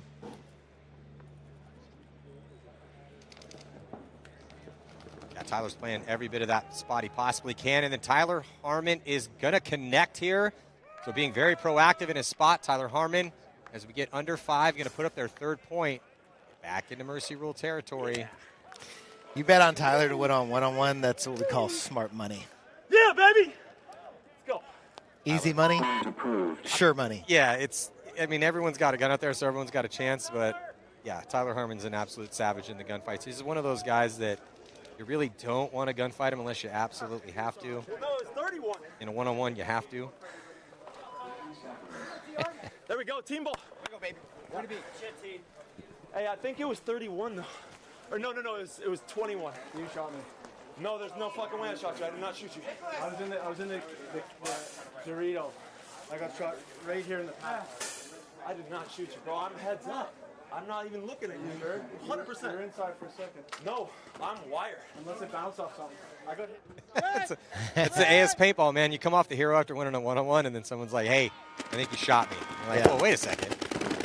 But I did good. I'm supposed to be getting my props right now. Yeah. Save that point for us.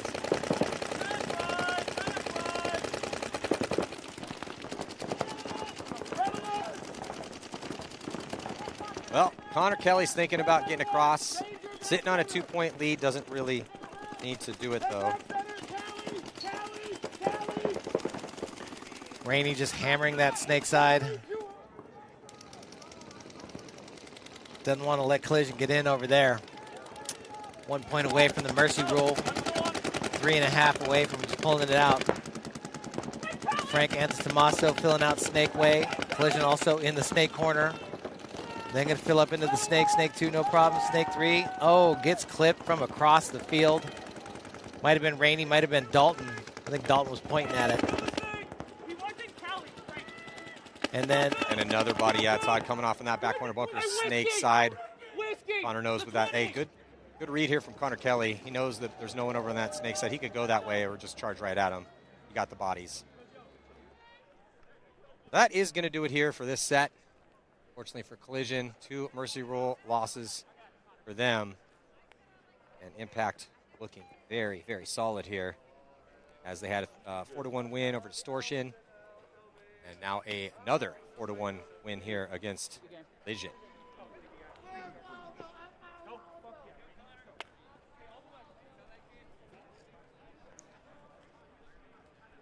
Impact looking pretty good here. Getting everybody spins. Lots of contributions. And some new pickups this year. So spending more time with each other. Yeah. Right? Like Zane said in the middle in that interview, it's just like, getting the guys together, spending more time together, getting to know each other, even though a lot of those guys have played together for a long time. Some of them have not, but very familiar with each other's game. But no better way than to get out there on the actual field and let it fly. So next game's going to be X Factor taking on the Ironmen. And then we will have the semifinals in the WNXL with Dallas 5 playing the New Jersey High Rollers and the Heroines and Femme Fatales. This is the last game of the prelims here, Western Conference, in these 3-on-3 battles. We'll be right back. More action coming at you from Raymond James Stadium. Matty Marshall with Todd Martinez. See you in just a couple minutes.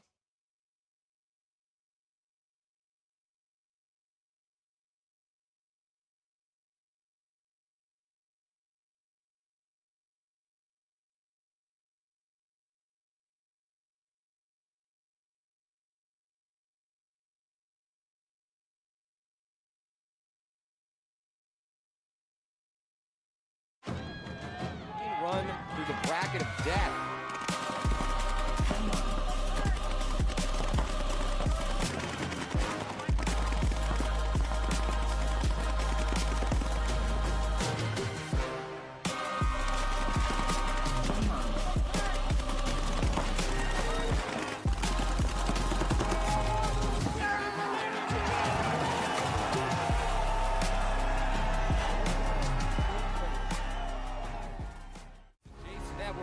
Gets the kill. Tampa Bay Damage, one of the huge favorites now. The clean run through the bracket of death. Arslev all the way onto Spa's side of the field in the first 15 seconds.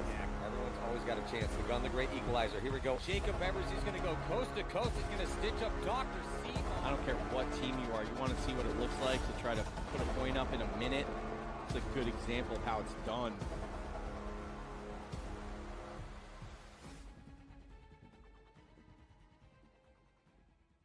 Previously on Behind the Mask. This is what I do when I'm not playing paintball. It's what my dad and I love to do together. It's our fun hobby that keeps us bonding and keeps us competitive and just has a one-of-a-kind spirit that we can share. Pops has got to get his ready too. See my dad out there? I'm gonna go look for him. Make sure he's not left out on the track.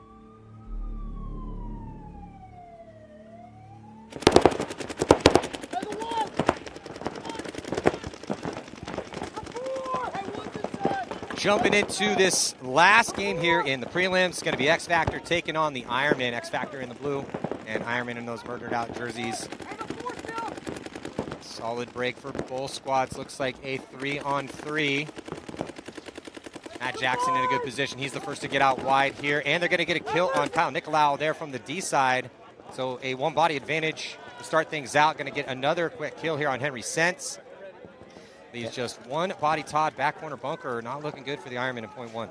Yeah, and started off slow in that first match as well. Had to fight back, but X Factor playing solid right now with the 3-on-1 advantage, and just taking it slow, hanging out, talking, shooting free paint, looking at the jumbotron, enjoying the moment, feeling the breeze, looking at the pirate ship. The jumbotron has absolutely become a part of this match, which is a very new thing here. You don't typically get to play a paintball tournament where there's a, 50-yard by 35-yard giant TV for you to watch the entire stream on. But you, depending on when you're looking up there, you might not be getting any information. It's just you on the screen. Yeah. And then the screen becomes Medusa, turns you to stone. Like, man, I look good out there right now. Yeah, just, man, look at me. I am just stunned right now. So looks like they are going to be conceding this point. Ironman going to spot that one to X Factor in that 1-on-3. X Factor not in a hurry to go put that first point up. Why should they be? Just a spur in time. Does it count as film study? If you're watching the jumbotron during the game? I think so. It's a very interesting type of film study, though, because you're kind of getting a quick head check on it. Yeah. Okay, who's up there? Okay, that's our guys. I need to get another head check when it's their guys. Are we going to go back and get some food, or should we go watch games? I mean, I've been watching games all day. Playing games, watching games. Same time. So TJ Danner, Colt Roberts, and Billy Bernacci out here for this one. That's Pat Kraft. Rosati and Geiger. Yeah. Rosati catches a bounce. Yeah, Geiger going to scurry up into Snake. 1 goes past it. Snake 2. Geiger getting into a really good position here for the Ironman.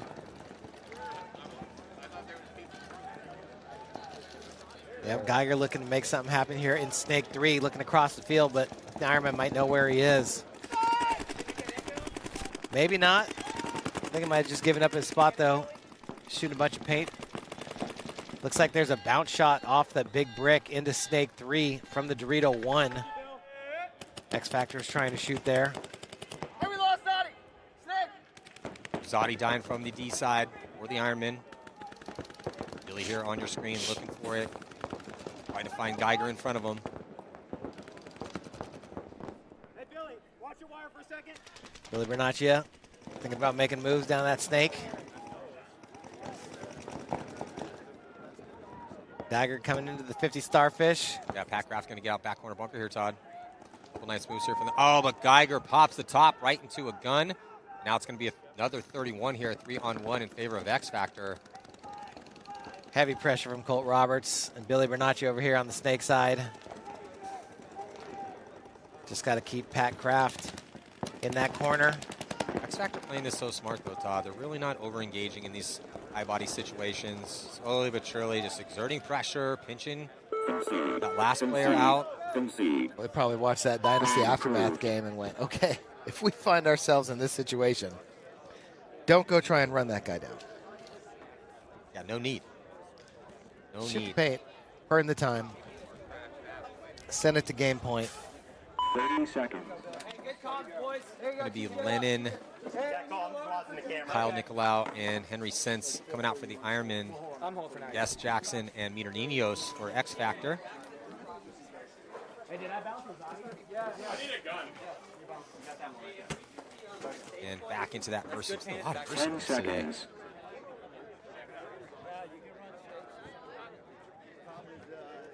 Say again.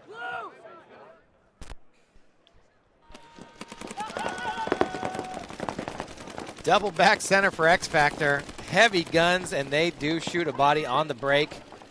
It's Nicolau again going out to that Dorito side, and then another body, Ironman. Actually, no, Nicolau. Everybody's dead on the Ironman except the Dorito corner. Yeah, the Ironmen are just, unfortunately for them, getting walked off the field right now. Pretty easy game for San Antonio X Factor. Yeah, it just was nothing but X Factor the entire time. Always had the advantage. And with their win over Shock, should be able to jump into the semifinals here, which will be going down after this Dallas Vibe New Jersey High Rollers, Heroines, and Femme Fatales semifinals in the WNXL. Also going to have the WNXL starting off their season in primetime paintball as well too this evening. Get ready for that. Again, full day of paintball coming at you. I mean, it is almost 4 o'clock, and we still have at least another 6 hours of paintball to go here, Tom. Only 6? Only 6. I like it. Bring on the action. Yeah, I'm trying to just breathe in all of the moments that I get in the middle of Raymond James Stadium that I possibly can. I'm trying to breathe in a large pizza Uber Eats up to the commentator booth up here. Yeah, can we get a pizza delivery to the commentator's booth? Pepperoni, right? Yeah, some wings. Pepperoni? Yeah. Some wings? Medium wings? Yeah. Hot? Hot. Oh, we want hot? Yeah. Feeling spicy out here, dude. All right, so that is it. Stage is set here for the WNXL semifinal matchups going down next here on center court in Raymond James Stadium. So stick with us. We will be right back. I said, please let me. And the lady goes, "You shot."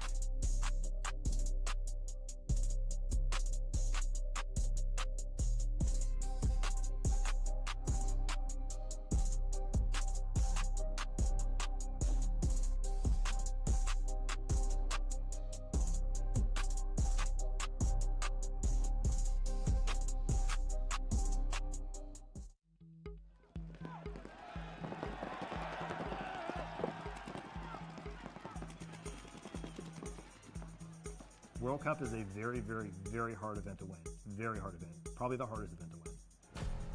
All Damage looking to punch their ticket into the finals, Matty. Tampa Bay Damage, just 2 more kills for them to move on to play PB Fit. They're a homegrown team, a lot like we are, but nobody was going to beat us here. Didn't matter what they did. We were going to win World Cup no matter what. One thing's for sure, Tampa Bay Damage every year has a team that is a threat to win paintball tournaments. Going to try to knock off our new giants in paintball, Paintball Fit. You know what I know? I know about damage. And that's all that matters to me. I don't give a damn about these other dudes, bro. I really don't. He's an amazing teammate. I love competing. I love the game. I'm a student, and I'm surrounded by great players.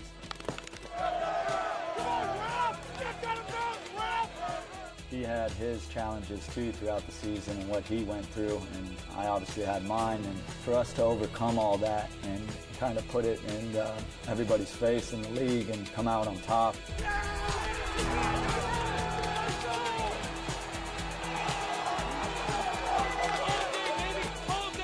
It's been a long time since Damage has won a World Cup. We needed it. Let's go, Damage! Let's go, Damage!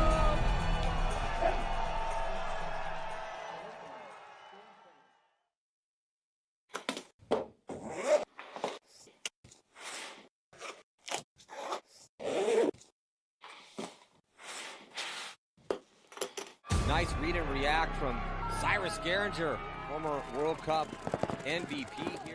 Another kill on the corner. Nate Schrader eating. There's a lot of feelings on this field right now about one another. Let's see who's going to take the advantage here.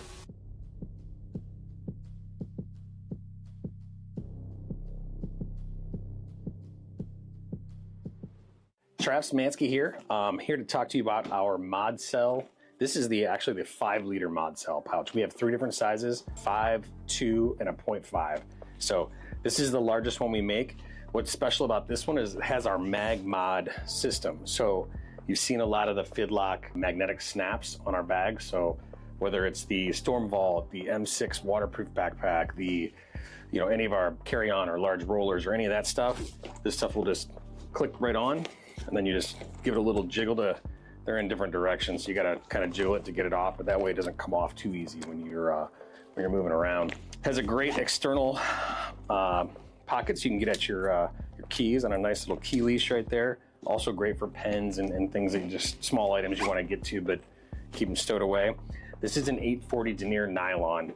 It's also, if you look at it, this is all welded seam, so it's not stitched. This is a waterproof bag, minus the actual zipper here. You could almost completely submerge it. YKK zippers.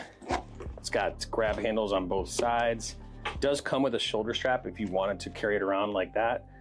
This size is perfect for, you know, the standard size, I think it's 11-inch iPad. Sometimes when I'm traveling, I put the over-the-ear headphones, same thing right in here. So I have my iPad and my headphones right in there.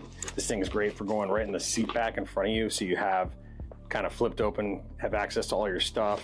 You can keep, you know, a little toiletry stuff in here, or, you know, Advil or chargers, this kind of stuff. Nice deep pockets to get at some of your chargers, cables, all that good stuff. Externally, this is a great pocket for, say, a boarding pass or something you might want to have easy access to. It also does fit like perfectly a passport. So this is the Mod Cell 5-liter with the Mag Mod. So it's a great one. You can get these at infamouspaintball.com. You can also get these available at fndn.com.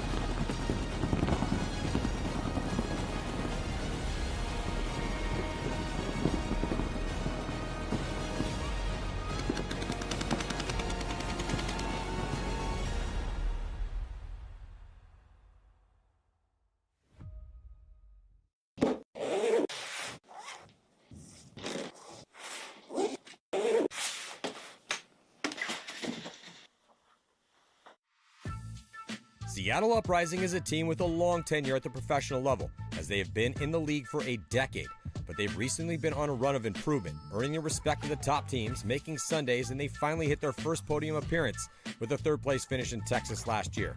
Rising star Alec Holland will be missing the first event, so they will need the rest of their veteran core, comprised of Graham Arnold, Alexander Borromeo, Joel Eaton, Austin Woodward, and the aggressively creative savage known as Nate Schrader, as well as the Snake One rookie Jonah Rodriguez, to all bring their best game for them to have a chance to win in Tampa.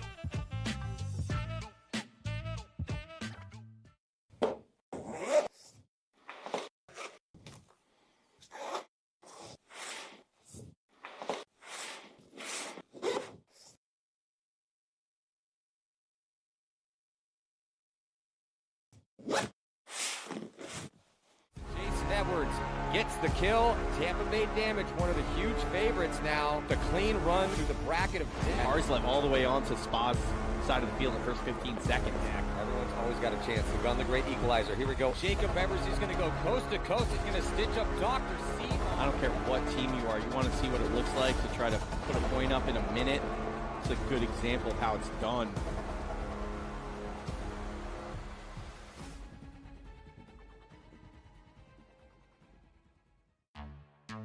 Former world champ San Antonio X Factor entered the Major League Paintball season as a top-ranked team, well overdue for a win.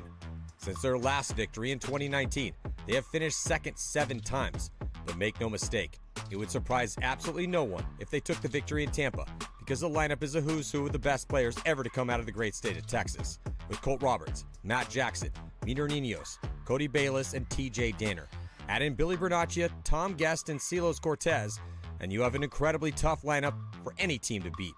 Archie Montemayor will not be at the first event, but they have more than enough firepower and experience to take the victory.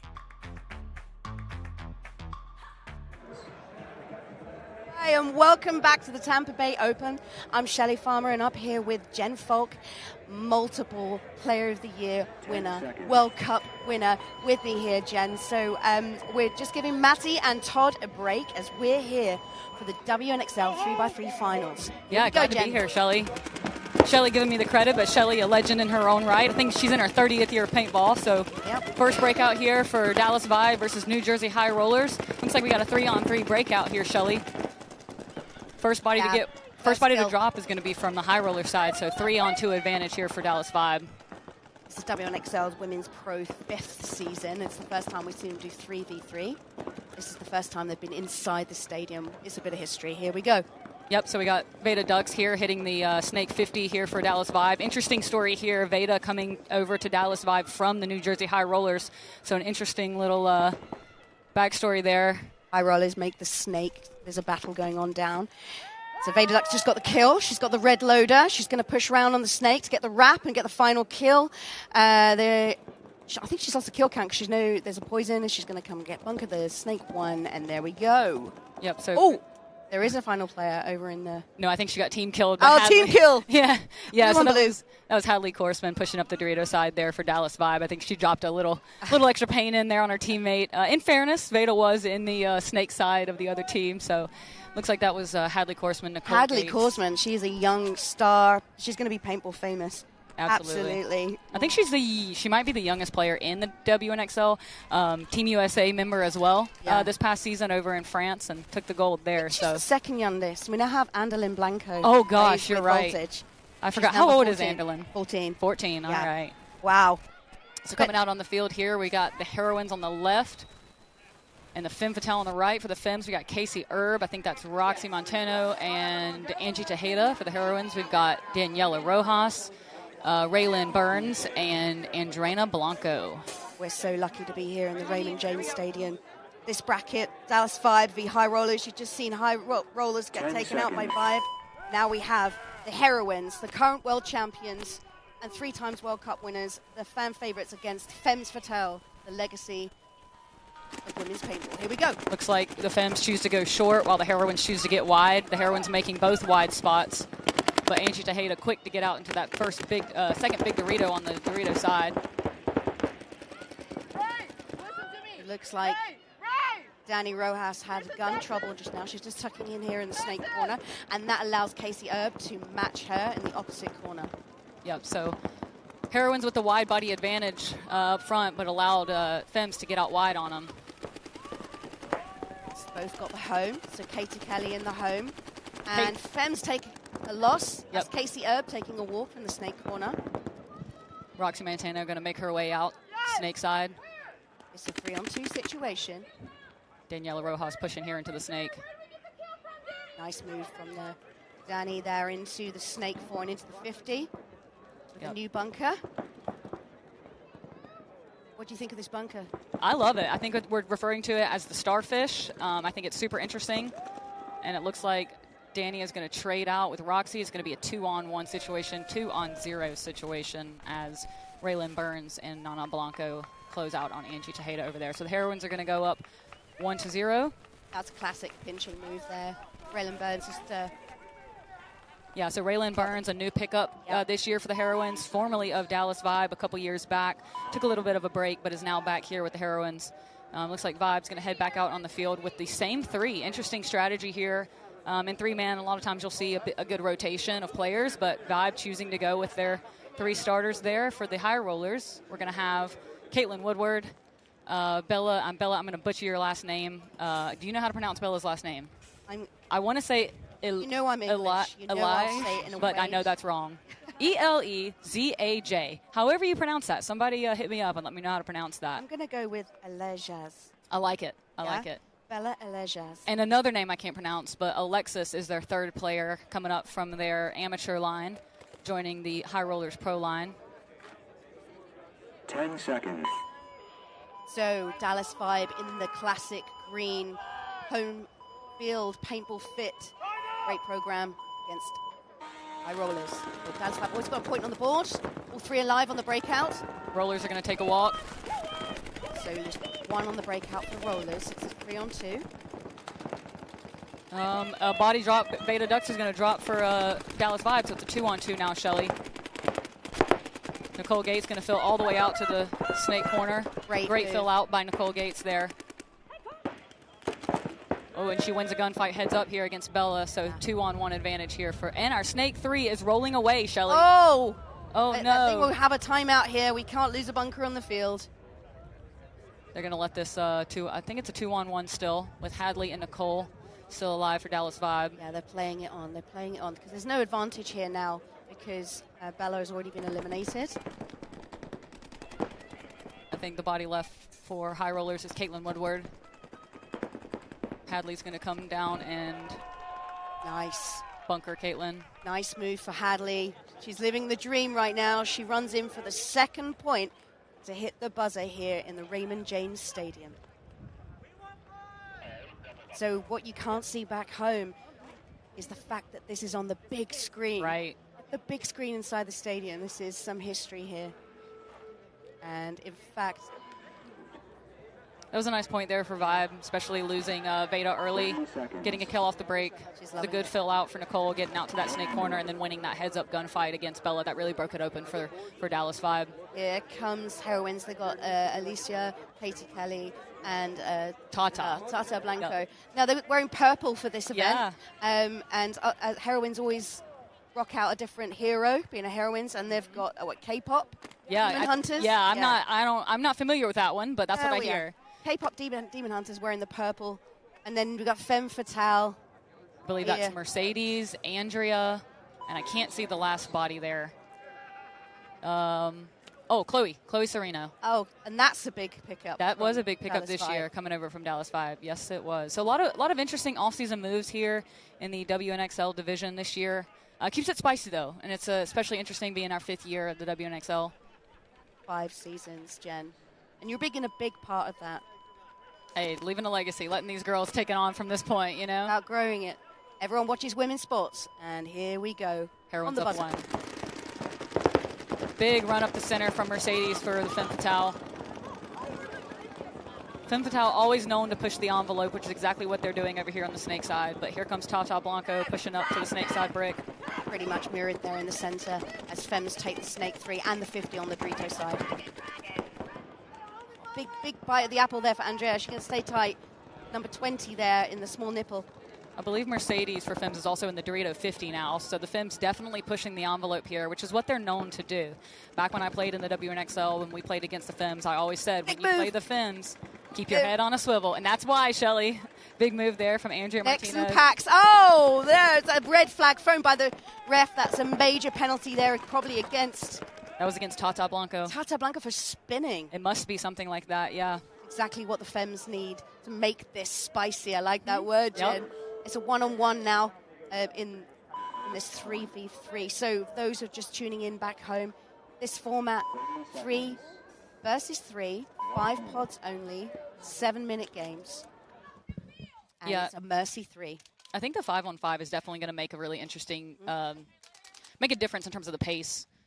Here we go. Big move here from Andrea Martinez, also known as Angry, and forced the penalty, which made Nana Blanco spin and caused the major, which brought the point home for Femmes. Looks like we're in the pits here with Femmes. There's Chloe Sereno.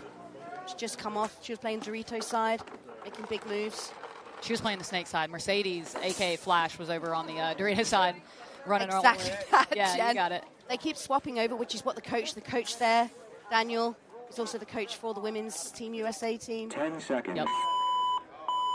And we're back on the big screen here with Dallas Vibe in the green. Vibe going with some new players this time. It looks like we got Veda spinning, but it looks like we're going to get a spin for Leslie Cluis and Michaela Wilkins. Veda's played pretty much every point. Yep. Veda here, front snake for Dallas Vibe. One of the most athletic players in the league by all means. Not surprised to see her spinning out here on snake side. And also playing her former team, High Rollers. Yep, and you know that's always, like, when you're playing your former team, there's something deep down in you, so Vibe definitely knows that. But the High Rollers are going to move here into the snake as well as move down the Dorito side, so we still have a 3-on-3 here with Dallas Vibe up 2-0. One more point for Dallas Vibe, and it will be a Mercy Roll win. So Rollers understanding that they do need to put a point on the board, but not to be reckless about it with 4 minutes still left on the clock.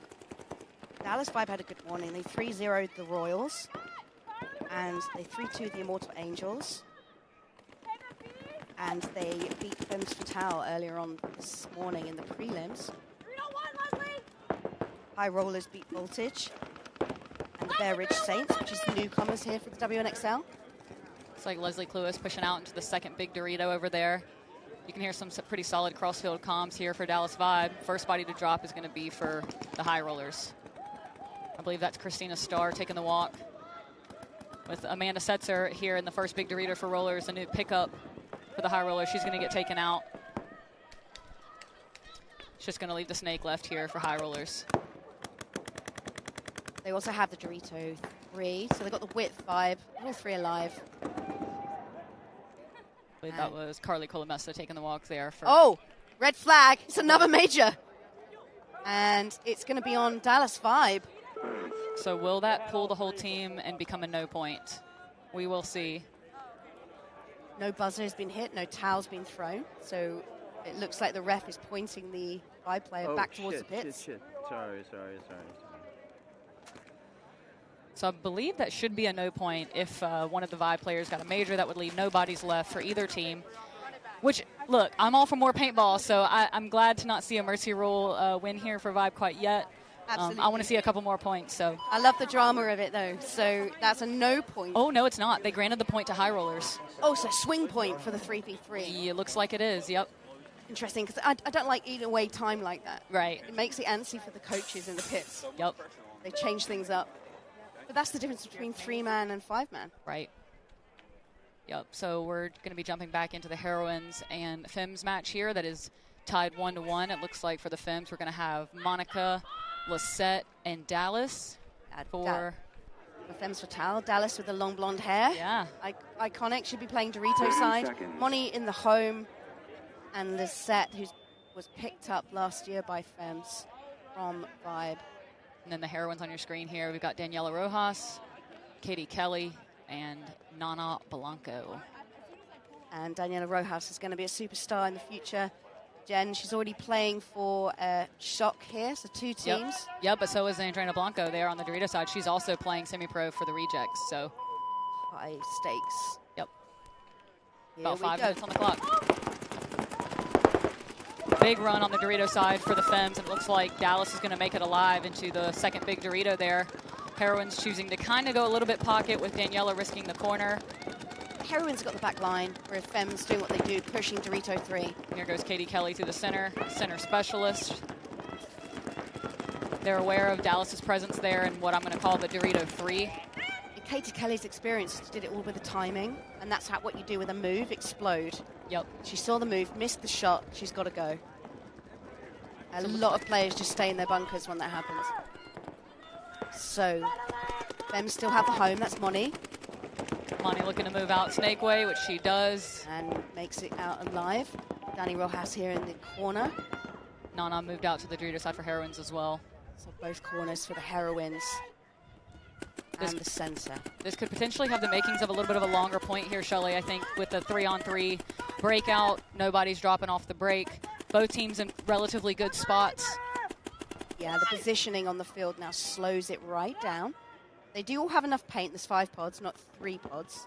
Yep. So they're allowed to slow down, which I think's made the 3x3 format more dynamic. Yep, you can see Daniela Rojas looking like she wants to make the move here from the snake corner. Is she going to do it? As she goes, Dallas Whitright for Femmes comes off that gap, goes heads up in the Dorito. So Daniela's going to crawl. If I know Daniela, she's going to go all the way here. I think Katie just missed the shot as Dallas pushes into the 50 Dorito side, and Daniela Rojas matches that in the snake as Lisette Barnes hits snake 1 for Femmes. And Moni moves up here into the snake side brick. So Daniela with 2 bodies in front of her right here. So great crossfield comms there from Nana Blanco, letting Danny know about those moves, Shelley. Yeah, the shot across field, it was a trade. Dallas v. Daniela, they're both on the 50, so they both looked at the same time. And here goes Katie Kelly, knowing that she's going to have to spread the field here. She's going to make her way across to the snake side brick, but look for Nana Blanco to wrap and kill from the Dorito side. Moni takes a walk. It's a 2-on-1 situation. Lisette Barnes is the only player left alive in snake 1 for Femmes Fatale. Here comes Katie Kelly with a drop down. And it's a clean, what they say in the paintball world, mugging. She walks. Is that the paintball world or the British paintball world? Possibly the British and the European. Of course, from my accent, I love across the seas. And from my accent, I'm from the South. It's all about accents, though, especially in paintball. That's what makes us such a good dynamic duo, Shelley. We've got the variety of accents up here. So women taking over the Raymond James Stadium here in the NXL at Tampa Bay Open. This is the first round of the 2026 season. Look at this replay here of Katie Kelly. That's what we love to see. And she's a veteran of the game, isn't she, Jen? Katie is the most intelligent female player I think I've ever played with. And you have played with her with the Heroines. Oh, so High Rollers lost a player off the break. It's a 2-3-3. Yeah, so it's an interesting move here by Bella up into the snake side brick from the snake corner. I would have liked to have seen her get into the snake because here she... Okay, that works big too. move. I love it, Bella. And she got it. Yeah, Bella eating right here. She gets a kill on Veda out of the Snake 50, so a little bit of revenge on her former teammate there. Also gets a drop in on Nicole Gates, so Bella with a fantastic move. Bella's feasting right now. It's a 3-pack, I think. Love it. They're down body situation. Bella's just shooting her gun there out of the celebration, but also to make sure it's not hot if she gets tested. So she just hit the buzzer, gets the point. Great read and react there for Bella. Really good matchup here between High Rollers and Dallas 5. That makes it 2-2. With about 2 minutes left on the clock, Shelly, so it's coming down to the wire. Exciting stuff. That's what you wanted, Jen. That's exactly what did I tell you before this match started, Shelly? Absolutely. I wanted some close games out here, and that's exactly what we're getting. And Femme Fatale running out towards the budget. We've got Heather, Casey, and Roxy. Heroines are going to go with Tata Blanco, Alicia Valdivia, and another new pickup for the Heroines. That's Haley Leyva, formerly of Destiny and the Cheetahs, two teams that are no longer here with us in the league. Here we go. For Heroines. Heather Grozinger playing the home. We have not seen us do a spin yet, as Roxy makes it all the way into Snake 3. Yep, both teams making Snake off break, with Tata only taking the Snake 2, Roxy here in the Snake 3. Heather had a solid morning for Femmes. Lost a crucial one-on-one against Vibe. But for me, she's one of the top home players here for Femmes. She's good with the lanes, good with the comms. Big move here by Haley Leyva coming up to the snake side break to support Tata Blanco. As I say that, Casey Erb gets wide on the Dorito side for the Femmes. And big move by Alicia Valdivia on the Dorito side to match Casey. It's a good move there. Alicia Valdivia is the USA team captain. And Roxy also plays on the USA team.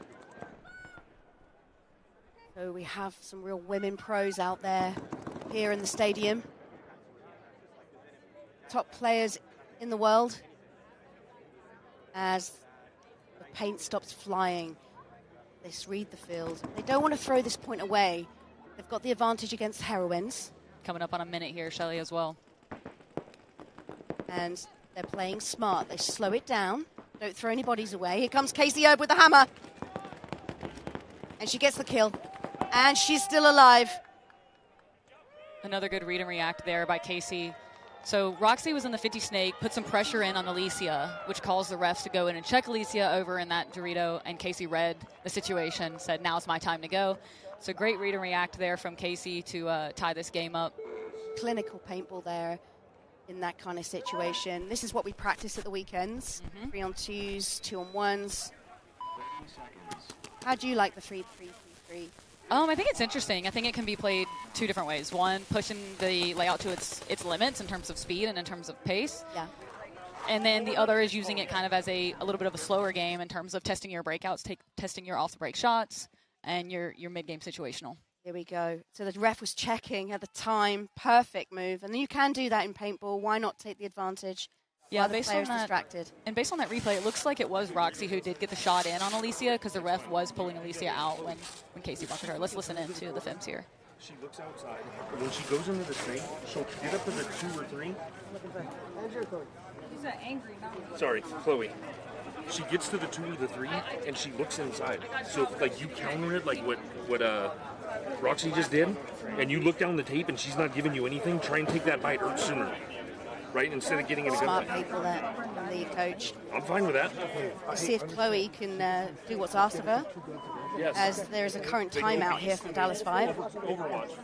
This is Ken Noons, who's the co-coach.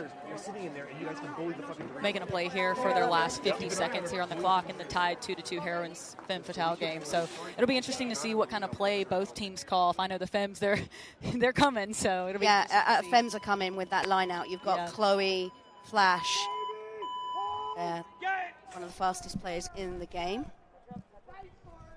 And here we got Dallas 5. I think we have a clock malfunction here. Yeah, just a technical timeout here on the main stadium field. As they're just sorting the timings, which is 2 minutes 13 left on the clock. And we'll make sure that's mirrored for the players in the field of play. Here they go.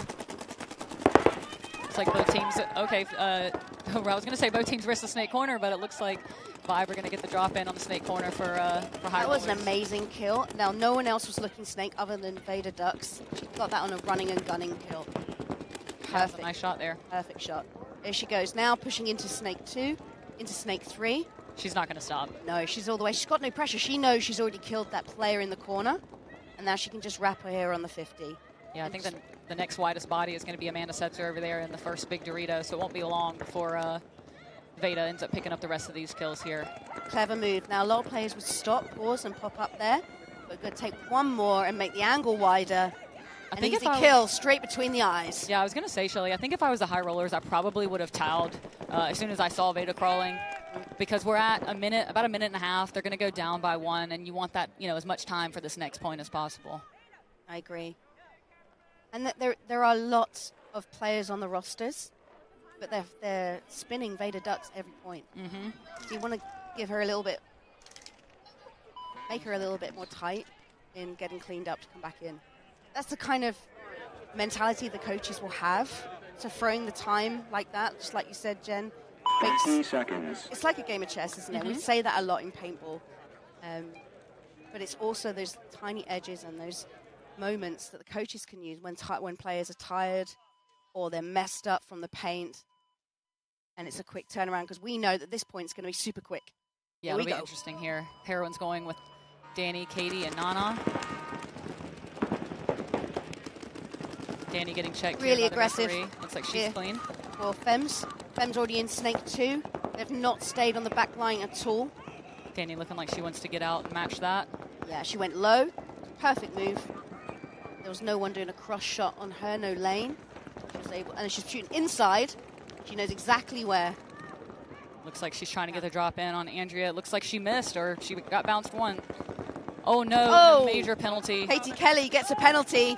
She's played on with a shot. So that'll be an automatic swing point. This looks like Femmes get the point. Yeah. 15 seconds left on the game. Yeah, I think under 60, that's going to be an automatic swing point in favor of the Femmes. So I think the Femmes will be up 3-2 with about 15 seconds, Shelly. That's going to be tough. Yeah, this bracket's been super entertaining. When you look at the matchups here, you'd suspect the Heroines and Dallas 5 to go through. And Femmes are making an upset right now. Maybe they get a little bit of revenge from the World Cup, getting knocked out in the semifinals. I'm going to try to see if I can get ears on what exactly that penalty was for. Stand by. Absolutely. Let's do that. I got you. Hey, get a red. As we go down to the pits. Go back in the middle. So I just heard that apparently they said Katie Kelly was shot in a pod that she then pulled out of her pack and tossed. So classic. We've all been there, Jen. Yeah, I mean, that's one place that you can't feel is in a pod. So unfortunately, that's just how the cookie crumbles sometimes. But either way, keeping the game interesting, and the Heroines are going to have to answer with 15 seconds. That's what I call a paintball god moment.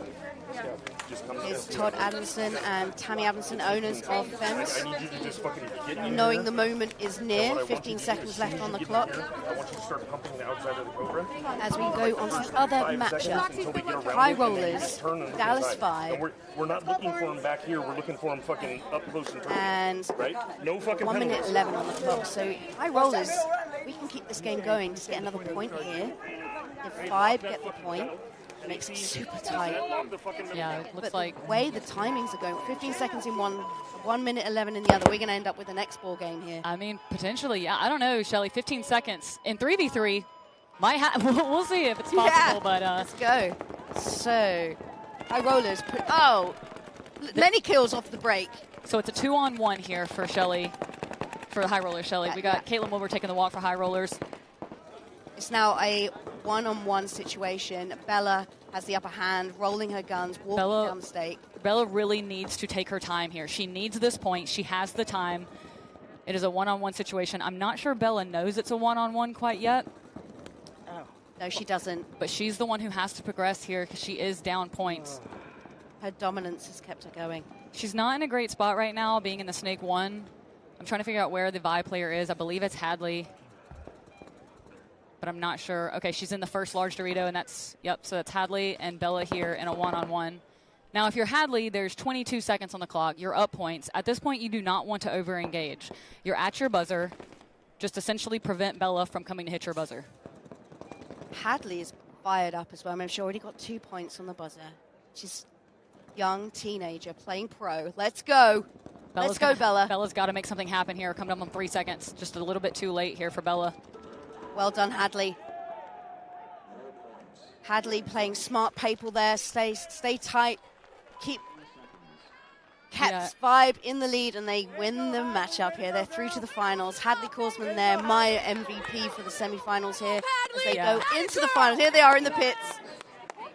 Yeah, I'm really happy to see Hadley not over-engaging there, and that just shows you that she's gaining a little bit more experience event by event, because being up points there, there's no reason to over-engage. Just prevent Bella from being able to come hit the buzzer, and if I was Bella, I would probably be a little bit more aggressive. Now, Bella did have a fantastic match, I would say, here, so nothing to hang your hat on there, but 15 seconds on this clock. It's not going to... 12 seconds, 10 seconds. All Femmes have to do is hold the line as heroines push. Here we go. Daniela Rojas going for a run through and a penalty. She got it? I don't think she got it. She got it? I mean, we both paused there, Jen. Because yeah, I was looking at the clock, Shelly, and I think, I mean, I'm sure they'll review this, but I think that it was before the time, but if they give it to her, then... They've given her the point. It's now 3. Wow. 3, which now means one-on-one. Overtime point, one-on-one. 3-3. I'm going to listen in real quick, Shelly. Yes. Had a penalty, too. So the Femmes got the penalty. Daniela did not get shot on the run-through. Here we go on the replay. The Femmes were so engaged there with Tata Blanco that they lost. She's the hardest working WNXL player. Daniela Rojas there from Colombia. I'm curious, Shelly, if they're going to review the time. Just from our perspective, it almost seems like it was after the buzzer, but that would be really heartbreaking if they took it away. So I'm really curious if they're going to review By her that. body language, I think they've taken it away. They've not put the point on the board. There's no point. I didn't, honestly, Shelly, I didn't want to celebrate too early or have them celebrate. You can see Danny there a little frustrated. I feel for her. It was a great moment for her. And I think, 1 second, 2 seconds, Jen, you were watching the time. I was watching the play. Yeah, I was watching the time right. I mean, it went right before she reached for the buzzer. The time went off. So I was wondering if they were going to grant that. I was a little suspicious. But either way, a fantastic match, Shelly. Yeah, Femmes did the work. Femmes did the work in that to get the win to go to the finals. So you have here in the WNXL in the Raymond James Stadium, Dallas Vibe versus Femmes Fatale in the first 3v3 here. Making history. Women are taking over paintball. Hey. Love it. Love it. Thanks for having us. Thank you so much. We're going to go to commercial now. And after this, we have the men's semi 3v3. We're back with Matty and Todd. See you soon.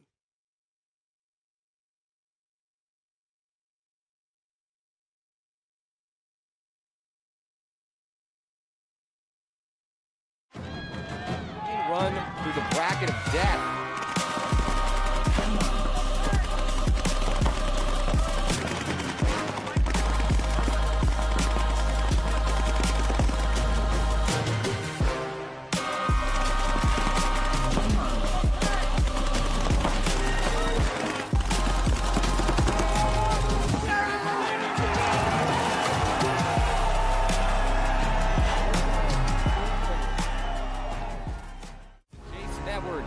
gets the kill. Tampa Bay Damage, one of the huge favorites now. The clean run through the bracket of death. Arslan all the way on to Spa's side of the field in the first 15 seconds.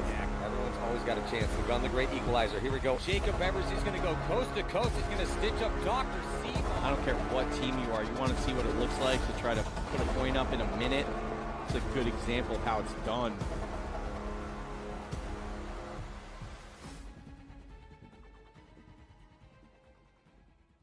Previously on Behind the Mask. This is what I do when I'm not playing paintball. It's what my dad and I love to do together. It's our fun hobby that keeps us bonding and keeps us competitive and just has a one-of-a-kind spirit that we can share. Pops has got to get his ready too.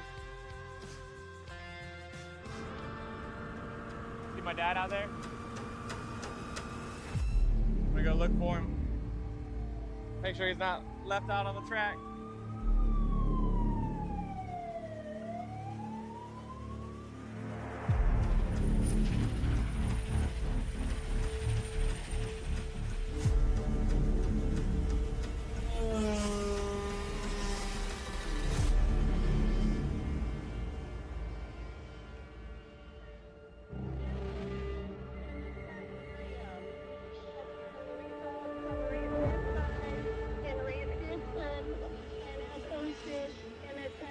That's what can happen out here. Hopefully the guy's all right. Is that you? Is this what the helicopter came for? No, that was another one. But yeah, there was two at one time, two wrecks at once. In the same, practice, you know. Jesus. And then I know that I saw the guy get out of the ambulance for this one. He's okay. Oh, is it? Okay. That's he's older guy, so it was more caution, more than anything. Yeah, this is. Hopefully, was this a flip? Yes, not sure. A multiple flip. Holy shit. Yeah, that's the risk of it. It's all Tonton so far in this one. Tontons have all 5 alive. They still haven't lost a body in this match. Oh, and Tyler Harmon gonna connect here, so a 3-pack of kills for the legend Tyler Harmon. Nice job, Hugo, winning, heads up. Rain is going off right now, and that's gonna force a concession.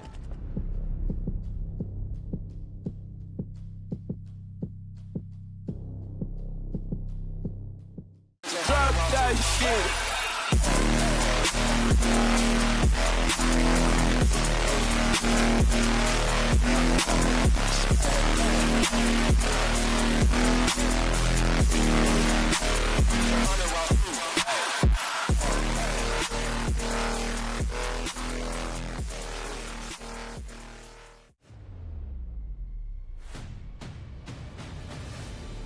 On 3 advantage X Factor.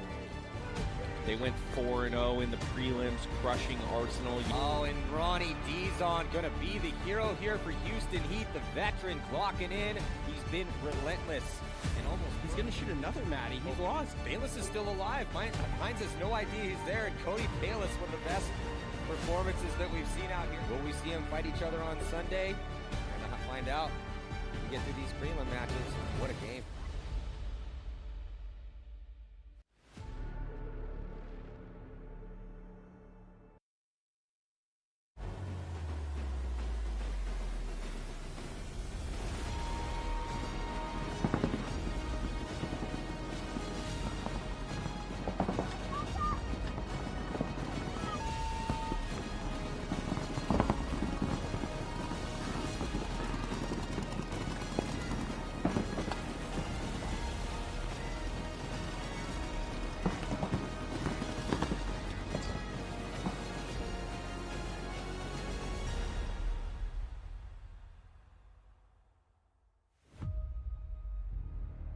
Previously on Behind the Mask. This is what I do when I'm not playing paintball. It's what my dad and I love to do together. It's our fun hobby that keeps us bonding and keeps us competitive and just has a one-of-a-kind spirit that we can share. Pops has got to get his ready too. See my dad out there? I'm gonna go look for him. Make sure he's not left out on the track.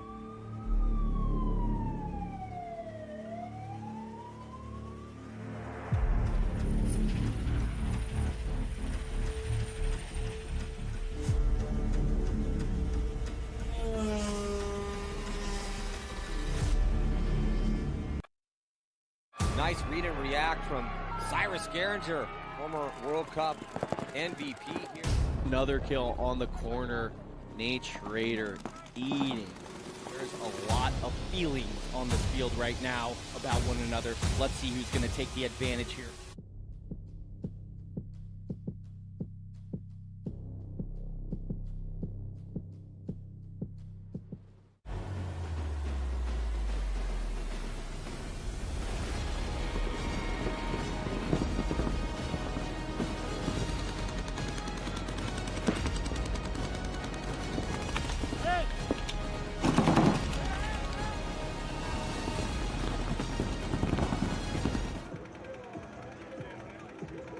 Jumping into the semifinals here, three-man competition, Western Division. It's going to be Edmonton Impact taking on Detroit Infamous here in Raymond James Stadium for the first event Major League Paintball season. I'm Matty Marshall alongside Todd Martinez. And Todd, gotta call Impact the favorite here, but Infamous scrappy, just mashing on people in the prelims. Looking pretty solid out here. They got a chance to win this three-man competition.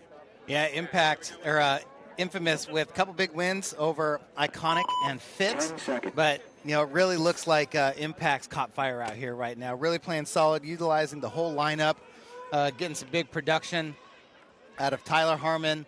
But a lot of the teams down here talking about the Jumbotron playing a factor now, so we'll see how that is. Hey, looks like we're going to have to do a quick little pause here before we kick things off. But yeah, the Jumbotron. Big screen up there. Everyone has that same possibility. Everyone can look up and see what's happening out here and watch the show. It's a very new thing. That's not typically an option for you out here in pro paintball. But all the players have been talking about it, and no one has been like, "Oh, this messed up. I can't believe they have this." No, they're just saying, "Hey, it's part of it now." Yep. And if you're not doing it properly and you're not doing it as well as your opponent, then you're going to be at a disadvantage.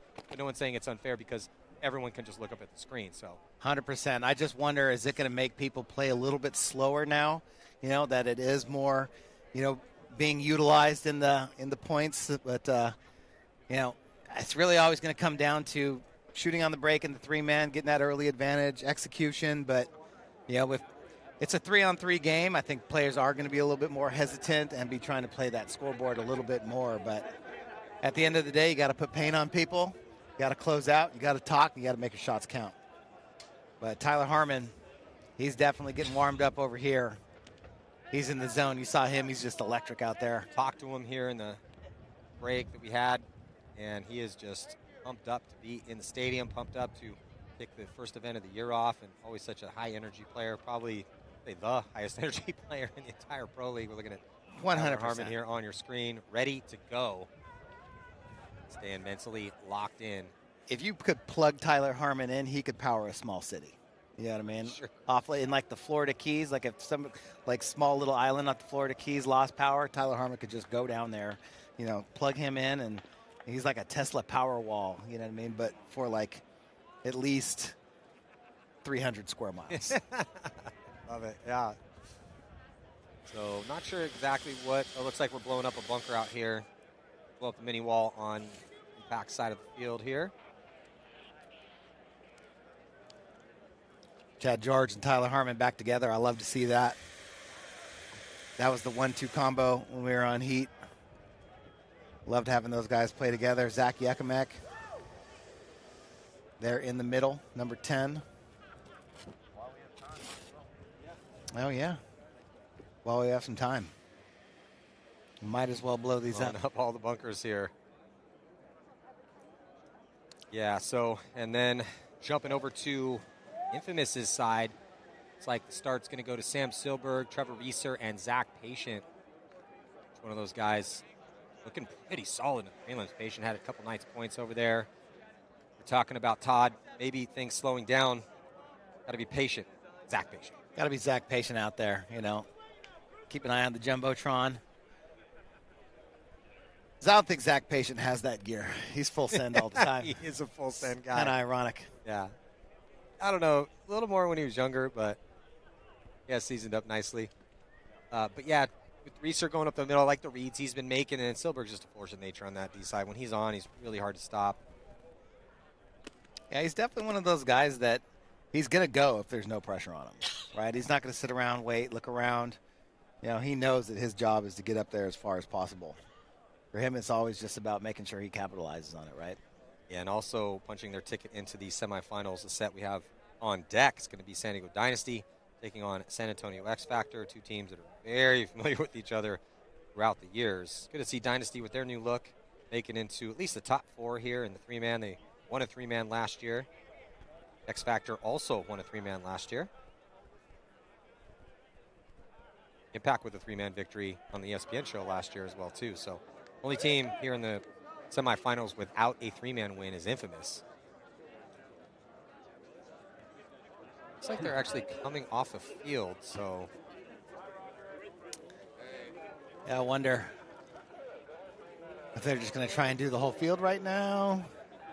Best I can do is a post for both teams. Yeah, well, it looks like going to have to reset here. So we're going to take a quick break here from a few of our sponsors. We'll be right back with the semifinal action here in Raymond James Stadium. Edmonton Impact taking on Detroit Infamous. Stick around.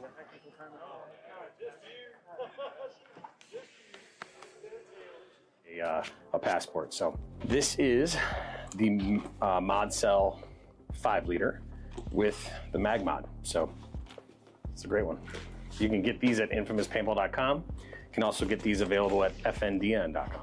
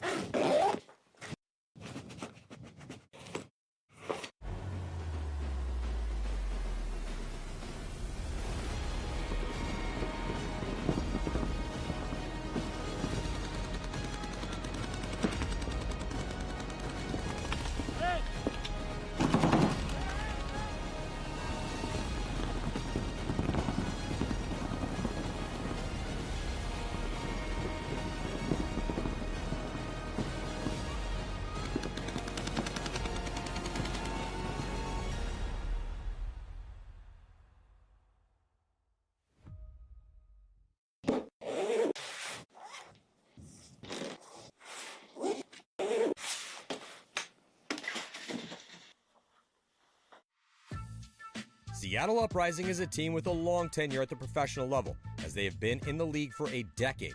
But they've recently been on a run of improvement, earning the respect of the top teams, making Sundays, and they finally hit their first podium appearance with a third-place finish in Texas last year.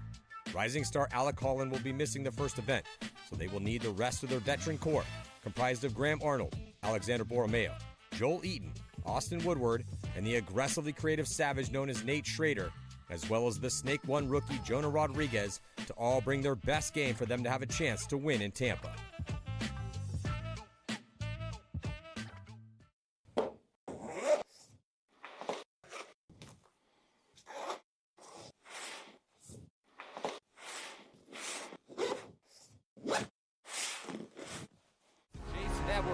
Gets the kill. Tampa Bay Damage, one of the huge favorites now. The clean run through the bracket of death. Arslan all the way onto Spa's side of the field in the first 15 seconds. Everyone's always got a chance to run the great equalizer. Here we go. Jacob Evers is going to go coast to coast. He's going to stitch up Dr. C. I don't care what team you are. You want to see what it looks like to try to put a point up in a minute. It's a good example of how it's done.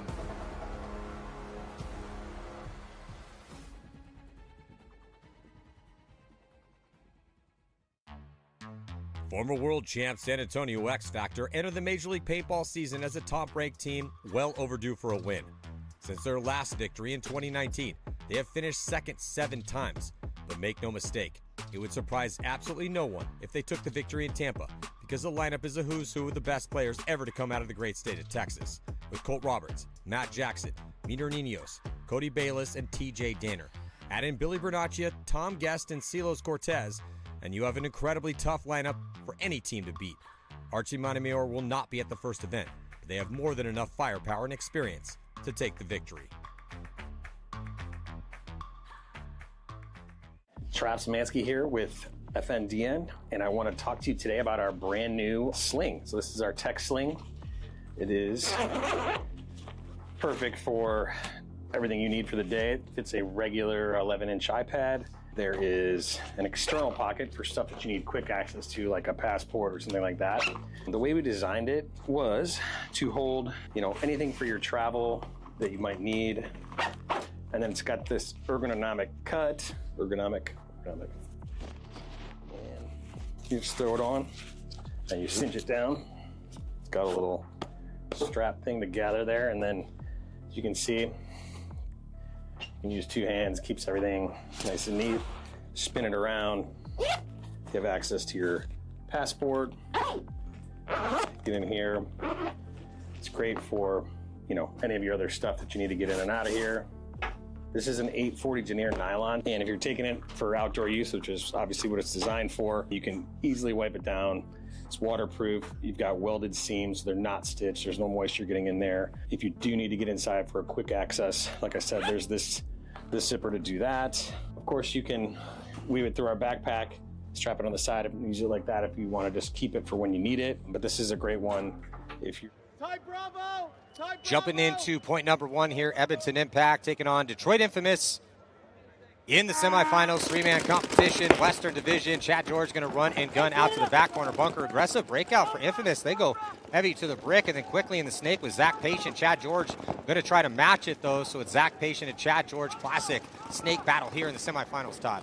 Yes, Chad George getting in there. Snake 2 going heads up right away. Zach Patient already in the 50, looking across the field.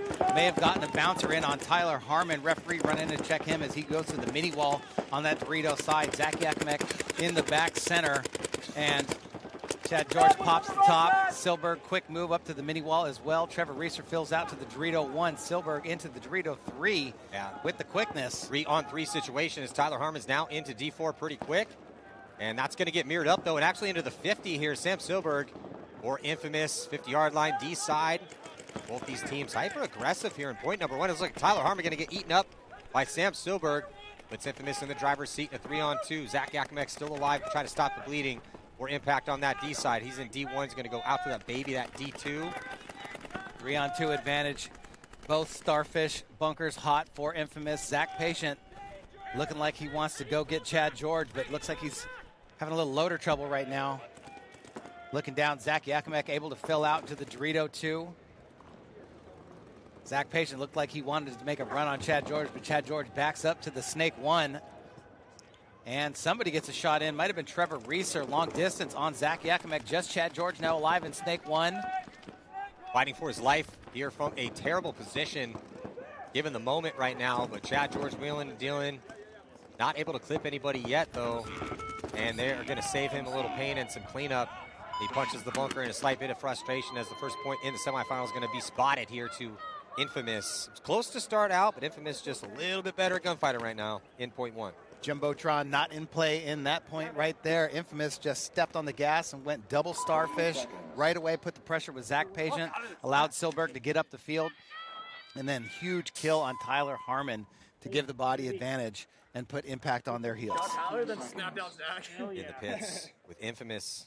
They'll be feeling pretty good about the start of this one here. They're going to run for point 2. New line. Looks like Bowen, Nate Abelhausen, and Jonah Jamrose. Connor Kelly, Randy Stanzak, and Dalton Vanderbilt for Impact. Pretty even on the breakout here. Actually, exactly even on the breakout. Both teams going to back center, stand up in the corner on Snake side and D1. Launching up the middle, Nate Abelhausen. Going to be the first to attack. He's going to get to the brick and look Snake side. Bowen's going to launch as he is going to get into Snake 2. Connor Kelly in Snake 1. Randy Stanzak fills over to the Snake side temple. Bowen now coming into the Starfish. Looking to get busy for Infamous. Gonna wrap on, take a peek, see if you can see Randy Stanzak. Randy Stanzak picks him up. He knows where he is now. Body coming off for Impact. To advantage again to Infamous here, trying to take down one of our 3v3 champions from last season. Might have put one on Connor Kelly. Referee running into check. Gonna call him clean. And then Connor Kelly gets a drop, but Nathan's still in there. He gets Connor Kelly out. Randy Stanczak going to jump up. Desperation run to the corner. He makes it. Just Randy left alive. Jamrose needs to get involved over here, sending paint Rainey's way. Yeah, Rainey totally posted here on Nathan in the snake, trying to draw his fire so Jonah Jamrose can get up on that D side, which he does. Should be able to get the crossfield shot, and they peel off Rainey Stanczak. So point number 2 also goes to Infamous, 1 point away from a mercy rule victory here in the semifinals. Now there it is. Infamous came to play today. Looking to get their 3rd win in a row. Yeah, hungry team, man. I was messaging with Callie Rudolph, former teammate of mine, way back in the day when he was a teenager on Excessive, and they're hyped on the squad this year. Stoked that they were able to get a couple pickups. You know, bringing in Bowen. And also picking up Danny Schonauer as well, too. I feel like Travis always does a good job of doing the best he can in the offseason. You know, I know there's always a lot of money being thrown around, but, you know, he's always on top of it. He's always looking to see, you know, who's available. And good pickups for Infamous this year. LJ Parrish out wide for Impact. That's going to get mirrored up. Actually, Infamous going right past it and into Snake 1. LJ wasting no time on this point, getting into Snake 2. Impact into the Dorito 3. That should be Justin Cornell over there. Ooh, but Parrish getting picked off, getting a little head check inside. Excellent pressure here from Infamous and great zone control. Puts him in a desperation moment right now for Impact. Just one body live, diving out to the 50-yard line D side. Looking at 3 bodies here for Infamous, trying to polish off this game.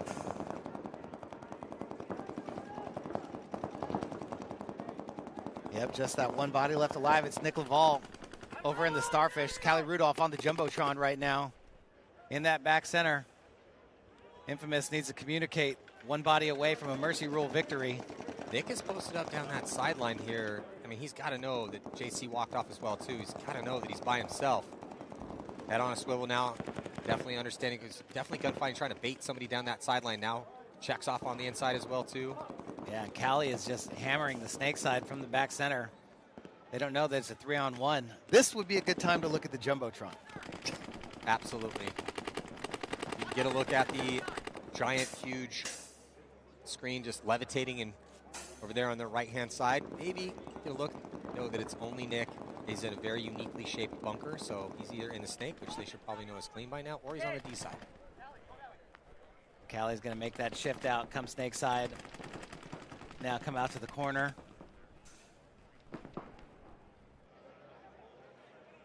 And here comes Nick Laval. He's going to make a big run. And is he clean? He is, at least to start out, but then Schonauer. Yeah, Schonauer, the big show. Danny Schonauer able to finish things off in the middle of the field. I love that move from Nick. Sometimes those work out. Didn't work out to get the first kill, but Danny got the read on it. And that is going to do it. So 3 unanswered in a upset victory. Infamous going to take down one of the favorites here.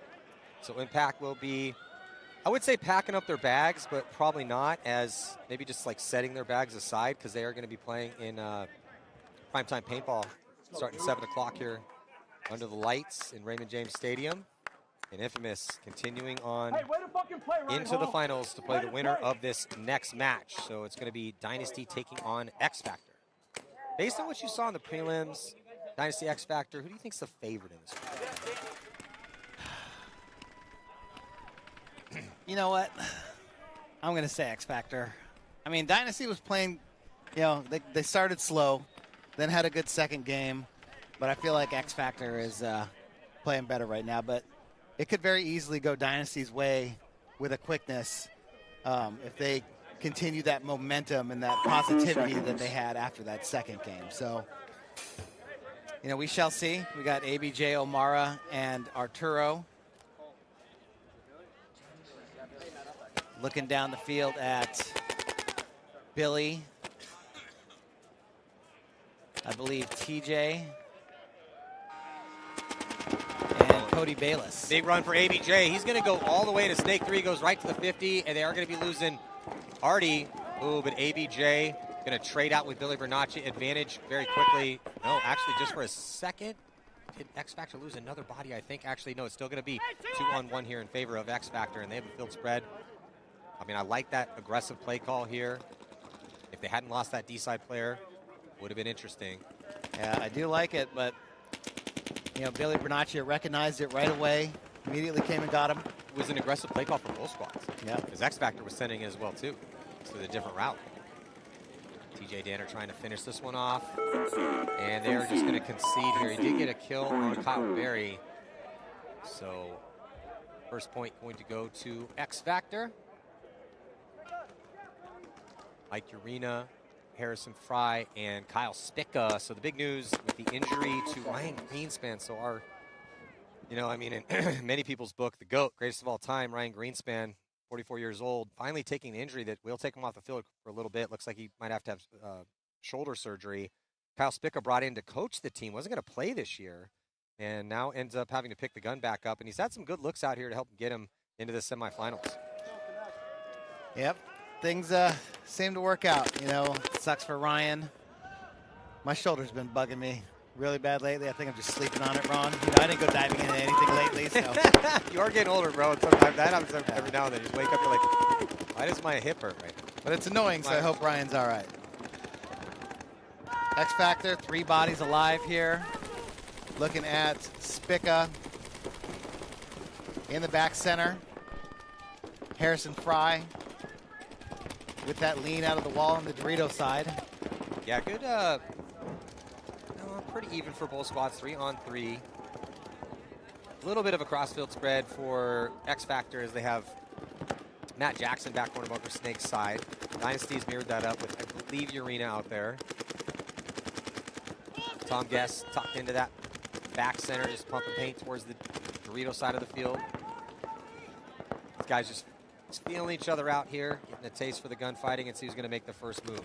Looks like Silas Cortez going to launch to get up into the mini wall, D side. Look, Snake side. There's Silos talking it up with Gaston Jackson. It is going to be up to Dynasty at some point here to push forward. A lot of time to work with. Just in point 2 for just joining us. Yeah, I think Mike Urena might be the guy with the ball. Either way, they got to put a little pressure on X Factor. You know, X Factor is really good at this game, though. Crossing up, talking, you know, knowing where the bodies are. But Urena takes the move, comes up into Snake 2. But, I mean, they can know where you're at, right? But if they're stuck in the back, and we just saw Infamous just pedal to the metal right off the rip against Impact, 3 in a row. You know, it just got to come from both sides, right? You got to have communication, know where the opening is, and make your shots count. As Matt Jackson also jumps into Snake 2, and Tom Guest fills out to the Snake side corner. Yeah, a nice couple secondaries here from Tom Guest and Matt Jackson with this lead in better positions now.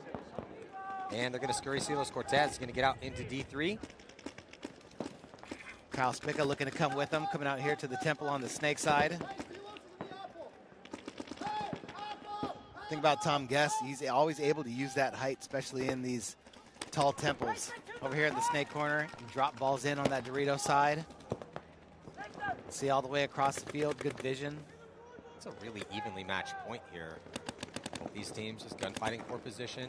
It's even on the Snake side.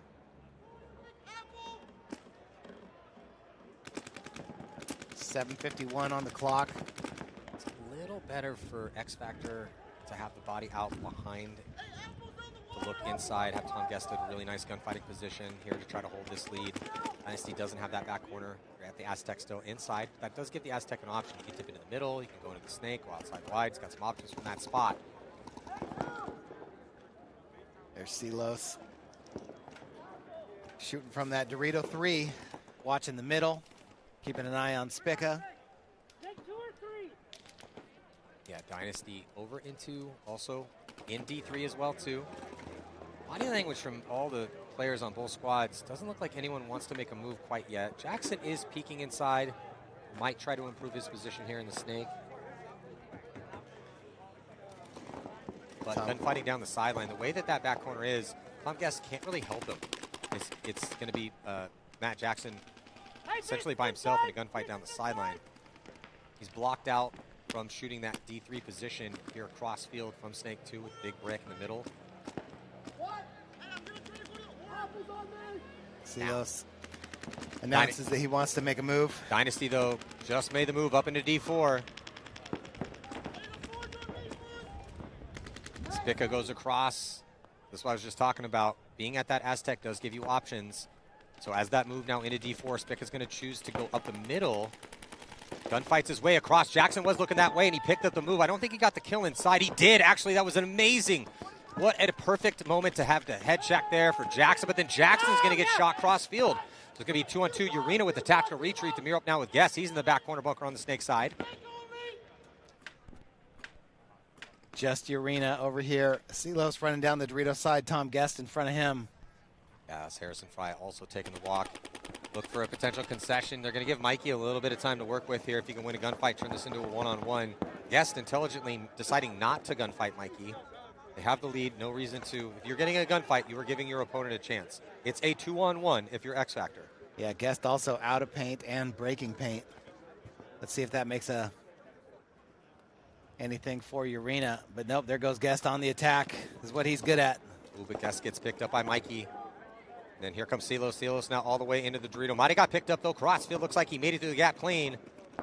Mikey focusing on Tom Guest. Dicey moment right now for Mike Urena in the back corner bunker. Silos is picking up paint off the ground over there on Dynasty's side of the field. Mikey just needs to win this gunfight. Tom Guest, though, again, love trades in a high body situation, and they collide and trade their bodies out. Silos Cortez, that's two big guys on the collision here because Mike Urena's got some size, and Tom Guest, one of the taller guys in the league. Looks like they're both okay. And Silos Cortez alive in the madness to put their second point on the board. Yeah, as we well know, both of these teams can score points quickly. So Dynasty's already been here. Yep. They already been in this exact situation. Smart move by Guest there just to go get Urena off the field to give Silos a chance to go hit that buzzer because he had no paint. He was literally picking paint up out of the Dorito 2, trying to make something happen. Bernaccia, Roberts, and Bayless. Game point, X Factor. Can they close it out? Oh, it looks like they're going to lose Kyle Berry on the break. Joe Barrett's going to fill out that way. Alex Frazier looking to come make a move. He gets a shot in on Bayless going to the corner, but then takes out Billy and gets shot. Makes this a one-on-one. Joe Barrett and Colt Roberts. They got a chance right now, Dynasty. Trying to summon the spirit yet again for a come-from-behind victory. Time on the clock, still 4 minutes. Barrett alive. Joe trying to figure out what the situation is. Alex made that move through the middle of the field, got Cody Bayless on the fill out to the corner, and then immediately traded with Billy in that temple while Joe Barrett was just trying to stop the bleeding, bumping out to that Dorito side.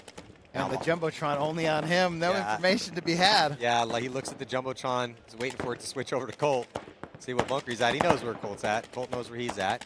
So Colt with his 2-point lead. Let's just get in a lengthy, long, little snapshot battle where I'm going to let you get most of. Yeah, so look at that, though. So Barrett knows he has to try to engage Colt in this gunfight. Colt, hey, let Barrett engage intensely and then clip his loader. Perfect job by Colt Roberts. Isn't that Colt's second one-on-one victory out here? It sure is, Matty. First point of the day. Vintage Colt Roberts coming out and getting busy.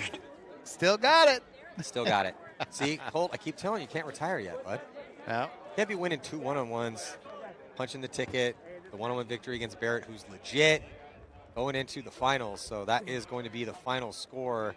It's going to be Detroit Infamous and San Antonio X Factor for the final battle, Western Conference, here at 3v3 in Raymond James Stadium. So before we get to that one, loved it. Does look like the battle going to be going down here in the WNXL. It's going to be Dallas Vibe taking on the Femme Fatales. And also in the amateur 3v3, it's going to be Gunshine State. Well, that's a cool paintball name. The Gunshine State taking on War. Whew, 2 solid paintball names here. So we'll be right back with these battles. about to go down here on center court. Matty Marshall with Todd Martinez. Stick with us here on Major League Paintball.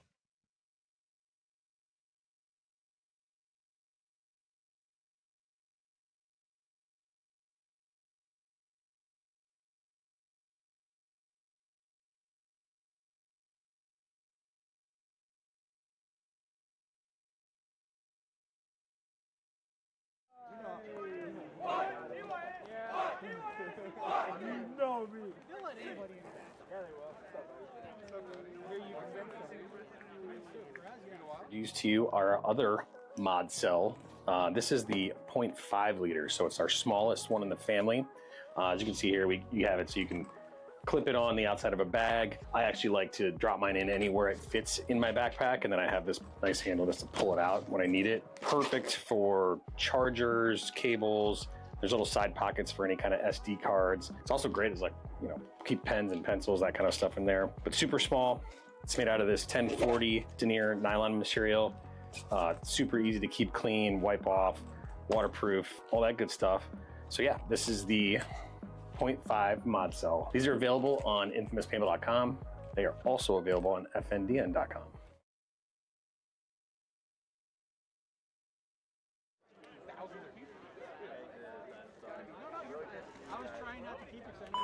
Seconds.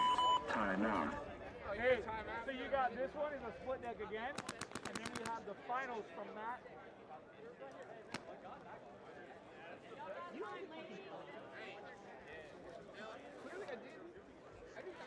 What? Yeah, that was a shit move. Yeah, what the fuck, man? But then again, you didn't ask either. You think those are questions I asked? Jumping into the final battle right now, Dallas Vibe taking on Femme Fatales, and then the Gunshine State taking on War here in the amateur 3v3 championship. I'm Matty Marshall, one of my favorite people out here. Shelly Farmer, our expert, the WNXL, been covering things over on the Premier Field, and also Todd Martinez. So Gunshine State's got to be from Florida. I'm hoping. And then, yeah, so Dallas Vibe taking down the New Jersey High Rollers. And then Femme Fatales looked like a really close game against the Heroines, correct, Shelly?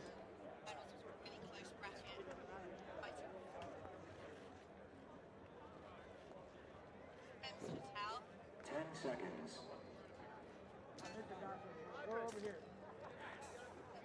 Detroit!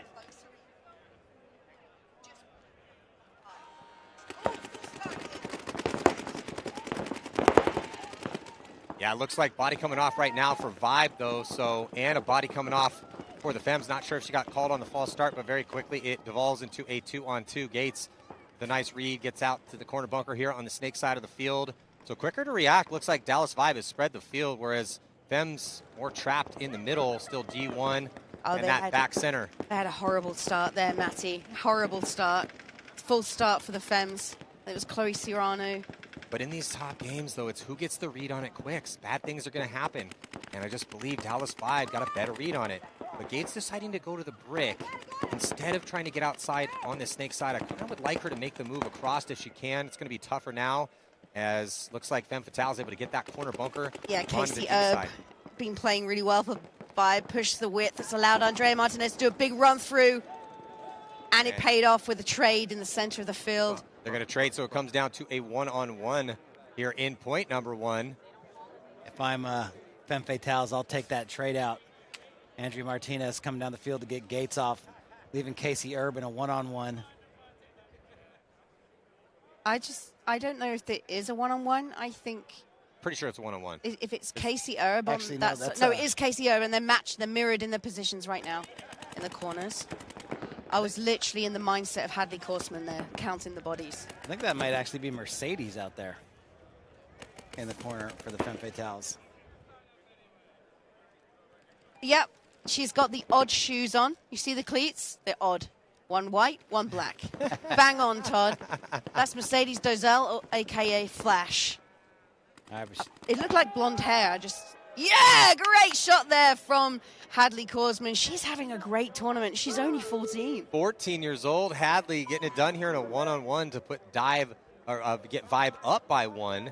And she got the better read. We just talked about that. In paintball, whoever gets the read on the situation and is typically playing proactive paintball, more often than not, that's the person who's going to be winning that point, or the team that's going to be successful. So Hadley got the read on it. In a one-on-one, you want to have your opponent lose you. She went up to that wedge and then got that last kill. Absolutely, Matty. And you can see from the action replay there, to be fair, Mercedes is more of a forward player. One-on-one situation, she's not been in many. So I'd always give that to Hadley if I was to look at the odds, especially with the tournament she's having with Dallas 5. Here's Dallas 5 in the pits. There's Hadley there with the pink braids. Excellent move. She covered some ground. She gave a head check, got lost, and ended up so close to Mercedes, she just didn't have time to react.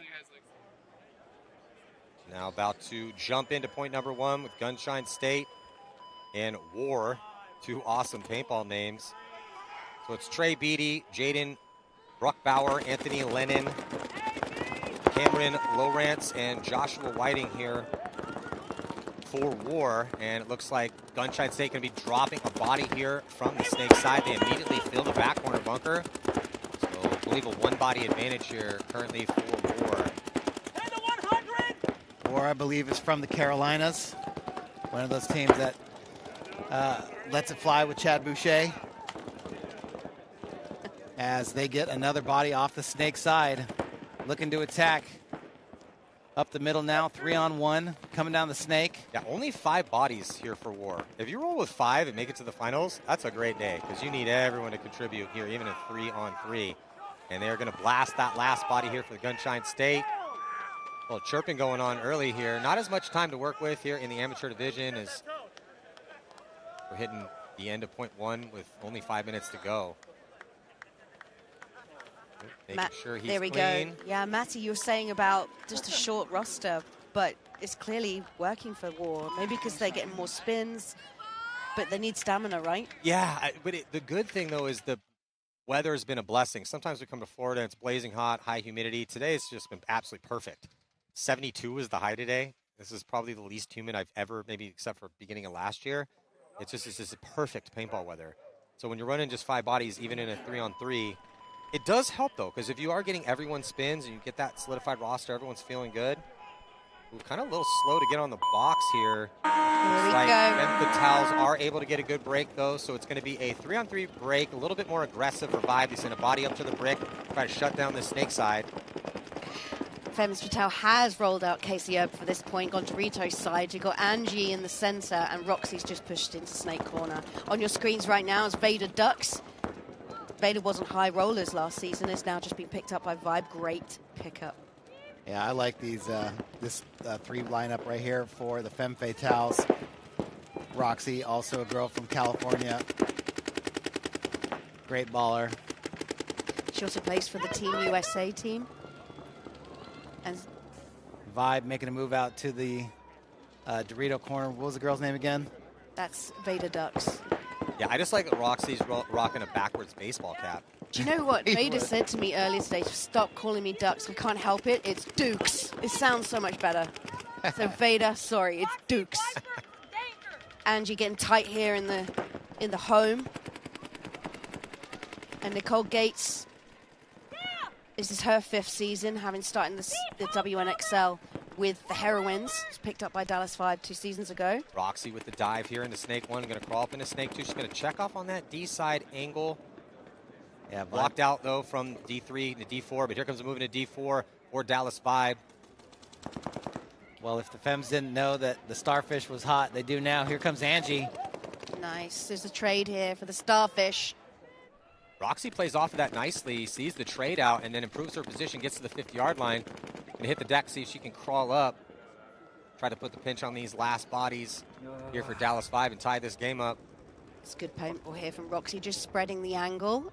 She knows Casey is still alive on the Dorito 2. Yeah, Roxy, the thing about her, no hesitation. You know, she wants to go to your side of the Snake. This is Hadley Korsman again. Getting all the spins in the corner, holding it down for Dallas 5. Hadley against Casey Erb and Roxy Montano from the fence. There we go. Gonna pinch out that last bat and make this one a match. Yeah, just got super tight in there in that big Dorito 1 with Roxy and Casey. Just putting the pressure on the last body and won't come out of that Dorito 4 as Roxy goes and hits the buzzer to tie this ball game up. Well, the move from Fems to go clean out the snake and then played off of that move, Roxy got right in there to take over that outside containment, as we call it, was excellent. That was the big difference maker here in point number 2. Now we'll see if War can continue to keep it going here against the Gunshine State. And we're in the pits here with Fems Fatale. Where do you want the fifth? Does it matter? There's Roxy, Moni, Dallas. Do you think you're going to keep rolling with the same line? Looks like they are. Yeah, I think if it's working, Daniel Lee is the coach. He's also the Team USA. Here we go. Action replay here from Angie Trade with Vader Dukes. Here comes Roxy with a killer mood. Angie's a real one. She wants to come out here and she wants to throw blows left and right. When she saw that starfish was hot, she was going to go get it. She knew it. Excellently executed. Time for Gunshine State to answer. Not sure what the mercy rule is in this one. It could be 2. It's 3 in the pros. It might be 2 here in the amateur. So Gunshine State making it to the snake on the break, stopping at Dorito 1. Back center player has a hit on him. He's getting yanked out. War off to the races on the Dorito side, head first into the starfish and into the snake. Yeah, it takes a little bit of a core sample here trying to get into the snake. Looks like Gunshine State going to be losing their body here, so very quickly it's a 3-on-1 situation in favor of War. And War is just letting them have it right now. Super quick point there. Still nobody with a paintball on them on the War side. Absolutely letting it fly all over the field. So this is 3v3, Mercy 3, 7-minute games and 5 pods. So if they get another point, it may go to X-Ball for the WNXL final here in the Raymond James Stadium. I like it. Yeah, beautiful day today here. It's been absolutely perfect. Getting deep into things here, approaching to get to primetime paintball as well too. Still got to wait for the standard final. Going down here, watching the WNXL final. So we got 2:45 left on the clock. Dallas Vibe taking a timeout. Yeah, it looked like she was having some gun issues, but able to get it up. Yeah, Jessica Salinas has an elbow injury. She can't play. She damaged her elbow in practice this week. Just in the pits there. And we've got Fems on your screen. So here we have Casey Erb, Angie, and Roxy, the same 3 in the last point. Dallas Vibe have Hadley. It's hard to see. Vader Dukes. I think it's Michaela Wilkins playing in the home. Yep. So 20 seconds left of the timeout.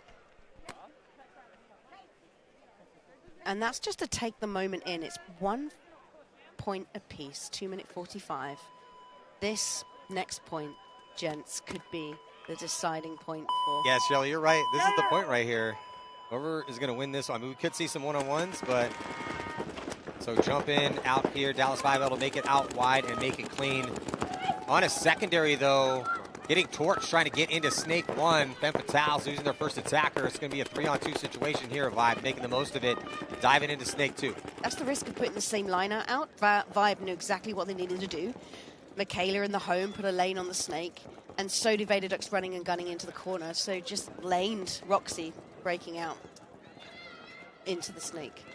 And we got Vader now in Snake 3, shooting crossfield, trying to pick out Casey. Yeah, and the fill came from the back center up into that Dorito side wedge, so no hopes of anybody getting back out here to the Snake side for the Fems. They're going to have to try and win it from the middle. There's Angie right there in the middle, trying to play protection on the Snake side. Let's see if she can get something out of it. Casey Erb into the starfish. Yeah, Michaela Wilkins, you just seen calling that comms to make Vader aware. Yeah, good comms here from Dallas Vibe, talking across the field here. Thanks, D side to Snake side, and they're going to get crossfield kill here. looking really solid for Vibe, but then they drop a body as well, too, out of the center. It's a 2v1. Casey Arab does have protection in the Starfish from both sides, though. We're feeling the pinch right now. Yeah, Vibe with the momentum here, going to cut all the way through with a big bite, trying to get all the way to the buzzer here, and she's able to get in untouched to steal the point, go up by 1 with 1 minute and 8 seconds left. Thumbs up from the ref. Point is good. Heads up play here for Dallas Vibe. And nice. She chose to not shoot Casey and just go for the buzzer. And Casey was making some good paintball IQ decisions there. She's the only player left and thought, well, if I just go, and if I can take Hadley and run for the buzzer, I might get a chance. And that's exactly why Daniel Lee didn't throw the towel to give it away, because Casey's one of those players that could turn it around, especially in a 3-man. Yeah, it's just tough. You're getting close to it on time in that 2-on-1. Got to give you guys and your girls a chance if they are on an attack, even low bodies.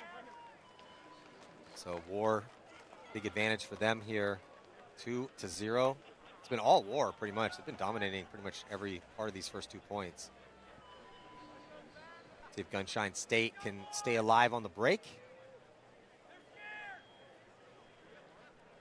So if War take Whittick. this. Sorry. Trying to figure out who these guys are the whole time. Finally got a shot. That's okay. Let's go. So Gunshine State on your screen.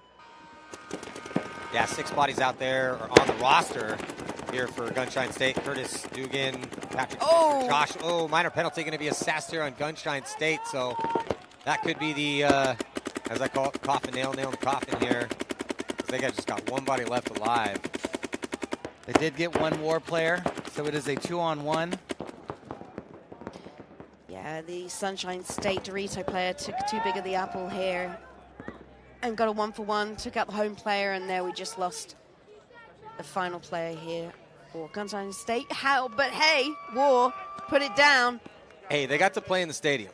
They made it to the top 2, got to play on the big stage here. So it's going to be a fun story for them. Unfortunately, that story is going to end with a 2nd place instead of a 1st place finish. So a big 1st place win here for War. What a moment for War.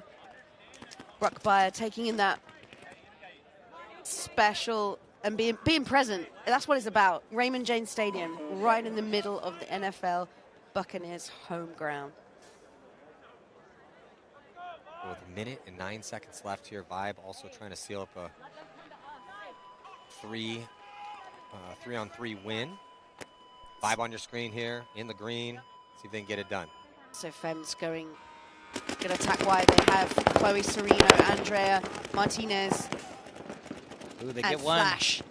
out of the back center. Great move. They took out Michaela Wilkins from the home. Andrea Martinez going to put the hammer down. This is a big move from her.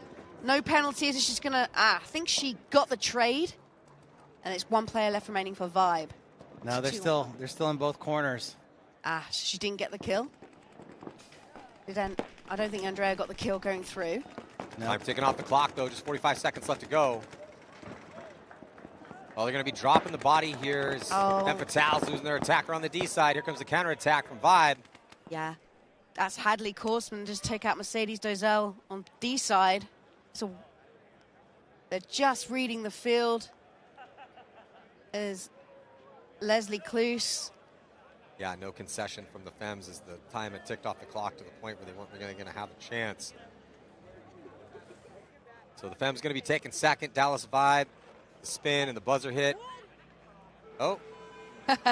Reached there. Leslie hit the buzzer. That's a win for Vibe here. The very first 3v3 WNXL champions in the 5th season for the WNXL. Well done to them, the Paintball Fit family. This is the first. Texas. Is this the first 3 versus 3 we've had for the WNXL? Didn't Vibe win the first 5 versus 5 too?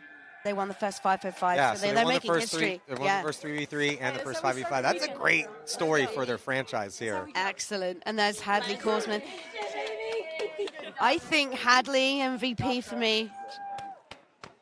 What a moment as they're taking it in. And Coach Casey Harris there.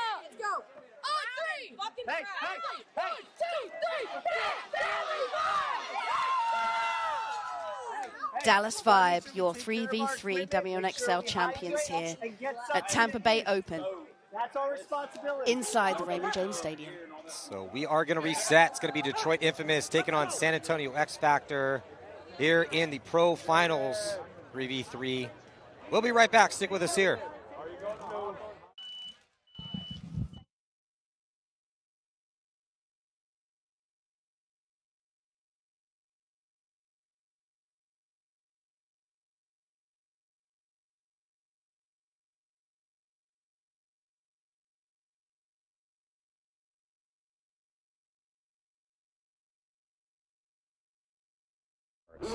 But this is perfect for anyone that wants to keep their marker with them. Maybe they got to take it to get tagged, or you don't want to leave it back somewhere. You want to keep it on you. Great spot for that. So again, just cinches down super easy. You're good to go. So these are available right now on infamouspaintball.com or fndn.com. Superstar Squad Edmonton Impact will be a threat to win every event they play this year, as their roster is full of all-stars. But they are starting the season with injuries to Brandon Cornell, Justin Cornell, and Tyler Panelio. Good news for Impact is that even with the injuries, they still have massive depth in every position, and they should be able to quickly get into the form that saw them win the 4th event in 2025. With the deadly new pickups of LJ Parrish, Chad George, and Connor Kelly, Impact continues to have arguably the deepest roster in Major League Paintball.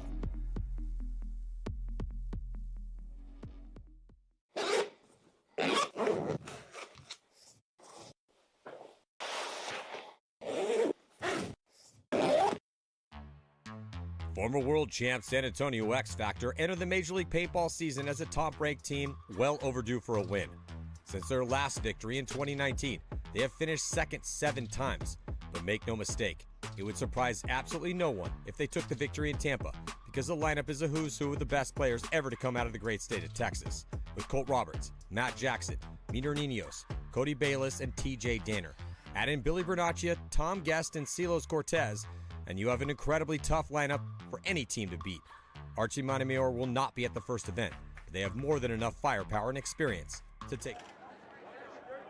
We are back. Pro Finals going down here. Major League Paintball 3v3, and it's going to be Infamous taking on X Factor. Infamous with an upset victory and a smashing of Edmonton Impact, and then X Factor also pretty much smashed San Diego Dynasty as well too. Yeah, you love to see it. The two best teams coming out of the prelims, both looking hot there in the semis.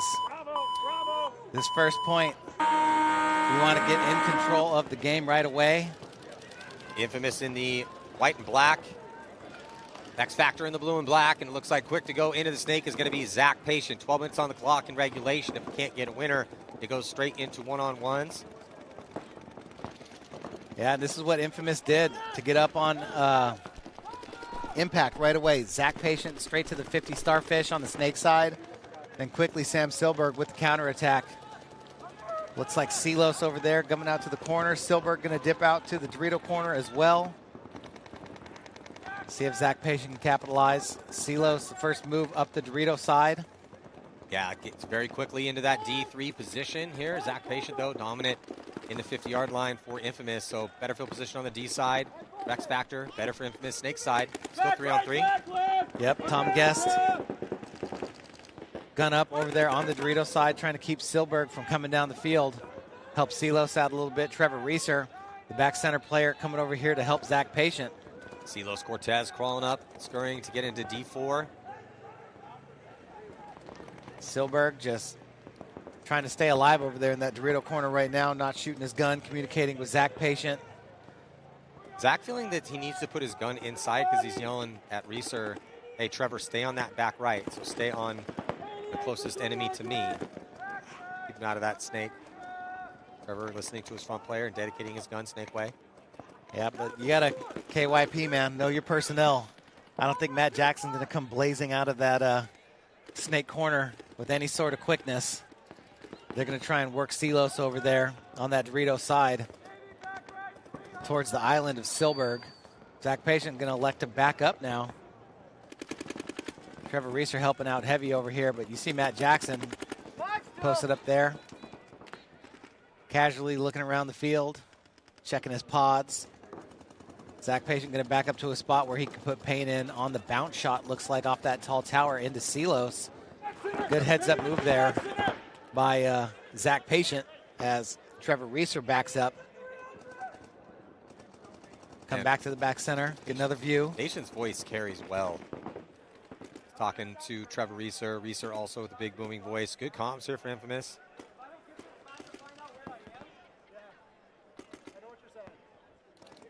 In the finals, one of the longer 3v3s that we've seen out here. So no one's died yet. Yep. Zach Patient going to go see if he can find some kills elsewhere as he comes to the outside of the Starfish. Right on the Jumbotron. They know where he's at now. Here comes Matt Jackson to look to try and get a shot in on him. Oh, and he does get the kill. Huge kill for Zach Patient. Gets the drop in on Matt Jackson. And then here comes the move from that meter. Trying to get out wider. Yeah, Tom Guest. Tom Guest scurries out to the back corner bunker. And then Patient eats him up too. 2-pack of kills here for Zach Patient as Silos Cortez is going to launch on a counterattack. But point going to be conceded by Coach Ryan Brand as it was a 1-on-3. Silos trying to do something on that D side. Zach Patient with the big opening moves here, the last two matches to set the tone for Infamous. 30 seconds. Who made the big move from LA to Detroit in the offseason. Yeah, that name change has been long overdue.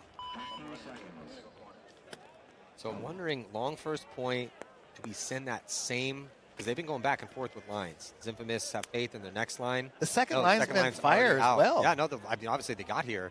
Just making some conversation here. Yeah, Jamroz, Abel Hassan, and Bowen.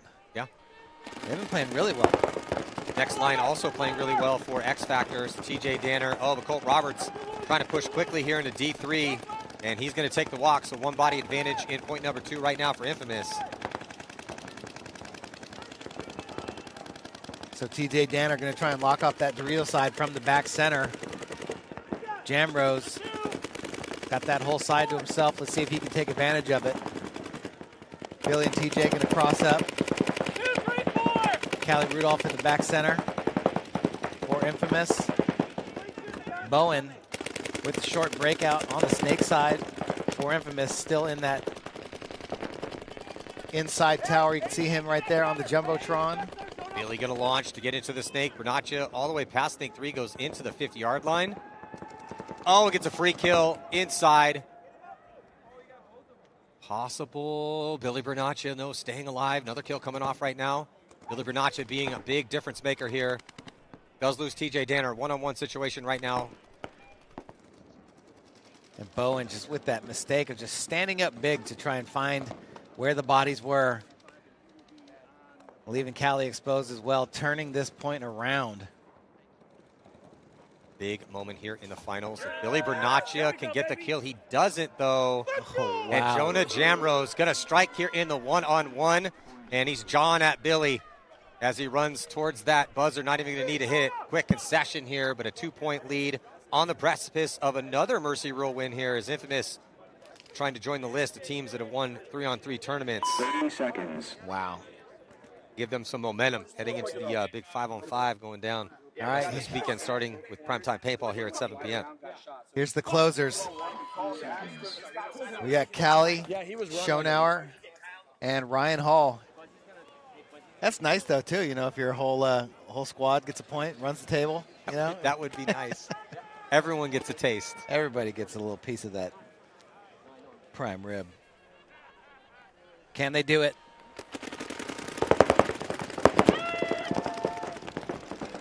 Crucial break here for X Factor and not able to keep their 3 bodies alive, but a minor penalty going to be thrown here on Infamous on the back corner. That's Ryan Hall, I believe, going to be getting pulled out, and at least going to leave just Danny alive. Sharking down the field, Tom Guest trying to finish this one off, does get the kill, and it came down to a one-on-one. Tom Guest got the read quicker on Danny, so going to be a 1-point match all of a sudden here as quickly the tables can turn. Wow.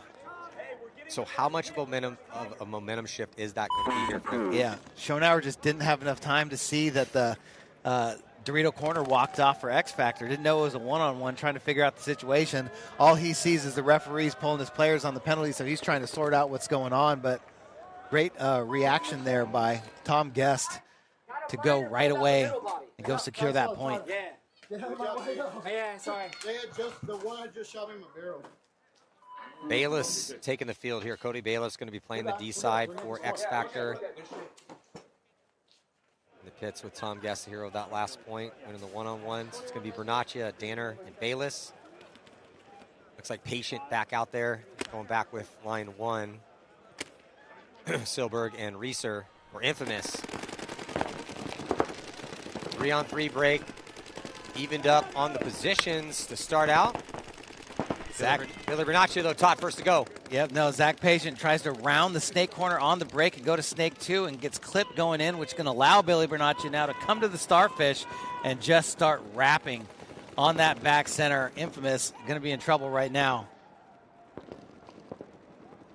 Yeah, Infamous. Big deficit on the body count. Now Billy Bernaccia coming into their snake 2. Things are getting really tight in that back center for Infamous.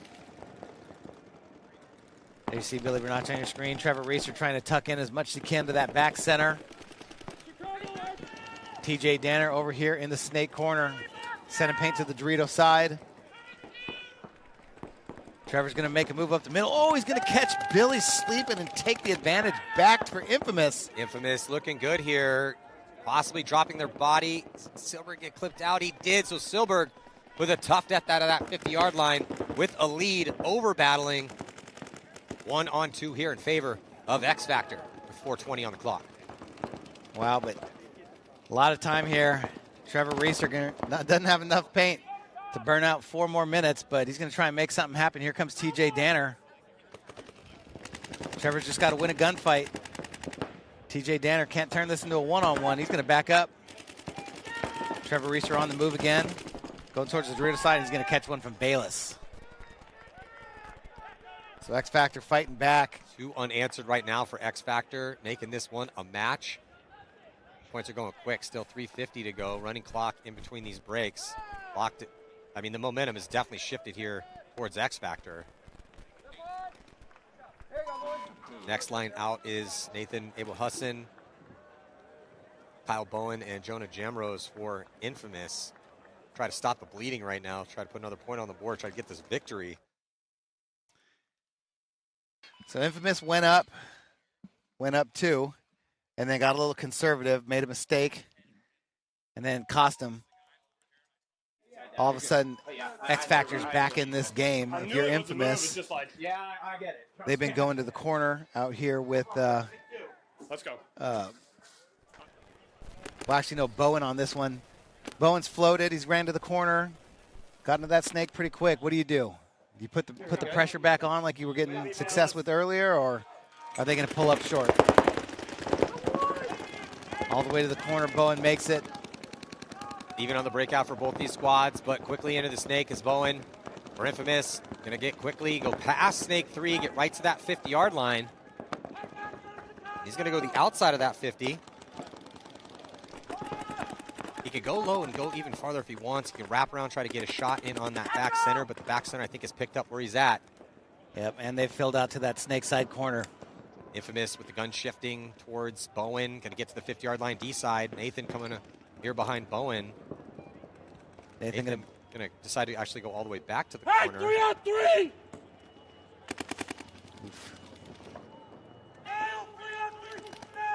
Nathan Abel-Hussein has a huge voice, man. His voice carries. He's got that deep, booming Mike Paxton type yell out there. The Yosh Rao.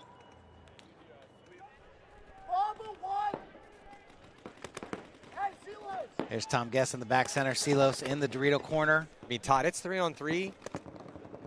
Yeah, Infamous is in good spots, but only 2 minutes left on a minute 55. We might see overtime here. Ooh, I would love to see that with these two teams for the final. That would be a gift for us in the stadium, a one-on-one. Let's see that. But Bowen, he's going to back up onto the backside of the Starfish.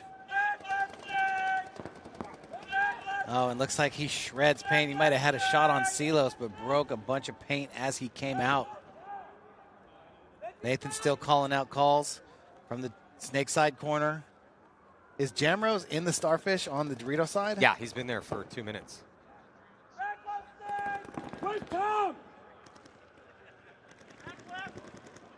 There he is on the Jumbotron.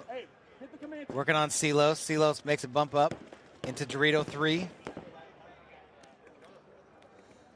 Nathan trying to... Still in the driver's seat here, but we're down to a minute. Who's going to get the next kill, the first kill? And it's going to be X Factor.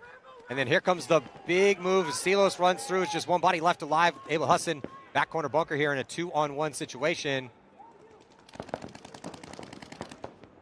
Just down to 45 seconds. Nathan trying to hold out and hold on here to force a 1-on-1. Maybe try to steal it himself, but tense moments for Nathan right now.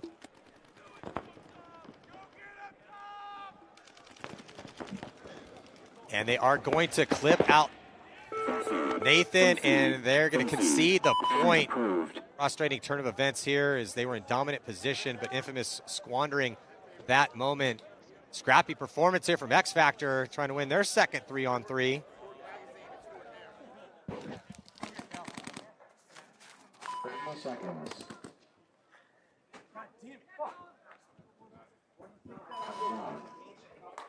So 26 seconds, going to have to be a full send moment right now for Infamous.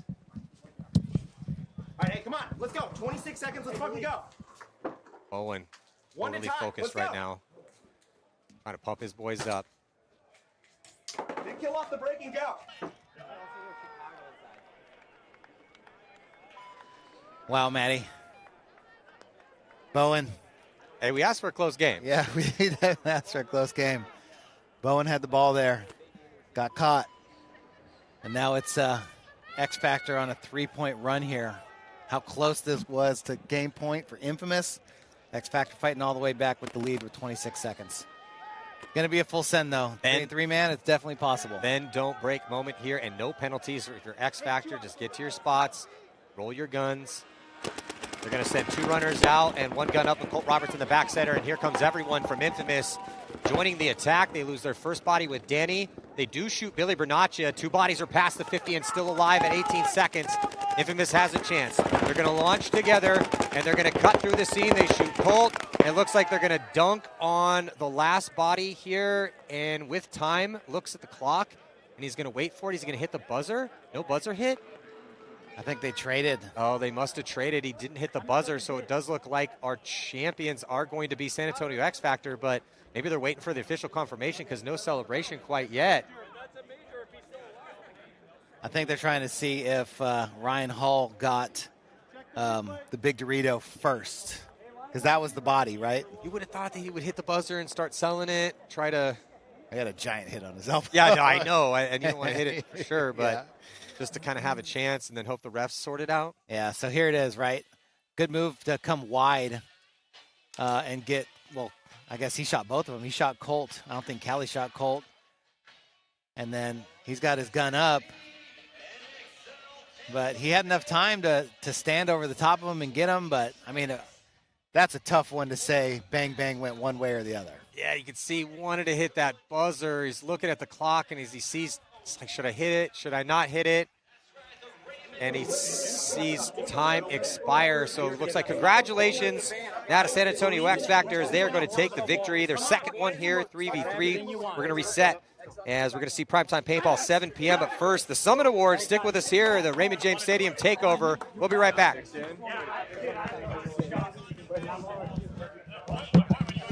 I heard something. Thank God for the Jumbotron. I was just like, oh shit. On Ryan. We should not use this anymore. Everyone just stop looking for TPP Crew. We will not use that. TJ.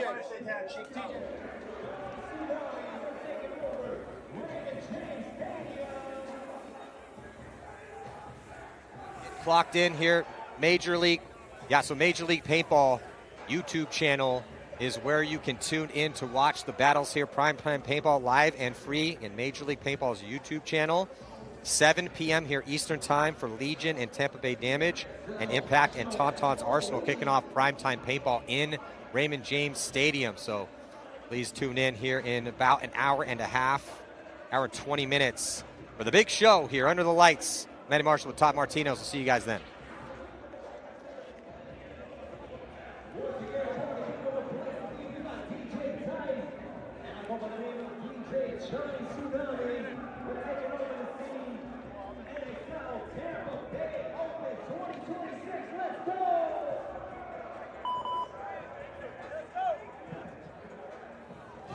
Run through the bracket of death.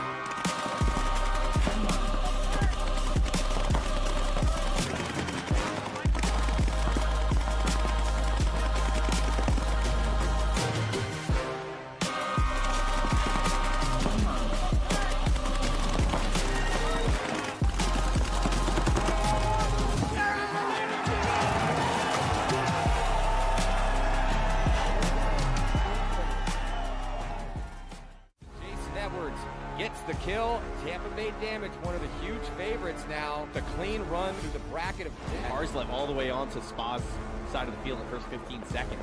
Everyone's always got a chance. The gun, the great equalizer. Here we go. Jacob Evers, he's going to go coast to coast. He's going to stitch up Dr. C. I don't care what team you are. You want to see what it looks like to try to put a point up in a minute. It's a good example of how it's done.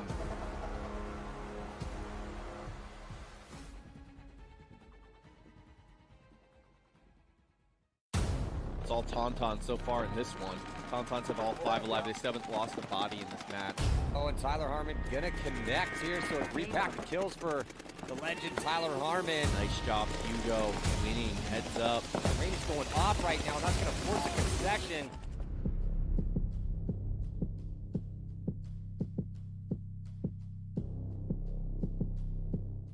Drop that shit.